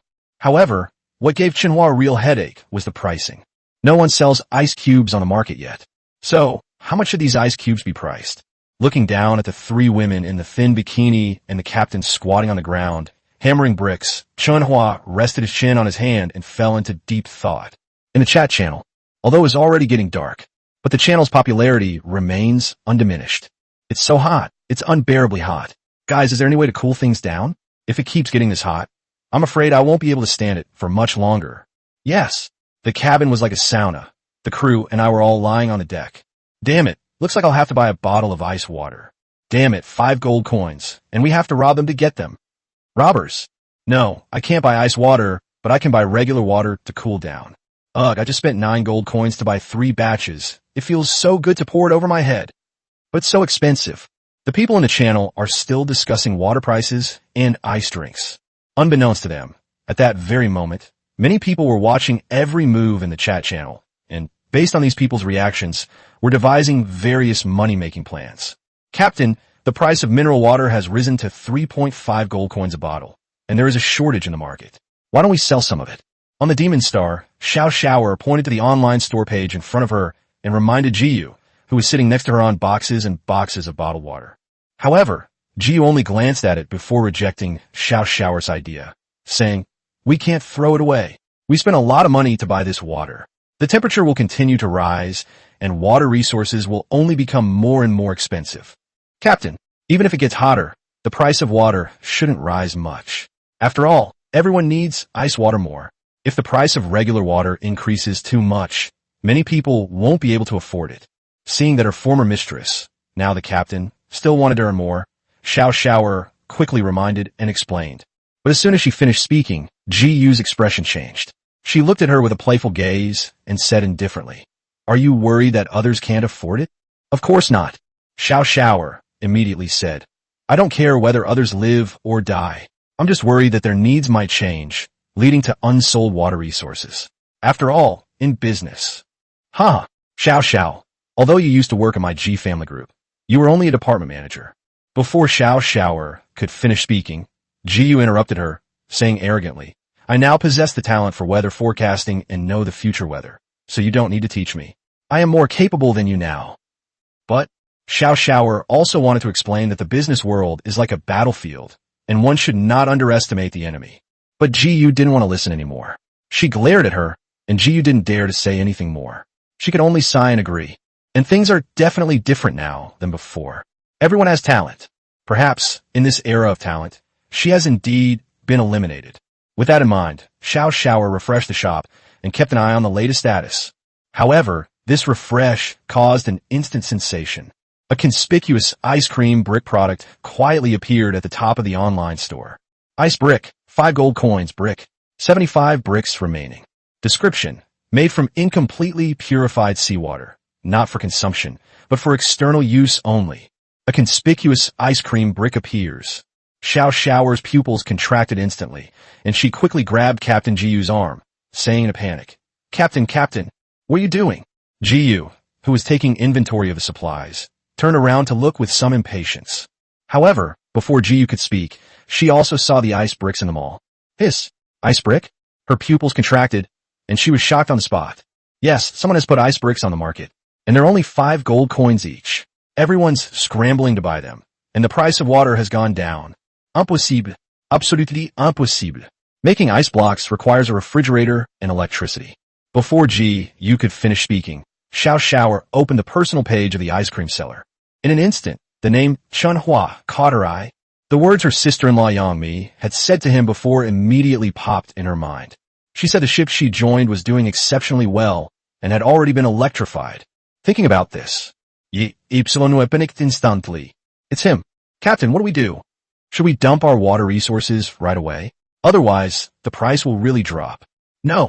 Upon hearing that the water resources would be sold off at a reduced price, Jiyu refused again. She stared at Chen Hua's personal page on the online store, which was completely sold out.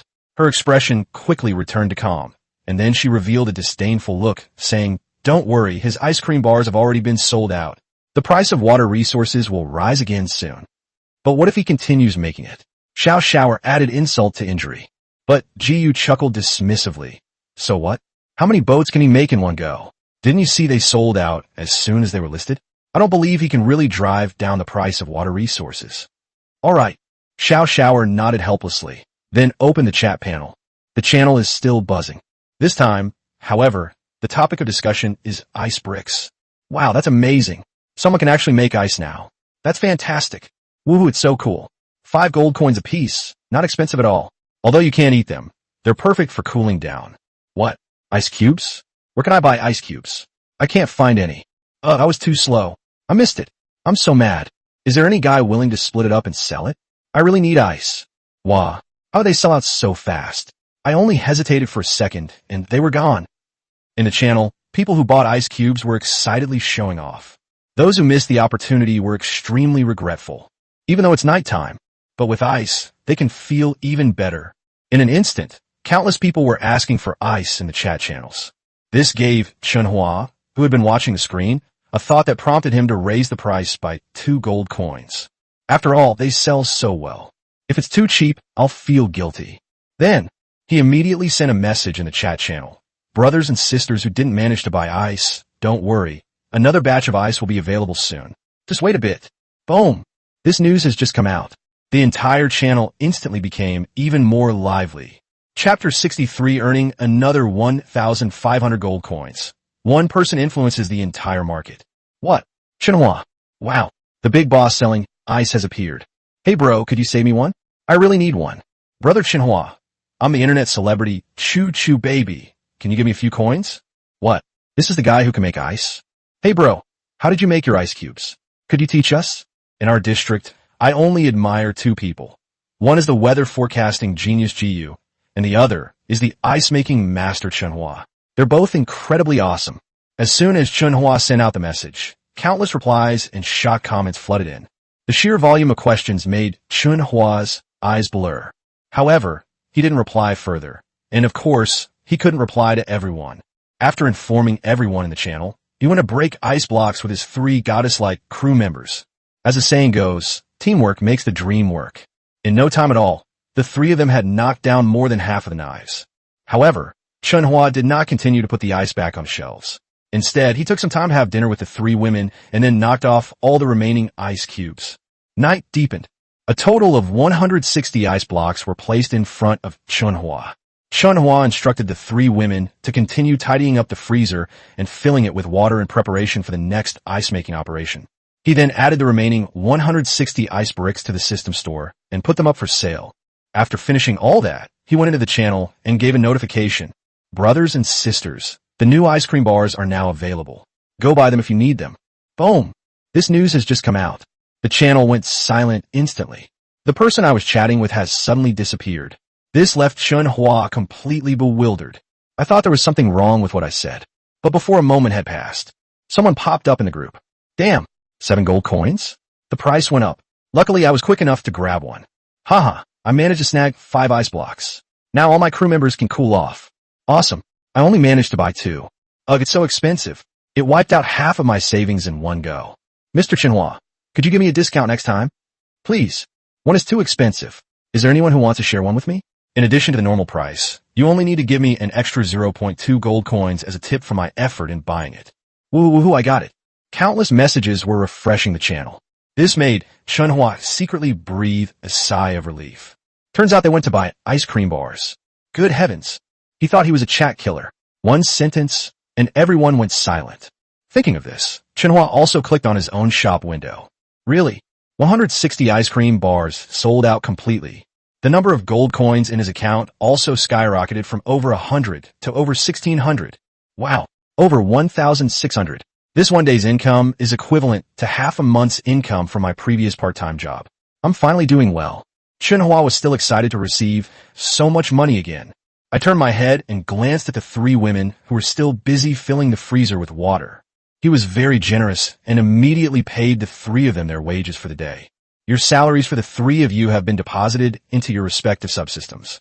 Please check your accounts. After finishing, Chen Hua reminded the three women to rest. Rest after you've filled the first layer with water. Otherwise, it will take several more hours for the first layer to freeze completely. As for the top layer, we'll continue tomorrow morning. Okay. Yes. The three women nodded in unison, then wiped themselves clean and excitedly opened their subsystems. Really? The salary of 2 gold coins per person has all been credited to their accounts. Young Mi, in particular, had a sparkle in her eyes. 2 gold coins a day. If she works one more day, she will be able to pay off her debts. This is absolutely fantastic. Dry. I must work hard. I'll try to save some money as soon as possible so I can buy a house on a ship someday. The three women worked with incredible enthusiasm. They were all hunched over the freezer, working incredibly hard. Back to the room. Chen Hua didn't rest either. Instead, he returned to the shop with a huge sum of over 1,600 gold coins. This time, he wasn't in it to make money. He was only in it to spend. Now that we have the money, it's time to replenish the ship supplies. Weapons and arrows, in particular, are consumables that must be stockpiled. Otherwise, his armored arrow chariots would just sit on the deck collecting dust. In addition, vehicle tiers are also something that should be put on the agenda. After all, level 3 vehicles are still too small. He needs to create more rooms. Thinking this way, Chen Hua began sweeping through the store for all weapon resources and basic upgrade resources. Would cost 1 gold coin per unit? Buy. Buy as much as you can. Steel plates are 3 gold coins each. I'll take them all. What? Parts have gone up in price too. Sell everything under 1.5 gold coins. General purpose arrows haven't gone up in price. Buy them. As many as you want. That's all. Chen Hua transformed into a shopping maniac, frantically devouring the items in the mall. At the same time, on the Demon Star, seeing GU's excitement on the regional channel, he was once again stunned. After a while, he muttered to himself in shock. Impossible. How is this possible? How could he make so much ice at once? Captain, the price of water has dropped again. A bottle of mineral water is only worth 3.2 gold coins now, and a lot of people are getting ready for bed, so maybe we should sell some now, just in case things get complicated.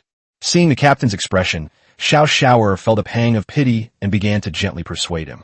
But GU sold all the resources on the ship at a low price in order to stockpile water.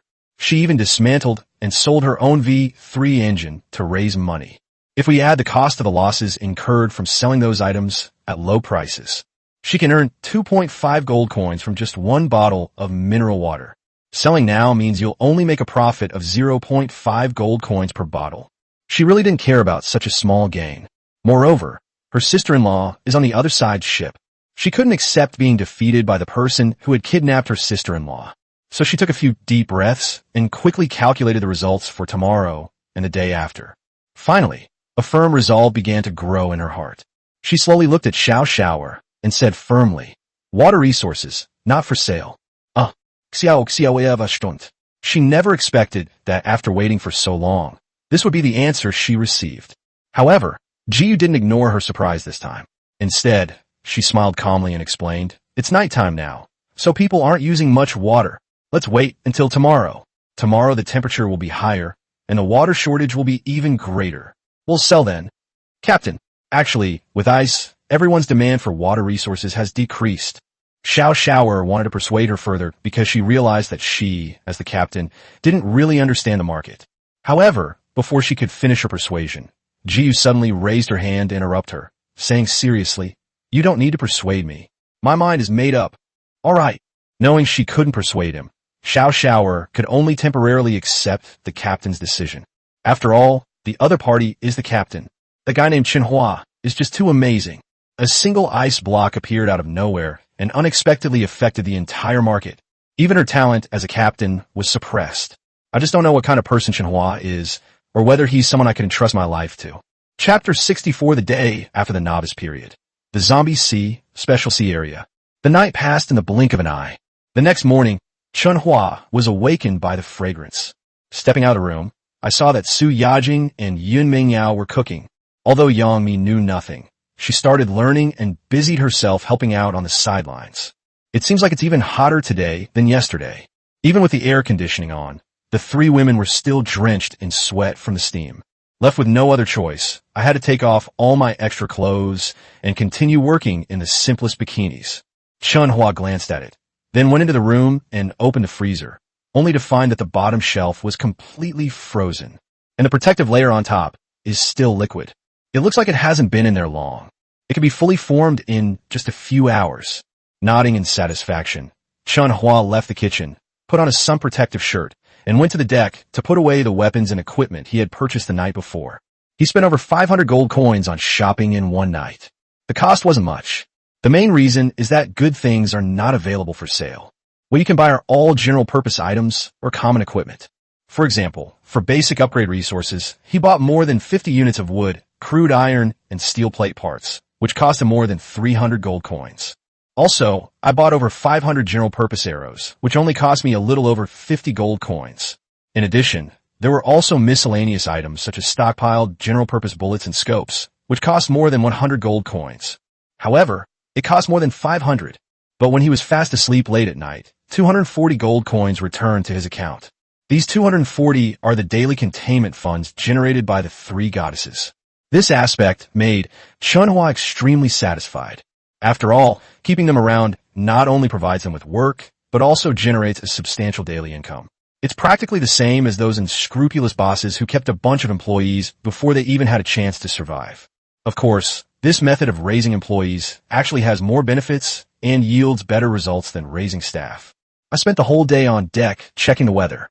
It's 3 degrees hotter than yesterday. Fortunately, the temperature hasn't risen yet this morning. Taking the opportunity, he packed up all the hundreds of arrows in his backpack and placed them next to the armored arrow rain chariot. Then he attached scopes to the 2 repeating crossbows and hurriedly returned to the deck for dinner. After finishing the meal, the group returned to the deck, hoisted the sails, and set sail.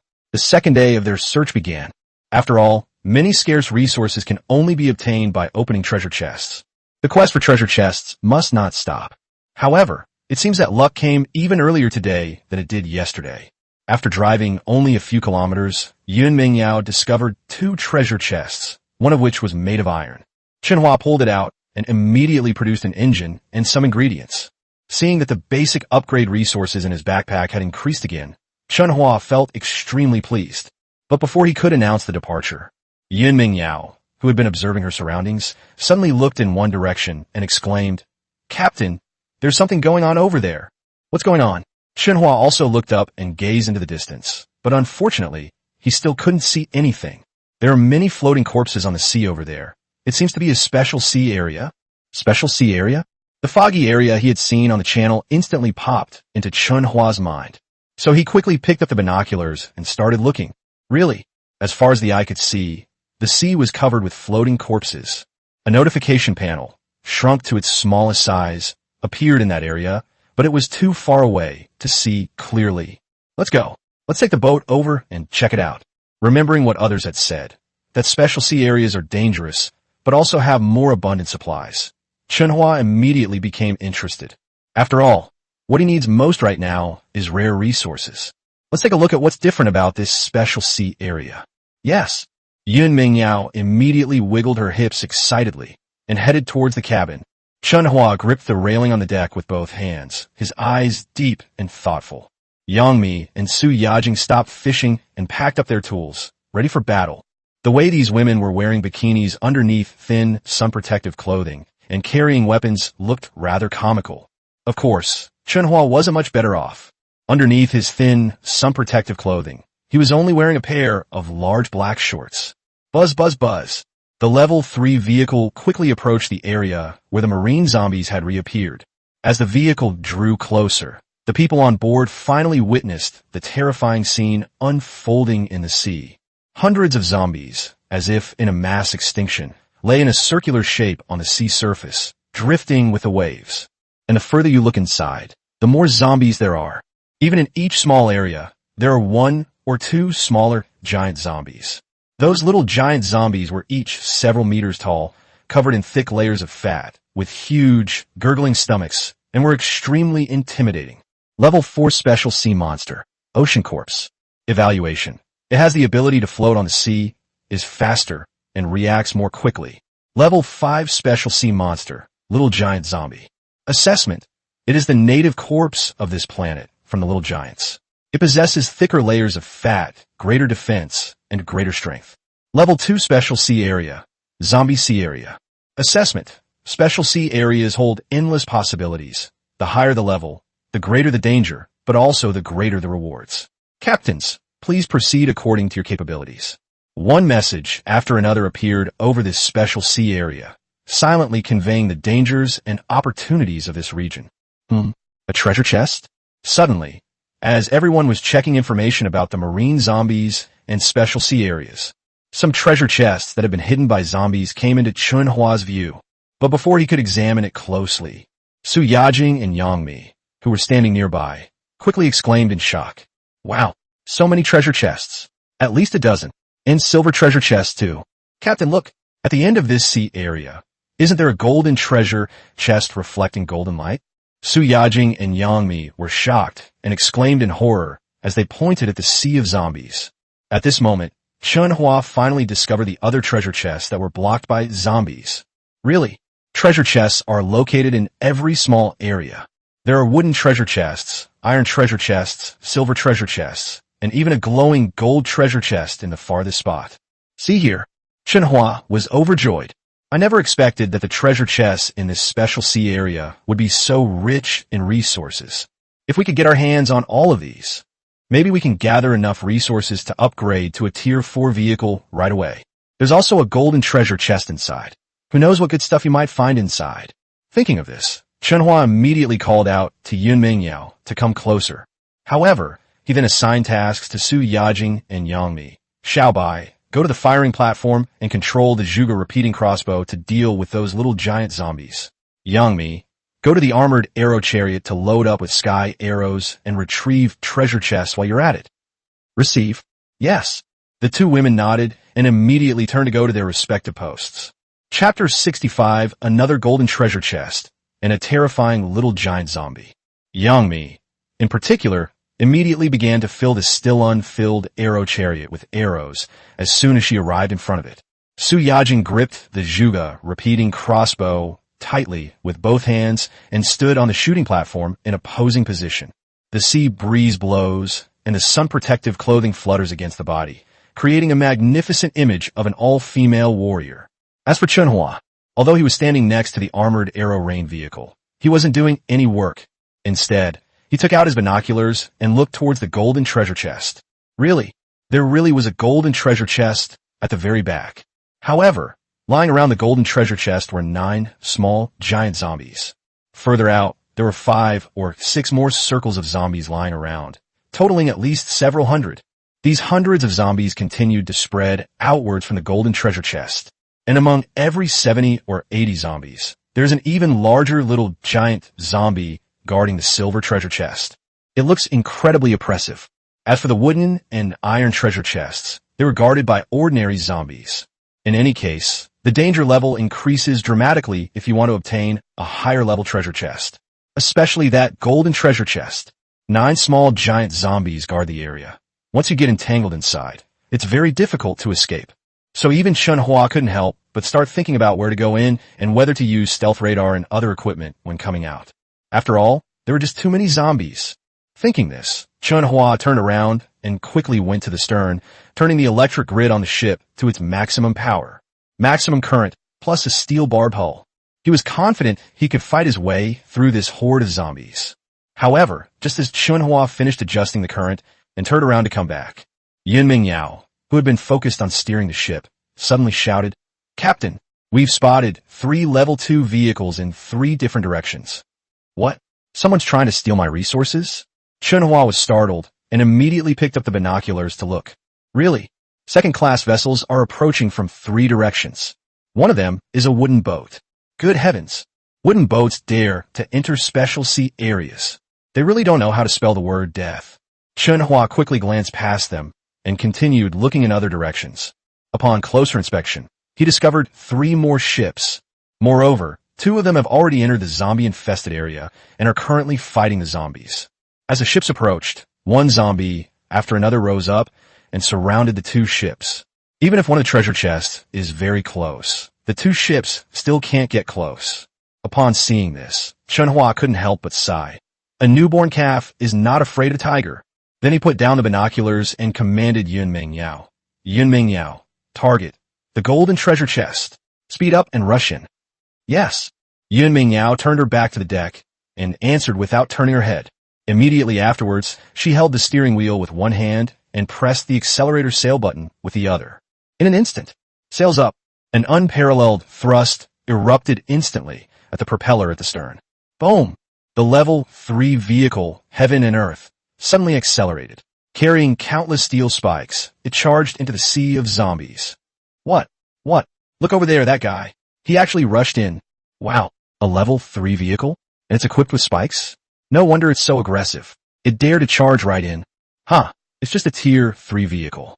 I can upgrade it any time I want. So reckless. Looks like he won't be getting out of here without suffering a lot of damage. Looks like they want to take it from us. But rushing in like that would be too reckless. Let's ignore them and continue to proceed cautiously. Around this special sea area, all the other ships also noticed the actions of the Heaven on Earth. However, they all clearly looked down on Chen Hua's decision to plunge headlong into the zombie area.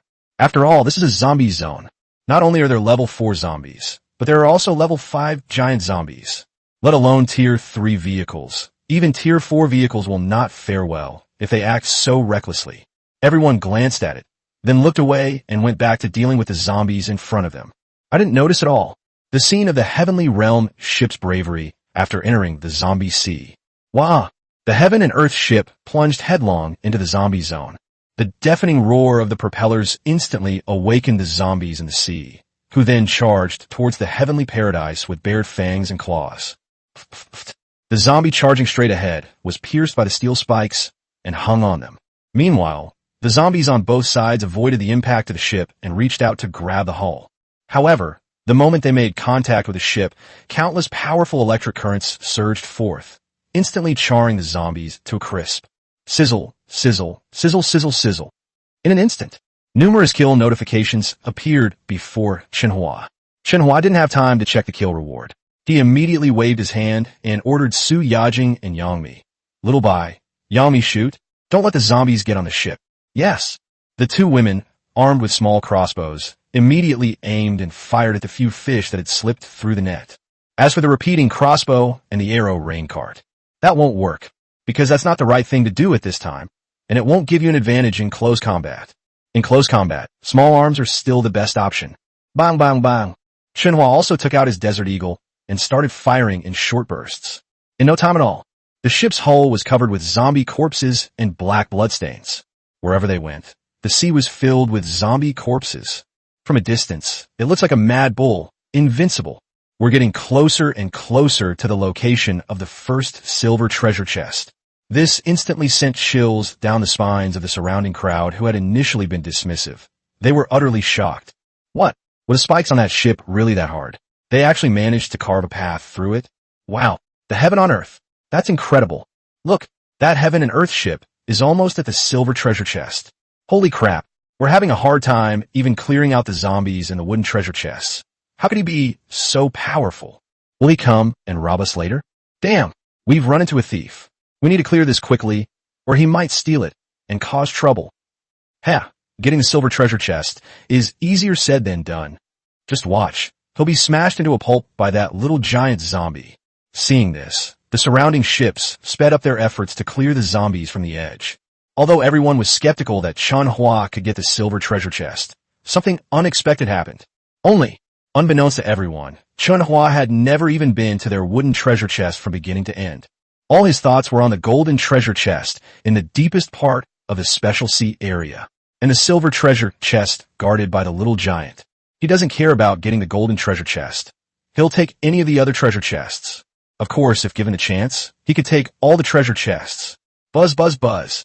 The heavenly realm is getting closer and closer to the silver treasure chest. The zombies guarding the silver treasure chest, all of them, stood up. One of the giant zombies, in particular, stood over 5 meters tall when it stood up. His arms and legs were thicker than a normal person's body. The silver treasure chest floated on the sea beneath its crotch, appearing extremely small, like an adult's fist. Chapter 66, sweeping through the zombie sea, achieving fame in one battle. After the little giant zombie woke up, it did not attack Chen Hua, but looked around blankly. Let the little zombies at his feet take the lead and rush towards heaven and earth. Perhaps this is the boss's aura, saving it for the grand finale. Seeing this, Chen Hua commanded again. Yun Mingyao, don't get close to the giant zombie. Be careful to detour and avoid it. Xiaobai, get ready to shoot. Shoot it in the head. Receive. Yes. After saying that, Yun Mingyao started circling around the giant zombie. Su Yajing gripped the zhuge repeating crossbow tightly and began aiming at the giant zombie's head. As for Chen Hua, he even grabbed the armored arrow rain chariot and adjusted its direction until the ship got close. He then shouted, "Beat them!"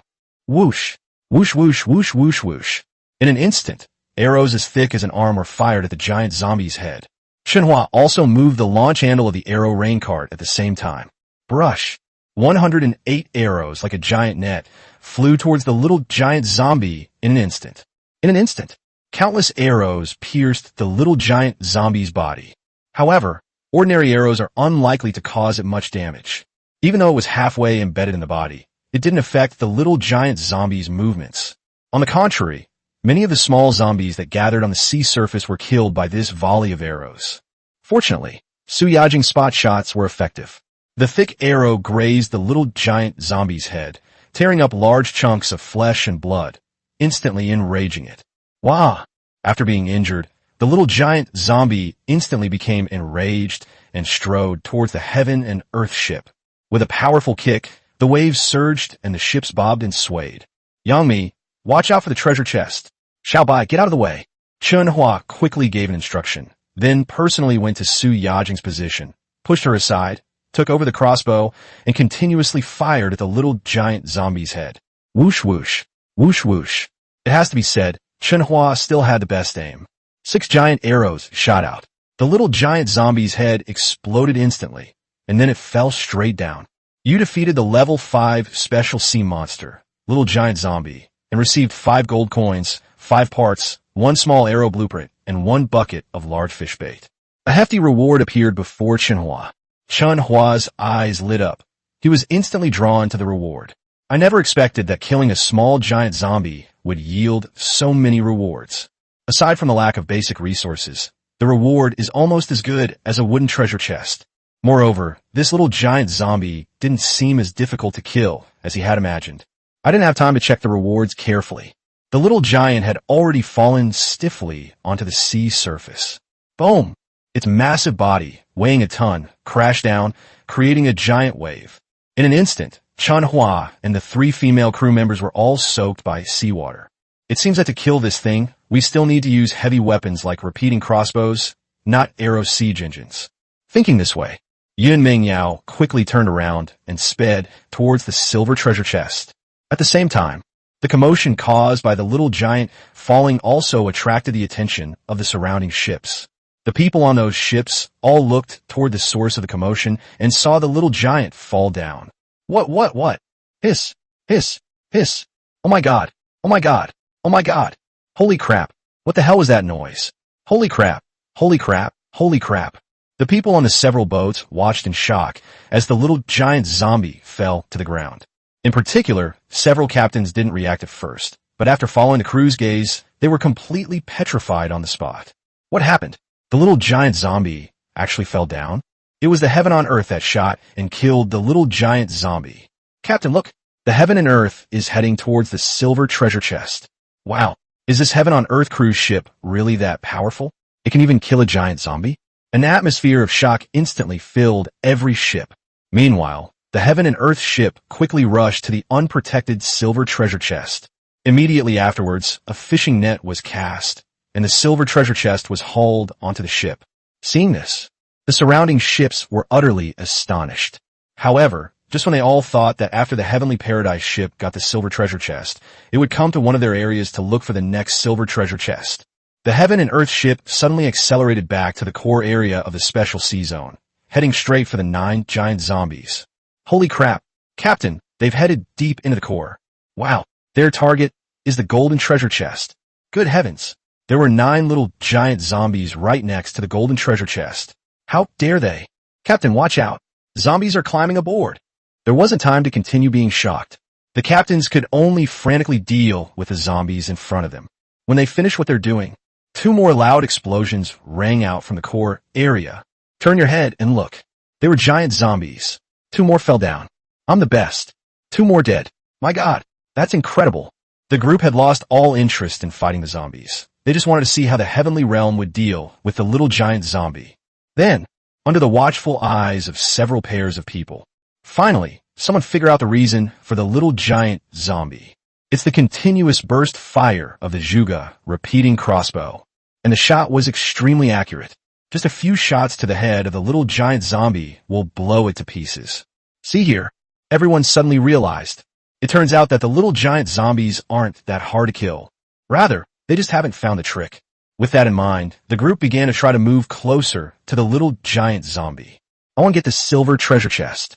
However, their idea was good, but reality is cruel. The Zhuge repeating crossbow can only load 10 rounds at a time. If one burst of bullets doesn't kill it, the little giant zombie will go berserk. And their boat was moving very slowly. He was immediately caught up by the little giant zombie in a few steps and then kicked away. In an instant, a vehicle sank into the water, and countless zombies swarmed in, treating the person who had fallen into the water as food. What? Turn around right now. The other captains, who were also eager to try, were terrified when they saw how miserable the others had become, and they all moved away from the little giant zombie.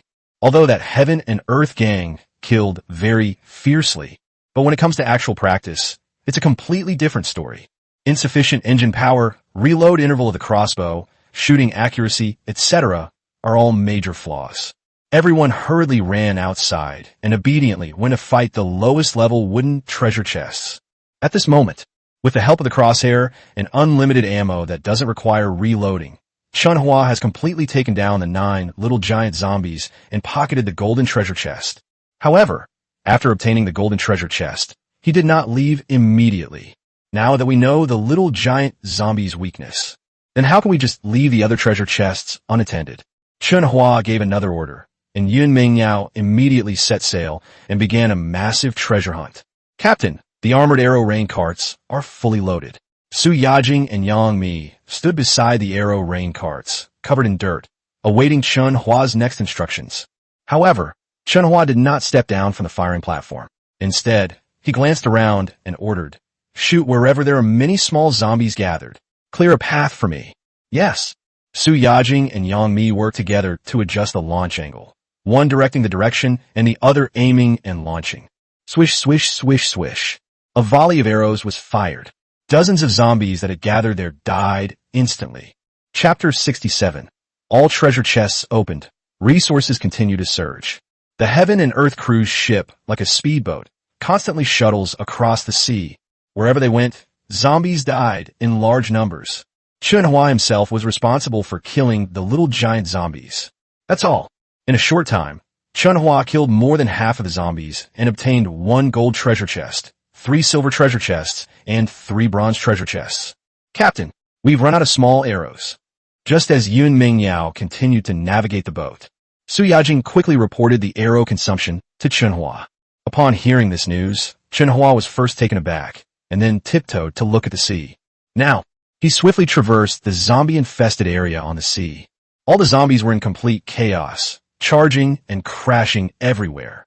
Some zombies that weren't involved in the battle were also running around, looking for targets.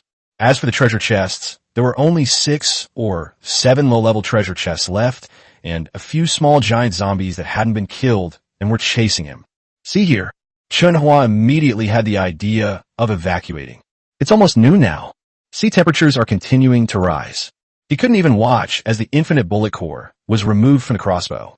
Otherwise, we wouldn't be able to deal with those little giant zombies.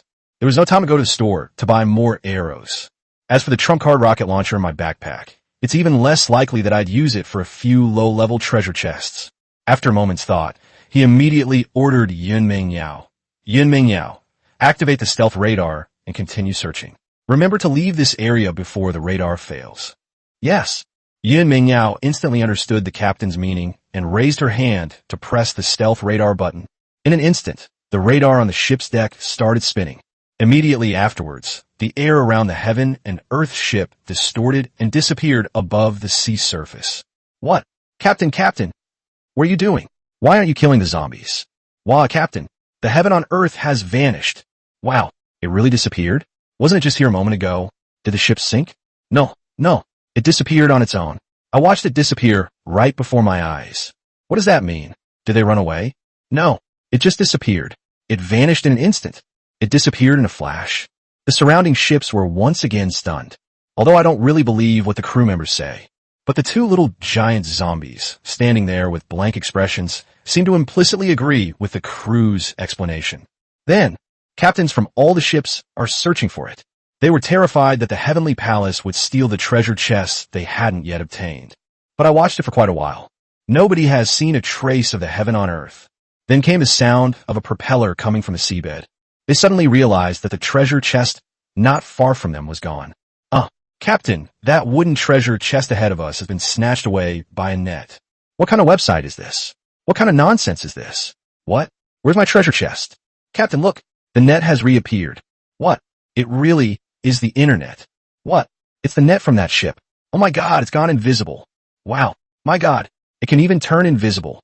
Tier 3 vehicles, when did they become so awesome? In an instant, all the ships in the sea were shocked.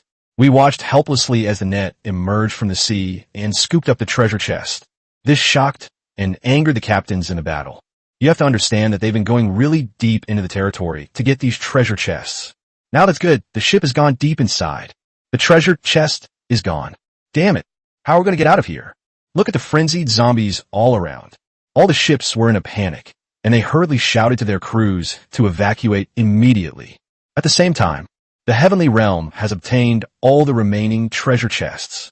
It also reappeared on the sea surface a few kilometers away in a special sea area.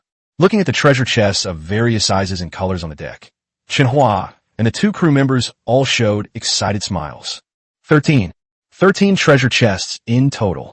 One successful discovery is worth several days of hard work.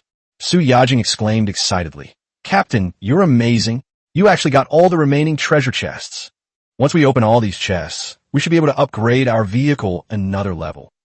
Hey, it's nothing. It's mainly because Yun Mingyao is a good boat driver, with precise control over distance and time.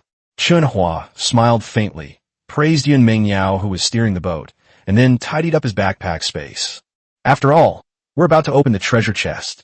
The items in my backpack need to be organized in advance. However, Chen Hua was shocked when he saw the backpack's spacious interior. Because at this very moment, his backpack was already full of supplies obtained from killing zombies. 101 units of timber, 102 units of crude iron, 65 steel plates, 335 parts, 310 liters of diesel fuel, 3 small arrow blueprints, 5 barrels of large fish bait, 2 furniture blueprints, 1 fishing net, sun protection clothing, small arrows, large arrows, and general-purpose bullets. The backpack was completely filled with supplies. The parts and arrows, in particular, numbered in the hundreds. There are even several blueprints. Small arrow blueprint. Small arrows can be crafted using raw materials such as wood, crude iron, and spare parts. Each blueprint can produce 500 arrows. Evaluation. Blueprints are consumables. Once used, they are permanently lost. See here. Chen Hua's eyes lit up. I never imagined that blueprints could be so useful. One blueprint produces 500 arrows. 3 blueprints produce 1,500 arrows. With the arrows he's accumulated in the warehouse, he won't need to buy any for a long time. Moreover, after this wave of zombie killings, Chen Hua's gold coins also saw a significant increase. I obtained over 100 items from killing the little zombies, killed the small giant zombie, and obtained over 60 points. After a battle, his gold coins have returned to the number of 1,500. Wow, exploring special sea areas seems to be a pretty quick way to make money. I looked at the blazing sun. Chen Hua told Yinming Yao to steer the boat a little further away, and then he started opening the treasure chests. First, there are 4 wooden treasure chests. It cost a total of 8 gold coins to unlock. However, apart from food and basic resources, there wasn't anything good in the wooden treasure chest. Wood plus 40, crude iron plus 40, parts plus 40, general arrows plus 60, giant arrows plus 12, 8 treasure porridge plus 24 bottles, pure milk plus 36 bottles, fruit and vegetable seeds plus 4 bags. After taking one look, Chen Hua went to the iron treasure chest. There are also 4 iron treasure chests, which cost a total of 16 gold coins to open. In an instant, the 4 crates were opened and countless supplies gushed out. However, although the iron treasure chest contains more supplies, it is only slightly better than the wooden treasure chest, and there are no particularly valuable items inside. Wood plus 48, crude iron plus 40, parts plus 54, steel plate plus 6, general arrows plus 180. 8 treasure porridge plus 4 boxes, bikinis plus 2 sets, mineral water plus 3 boxes, universal ammo 30 rounds. Engine plus 1, diesel plus 2 barrels, first aid kit plus 1, contraceptives, cold medicine, painkillers plus 6 packs. Chapter 68 First Encounter with Black Powder. Advancement to Level 4 Vehicle. You too, move these supplies into the ship's deck. Chen Hua took out a first aid kit, condoms, food, and other supplies, freeing up space in his system backpack, and gave instructions to the 2 women. Yes. Su Yajing and Yang Mi nodded quickly, then bent down to move the supplies. Seeing this, Chen Hua continued to open new treasure chests, bronze treasure chests. Although the bronze treasure chest is 1 level higher than the iron treasure chest. However, the opening price is the same as the iron treasure chest, which is 4 gold coins. Chen Hua had previously wondered why the price of the bronze treasure chest hadn't increased. But after opening the silver treasure chest, I found that the price of the silver treasure chest had increased, so I stopped thinking about this issue. After all, anything can happen in this ocean of survival. For example, a level 4 zombie only costs 0.4 gold coins to kill. It's 10 times worse than a normal level 4 sea monster. However, Chen Hua still didn't care. After opening the bronze treasure chest, I entered 4 gold coins and retrieved the supplies inside. 10 wood, 10 crude iron, 2 steel plates, 8 parts, 1 engine, 3 diesel fuel, clothing, arrows, house blueprints. There is only 1 bronze treasure chest, and it contains slightly more items than the iron treasure chest. In addition to an engine, he also found a house blueprint. The new blueprints piqued Chen Hua's curiosity, so he took them out to look at them on the spot. It turns out that you can actually use these blueprints to build houses using raw materials. This surprised Chen Hua once again. Unexpectedly, after the beginner period ended, the types of items that came out of the treasure chest changed, and these blueprints even include houses. Hopefully, they won't be able to come up with any more outrageous blueprints in the future. Thinking this way, Chen Hua took the 3 silver treasure chests again, entered 24 gold coins, and opened them. Timber 40, crude iron 38, steel plate 18, parts 50, engine 2, diesel 9 barrels. 40 large arrows, 200 small arrows, 30 rounds of general-purpose ammunition, 1 walkie-talkie, 10 life buoys, and 2 AK-47s. For boxes of milk, 1 box of adult products, 1 bag of wheat, 1 bag of corn, 10 bags of fertilizer, and fruits and vegetables. 10 steaks, 10 jean, 5 caddies of gunpowder, 2 bags of flour, soybean oil, mineral water, pots and pans. A dense array of supplies appeared before Chen Hua. Chen Hua looked around, and then focused his attention on the black powder.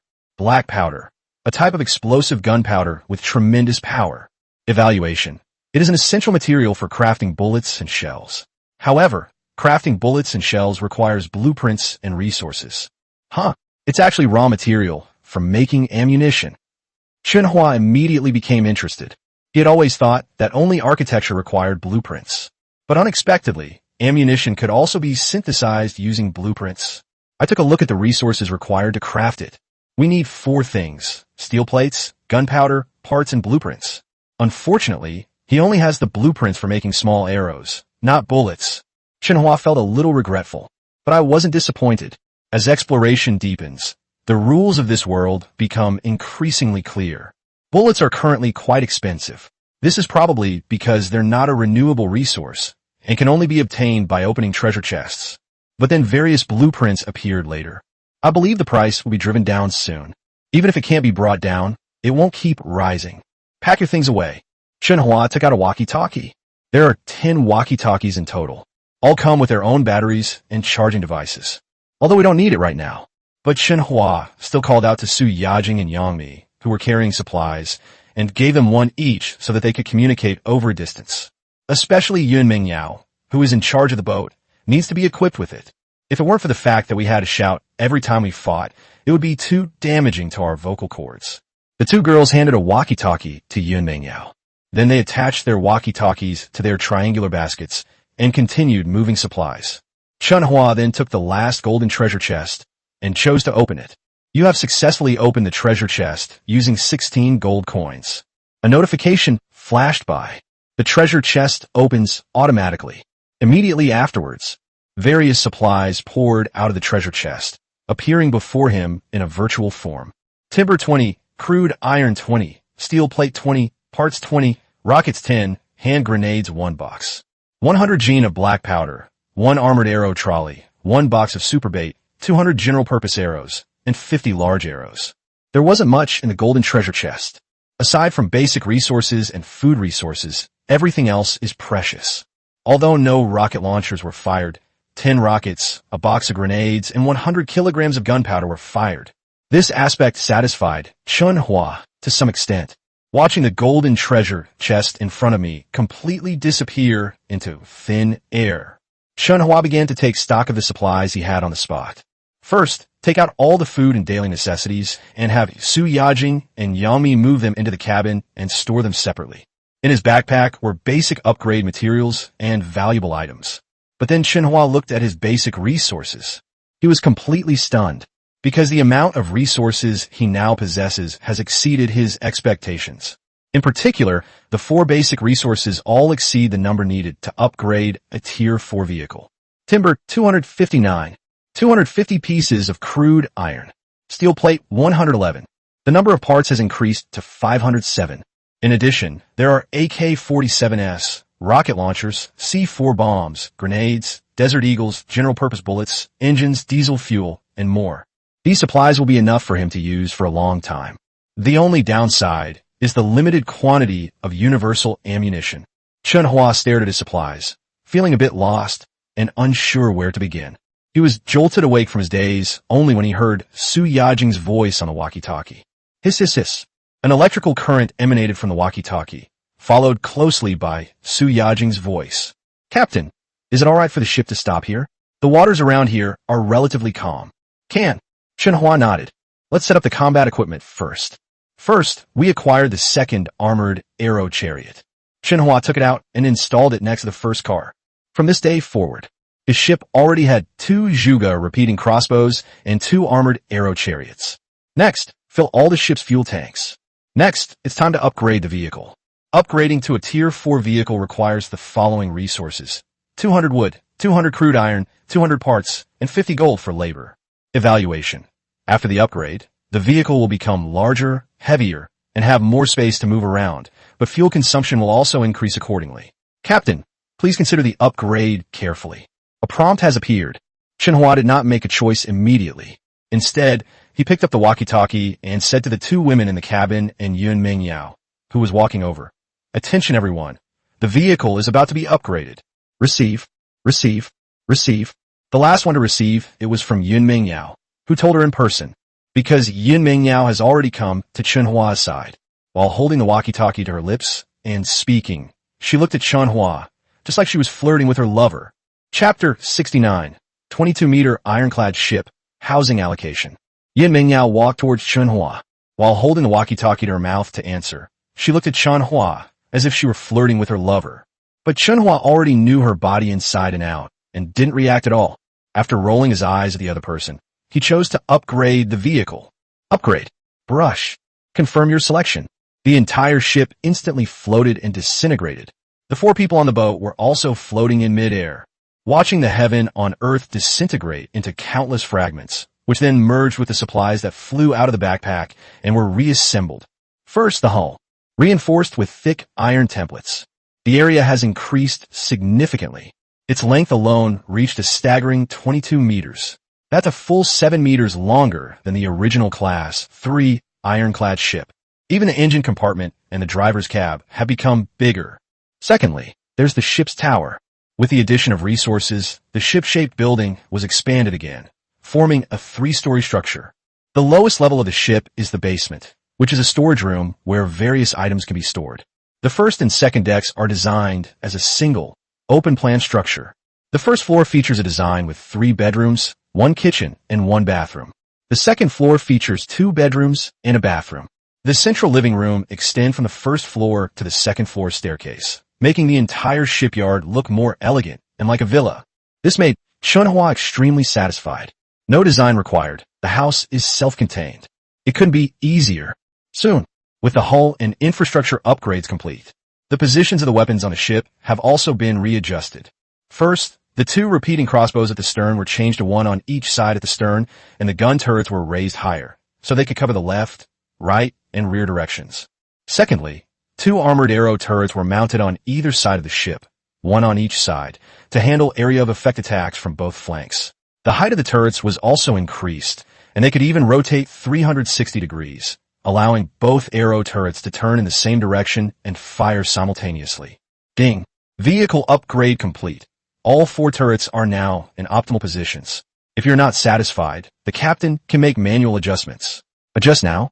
After all the turrets were finalized, a larger ironclad ship, fully assembled, appeared before Chen Hua in a transparent form, where every corner and connection could be seen through. Chen Hua looked it over carefully and found nothing to change, so he simply selected Confirm. Upgrade successful. Chen Hua confirmed it. A 22-meter-long, transparent, ironclad ship instantly solidified and entered the water. The people who'd been floating up landed with a thud back, where they had been floating. Wow, this is a level 4 ship. It's huge. Outside the cabin, Yun Mingyao stood beside Chen Hua, her eyes lighting up as she looked at the spacious deck in front of her. She walked quickly toward the ship's side. It felt like I walked a lot before I finally reached the edge of the boat. A smooth deck, a wide hull, and tall gun emplacements. It already looks like the prototype of a ship in a game. Let's go. Let's take a look inside the ship's deck. Chen Hua smiled calmly and led Yun Mingyao into the ship's deck. Inside the ship's deck, Su Yajing and Yang Mi were standing in the double-height living room, looking up in a daze. Above their heads was the roof of a 2-story building, several meters high. On the second floor, a railing-covered corridor protrudes out and encircles the entire room, making the first and second floors one unified space. This makes it appear not only larger, but also wider. Wow, it looks like a small villa. That's Yang Mi's exclamation. Yes, it's even more luxurious than my old house in the countryside. Yun Mingyao exclaimed. The 2 women have different perspectives, but they all sighed in admiration. After all, this is the ocean where everyone is fighting for survival.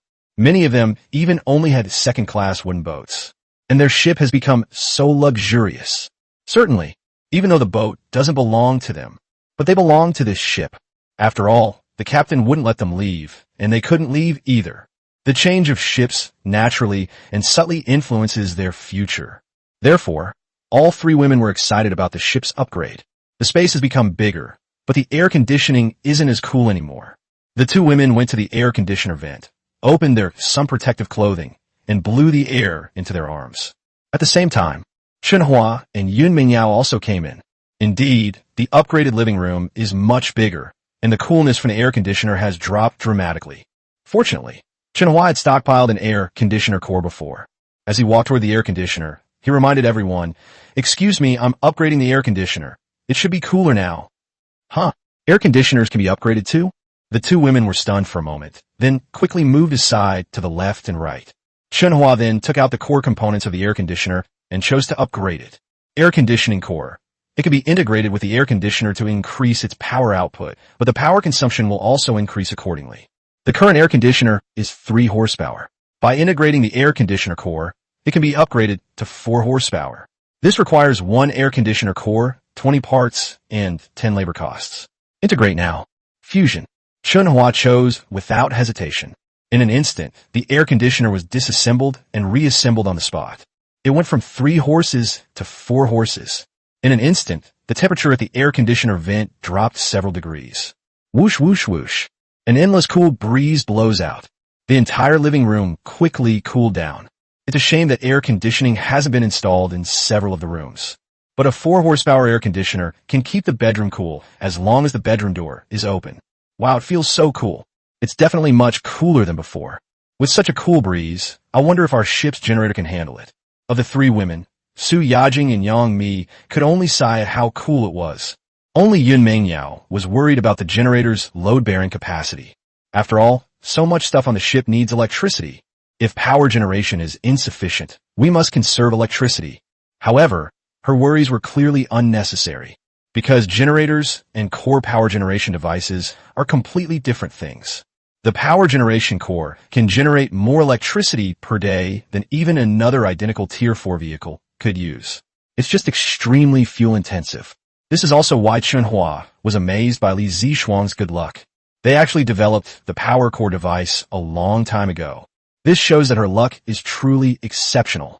Chen Hua turned to the 3 women and said, "Don't worry about electricity. Our ship has a complete power core system, not just a single generator. The entire power core system is enough to power, even if you filled the ship with air conditioners. It's just a bit fuel-intensive." Phew, that's good. Yeah, a little more fuel consumption is fine. We could just find more treasure chests later, as long as the power supply isn't overloaded. The 3 women breathed a sigh of relief at the same time. Seeing the change in the 3 women's attitudes, Chen Hua smiled calmly, and then revealed another bombshell. Now that the vehicle has been upgraded, you can each have one of the 3 houses downstairs. Wow, really? Captain. My goodness, Captain, you're so kind. Upon hearing this answer, Su Yajing and Yun Mengyao instantly became excited, each of them excitedly grabbing Chen Hua's arm. Yang Mi, on the other hand, was more reserved. After a slight smile, she said something that displeased Chen Hua. "Thank you, Captain. I will pay the rent." Chapter 70, 2,000 arrows, continue selling ice bricks. Pay rent? Chen Hua was taken aback and looked up at Yang Mi. Yang Mi's heart tightened, and she quickly lowered her eyelids. But she didn't explain. Chen Hua understands. The other party doesn't want to owe me anything. I want to use this to distance myself from myself. But once everyone's on board, can the distance between them still be increased? Chen Hua's lips unconsciously curled up, and he nodded, saying, "Sure, 10 gold coins a month. How about it? No problem." Yang Mi immediately breathed a sigh of relief. Earning 10 gold coins a month is not a big problem for her if she's careful with her spending. Moreover, it seems that the captain didn't really exploit her to the extreme. This actually made her somewhat worried. After all, the captain had been too kind to her, and she was genuinely a little worried. Certainly, but he can't be too bad either. If she were to encounter someone who is absolutely wicked, she might finally be free. The current situation, which isn't particularly good, but also not terrible, leaves her uncertain about the future. She can only take it one step at a time. With that thought in mind, she followed the 3 women to choose a room. Su Yajing and Yun Mengyao will choose first. She took the last one. Room selection complete. The 3 of them started busily cutting the ice blocks. After all, today's ice blocks are all set. It's almost noon now, the hottest time of day, and I believe sales will be even better. Tajda. The 3 women, wearing bikinis underneath, with walkie-talkies hanging from triangular baskets, and thin sun-protective clothing on top, sat in the kitchen and started working, making a clattering noise. Chen Hua glanced at the weather outside, then sat down on a sofa in the living room and began studying the blueprints. First, he possesses 3 general-purpose aero blueprints, 2 furniture blueprints, and 1 house blueprint. These drawings require various materials to be combined with them. There's no need to look at the furniture and house plans. All of these require a certain amount of wood and parts. After upgrading his vehicle, he didn't have many resources left, and he didn't lack housing either, so he didn't need to synthesize anything for the time being. On the contrary, it's the blueprint for universal arrows. 1 general arrow blueprint can be used to make 500 general arrows. However, it requires 5 units of wood, 5 units of crude iron, 5 parts, and 5 gold coins as labor costs. These resources, based on current prices, are worth approximately 35 gold coins. The price for 500 small arrows is 50 gold coins. This is equivalent to spending 35 gold coins to get a weapon worth 50 gold coins. It's 1/3 cheaper than buying directly from someone else. After doing a rough calculation, Chen Hua glanced at his arrow reserves again. The number of large arrows has reached over 100, and the number of general-purpose arrows has reached over 600. All of these were obtained by him hunting zombies and opening treasure chests. The storage capacity is sufficient to handle a large-scale battle no less intense than this morning's. However, having too many weapons is never a problem. Keeping these things is pointless.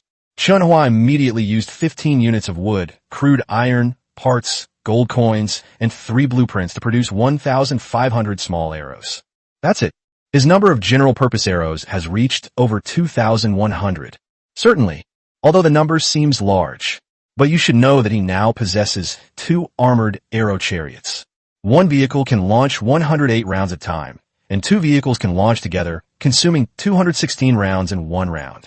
More than 2,100 arrows couldn't even withstand 10 volleys.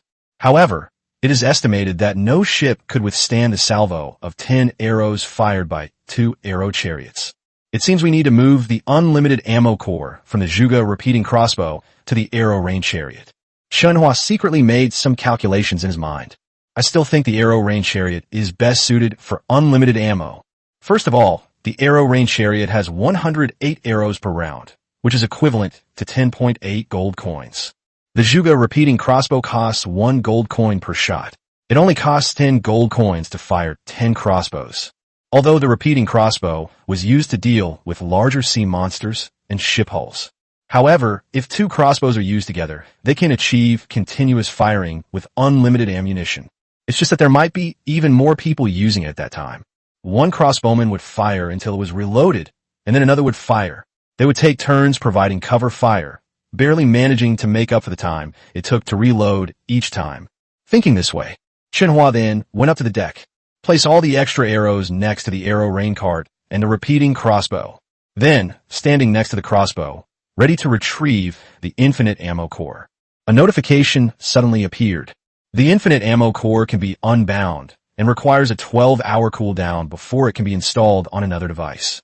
Unbind now. Do not lift. After just one glance, Chen Hua gave up on dispelling the curse. After all, it's only just approaching noon. We don't know what dangers lie ahead, so we definitely can't let the infinite bullet's core cool down easily. Let's wait until nightfall when all the ships are too afraid to make any rash moves, before we untie and change the ties. I took a walk under the scorching sun. Chen Hua was already drenched in sweat and felt his skin burning. After quickly returning to the deck, I felt my body temperature drop. Ugh, this awful weather is going to restrict the development of many ships in this endless cycle. I glanced at the 3 women bustling about in the kitchen. Chen Hua sat down on the sofa and comfortably opened the chat page. Newbie's own chat channel number 35859, 66,951 to 100,000. It's so hot. It seems even hotter today than yesterday. Brothers, it's almost noon. Hurry up and get into the cabin to escape the heat. Don't get sunburnt. Ugh, it's not cool in the cabin at all. It's like a sauna. I feel like I'm being steamed alive. Haha, I found a golden treasure chest, guys. It's full of ice. Woo! DM me if you want it, or it'll melt by the end of the night. Holy crap. You even found ice cubes in a treasure chest? What the hell was your luck? Haha, not only ice, but also a small generator. My boat now has electricity. Wow, that's awesome. What? A generator? What? Hey bro, want to get a refrigerator? Want to replace it? Ugh, I'm so envious of you guys. I'm burning up from the heat. Water prices are rising again. Where's the ice cream vendor from yesterday? Why hasn't he come out yet? Help! Quickly, bring me some ice to save my life. I've discovered a special level 1 sea area here. Anyone want to explore it together? Wow, killing sea monsters makes money so fast. It's just that aiming at their heads is a bit tricky. I need ice cream bricks. +1. I need ice cream bricks. A dense stream of messages scrolled through the regional channel. Chen Hua watched for a while. Then I opened the store and took a look. The price of water resources has rebounded by 0.1 gold coins after falling yesterday. As for chilled water, the price remains stable. Moreover, the amount of chilled water resources has increased compared to yesterday. This shows that many people are already able to make chilled items. The problem is that production can't keep up and prices aren't cheap, so it's impossible to have a significant impact on the water resources market in a short period of time. Chapter 71 Water resource prices plummet across the board, leaving GU completely numb. After reading the news on the channel and the market prices, Chen Hua also knew that his ice-making business might decrease over time. However, earning 1,000 gold coins a day is enough for a few days. In the market, no business can ever last forever. After thinking it through, Chen Hua then went to the kitchen and put the ice blocks that the 3 female crew members had broken into pieces on the shelves for the first time that day. Each ice brick still costs 7 gold coins. If you feel you can't use up a piece, you can buy it back, break it up further, and then resell it to others to recoup some money. Brothers, today's ice cream bricks are 110 yuan each and are already available in the store. Grab them while you can. After it was released, Chen Hua sent a message in the chat channel. In an instant, the messages in the channel stopped scrolling. It's obvious. These people went to buy everything. Until 3 seconds later, the messages in the channel then exploded all at once again. What? I got again. Chen Hua is truly generous, putting over 100 ice cream bars on the shelves at once. Unlike others, who only put them up little by little, leaving you with barely a trace. Wah, I didn't manage to snag any. Is there anyone who thinks they have too many and wants to transfer some to me? I'm willing to pay a small fee for their help. It's that guy again. He's making it hard for my chilled drinks to sell. What a ripoff. Selling an ice drink for such an exorbitant price. Who would buy it if they weren't desperate? Go eat shit. With ice, we can make as much chilled food as we want.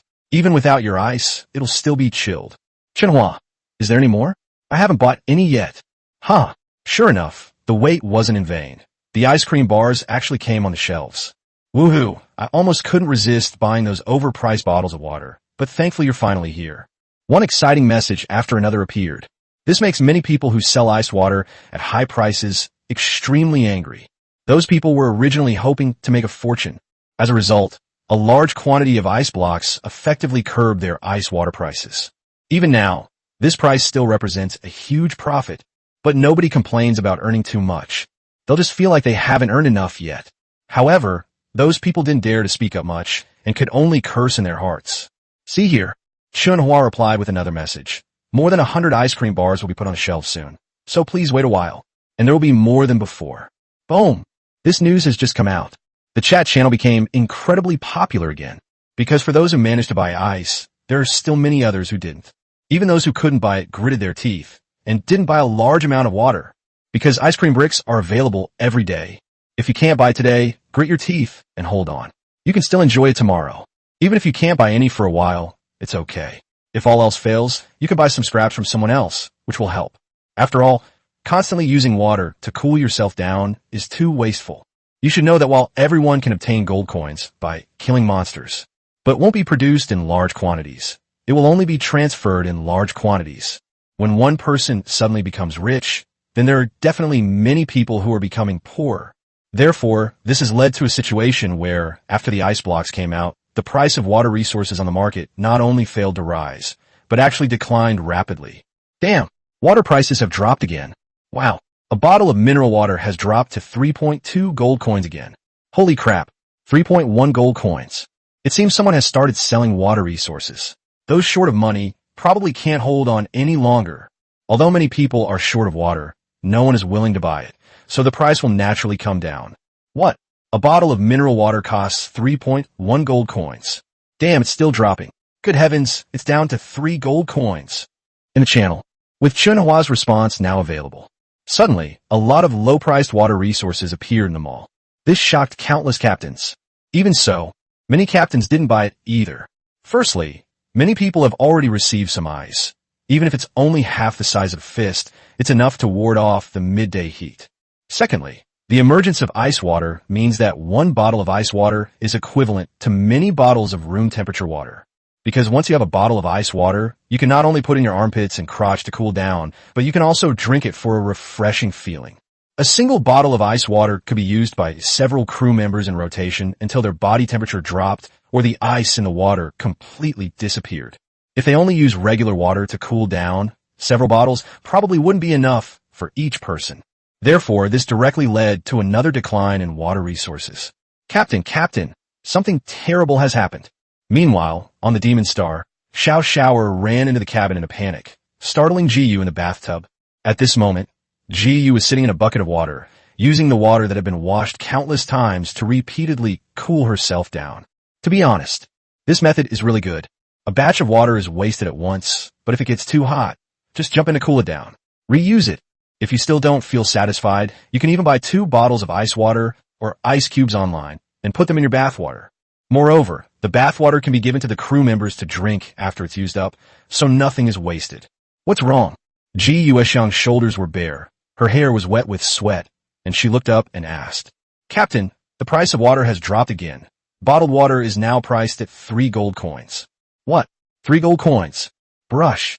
Ji was so startled that she instantly sat up in the wooden tub. In an instant, trigonometric functions appeared in the cabin, causing Xiao to lower her gaze. She doesn't want to see it, but this function is indeed very beautiful. Even she, a woman, couldn't take her eyes off it.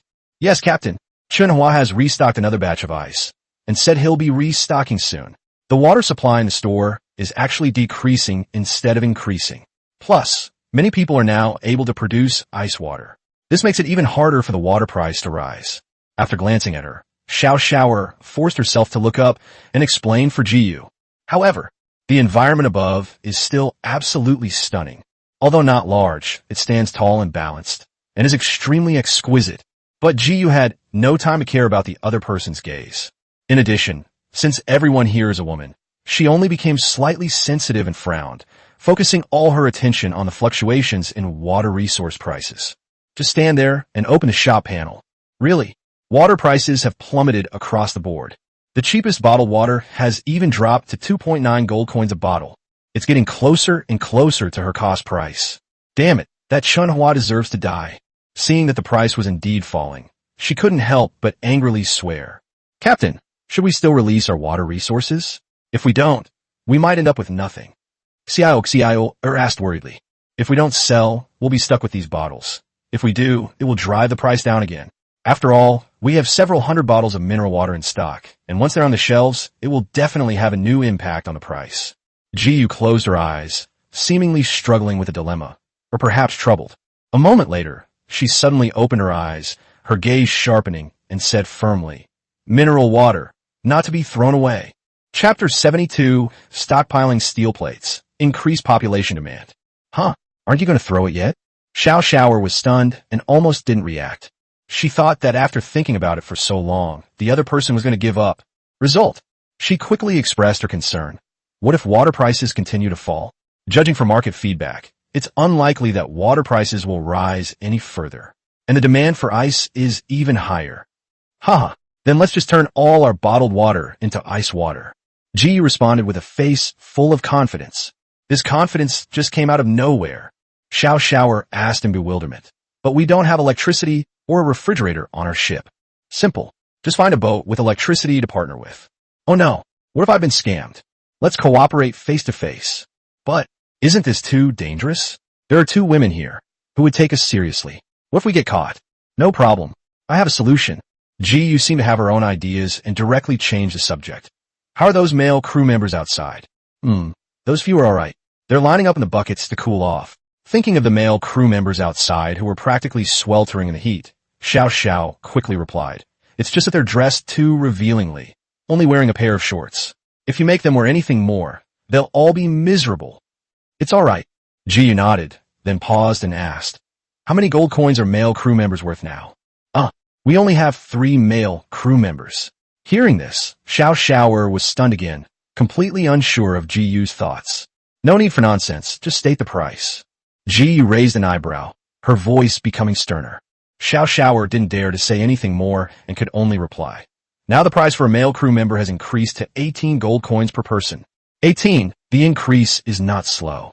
Yes, and it's still rising, so the price will probably keep going up. Okay, you can go down now. I'll go contact a boat with electricity. Inside the heaven on earth, Chen Hua glanced at his gold coin balance. Unbeknownst to many, the number has increased from 1506 to 2276. If we sell all the remaining ice bricks, his gold coin reserves are at least 3,000. 3,000 gold coins. You could do a lot of things at sea. For example, let's do some shopping first, for things that aren't on the ship. Let's do it. Chen Hua immediately opened the system shop and began a new round of sweeping. Especially furniture and household items, such as air conditioners, washing machines, and Simmons 8-piece mattress sets. They also have low-priced winter and summer clothing, underwear, sanitary napkins, toilet paper, tableware, red wine, beer. I want it all. In addition to that, there are also physical facilities. Resources such as engines, steel plates, crude iron, wood parts, house plans, and 4 Juga repeating crossbows. This caused his material reserves to surge, bringing his almost depleted basic resources back to an appropriate level. Moreover, he bought so many things in basic resources. It only cost a little over 1,000 gold coins. Moreover, the most consumed items among these 1,000+ gold coins are the 4 basic items and the Juga repeating crossbow. Of these, nearly 100 steel plates alone consumed almost 300 gold coins. 200 gold coins were spent on crude iron, and over 100 gold coins on spare parts. Certainly, although we don't need these things right now, but every captain will go and store it, because these basic resources are essential for upgrading ships. Even if we don't need it right now, we'll need it sooner or later, especially steel plates. Upgrading your ship in the early stages is completely unnecessary, but as ships get bigger, the demand for steel plates will inevitably increase sooner or later. For example, upgrading to a Tier 5 vehicle requires the addition of steel plates. Otherwise, relying solely on wood and crude iron would make it difficult to maintain the stability of large ships at sea. Moreover, steel plates have many other uses. For example, making ammunition, repairing engines, and repairing clothing. Given the anticipated increase in demand, the price of steel plates will definitely not fall. Although Chen Hua couldn't be sure if prices would rise in the future, he felt it was a good time to buy and stock up while demand for steel plates was currently low. Then, after Chen Hua went on a big shopping spree, they bought up most of the low-priced basic resources in the mall. It gives people the illusion that when they open the store, all the basic resources have increased in price. After the procurement is completed, Chen Hua took the lead in installing the extra air conditioners in every room. Then we went up to the deck and, under the scorching sun, installed the air conditioner in the wheelhouse. Finally, we arrived at the Aero rain cart and installed the 4 newly acquired Juga repeating crossbows on both sides of the Aero rain cart. This forms a protective formation of 2 crossbows guarding 1 vehicle. There are plenty of weapons, but not enough people. Looking at the 6 Juga repeating crossbows and 2 Aero rain chariots on the ship, Chen Hua nodded in satisfaction, knowing that it was time to add another goddess to his ship. Otherwise, these weapons will be left uncontrolled. And as the ships grew larger, the number of crew members must also be sufficient. However, goddess-level crew members are really hard to come by. If all else fails, we can just recruit some ordinary crew members to fill the gaps.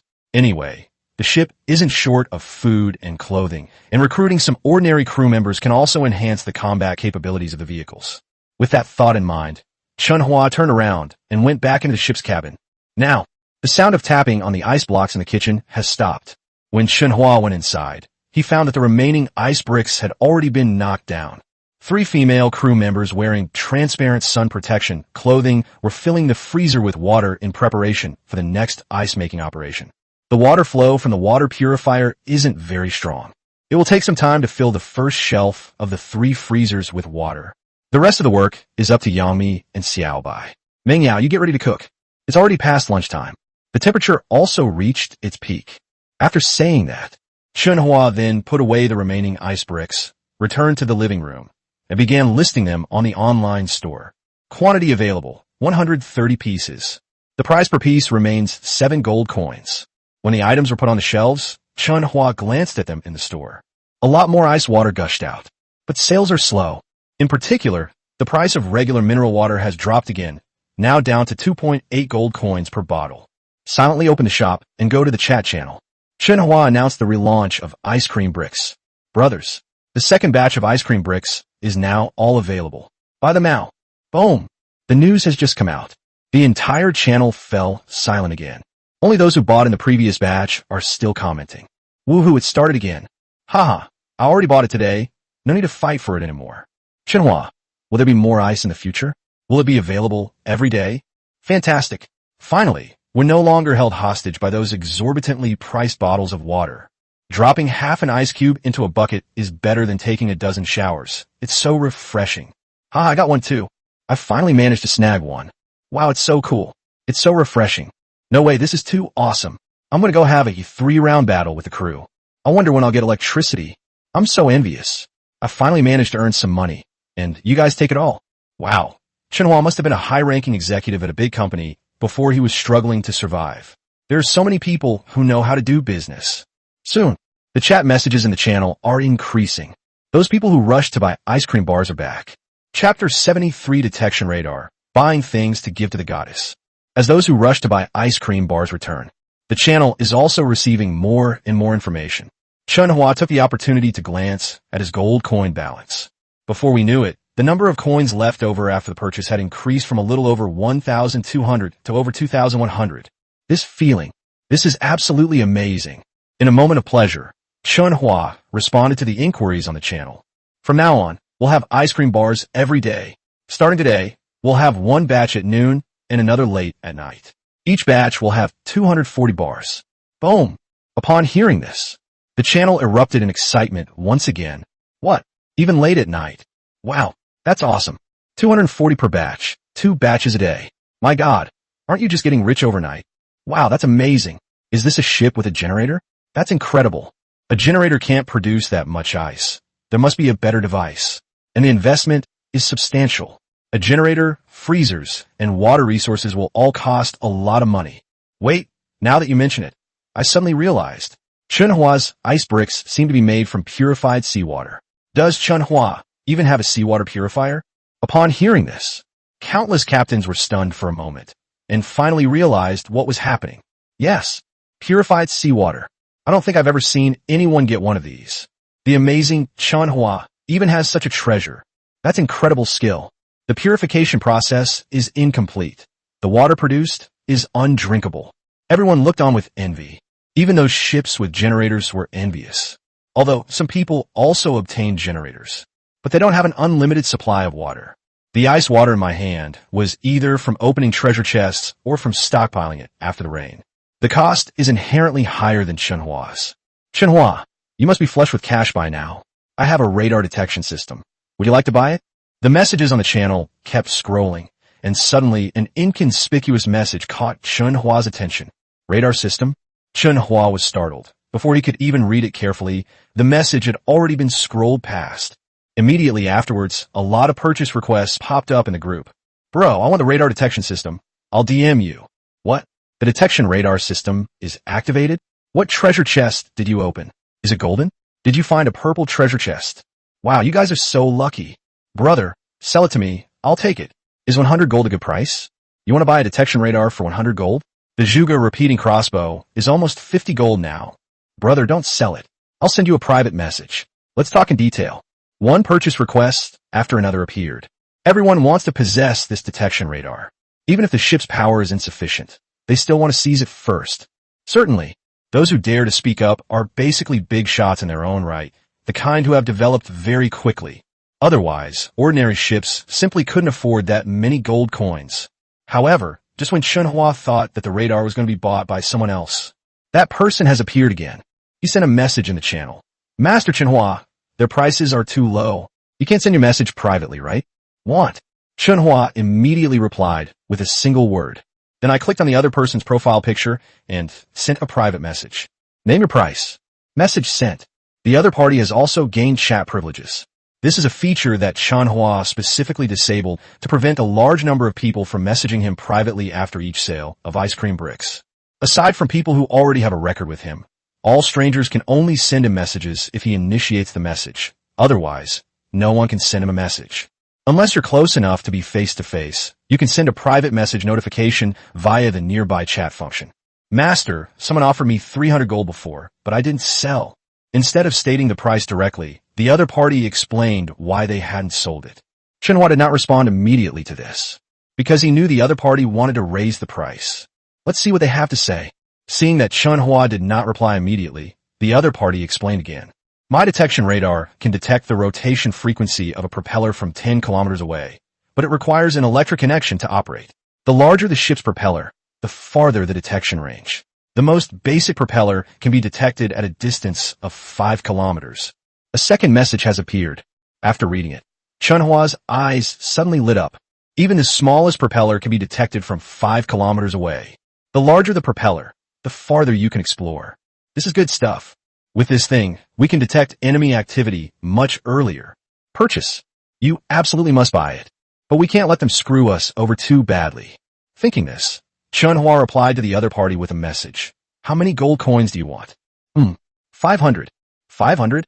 Chen Hua was taken aback and did not reply immediately, although this price isn't expensive. But nowadays, there aren't many people who can afford to spend hundreds of gold coins at once to buy things. Moreover, although detection radar is rare, it is basically the kind that is expensive but not available, and few people can afford it. Otherwise, such a good thing would have been snatched up long ago. Thinking this through, Chen Hua replied again. Too expensive. Message sent. The person on the other end of the panel beamed with joy, knowing the deal was about to go through. He then feigned difficulty and replied, This is a real gem. Once everyone's vehicle levels are upgraded, they'll absolutely need this kind of radar. I'm only selling it because I'm short on money. Otherwise, I'd definitely keep it for myself. Alright, but you should also know that almost no one is willing to spend all their money at once to buy a piece of equipment that won't be used for a short period of time. 400 gold coins. You can trade if you want. Chen Hua directly reduced the price by 100 gold. But the other party also knew that Chen Hua made a lot of money selling ice. So they didn't agree immediately. Instead, he waited a while before replying. 470. How about I send you a top-notch beauty? What? A stunningly beautiful woman? Upon seeing this word, Chen Hua instantly ignored the price the other party had offered. After all, what he lacks most right now is a goddess. So Chen Hua quickly asked, What level of top-quality item is it? Call out. The message has been sent. The other person stared at the chat panel, momentarily stunned. A quick reply? No need to negotiate the price anymore. Sure enough, a big shot is a big shot. With no shortage of resources, he started researching women. After exclaiming in admiration, the other person quickly typed, Absolutely amazing. How to put it? She's on par with a celebrity. She has a very sophisticated air about her. She herself mentioned that her family used to own a company, and she's still quite young. And I haven't even used it yet. I just caught it yesterday. Its stats are a bit low, so it can't do heavy work. It's also a bit clumsy, and its talent isn't great either. Do you want it? Want. Upon seeing the message, Chen Hua immediately replied, How do we trade? Are you coming to me? Or am I coming to you? Chapter 74, heading to the destination. Vehicle level can be detected. Are you in such a hurry? Aren't you going to ask about any talent at all? The other person was taken aback again, but quickly revealed a wicked smile. After all, once some people become successful, what they care about is different from that of ordinary people. He then typed a wicked reply. Come find me. But I think we should trade this detection radar first. No problem. Chen Hua doesn't really care about this trade anymore. Because he has taken in a new goddess, he will receive even rarer rewards. Moreover, his vehicle has been upgraded to level 4. Each goddess can provide him with 80 gold coins as a daily accommodation fund. The mere 400-odd gold coins were automatically returned in just a few days. However, to prevent any accidents, Chen Hua still reminded him, You can't touch that woman until I find you. After it's done, I'll give you another 50 gold coins as a reward. Wow, 50 gold coins for your help. When did women become so valuable? Upon seeing the last sentence, the other person gasped. After all, judging from the current market value of crew members, an ordinary female crew member is only worth 10 gold coins. Even if a woman has the best looks and figure, she'll only get 20 gold coins. Not only did the other party agree to his price, but they also gave him a reward of 50 gold coins right from the sky. Good heavens! With these gold coins, he could buy several ordinary female crew members. Thinking this, the man became excited and replied repeatedly, Okay, no problem. Then I'll initiate the transaction for the detection radar. Wu Koutian is initiating a transaction with you. Soon, a transaction notification popped up on the chat page. Item for trade. 1 radar detection system. Transaction settlement. 470 gold coins. Without hesitation, Chen Hua paid 470 gold coins and took the radar into his backpack space. Immediately afterwards, before he could even ask, the other party then sent him a set of coordinates. Chen Hua, I'm right here. You can come over now. Once you arrive, I'll give you that amazing woman. It's obvious. He didn't choose to run away because of those 50 gold coins. This is also what Chen Hua hoped for. Otherwise, he wouldn't have given the other party extra money for no reason. I'm just afraid the other party will run away after the transaction is completed. Okay, I'll bring you some ice when I get there. Chat over. Chen Hua was too lazy to study the scanning radar. He immediately opened the coordinates and calculated the distance. It's quite far. It's over 180 kilometers long. At his current ship speed, even at full throttle, it would take 2 hours to travel. What if we encounter a sea monster or something on the way? It will take even longer. But in order to continue harboring the goddess, this distance is nothing. After all, distance is no longer an issue compared to the benefits of containing the goddess. Captain, dinner's ready. While Chen Hua was looking forward to the new goddess boarding the ship and studying the distance, Yin Mingyao and the others had already brought over the food. Chen Hua had no choice but to temporarily abandon his research and sit down to eat. A moment later, after lunch, most of the hottest time of the day had passed. Chen Hua, without hesitation, sent Yin Mingyao a coordinate and instructed, "Go and sail the boat to this coordinate location." Now? Yin Mingyao, who had just finished eating and was rubbing her stomach, suddenly sat up straight and asked with a puzzled look on her face. "Yes, now. I've already installed air conditioning in the wheelhouse. Go and start the boat. Let Xiaobai and Yangmi take care of the rest." "All right." Yin Mingyao reluctantly got up, walked out of the cabin, and set sail. Yin Mingyao and Yangmi worked together to clean up, and then continued to put water into the freezer to prepare for the sale of ice bricks that evening. After all, the profit margin on ice cream bricks is very high. We can't just give it up. Even when searching for treasure chests, you still need to keep an eye on making ice bricks. After giving the instructions, the Heaven and Earth cruise ship set sail, heading towards the deep sea. Chen Hua then went outside the deck and, under the blazing sun, began installing the detection radar. Detection radar system. It can detect the vibration frequency of underwater propellers and predict the location of surrounding ships in advance. The following resources are required for installation: 10 wood, 10 crude iron, 5 steel plates, 100 parts, and 50 gold coins for labor. The installation checklist has appeared. Chen Hua couldn't help but pause for a moment. Even he hadn't expected that installing a detection radar would require so many parts and gold coins.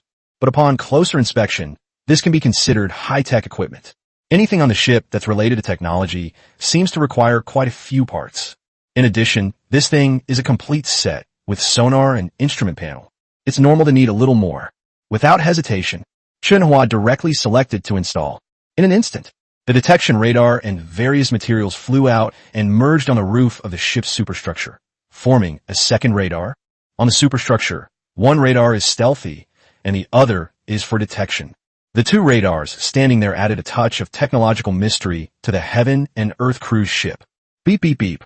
At the same time, inside the cab, a brand new radar detection instrument panel appeared alongside the various control buttons. On the dashboard, a detection beam is emitted from the center of the grid, continuously scanning the dashboard. The beeping sound signaled the appearance of 2 small black dots very close together on the dashboard. Chen Hua went to the driver's seat and took a look. He immediately understood the radar's function.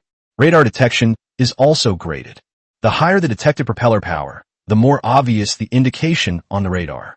And based on the flickering power of the 2 small black dots detected this time, we can see that those 2 black dots both belong to level 2 vehicles. Because propellers and engines are not the same thing.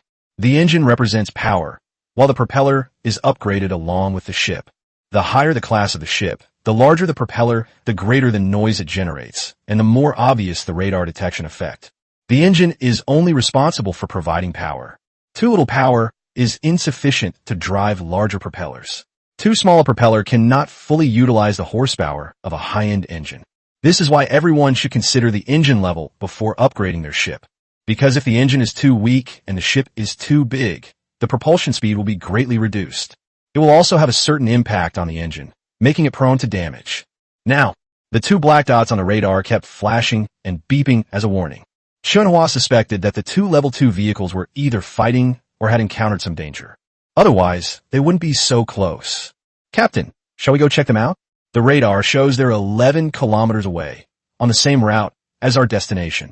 Su Yajing pointed to the coordinates displayed in front of her, then calculated the distance to the small black dots using the grid on the radar dashboard. Chapter 75, A Stunning Scene, Dressing Up Weapons.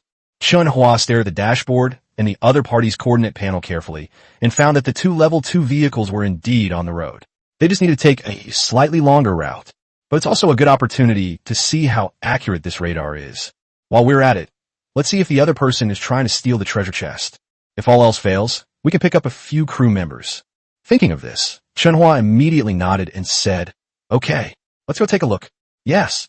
Upon receiving the response, Yun Mingyao immediately adjusted the direction and headed towards the location scanned by the radar. Due to the limited radar detection range, the Heaven and Earth ship did not operate for long before the two small black dots on the instrument panel appeared in the same square as the ship's coordinates. This is a distance of 2 kilometers. Captain, there are indeed 2 level 2 vehicles ahead, fighting zombies. 2 kilometers away, Yun Mingyao could clearly see the specific appearance of the 2 level 2 vehicles. They could even see the weapons on the ship clearly. Chen Hua knew that this was the effect of the opponent's eagle eye. He doesn't have eagle eyes. Although he can see an outline, he needs to use tools to see it in detail. I took out my binoculars and examined it carefully.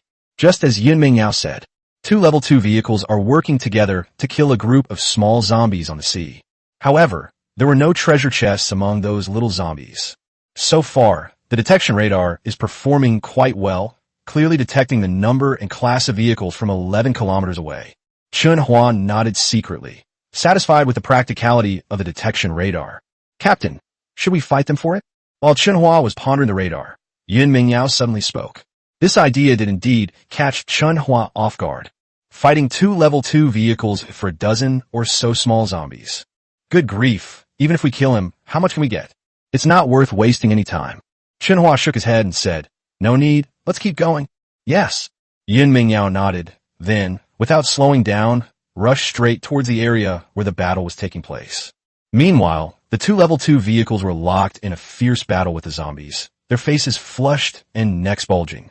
Suddenly, a large ship appeared on the sea and rushed towards them, startling the people on both ships. What? A ship is coming. Wow, what kind of ship is that? It's huge. Holy crap, barbs, are those barbs on that ship? Captain, that ship looks like it's coming straight for us. What? No way. They're going to steal it, even from a dozen zombies? The captains of the 2 level 2 vehicles were dumbfounded, just as they were about to announce that they should run. That's when I realized. The large ship, named Heaven on Earth, suddenly veered off course. Although they are still heading in the same direction, their goal has changed. Captain, should we retreat? Captain, that ship is going so fast.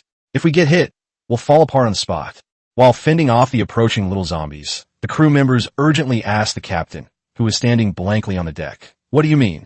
However, the 2 captains were already somewhat stunned. As the Heaven on Earth approached, they could see it more and more clearly. The entire hull is made of iron. Various huge steel spikes, several meters long, protrude from the outside. Like a sea hedgehog, it exudes a breathtaking and intimidating aura. Of course, that's not all. As the ship approached, the weapons such as the Zhuge repeating crossbow and arrow range chariots placed on both sides of the deck exerted a considerable impact on them. Wow, what an awesome ship. Good heavens, there's so many weapons, and they're all large weapons. The 2 captains were stunned. Fortunately, the ship wasn't targeting them. They just passed by from a distance of a few hundred meters away. But before the 2 captains could even breathe a sigh of relief, suddenly, 2 stunningly beautiful women wearing transparent, sheer, sun-protective clothing stepped out of the Heaven on Earth. These 2 women have amazing figures and incredibly smooth skin. Especially as the vehicle sped along, the sea breeze caused their combat sun-protective clothing to billow and sway, revealing their triangle bikinis underneath. Wow, so beautiful. My God, is this the sheer power of a Tier 4 vehicle? Even the crew is incredibly sexy. Looking back at his crew, he couldn't help but feel envious of the 2 captains of the second-level vehicles. However, the woman on the opposite deck was beautiful, but they dared not make any rash moves, because those 2 stunningly beautiful women in bikinis had already climbed onto the shooting platform, each controlling a Zhuge repeating crossbow and aiming it at them. A condescending attitude. The hem of her dress swayed wildly in the wind. This scene became an unforgettable and stunning image in the minds of the 2 captains.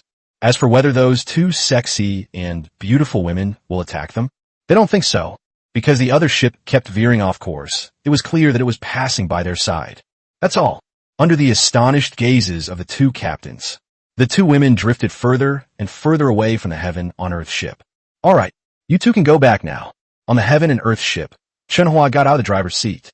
Su Yajing and Yang Mi, who were on the shooting platform, wiped the sweat from their foreheads and came down. Standing under the blazing sun for so long is really taking its toll. Especially when the sea breeze blows, it's like a steamer, not cooling you down, but making you even hotter.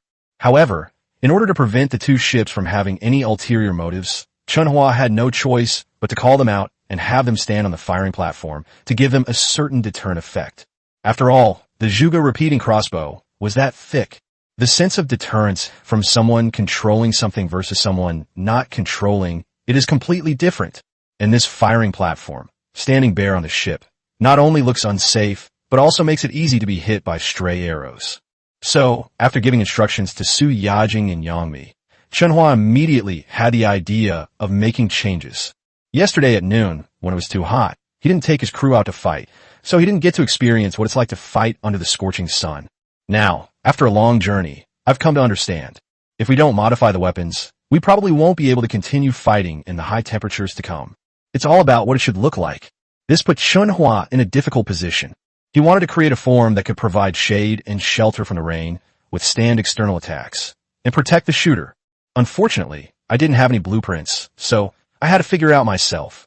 While pondering the problem, Chen Hua circled around the Zhuge repeating crossbow, studying it intently. Various modification methods began to gradually emerge in my mind. Since there were no blueprints for modification, although it was the simplest, it was also the most rudimentary. Just like making furniture or building houses on a ship. If you have the blueprints, many structures will be generated automatically. Missing parts will be assembled automatically. Even without blueprints, it's still possible to make it. But the result will be a simple assembly. Unless the maker is a construction worker or designer. And with the help of various auxiliary materials, it is impossible to make something by hand that matches the blueprint. Chapter 76, The Bunker Firing Room. Let Yami go. Captain, what are you doing circling the crossbow? Aren't you going inside to enjoy the air conditioning? While Chen Hua was circling around, Su Yajing, who had been waiting on the side, couldn't help but ask a question. After all, the current temperature is really hard to describe. Just standing here, I'm drenched in sweat. You guys going first? I need to modify these weapons. Chen Hua ignored Su Yajing and waved his hand without turning around. Modifying weapons? Both women were taken aback upon hearing this. Because, in their understanding, this weapon seemed to have reached its ultimate potential. Can it still be changed? The two women became curious and turned to wait in the shadows under the sail. They also wanted to know what the modified crossbow would be like. That's all. Under the watchful eyes of the two women, the final result of the modification in Chen Hua's mind was finally finalized. That is, by using 3 steel plates to wrap around the back half of the firing platform. A 3-sided defensive steel wall with steel plate protection is formed. One on top and one on each side. It can shield you from wind and rain, and also protect you from the impact of turbulent arrows. As for what came before, their crossbows blocking the way, what's there to be afraid of? They basically can't hit us. Even if you can hit it, you have to destroy the crossbow itself first. And behind it, there's no need to close it off either.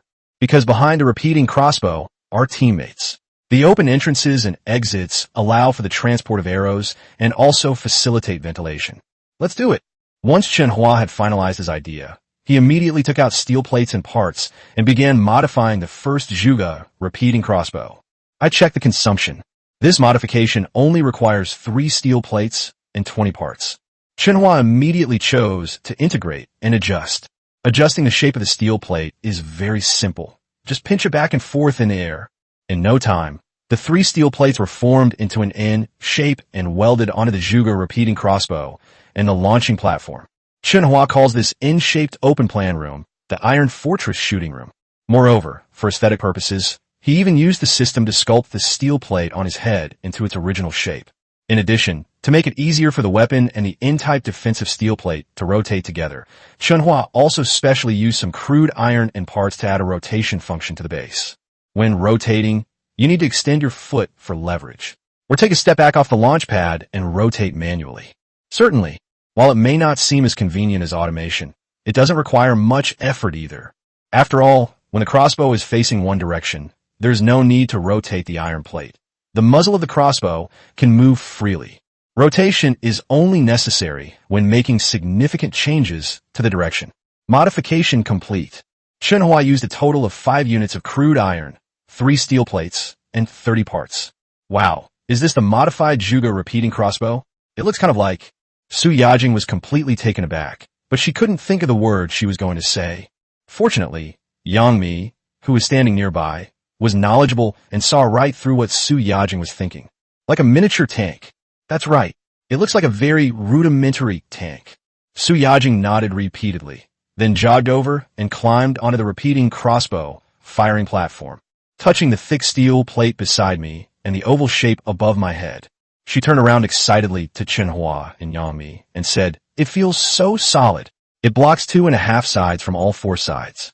From now on, when I stand here to shoot, Mom won't have to worry about me getting hit anymore." Yang Mi, Chen Hua, although we were all speechless, but they all showed subtle smiles. Especially for Yang Mi. This thing is what ensures their safety. She's not made of stone. How could her heart remain completely unmoved? She glanced furtively at Chen Hua. There was a hint of confusion in her eyes. Seeing his masterpiece being praised, Chen Hua smiled with satisfaction. Although there are no blueprints, the shooting range looks rather ugly. But it's very practical. At least when you're inside, you don't have to be exposed to the scorching sun.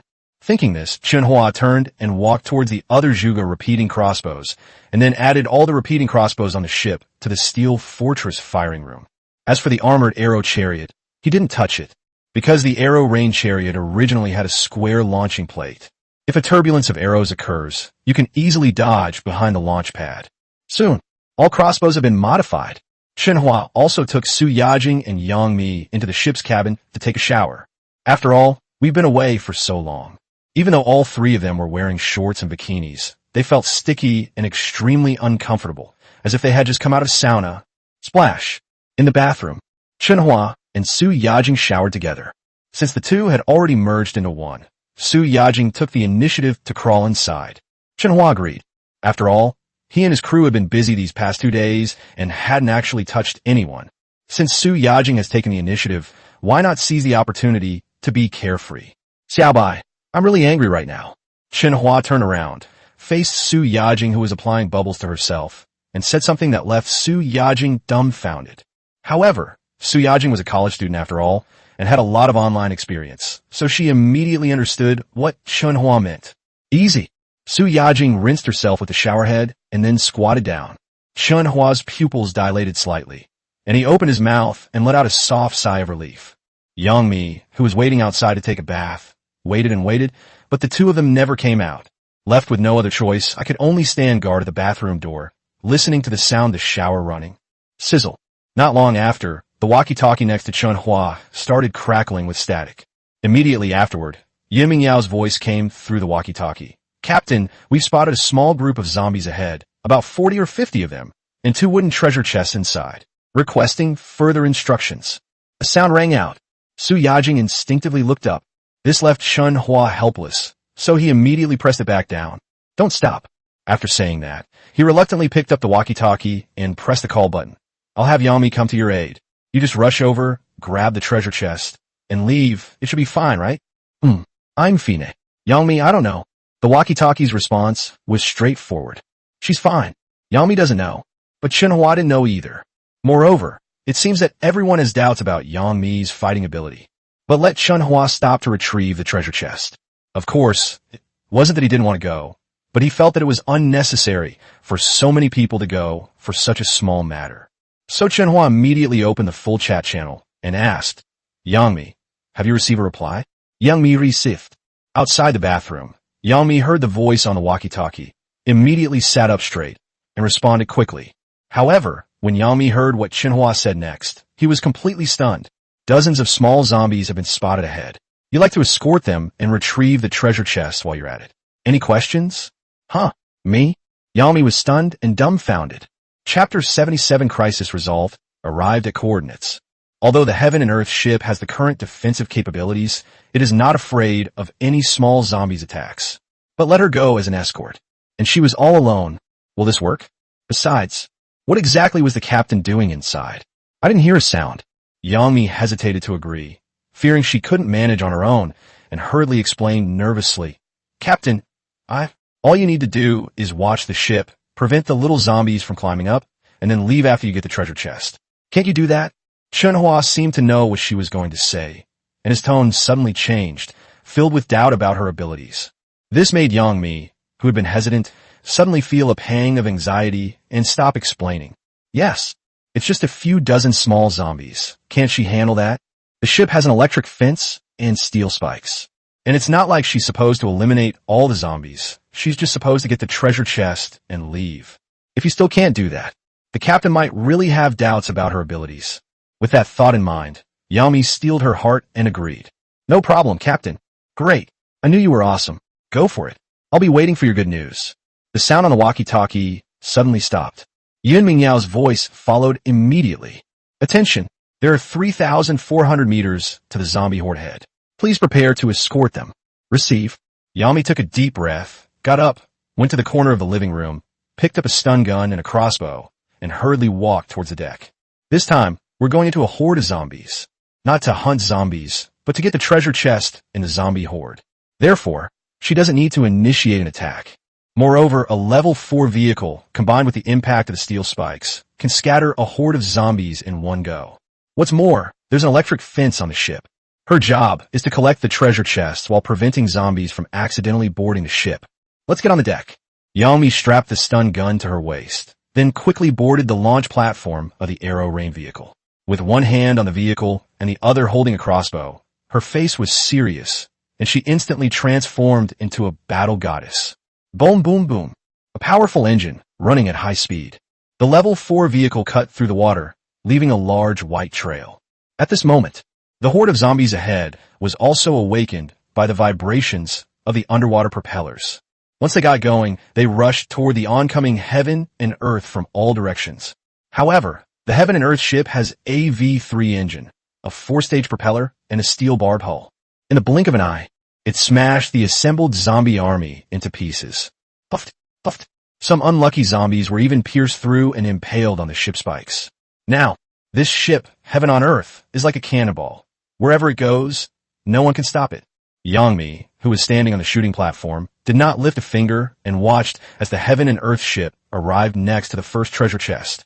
Attention, Yangmi. I'm almost at the treasure chest. Receive.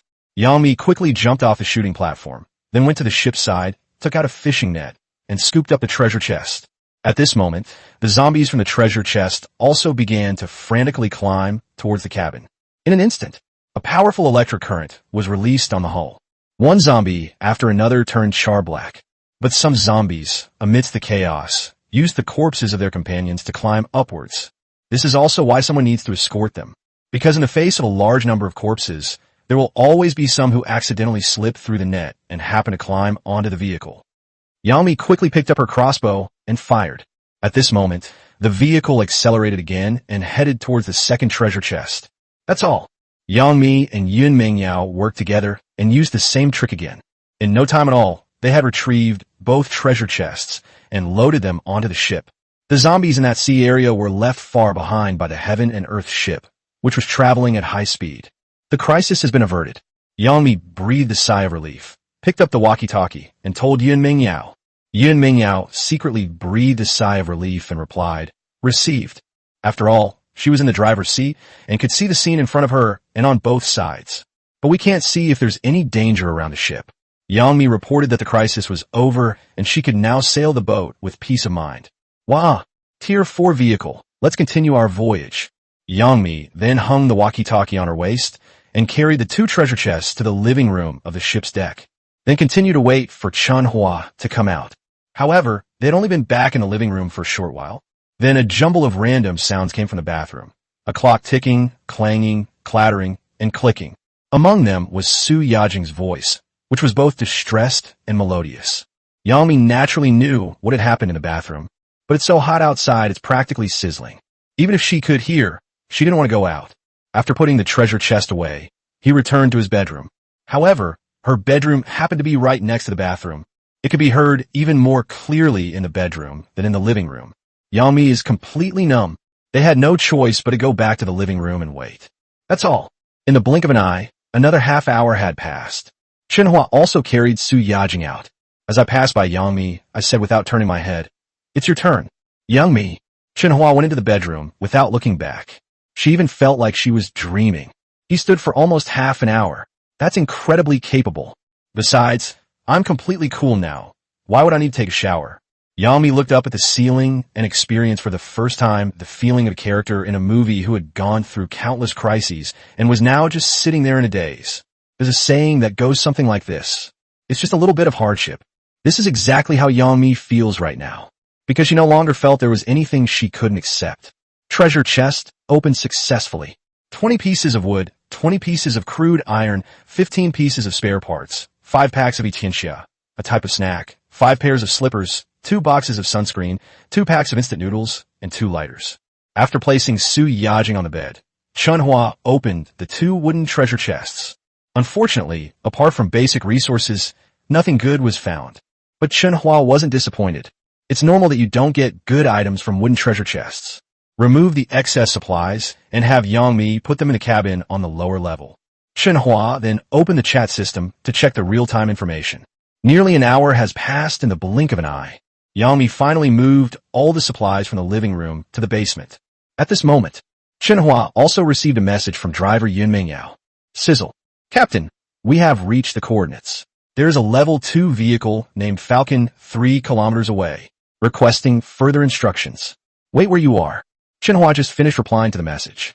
The chat panel immediately shook. Buzz. I opened it and took a look. The person who sent the letter was none other than the one he had been searching for. Hey sir, is that Tier 4 vehicle, Heaven and Earth, your ship? Chapter 78, the first private transaction. He's already here. Yes. Your Falcon? Chen Hua also sent a confirmation message. Yes, I am Falcon. Chen Hua, I didn't expect you to have advanced to level 4. So cool. This ship is huge. I almost thought someone was coming to attack me. It gave me quite a fright. Haha. After receiving confirmation, the other party immediately breathed a sigh of relief and replied with a long string of words that they thought were very interesting. Little did they know, Chen Hua was in no mood for jokes. After reading it, he sent a message with a blank expression. Come over here. Let me see this amazing woman you described. If she really is amazing, you'll get your share of the benefits. You've only just arrived, and you can't even wait?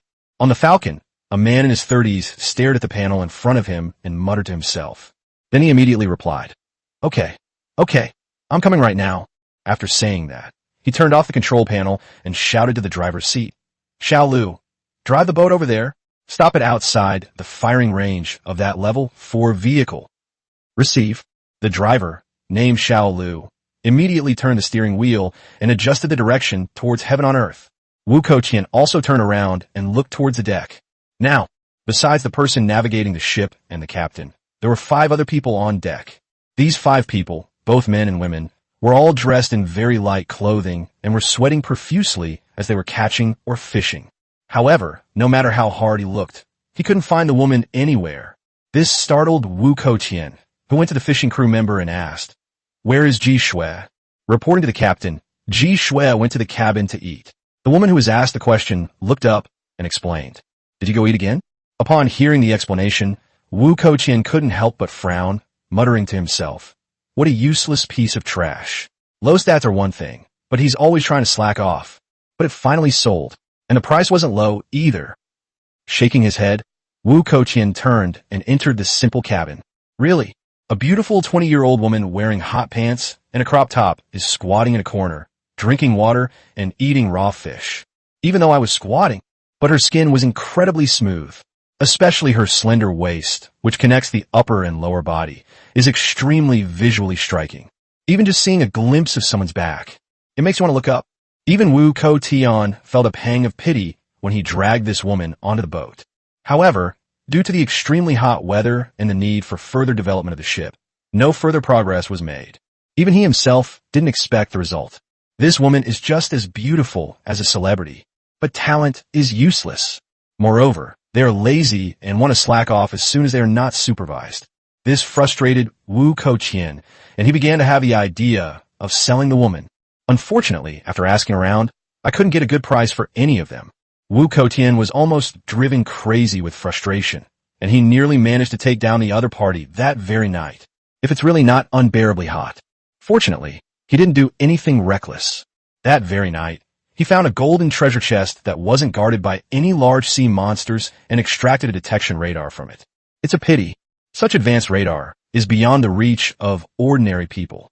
Even if you can afford it, you might not be able to use it right away. So, It's expensive but unavailable.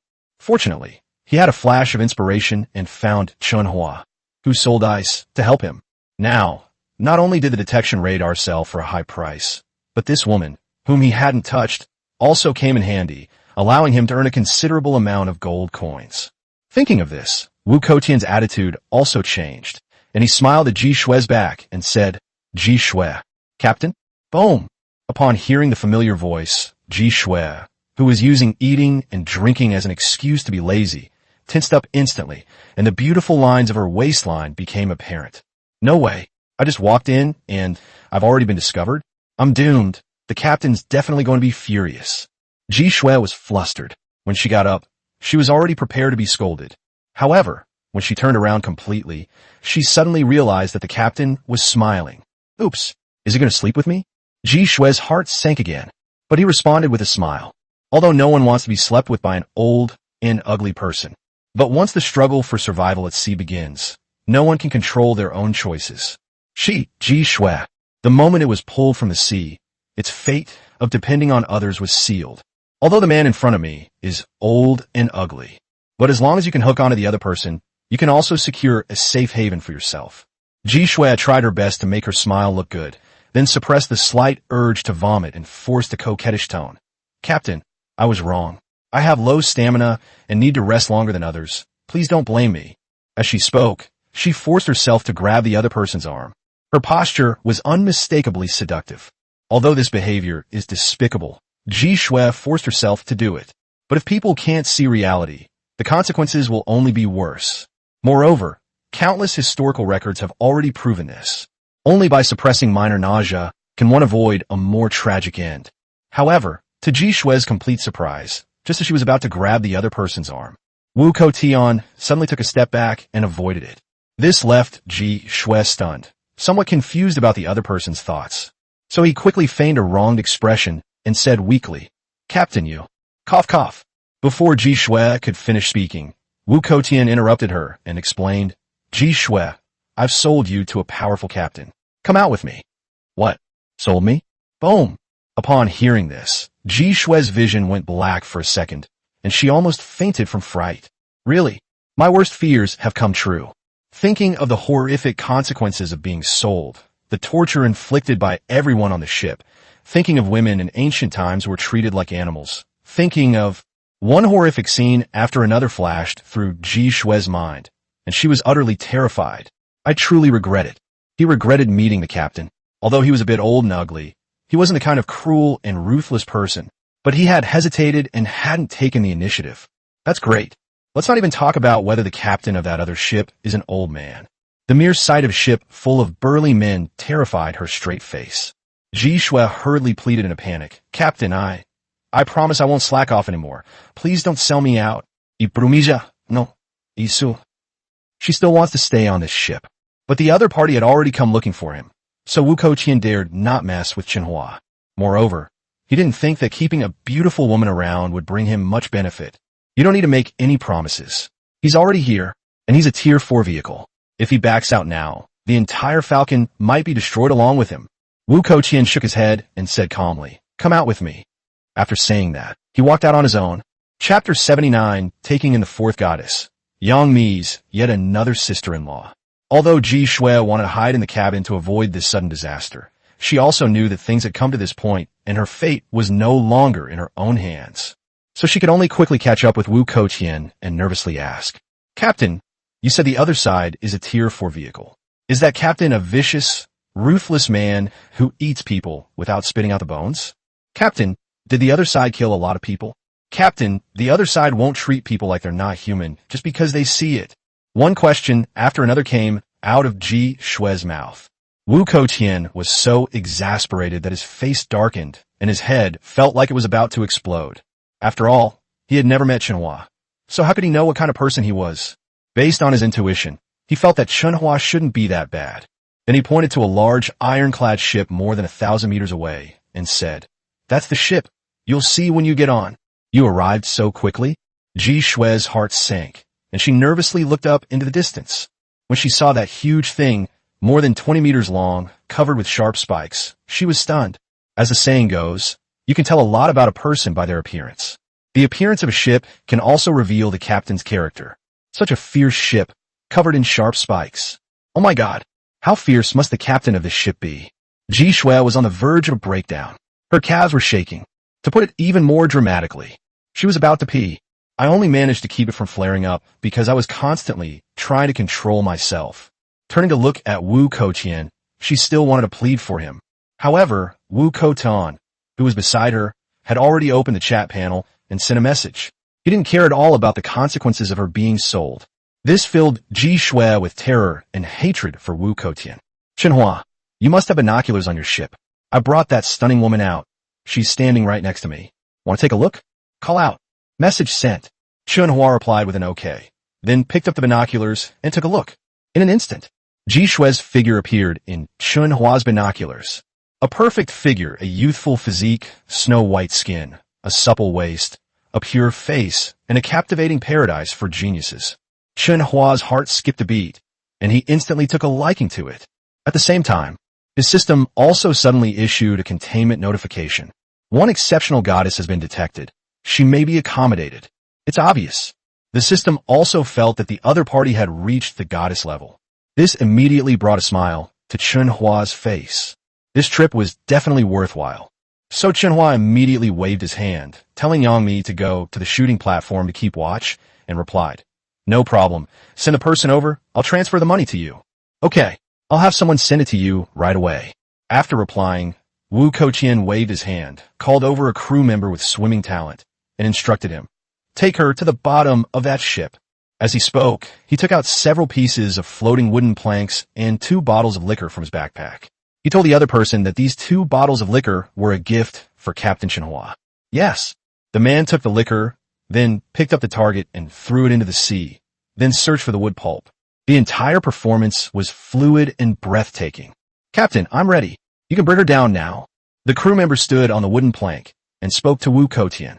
At this moment, Ji Shui finally realized what was happening, grabbed Wu Koutian's sleeve, and pleaded desperately, Captain, please don't sell me." Seeing that Ji Shui was unwilling to leave, Wu Koutian frowned, then raised his hand and pulled away Ji Shui's hand that was grabbing his clothes. Then he winked at the woman fishing nearby. The woman immediately stood up, grabbed Ji Shui, and threw her onto the wooden board.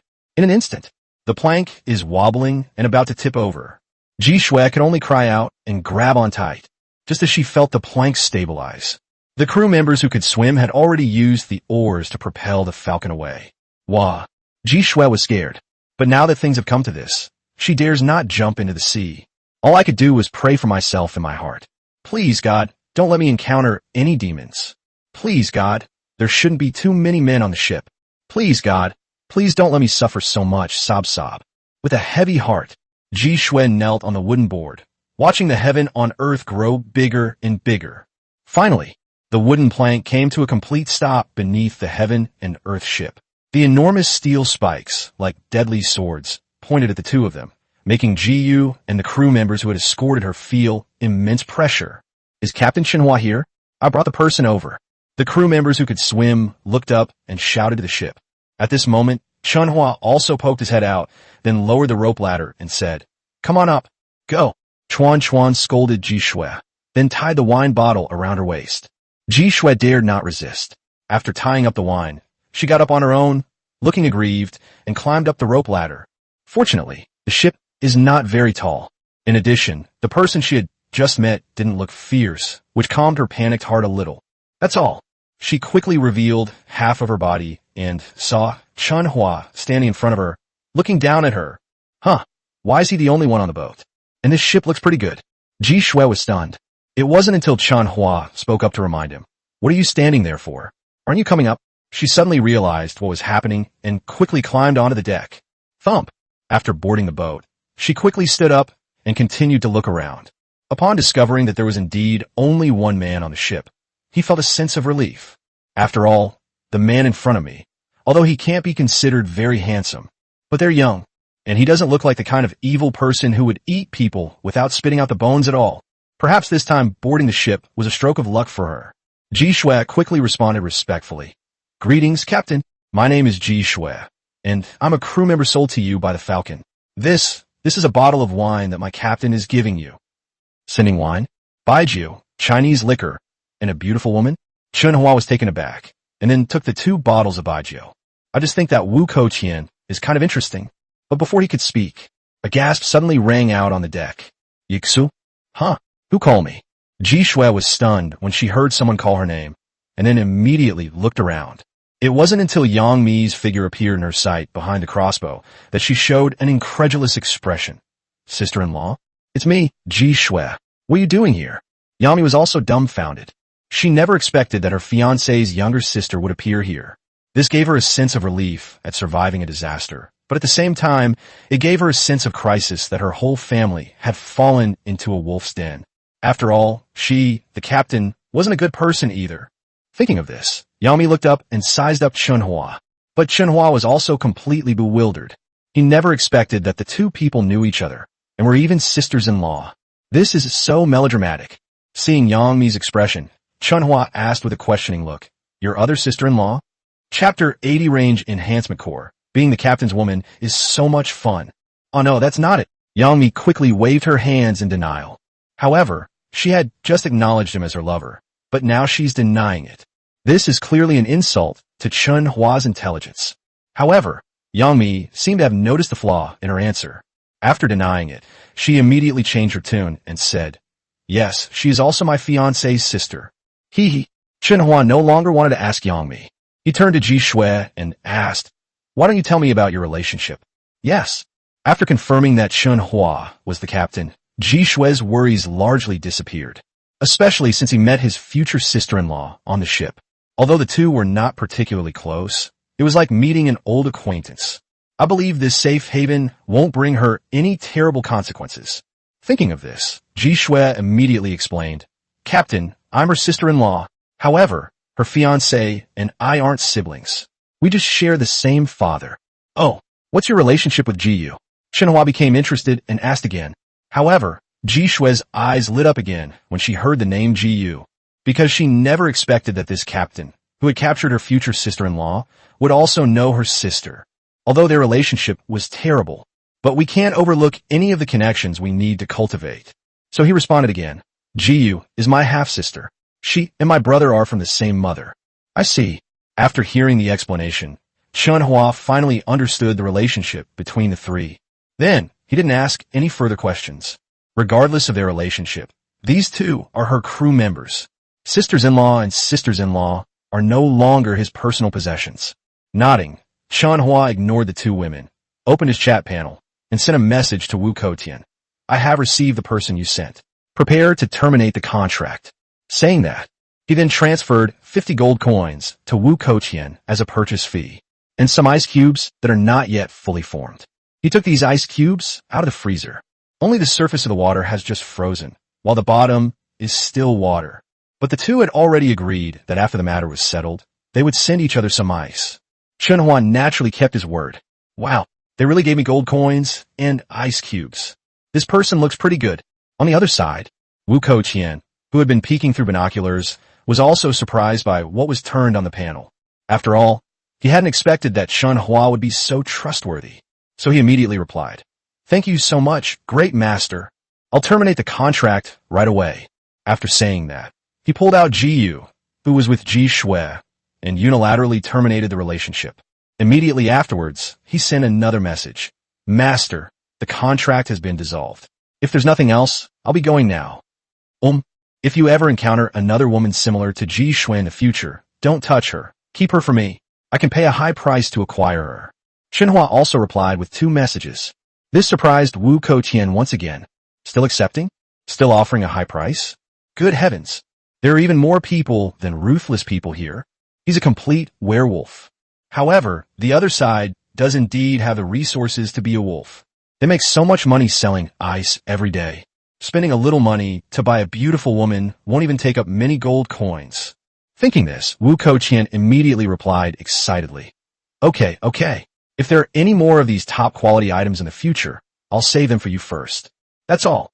Wu Kouqian then ordered his men to sail away from this area. After all, the 2 sides are not very familiar with each other. He was also a little worried that if he stayed too long, the other party might do something inappropriate to him. My contract has been dissolved. On the other side, Upon sensing the contract's termination, Ji Shui became excited. But before long, Chen Hua presented a new contract. Upon seeing this, Yang Mi felt a pang of anxiety and began to worry for Ji Shui. However, Ji Shui seemed to be a very oblivious person. She signed a contract without even looking at it. This left Yang Mi speechless, but she couldn't offer any advice. Beep. Captain has been detected to have taken in a new goddess. Special reward. 1 range boost core. Range enhancement core. Can be installed on any weapon to increase the weapon's range by 100%. Ding. 80 gold coins have been credited to Ji Shui's account as a containment payment. Captain, please check your account. At the same time, the thought of containment rewards kept echoing in Chen Hua's mind. But before Chen Hua could even check, after signing the papers, Ji Shui suddenly moved closer to him and asked in a sweet voice, Captain, are there only 3 of us on board? As she spoke, she intentionally or unintentionally touched Chen Hua with her body. However, the angle and manner of the touch were subtle and almost imperceptible. However, she never expected this. Such hot weather, such a close distance. The smell of sweat on Ji Shui had already entered Chen Hua's nostrils. Chen Hua frowned, took half a step back, and said, There are 2 other women. One is steering the boat, and the other is resting. Rest? Ji Shui's eyes lit up, and she instantly became excited. Crew members can even take breaks. Oh my god, is this a magical ship? Ji Shui started to get excited. But before she could react, Chen Hua's next words pulled her back from her reverie. Young Mi, take her to the building to take a shower and change her clothes. I'll arrange a job for her later. Yes. Yang Mi nodded, then quickly pulled Ji Shui away like she was a fool. Ji Shui felt a little resistant when she heard that she still had to work. But seeing that her future sister-in-law was urging her so much, she had no choice but to go ahead first. Then he came to Yang Mi's side and asked in a low voice, Sister-in-law Mi, do you also have to work on the boat? Of course. Yang Mi nodded. Everyone has to work. Okay. Ji Shui was a little disappointed, but quickly recovered and continued to ask, Is working on a ship tiring? The captain must feel sorry for you. After all, you're a big star. A celebrity's status? Sigh. It's worthless here. Yang Mi shook her head, somewhat sighing. Immediately afterwards, the 2 then entered the ship's deck. Wow, what a cool place. As soon as she entered the ship's deck, a cool breeze swept over her, making Ji Shui gasp in surprise. It was only then that she noticed. The ship's superstructure is surprisingly a high-ceilinged layout, with rooms, a kitchen, and a bathroom all around. The cool breeze comes from a large air conditioner. Good heavens, there's even air conditioning in here. Ji Shui was thrilled. I immediately ran to the air conditioner vent and closed my eyes to enjoy the cool breeze. Yang Mi did not stop it. After waiting a few seconds, I started urging her to take a shower. As a result, Ji Shui's laziness kicked in again. She could be lazy even on such a dangerous ship as the Falcon, a better and more comfortable air-conditioned room. However, since Yang Mi boarded the ship early, she gave her face and opened her eyes, asking curiously, Sister Mi, the captain just said that someone was resting. Who is that person? Why would they rest when the temperature drops in the afternoon? Doesn't that delay the work? Hee. Yang Mi did not answer the question immediately. Instead, she gave a wry smile, pointed to one of the rooms, and whispered, It's the person in that room. But don't be envious. She was only able to rest because she slept with the captain. Chapter 81 Job Assignment. Sisters in Misfortune. Can you get rest by sleeping with the captain? After hearing Yang Mi's explanation, Ji Shui was immediately surprised. I couldn't help but exclaim, This is so awesome. Yang Mi? What's so awesome? Good heavens. You actually think that way? Yang Mi was speechless. Although many people in the entertainment industry do indeed exchange sleeping with others for convenience. But others are others. She and the Ji family are not like that. So, when Yang Mi heard Ji Shui, who came from a prominent family, make such a remark, she was a little doubtful about life. After all, Ji Shui is the young lady of the Ji family. They used to be the kind of people you cherished and protected. As a result of a major world change, it turned out like this? That's so spineless. Yang Mi immediately pulled Ji Shui away and pushed her in a bathroom, saying irritably, Don't think that sleeping with someone makes you any better. Go take a shower. After saying that, he went to find clothes for the other person. Ji Shui woman ignored her, pouted, and thought to herself, What's wrong with sleeping with someone? This is a world where survival is paramount.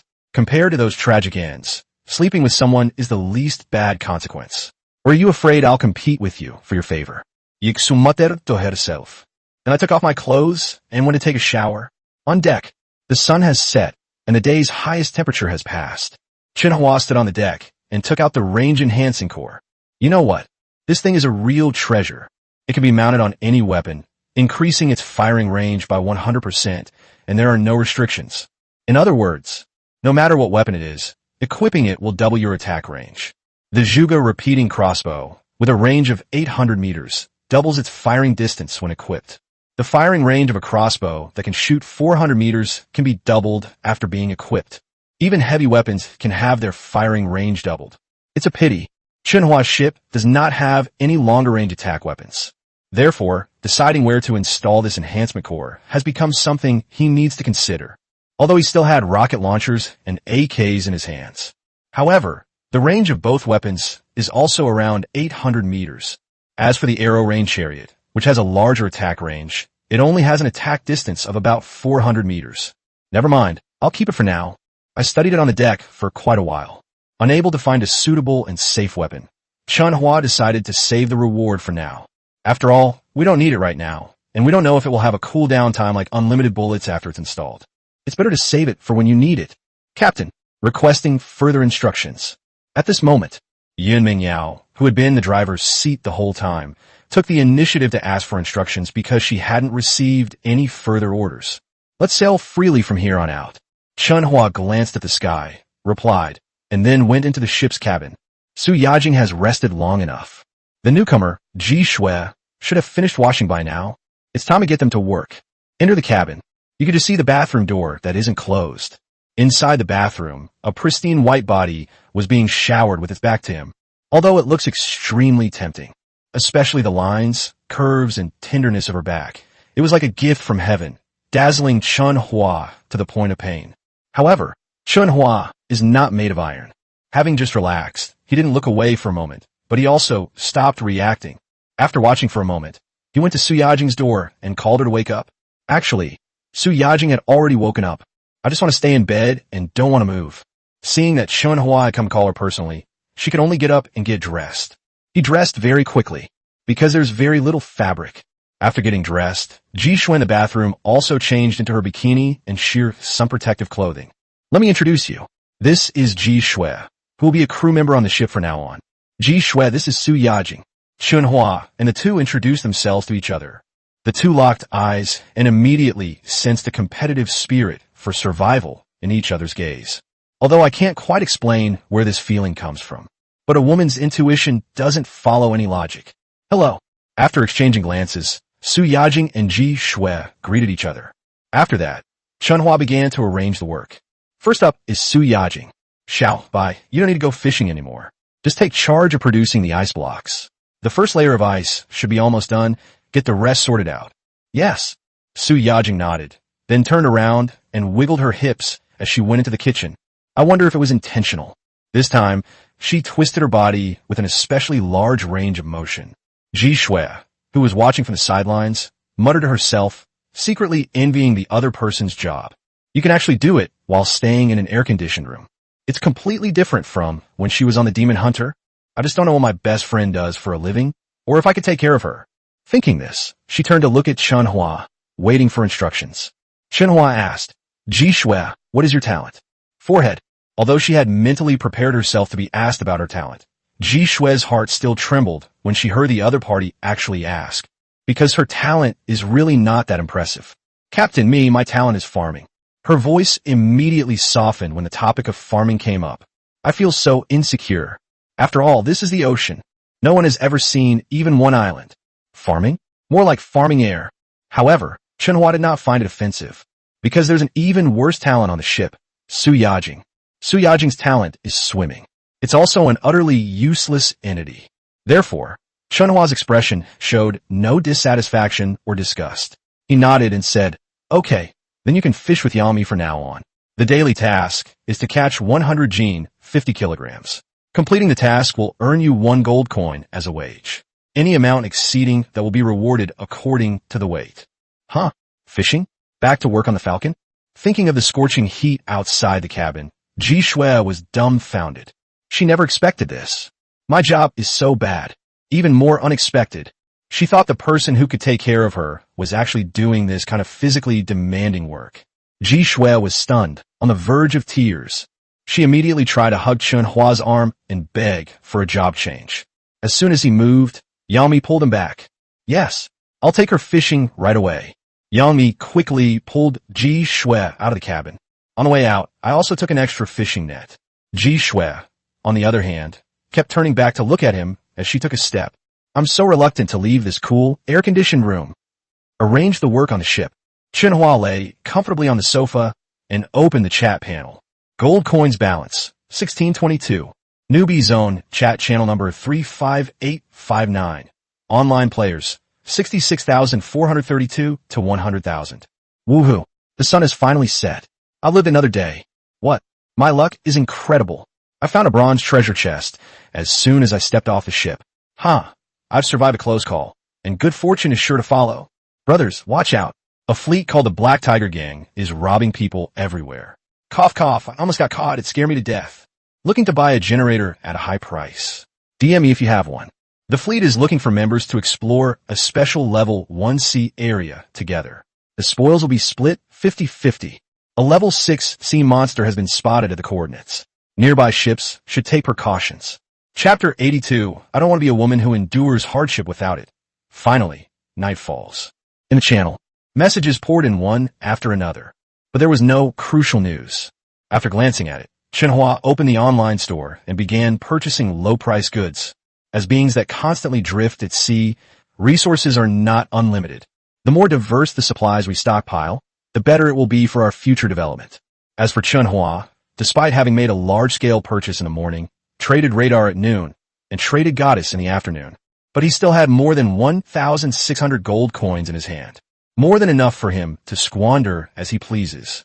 Even if he spends all those gold coins, he won't worry, because the second batch of ice bricks will be baked at night. A batch of ice bricks can bring him an income of over 1,000 gold coins. Selling 2 batches a day means an income of over 3,000. This income, let alone at sea, even among college students before they face the crisis, this would be considered a high-paying job. Moreover, at sea, gold coins are practically worth breaking apart. That's definitely top-tier income. That's all. Time passed by little. Chen Hua's system inventory gradually filled with more and more strange and unusual supplies. At the same time, the Heaven and Earth ship finally made it to a place where there were fish. Yu Minjiao notified Yang Mi via walkie-talkie. Yang Mi then took Ji Shui and taught her how to cast fish step by step. Ji Shui, you're casting the net wrong. It's not fully open. You won't catch any fish that way. You'll just scare them away. Seeing that Ji Shui had failed to untangle the fishing net several times in a row, Yang Mi covered her head in exasperation. Moreover, after Ji Shui cast her nets several times, the fish that had gathered at the bottom of the boat to eat the bait were scared away again. Yang Mi could only sulk and continued to correct him. Let's do it again. Get into position. Wah. Sweating profusely, Ji Shui clutched the fishing net and complained, Sister Mi, why is our work so tiring? It's so exhausting. I've never done such heavy work before. Why? Seeing that the other person was truly aggrieved, Yang Mi wiped her sweat and could only sigh and comfort her. Ji Shui, now is not the time for you to stay at home. We must rely on ourselves. But it's so tiring. Honey, the captain is so cruel to you. You're clearly prettier than that woman, yet he still makes you do this kind of work. After complaining, Ji Shui said again, could you talk to the captain and ask him to give us both a different job? Yang Mi? Me? Yang Mi was speechless. However, Ji Shui thought that she didn't want to help and said angrily, Sister Mi, our family has never treated you badly before. We not only invested money in your filming, but also found resources for you. Whatever happened in the middle, it was our family that sorted it out for you.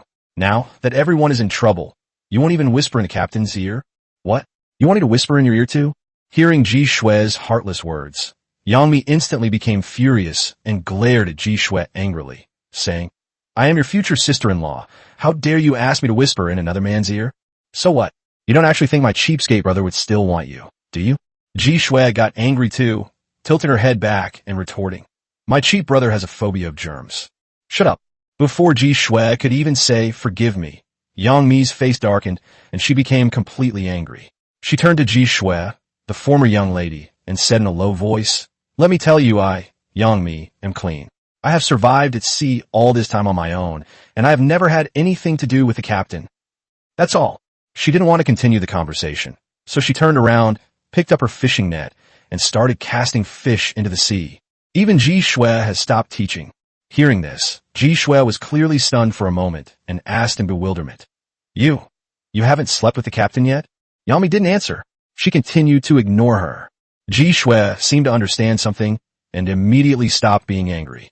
She sighed and muttered to herself, No wonder the captain made us do such hard work. So you chose to suffer without suffering. However, I'm not going to be a woman who suffers without effort. Thinking back to her happy life as a princess, and then looking at her miserable state after surviving, Ji Shui had already made up her mind.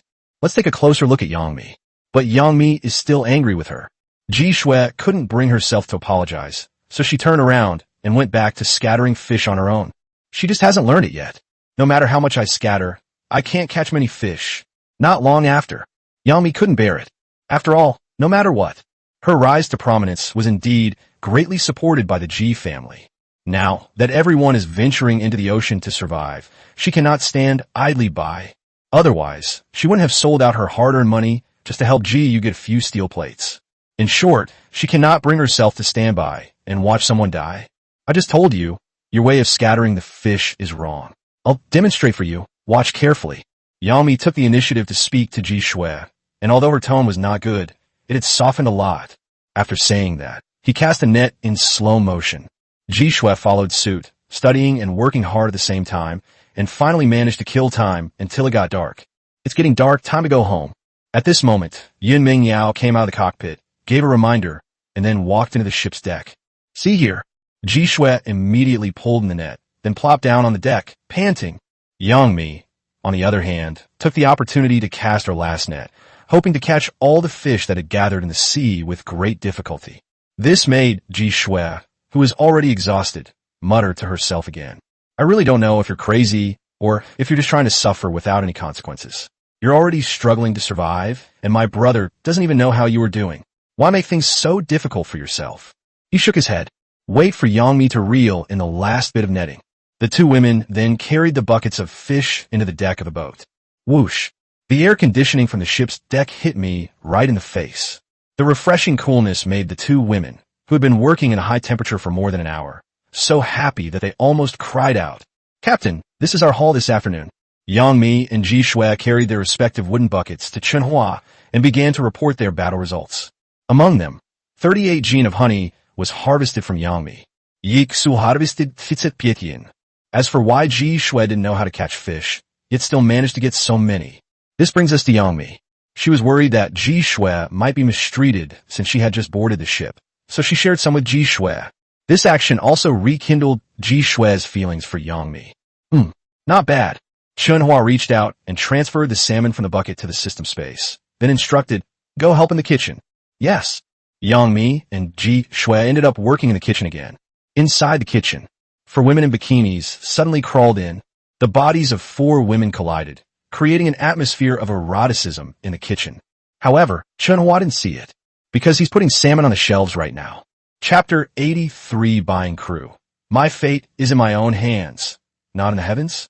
As the fog dissipates, the ocean becomes even more dangerous. The demand for food has also increased significantly. However, this gap is in higher-end food. For example, egg treasure porridge, rice, steak, and other similar items. The most basic salmon and sardines have become the lowest-end foods. Especially with fewer captains and more crew members, the extended fishing time has inadvertently increased the amount of salmon available on the market. This also caused the price of salmon to stabilize completely at 0.5 gold coins per half caddy. Even if they're already cut or slightly larger, it's difficult to raise the price. According to Chen Hua's prediction, it probably won't be long. The salmon population is about to explode. By then, prices will have completely plummeted. However, the price is entirely determined by market supply and demand. It's beyond the control of ordinary individuals. So, Chen Hua didn't pay much attention to it.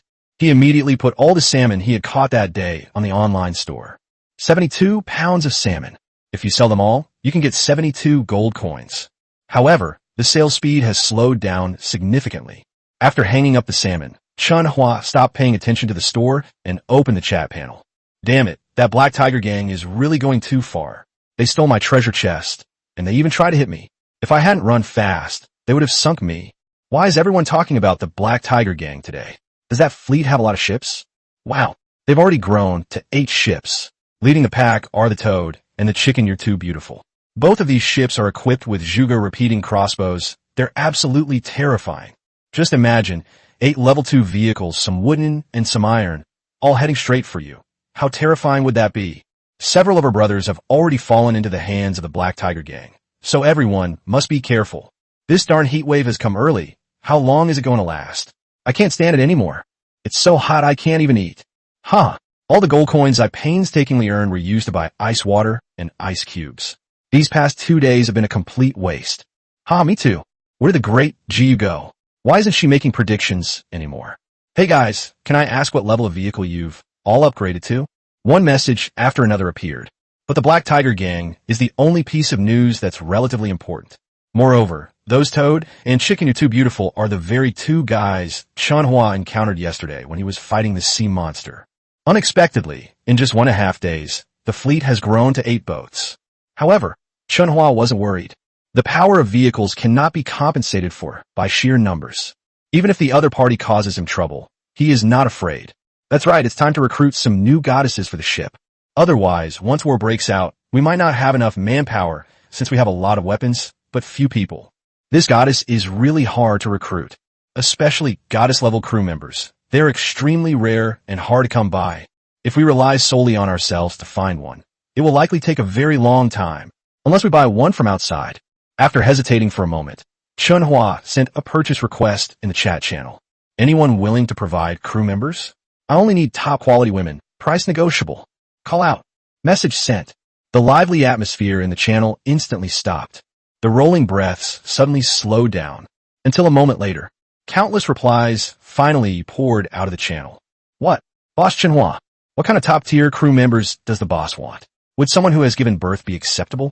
So even the big boss needs crew members. But are you sure you're recruiting crew members, not just gold coins? Hey bro, I'll give you one.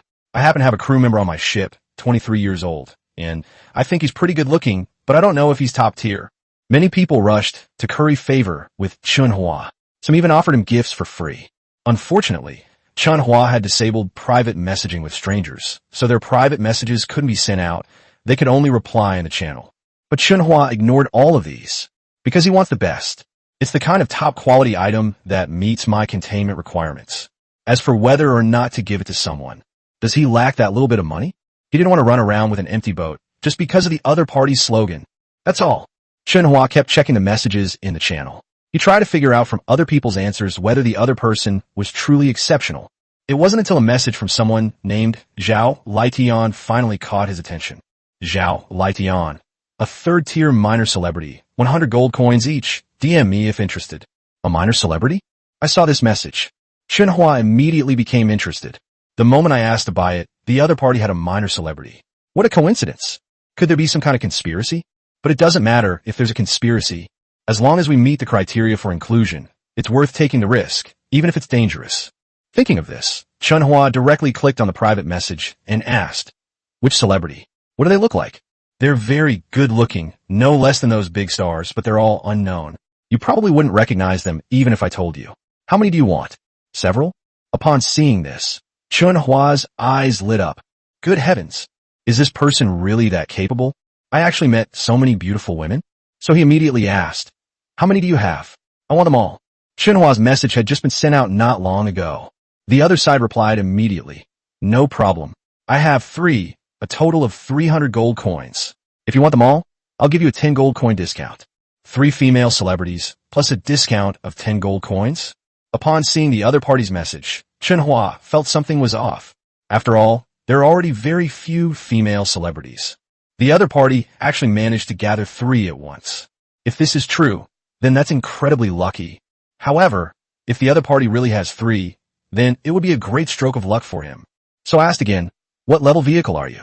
Level 3. The other party replied instantly. Really? He's definitely not an ordinary person. Level 3 vehicle, 3 third-tier actresses. The other person is either lying to him, or they're a ruthless person who wants to harm him. But thinking about the rewards for taking in a goddess, Chen Hua decided to give it a try. He replied, "Send me the coordinates." Message sent. The other party didn't reply immediately. Chen Hua waited a while before the other party's message finally arrived. "The coordinates aren't accurate right now. I'm clearing out zombies right now, and I'll be going to other places to fight more zombies later. How about I send you the coordinates tomorrow? Or you can leave me the coordinates, and I'll come find you first thing tomorrow morning." I saw this message. Chen Hua's lips curled into a smile. It wasn't that simple after all, but why would you refuse resources that are offered to you? Chen Hua immediately sent the other party coordinates 10 kilometers away and replied, "I'll wait for you." That's all. He got up and went to the kitchen, saying to the woman who was helping with the cooking, "Young me, there might be some issues later tonight. You'll sleep in the driver's seat. If anything happens, remember to report it." Yes. Yang Mi didn't ask any further questions and nodded in agreement. This pleased Chen Hua, because the other party finally started to seem somewhat obedient. So he nodded and said, "Do a good job. If you do well, I'll give you chat and shopping privileges." Really? Upon hearing about chat permissions, Yang Mi's eyes lit up. You should know that without chat permissions enabled, she doesn't even have the right to enter the regional channel. With the access, she could learn more about what was happening on this vast ocean. Even if you don't chat, just watching others chat is fine. So she immediately stood up straight with great conviction and saluted Chen Hua in a proper manner, saying, "Yes, I guarantee to complete the night watch mission." "Okay, let's keep busy." Chen Hua turned and left the kitchen, completely unaware that Ji Shue's mouth was silently muttering to herself.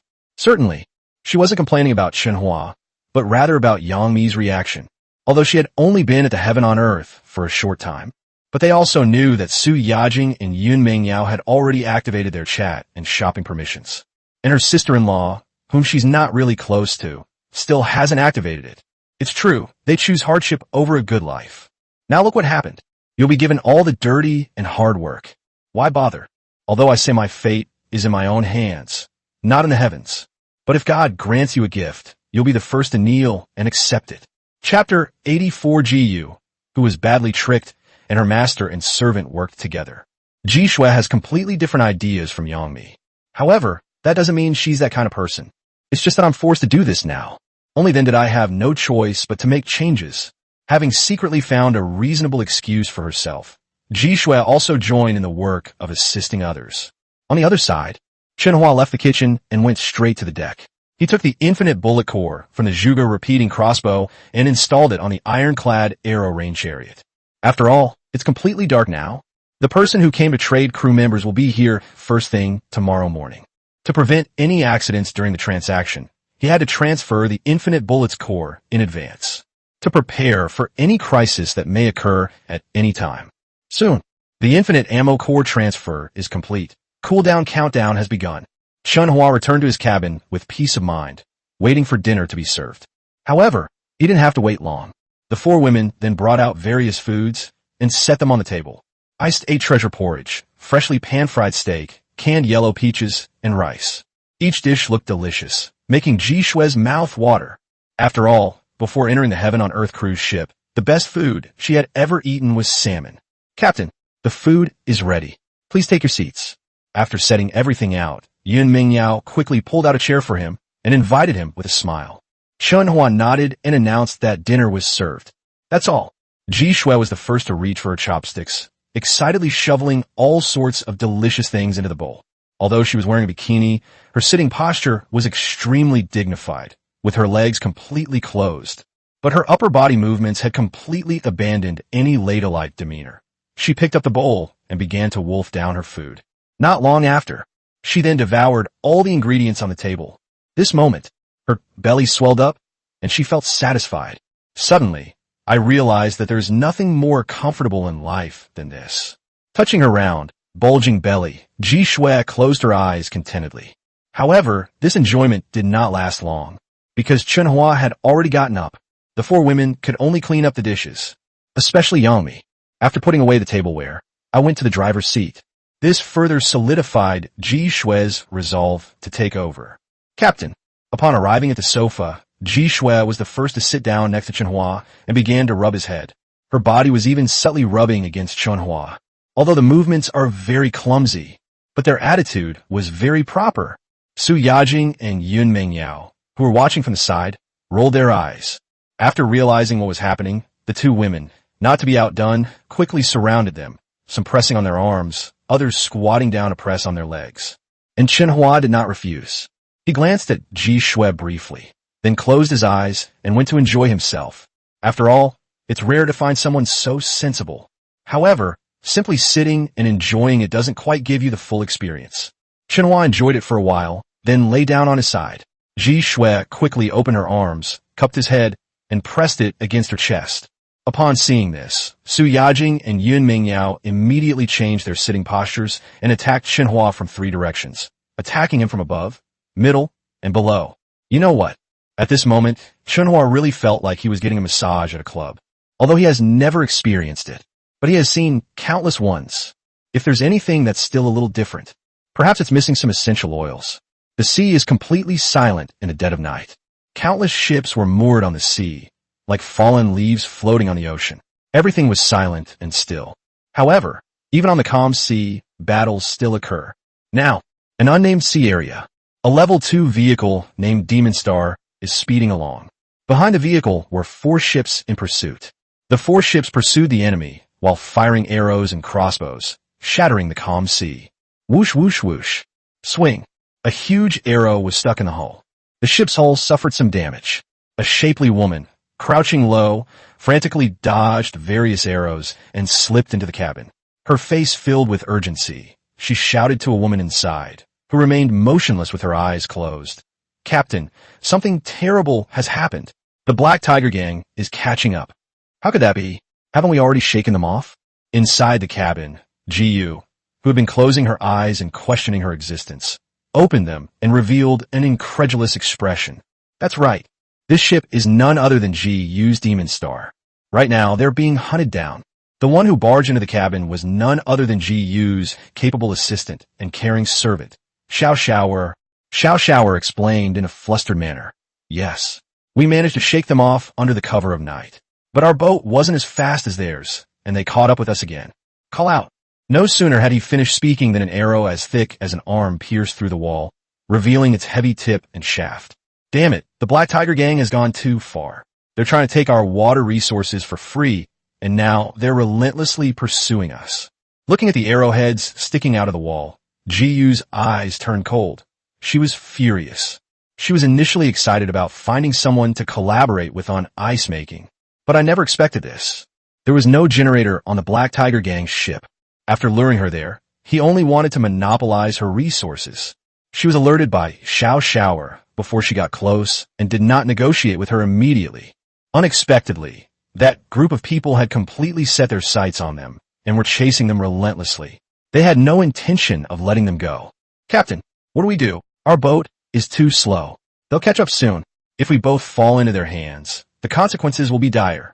Even Xiao Xiaoer was a little panicked when it came to the consequences. The consequences of 2 exceptionally beautiful women falling into the hands of the Black Tiger Gang are unimaginable. One can only imagine how tragic they would be. Driving a train, eating popsicles, drinking milk tea. All those terrifying consequences I've seen online will definitely happen. By then, living is worse than death. This moment, she even regretted joining Jiyu's ship in the first place. This young lady has really been spoiled by her family. She has great talent, but her abilities are even inferior to an average team leader in the company. This is absolutely infuriating. Jiyu seemed to have noticed Xiao Xiaoer's anxiety and a hint of annoyance in her eyes. But now, Xiao Xiaoer is the only one she can trust, the only one who trusts her the most. No matter what, she couldn't easily lose the trust of this subordinate. Finally, Jiyu made up her mind and solemnly reassured Xiao Xiao, "Don't worry. Quickly go to the mall to find some engines or contact someone willing to sell them. As long as we upgrade the engine, we can get out of here safely."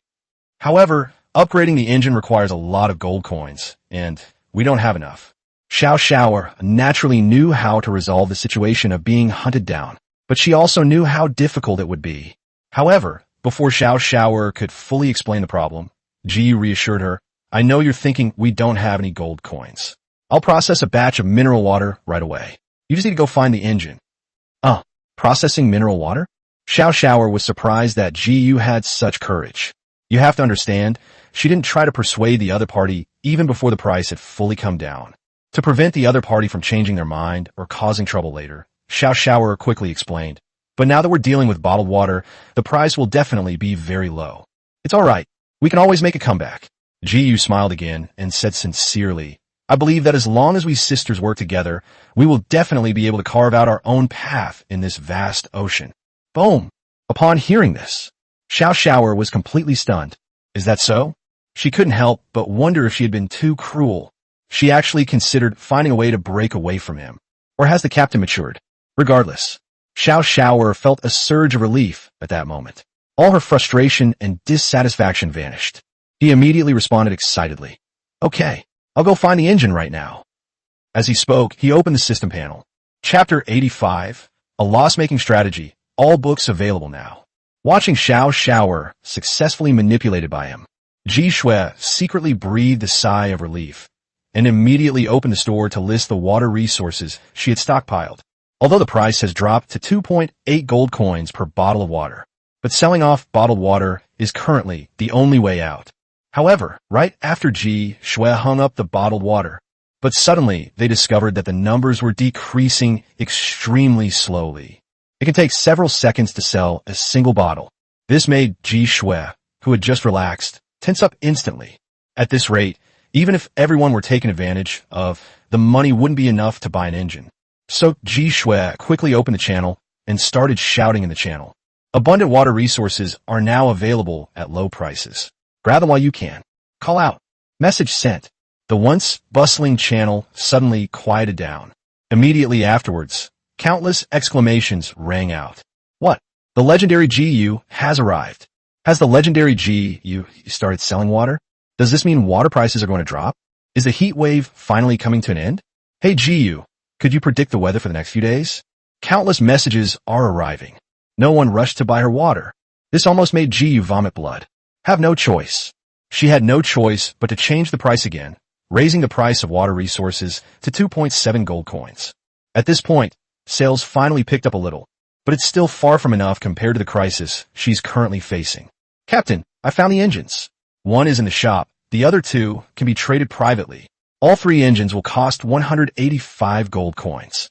Xiao Shower's words made Ji Shui anxious again, because the items in the mall can be bought by someone else at any time. But her water resources are selling slowly, and there are pursuers behind her. There's not much room left for her to survive. Hateful. Jiyu gritted her teeth and cursed under her breath, lowering the price of water resources once again. Moreover, the price was reduced by 0.2 gold coins in one go, directly lowering the price of water resources to the cost price. At this moment, the sales of water resources have finally picked up. Every time you refresh the page, several or even dozens of bottles of water were sold. In no time, all 140 bottles of mineral water she had put on the shelves were sold out. The gold coin balance in my account has finally reached 350 gold coins. Seeing that less than a third of the water resources remained, Jiyu didn't have time to feel sorry for herself. He quickly transferred 250 to Xiao Shower, and then together they quickly purchased basic resources such as crude iron and steel plates in the mall. After all, she had stockpiled this water before. Not only did they sell the V3 engine they had worked so hard to upgrade, but they also sold out all the basic resources and most of the survival resources. Now mired in crisis, she has no choice but to buy these resources back in order to survive. And so it went, going in and out. She's already starting to lose money. Fortunately, we managed to acquire the resources to upgrade the engine and repair the ship. Jiyu got up and quickly upgraded the engine to level 3. Immediately afterwards, the speed of the Demon Star suddenly increased, and it rushed out towards the more distant sea. The fierce Tiger Gang is in pursuit. Watching the Demon Star leave Left Gang leader Wang Lizi so angry he almost vomited blood, he immediately messaged the captain of the Chicken You're Too Beautiful ship next to him, venting his anger. Damn it, she got away. Captain Li Huaishui of the Chicken You're Too Beautiful also clenched his fist and responded, "We were too slow. Otherwise, if we had caught her, we would have controlled the entire maritime market." Wang Lizi, that's right. If we let her get away this time, it will be difficult to catch her next time. Li Weishui, no rush. Let's develop our gang's fleet first. We'll catch her sooner or later. Wang Lizi, okay. Having successfully escaped the pursuit, Jiyu looked at the less than 100 bottles of water left and felt a little worried. She had stockpiled water to raise money. They sold the V3 engine at a low price. Now, they're selling water at a low price and buying back the V3 engine at a high price. This in and out. She suffered a huge loss, and he still has so much bottled water. How are we going to live from now on? Jiyu was on the verge of tears, sitting on a mineral water bottle in a daze. The sweat on his body slid down his skin drop by drop. She looks like a water beauty covered in water droplets. Heavy rain is expected, especially in the next 4 or 3 days. At that time, all water resources will become worthless. This is why she was so eager to make ice water, because she doesn't dare to gamble on the weather 3 days from now, whether it will continue to be hot, continue to rain heavily, or the temperature will drop.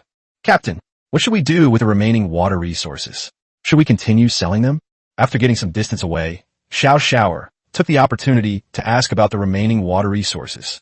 After all, she already knew the weather forecast for 3 days from Jiyu.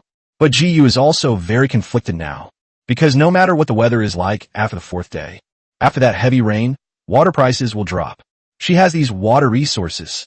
Should we sell it now or not? How about we sell it tomorrow at noon, when everyone is already unbearably hot? Jiyu is undecided and looked at Xiao Xiao, asking, do you think water prices will rebound by tomorrow noon? I don't think so. At midday when it's hottest, room temperature water isn't very useful except for drinking. Besides, with Chen Hua's ice cream bars on the shelves, it's probably difficult to raise the price. Xiao Xiao hesitated for a moment before offering her analysis. But after listening, Jiyu paused for a moment and gave the opposite analysis. That should be better than the current price. That's all. She then made another decision that left Xiao Xiao helpless. Water resources, to be sold tomorrow at noon. All right. Xiao Xiao had no choice but to comply. Then I opened the chat channel. And with the chat channel opened, the information inside completely stunned the two of them. Haha, more ice. I can finally get a good night's sleep tonight. That's so refreshing. An ice cube is so cool and refreshing. Woohoo, prices have actually dropped. What? Ice bricks are now only 6 gold coins each. Wow, Chen Hua is such a good person. Wow, I can finally afford it too. Damn it, I didn't get it. Ugh, I couldn't get the 6 gold coin ice brick. Don't worry, there's more coming soon. Master Chen Hua always releases items in 2 batches each time. The messages in the channel, one after another, pierce Xiao Xiao and Jiyu's hearts like steel needles. No wonder her water sales were so low. So they even have ice cream bars at night. It's over. This is completely over. 2 batches of ice blocks in 1 day have completely blocked the channels for rising water levels. Xiao Xiao's eyes were a little red. She clenched her fists and gritted her teeth, saying, damn it, it's already past midnight, and he's still selling ice cream bars. He's making life unbearable. After saying that, she immediately looked at Ji Shui and urged her. Captain, we can't wait. We need to sell them quickly. There are more and more ships making ice products now. If we wait until tomorrow, we'll probably lose even more. Why? Jiyu knew that the situation was hopeless. Suddenly, an image of a man holding a rain mountain, standing in the wind and rain, looking up at the sky popped in her mind. She couldn't help but empathize and say, oh, heavens, how have you treated me so cruelly? That's all.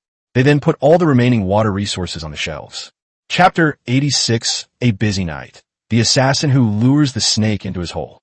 Inside the deck of the Heaven on Earth, a series of loud, clanging sounds came from the ice blocks. Su Yajing, Yun Mingyao, and the newcomer Ji Shui were all wearing bikinis, sitting on low stools, bending over to work. Meanwhile, Chen Hua, in the living room, listened to the rhythmic tapping while glancing at his gold coin balance. Gold coins, 2,289. Although he lowered the price of the ice brick by 1 gold coin, but I still managed to earn quite a few gold coins.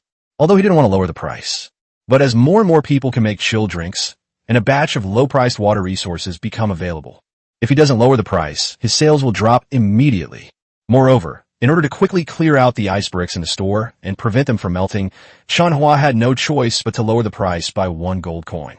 Furthermore, he also clearly knew the price of frozen products will definitely decrease over time. It's impossible to make huge profits all the time. Even so, Chen Hua was very satisfied. As the saying goes, greed knows no bounds. The more greedy a person is, the worse the outcome often becomes. Captain.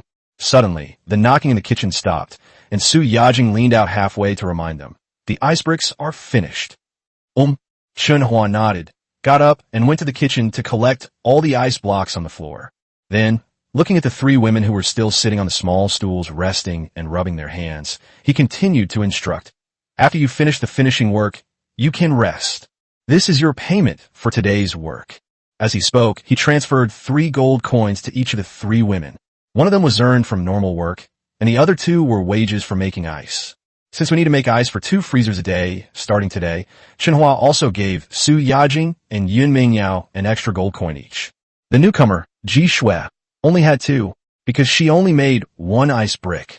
As for Yang Mi, who is still guarding the driver's seat, she doesn't have a single gold coin, because she still owes Chen Hua rent. Therefore, the deduction must be made in advance. Thank you, Captain. After receiving the gold coins, Su Yajing and Yun Mingyao squinted their eyes and expressed their gratitude. Ji Shui went even further, her eyes shining brightly, her hands clasped to her chest like a devoted fan, repeatedly expressing her gratitude. Thank you, Captain. Thank you, Captain. Thank you, Captain. Among the crowd, her performance was the most eye-catching. Su Yajing and Yun Mingyao were both somewhat overwhelmed, secretly thinking that this woman was no ordinary person and would inevitably become their rival in the future. All right, once you're done, go upstairs to stay. There's a room left. Nodding, Chen Hua left the kitchen and went upstairs to his bedroom to put the last batch of ice cream bricks on the shelves for the day. The 3 women immediately got up and continued to organize the freezer and add water to it. The water flow from the tap is low. Even if the 3 freezers are only half full, it still takes a lot of time. Besides, it's almost midnight now.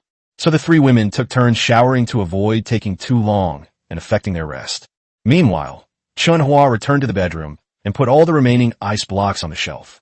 However, due to the late hour and the impact of other low-priced water resources and chilled water on the market, sales were not very fast. After waiting for quite a while, only half of them were sold. However, Chen Hua was not disappointed. He knew that these ice cream bars would definitely sell out. It would just be a little slow. So after it was listed, I browsed the store for a while and bought some basic resources for the vehicle. His current vehicle is level 4. Upgrading from Tier 4 to Tier 5 vehicles requires a massive amount of basic resources. Chen Hua wasn't hoarding these basic resources with the intention of quickly upgrading his vehicles. For now, Tier 4 vehicles are sufficient. The main reason for stockpiling basic resources in advance is to build some houses. After all, with the increasing number of people on board, there were not enough rooms in the superstructure. So, by accumulating resources in advance, we can enable him to build some houses and resolve the housing crisis later. As for upgrading to Tier 5 vehicles, we need to upgrade the engine to V4 or even V5 first before we can proceed. After all, the V3 engine can only provide his Tier 4 vehicle with a maximum speed of 90 kilometers per hour. Once the vehicle reaches level 5, if the engine remains unchanged, the speed will definitely drop sharply. And you can tell from the upgraded resources.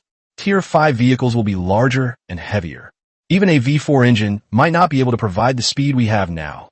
At that time, we will be unable to respond in time to any emergencies. With that in mind, Chen Hua swept through the engines in the mall again. They managed to increase their engine inventory to 8. 8 basic engines are enough to upgrade his engine to V4. But we still need 4 more to reach V5. It's a pity. There are no more engines available for sale in the store. I just rummaged around in it a few times. Chen Hua then turned off the system panel, pulled up the covers, and went to sleep. Even though it's over 40 degrees Celsius outside. But when sleeping in an air-conditioned room, you should still cover your belly button a little. However, just as Chen Hua was feeling drowsy and about to fall asleep, a reminder in his mind startled him awake again. Ding! Today's containment fund of 320 gold coins has been credited to your account. Please check. It turns out the daily allowance for the 4 stunning goddesses has arrived. With that thought in mind, Chen Hua turned over and went back to sleep. I'm too lazy to even open this system to check. After all, 300 gold coins weren't that valuable to him anymore. However, not long after Chen Hua turned around, a woman's voice suddenly rang out behind him, startling him again and bringing him to his senses instantly. Captain, brush. Upon hearing this, Chen Hua almost jumped up. Fortunately, I was able to see what the other person looked like in time. It was Ji Shui. Now, Ji Shui was wearing a thin, sun-protective outfit and had somehow appeared beside her bed. Look up. You can even see Ji Shue's skin under her sun-protective clothing and trigonometric functions through the faint moonlight. Good heavens! They're deploying entirely in the air, and it was both blurry and clear. What is she trying to do? Chen Hua's gaze traveled from bottom to top, from trigonometric functions to the flat road, then to the snow-capped mountain peak, and finally settled on Ji Shue's face. What are you doing standing behind me? This moment, Chen Hua has already come to regard Ji Shue as an assassin who only appears at night, luring snakes into their den. Captain, Ji Shue wiggled her bottom and sat on the edge of the bed, then turned to the side and said in a low voice, I'm so tired from fishing all day. Can you give me a different job? As he spoke, he bent down and, like a maggot, wriggled all over Chen Hua's body. It's obvious. She has absolutely no experience in seducing people. The arch has absolutely no aesthetic appeal. But it was this awkwardness that instantly filled Chen Hua, who had already sobered up, with awe. Chapter 87. Fleet Attack, all on high alert. 1 hour later, Ji Shue leaned against the wall and walked out of Chen Hua's room. Although her legs were trembling, her face was full of smiles. She succeeded, although I didn't change jobs. But the captain granted her chat and shop permissions. This also proves that she's now no different from Su Yajing and Yun Mingyao. The only thing that bothered her was that the captain was too powerful. He managed to make her pose in countless ways, until her bones were practically shaking off her. This has caused me to be sensitive when I walk. My body shakes 3 times with every step. But it's definitely worth it. At least with a powerful backer, I don't have to worry about my future. Never mind. I'll take you home. Seeing that she couldn't go far, she was trembling uncontrollably. Chen Hua suddenly came over, picked her up, and took her to the next room. This made Ji Shue feel somewhat pleased. Because of this encounter, she discovered that the captain was not the kind of cold-hearted person. Since he's not a cold-hearted person, he definitely won't do anything terrifying in the future. Back in bed, Ji Shue fell asleep with a sense of pleasure. Chen Hua also went to rest on the big bed. In an instant, the entire ship's deck was completely silent. But there's still one person who can't sleep. That person was Yang Mi, who was guarding the driver's seat. Although the captain didn't make her keep watch at night, he simply had her stay here so that she could hear the information from the detection radar as soon as possible. But there's no bed here, not even a sofa. Just as she had been enjoying a few days of comfort, she was suddenly transported back to the time when she was struggling to survive. Touching the cold floor beneath her bedding, Yang Mi stared at the ceiling and suddenly felt a longing for life in the ship's upper deck. However, her strong personality meant that she would never reveal her true thoughts. The night passed quietly. Countless vehicles continued to quietly dwindle in the darkness of night. They might encounter an accident, faint from the heat, or be ambushed. However, the vehicle that encountered the accident was still inconspicuous compared to the large number of people in the area.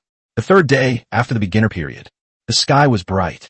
Su Yajing and Yun Mingyao were the first to get up and go into the kitchen to cook. Chen Hua, Ji Shue, and Yang Mi in the driver's seat, who stayed up late, were still fast asleep. These 422-meter-long vehicles, from a distance, appear to be unmanned, drifting aimlessly on the sea with the waves. Brothers, we're almost there. Tell your crew members to stay alert. A message appeared in a temporary chat channel called the Blazing Sky Fleet. There are 4 members in the channel. They are Zhao Lightian, Blazing Fire, Lida Bai, Eagle, Sunwu World, and Zhang Qianyo, Awesome. Now, as Zhao Lietian's message was sent out, the other 3 responded immediately. Receive. It's finally coming. Boss, that Chen Hua makes so much money selling ice cream every day. Can we beat him? The person who asked the question was the Awesome account, Zhang Qianyo. I saw this question. The other 2 also started to worry. After all, wealthy people are unlikely to be poorly equipped with weapons. Although they had 4 boats. But whether it will be easy to win or not, I really can't say for sure. However, Zhao Lightian quickly reassured them, replying, Don't worry. No matter how rich he is, he only has 1 ship. We have 4 ships. We can definitely take him down. And don't forget, my ship is equipped with a level 3 engine. It's perfectly capable of amphibious operations. And after today's battle, all 3 of you will be able to upgrade to level 3 vehicles. Upon hearing this, the other 3 immediately felt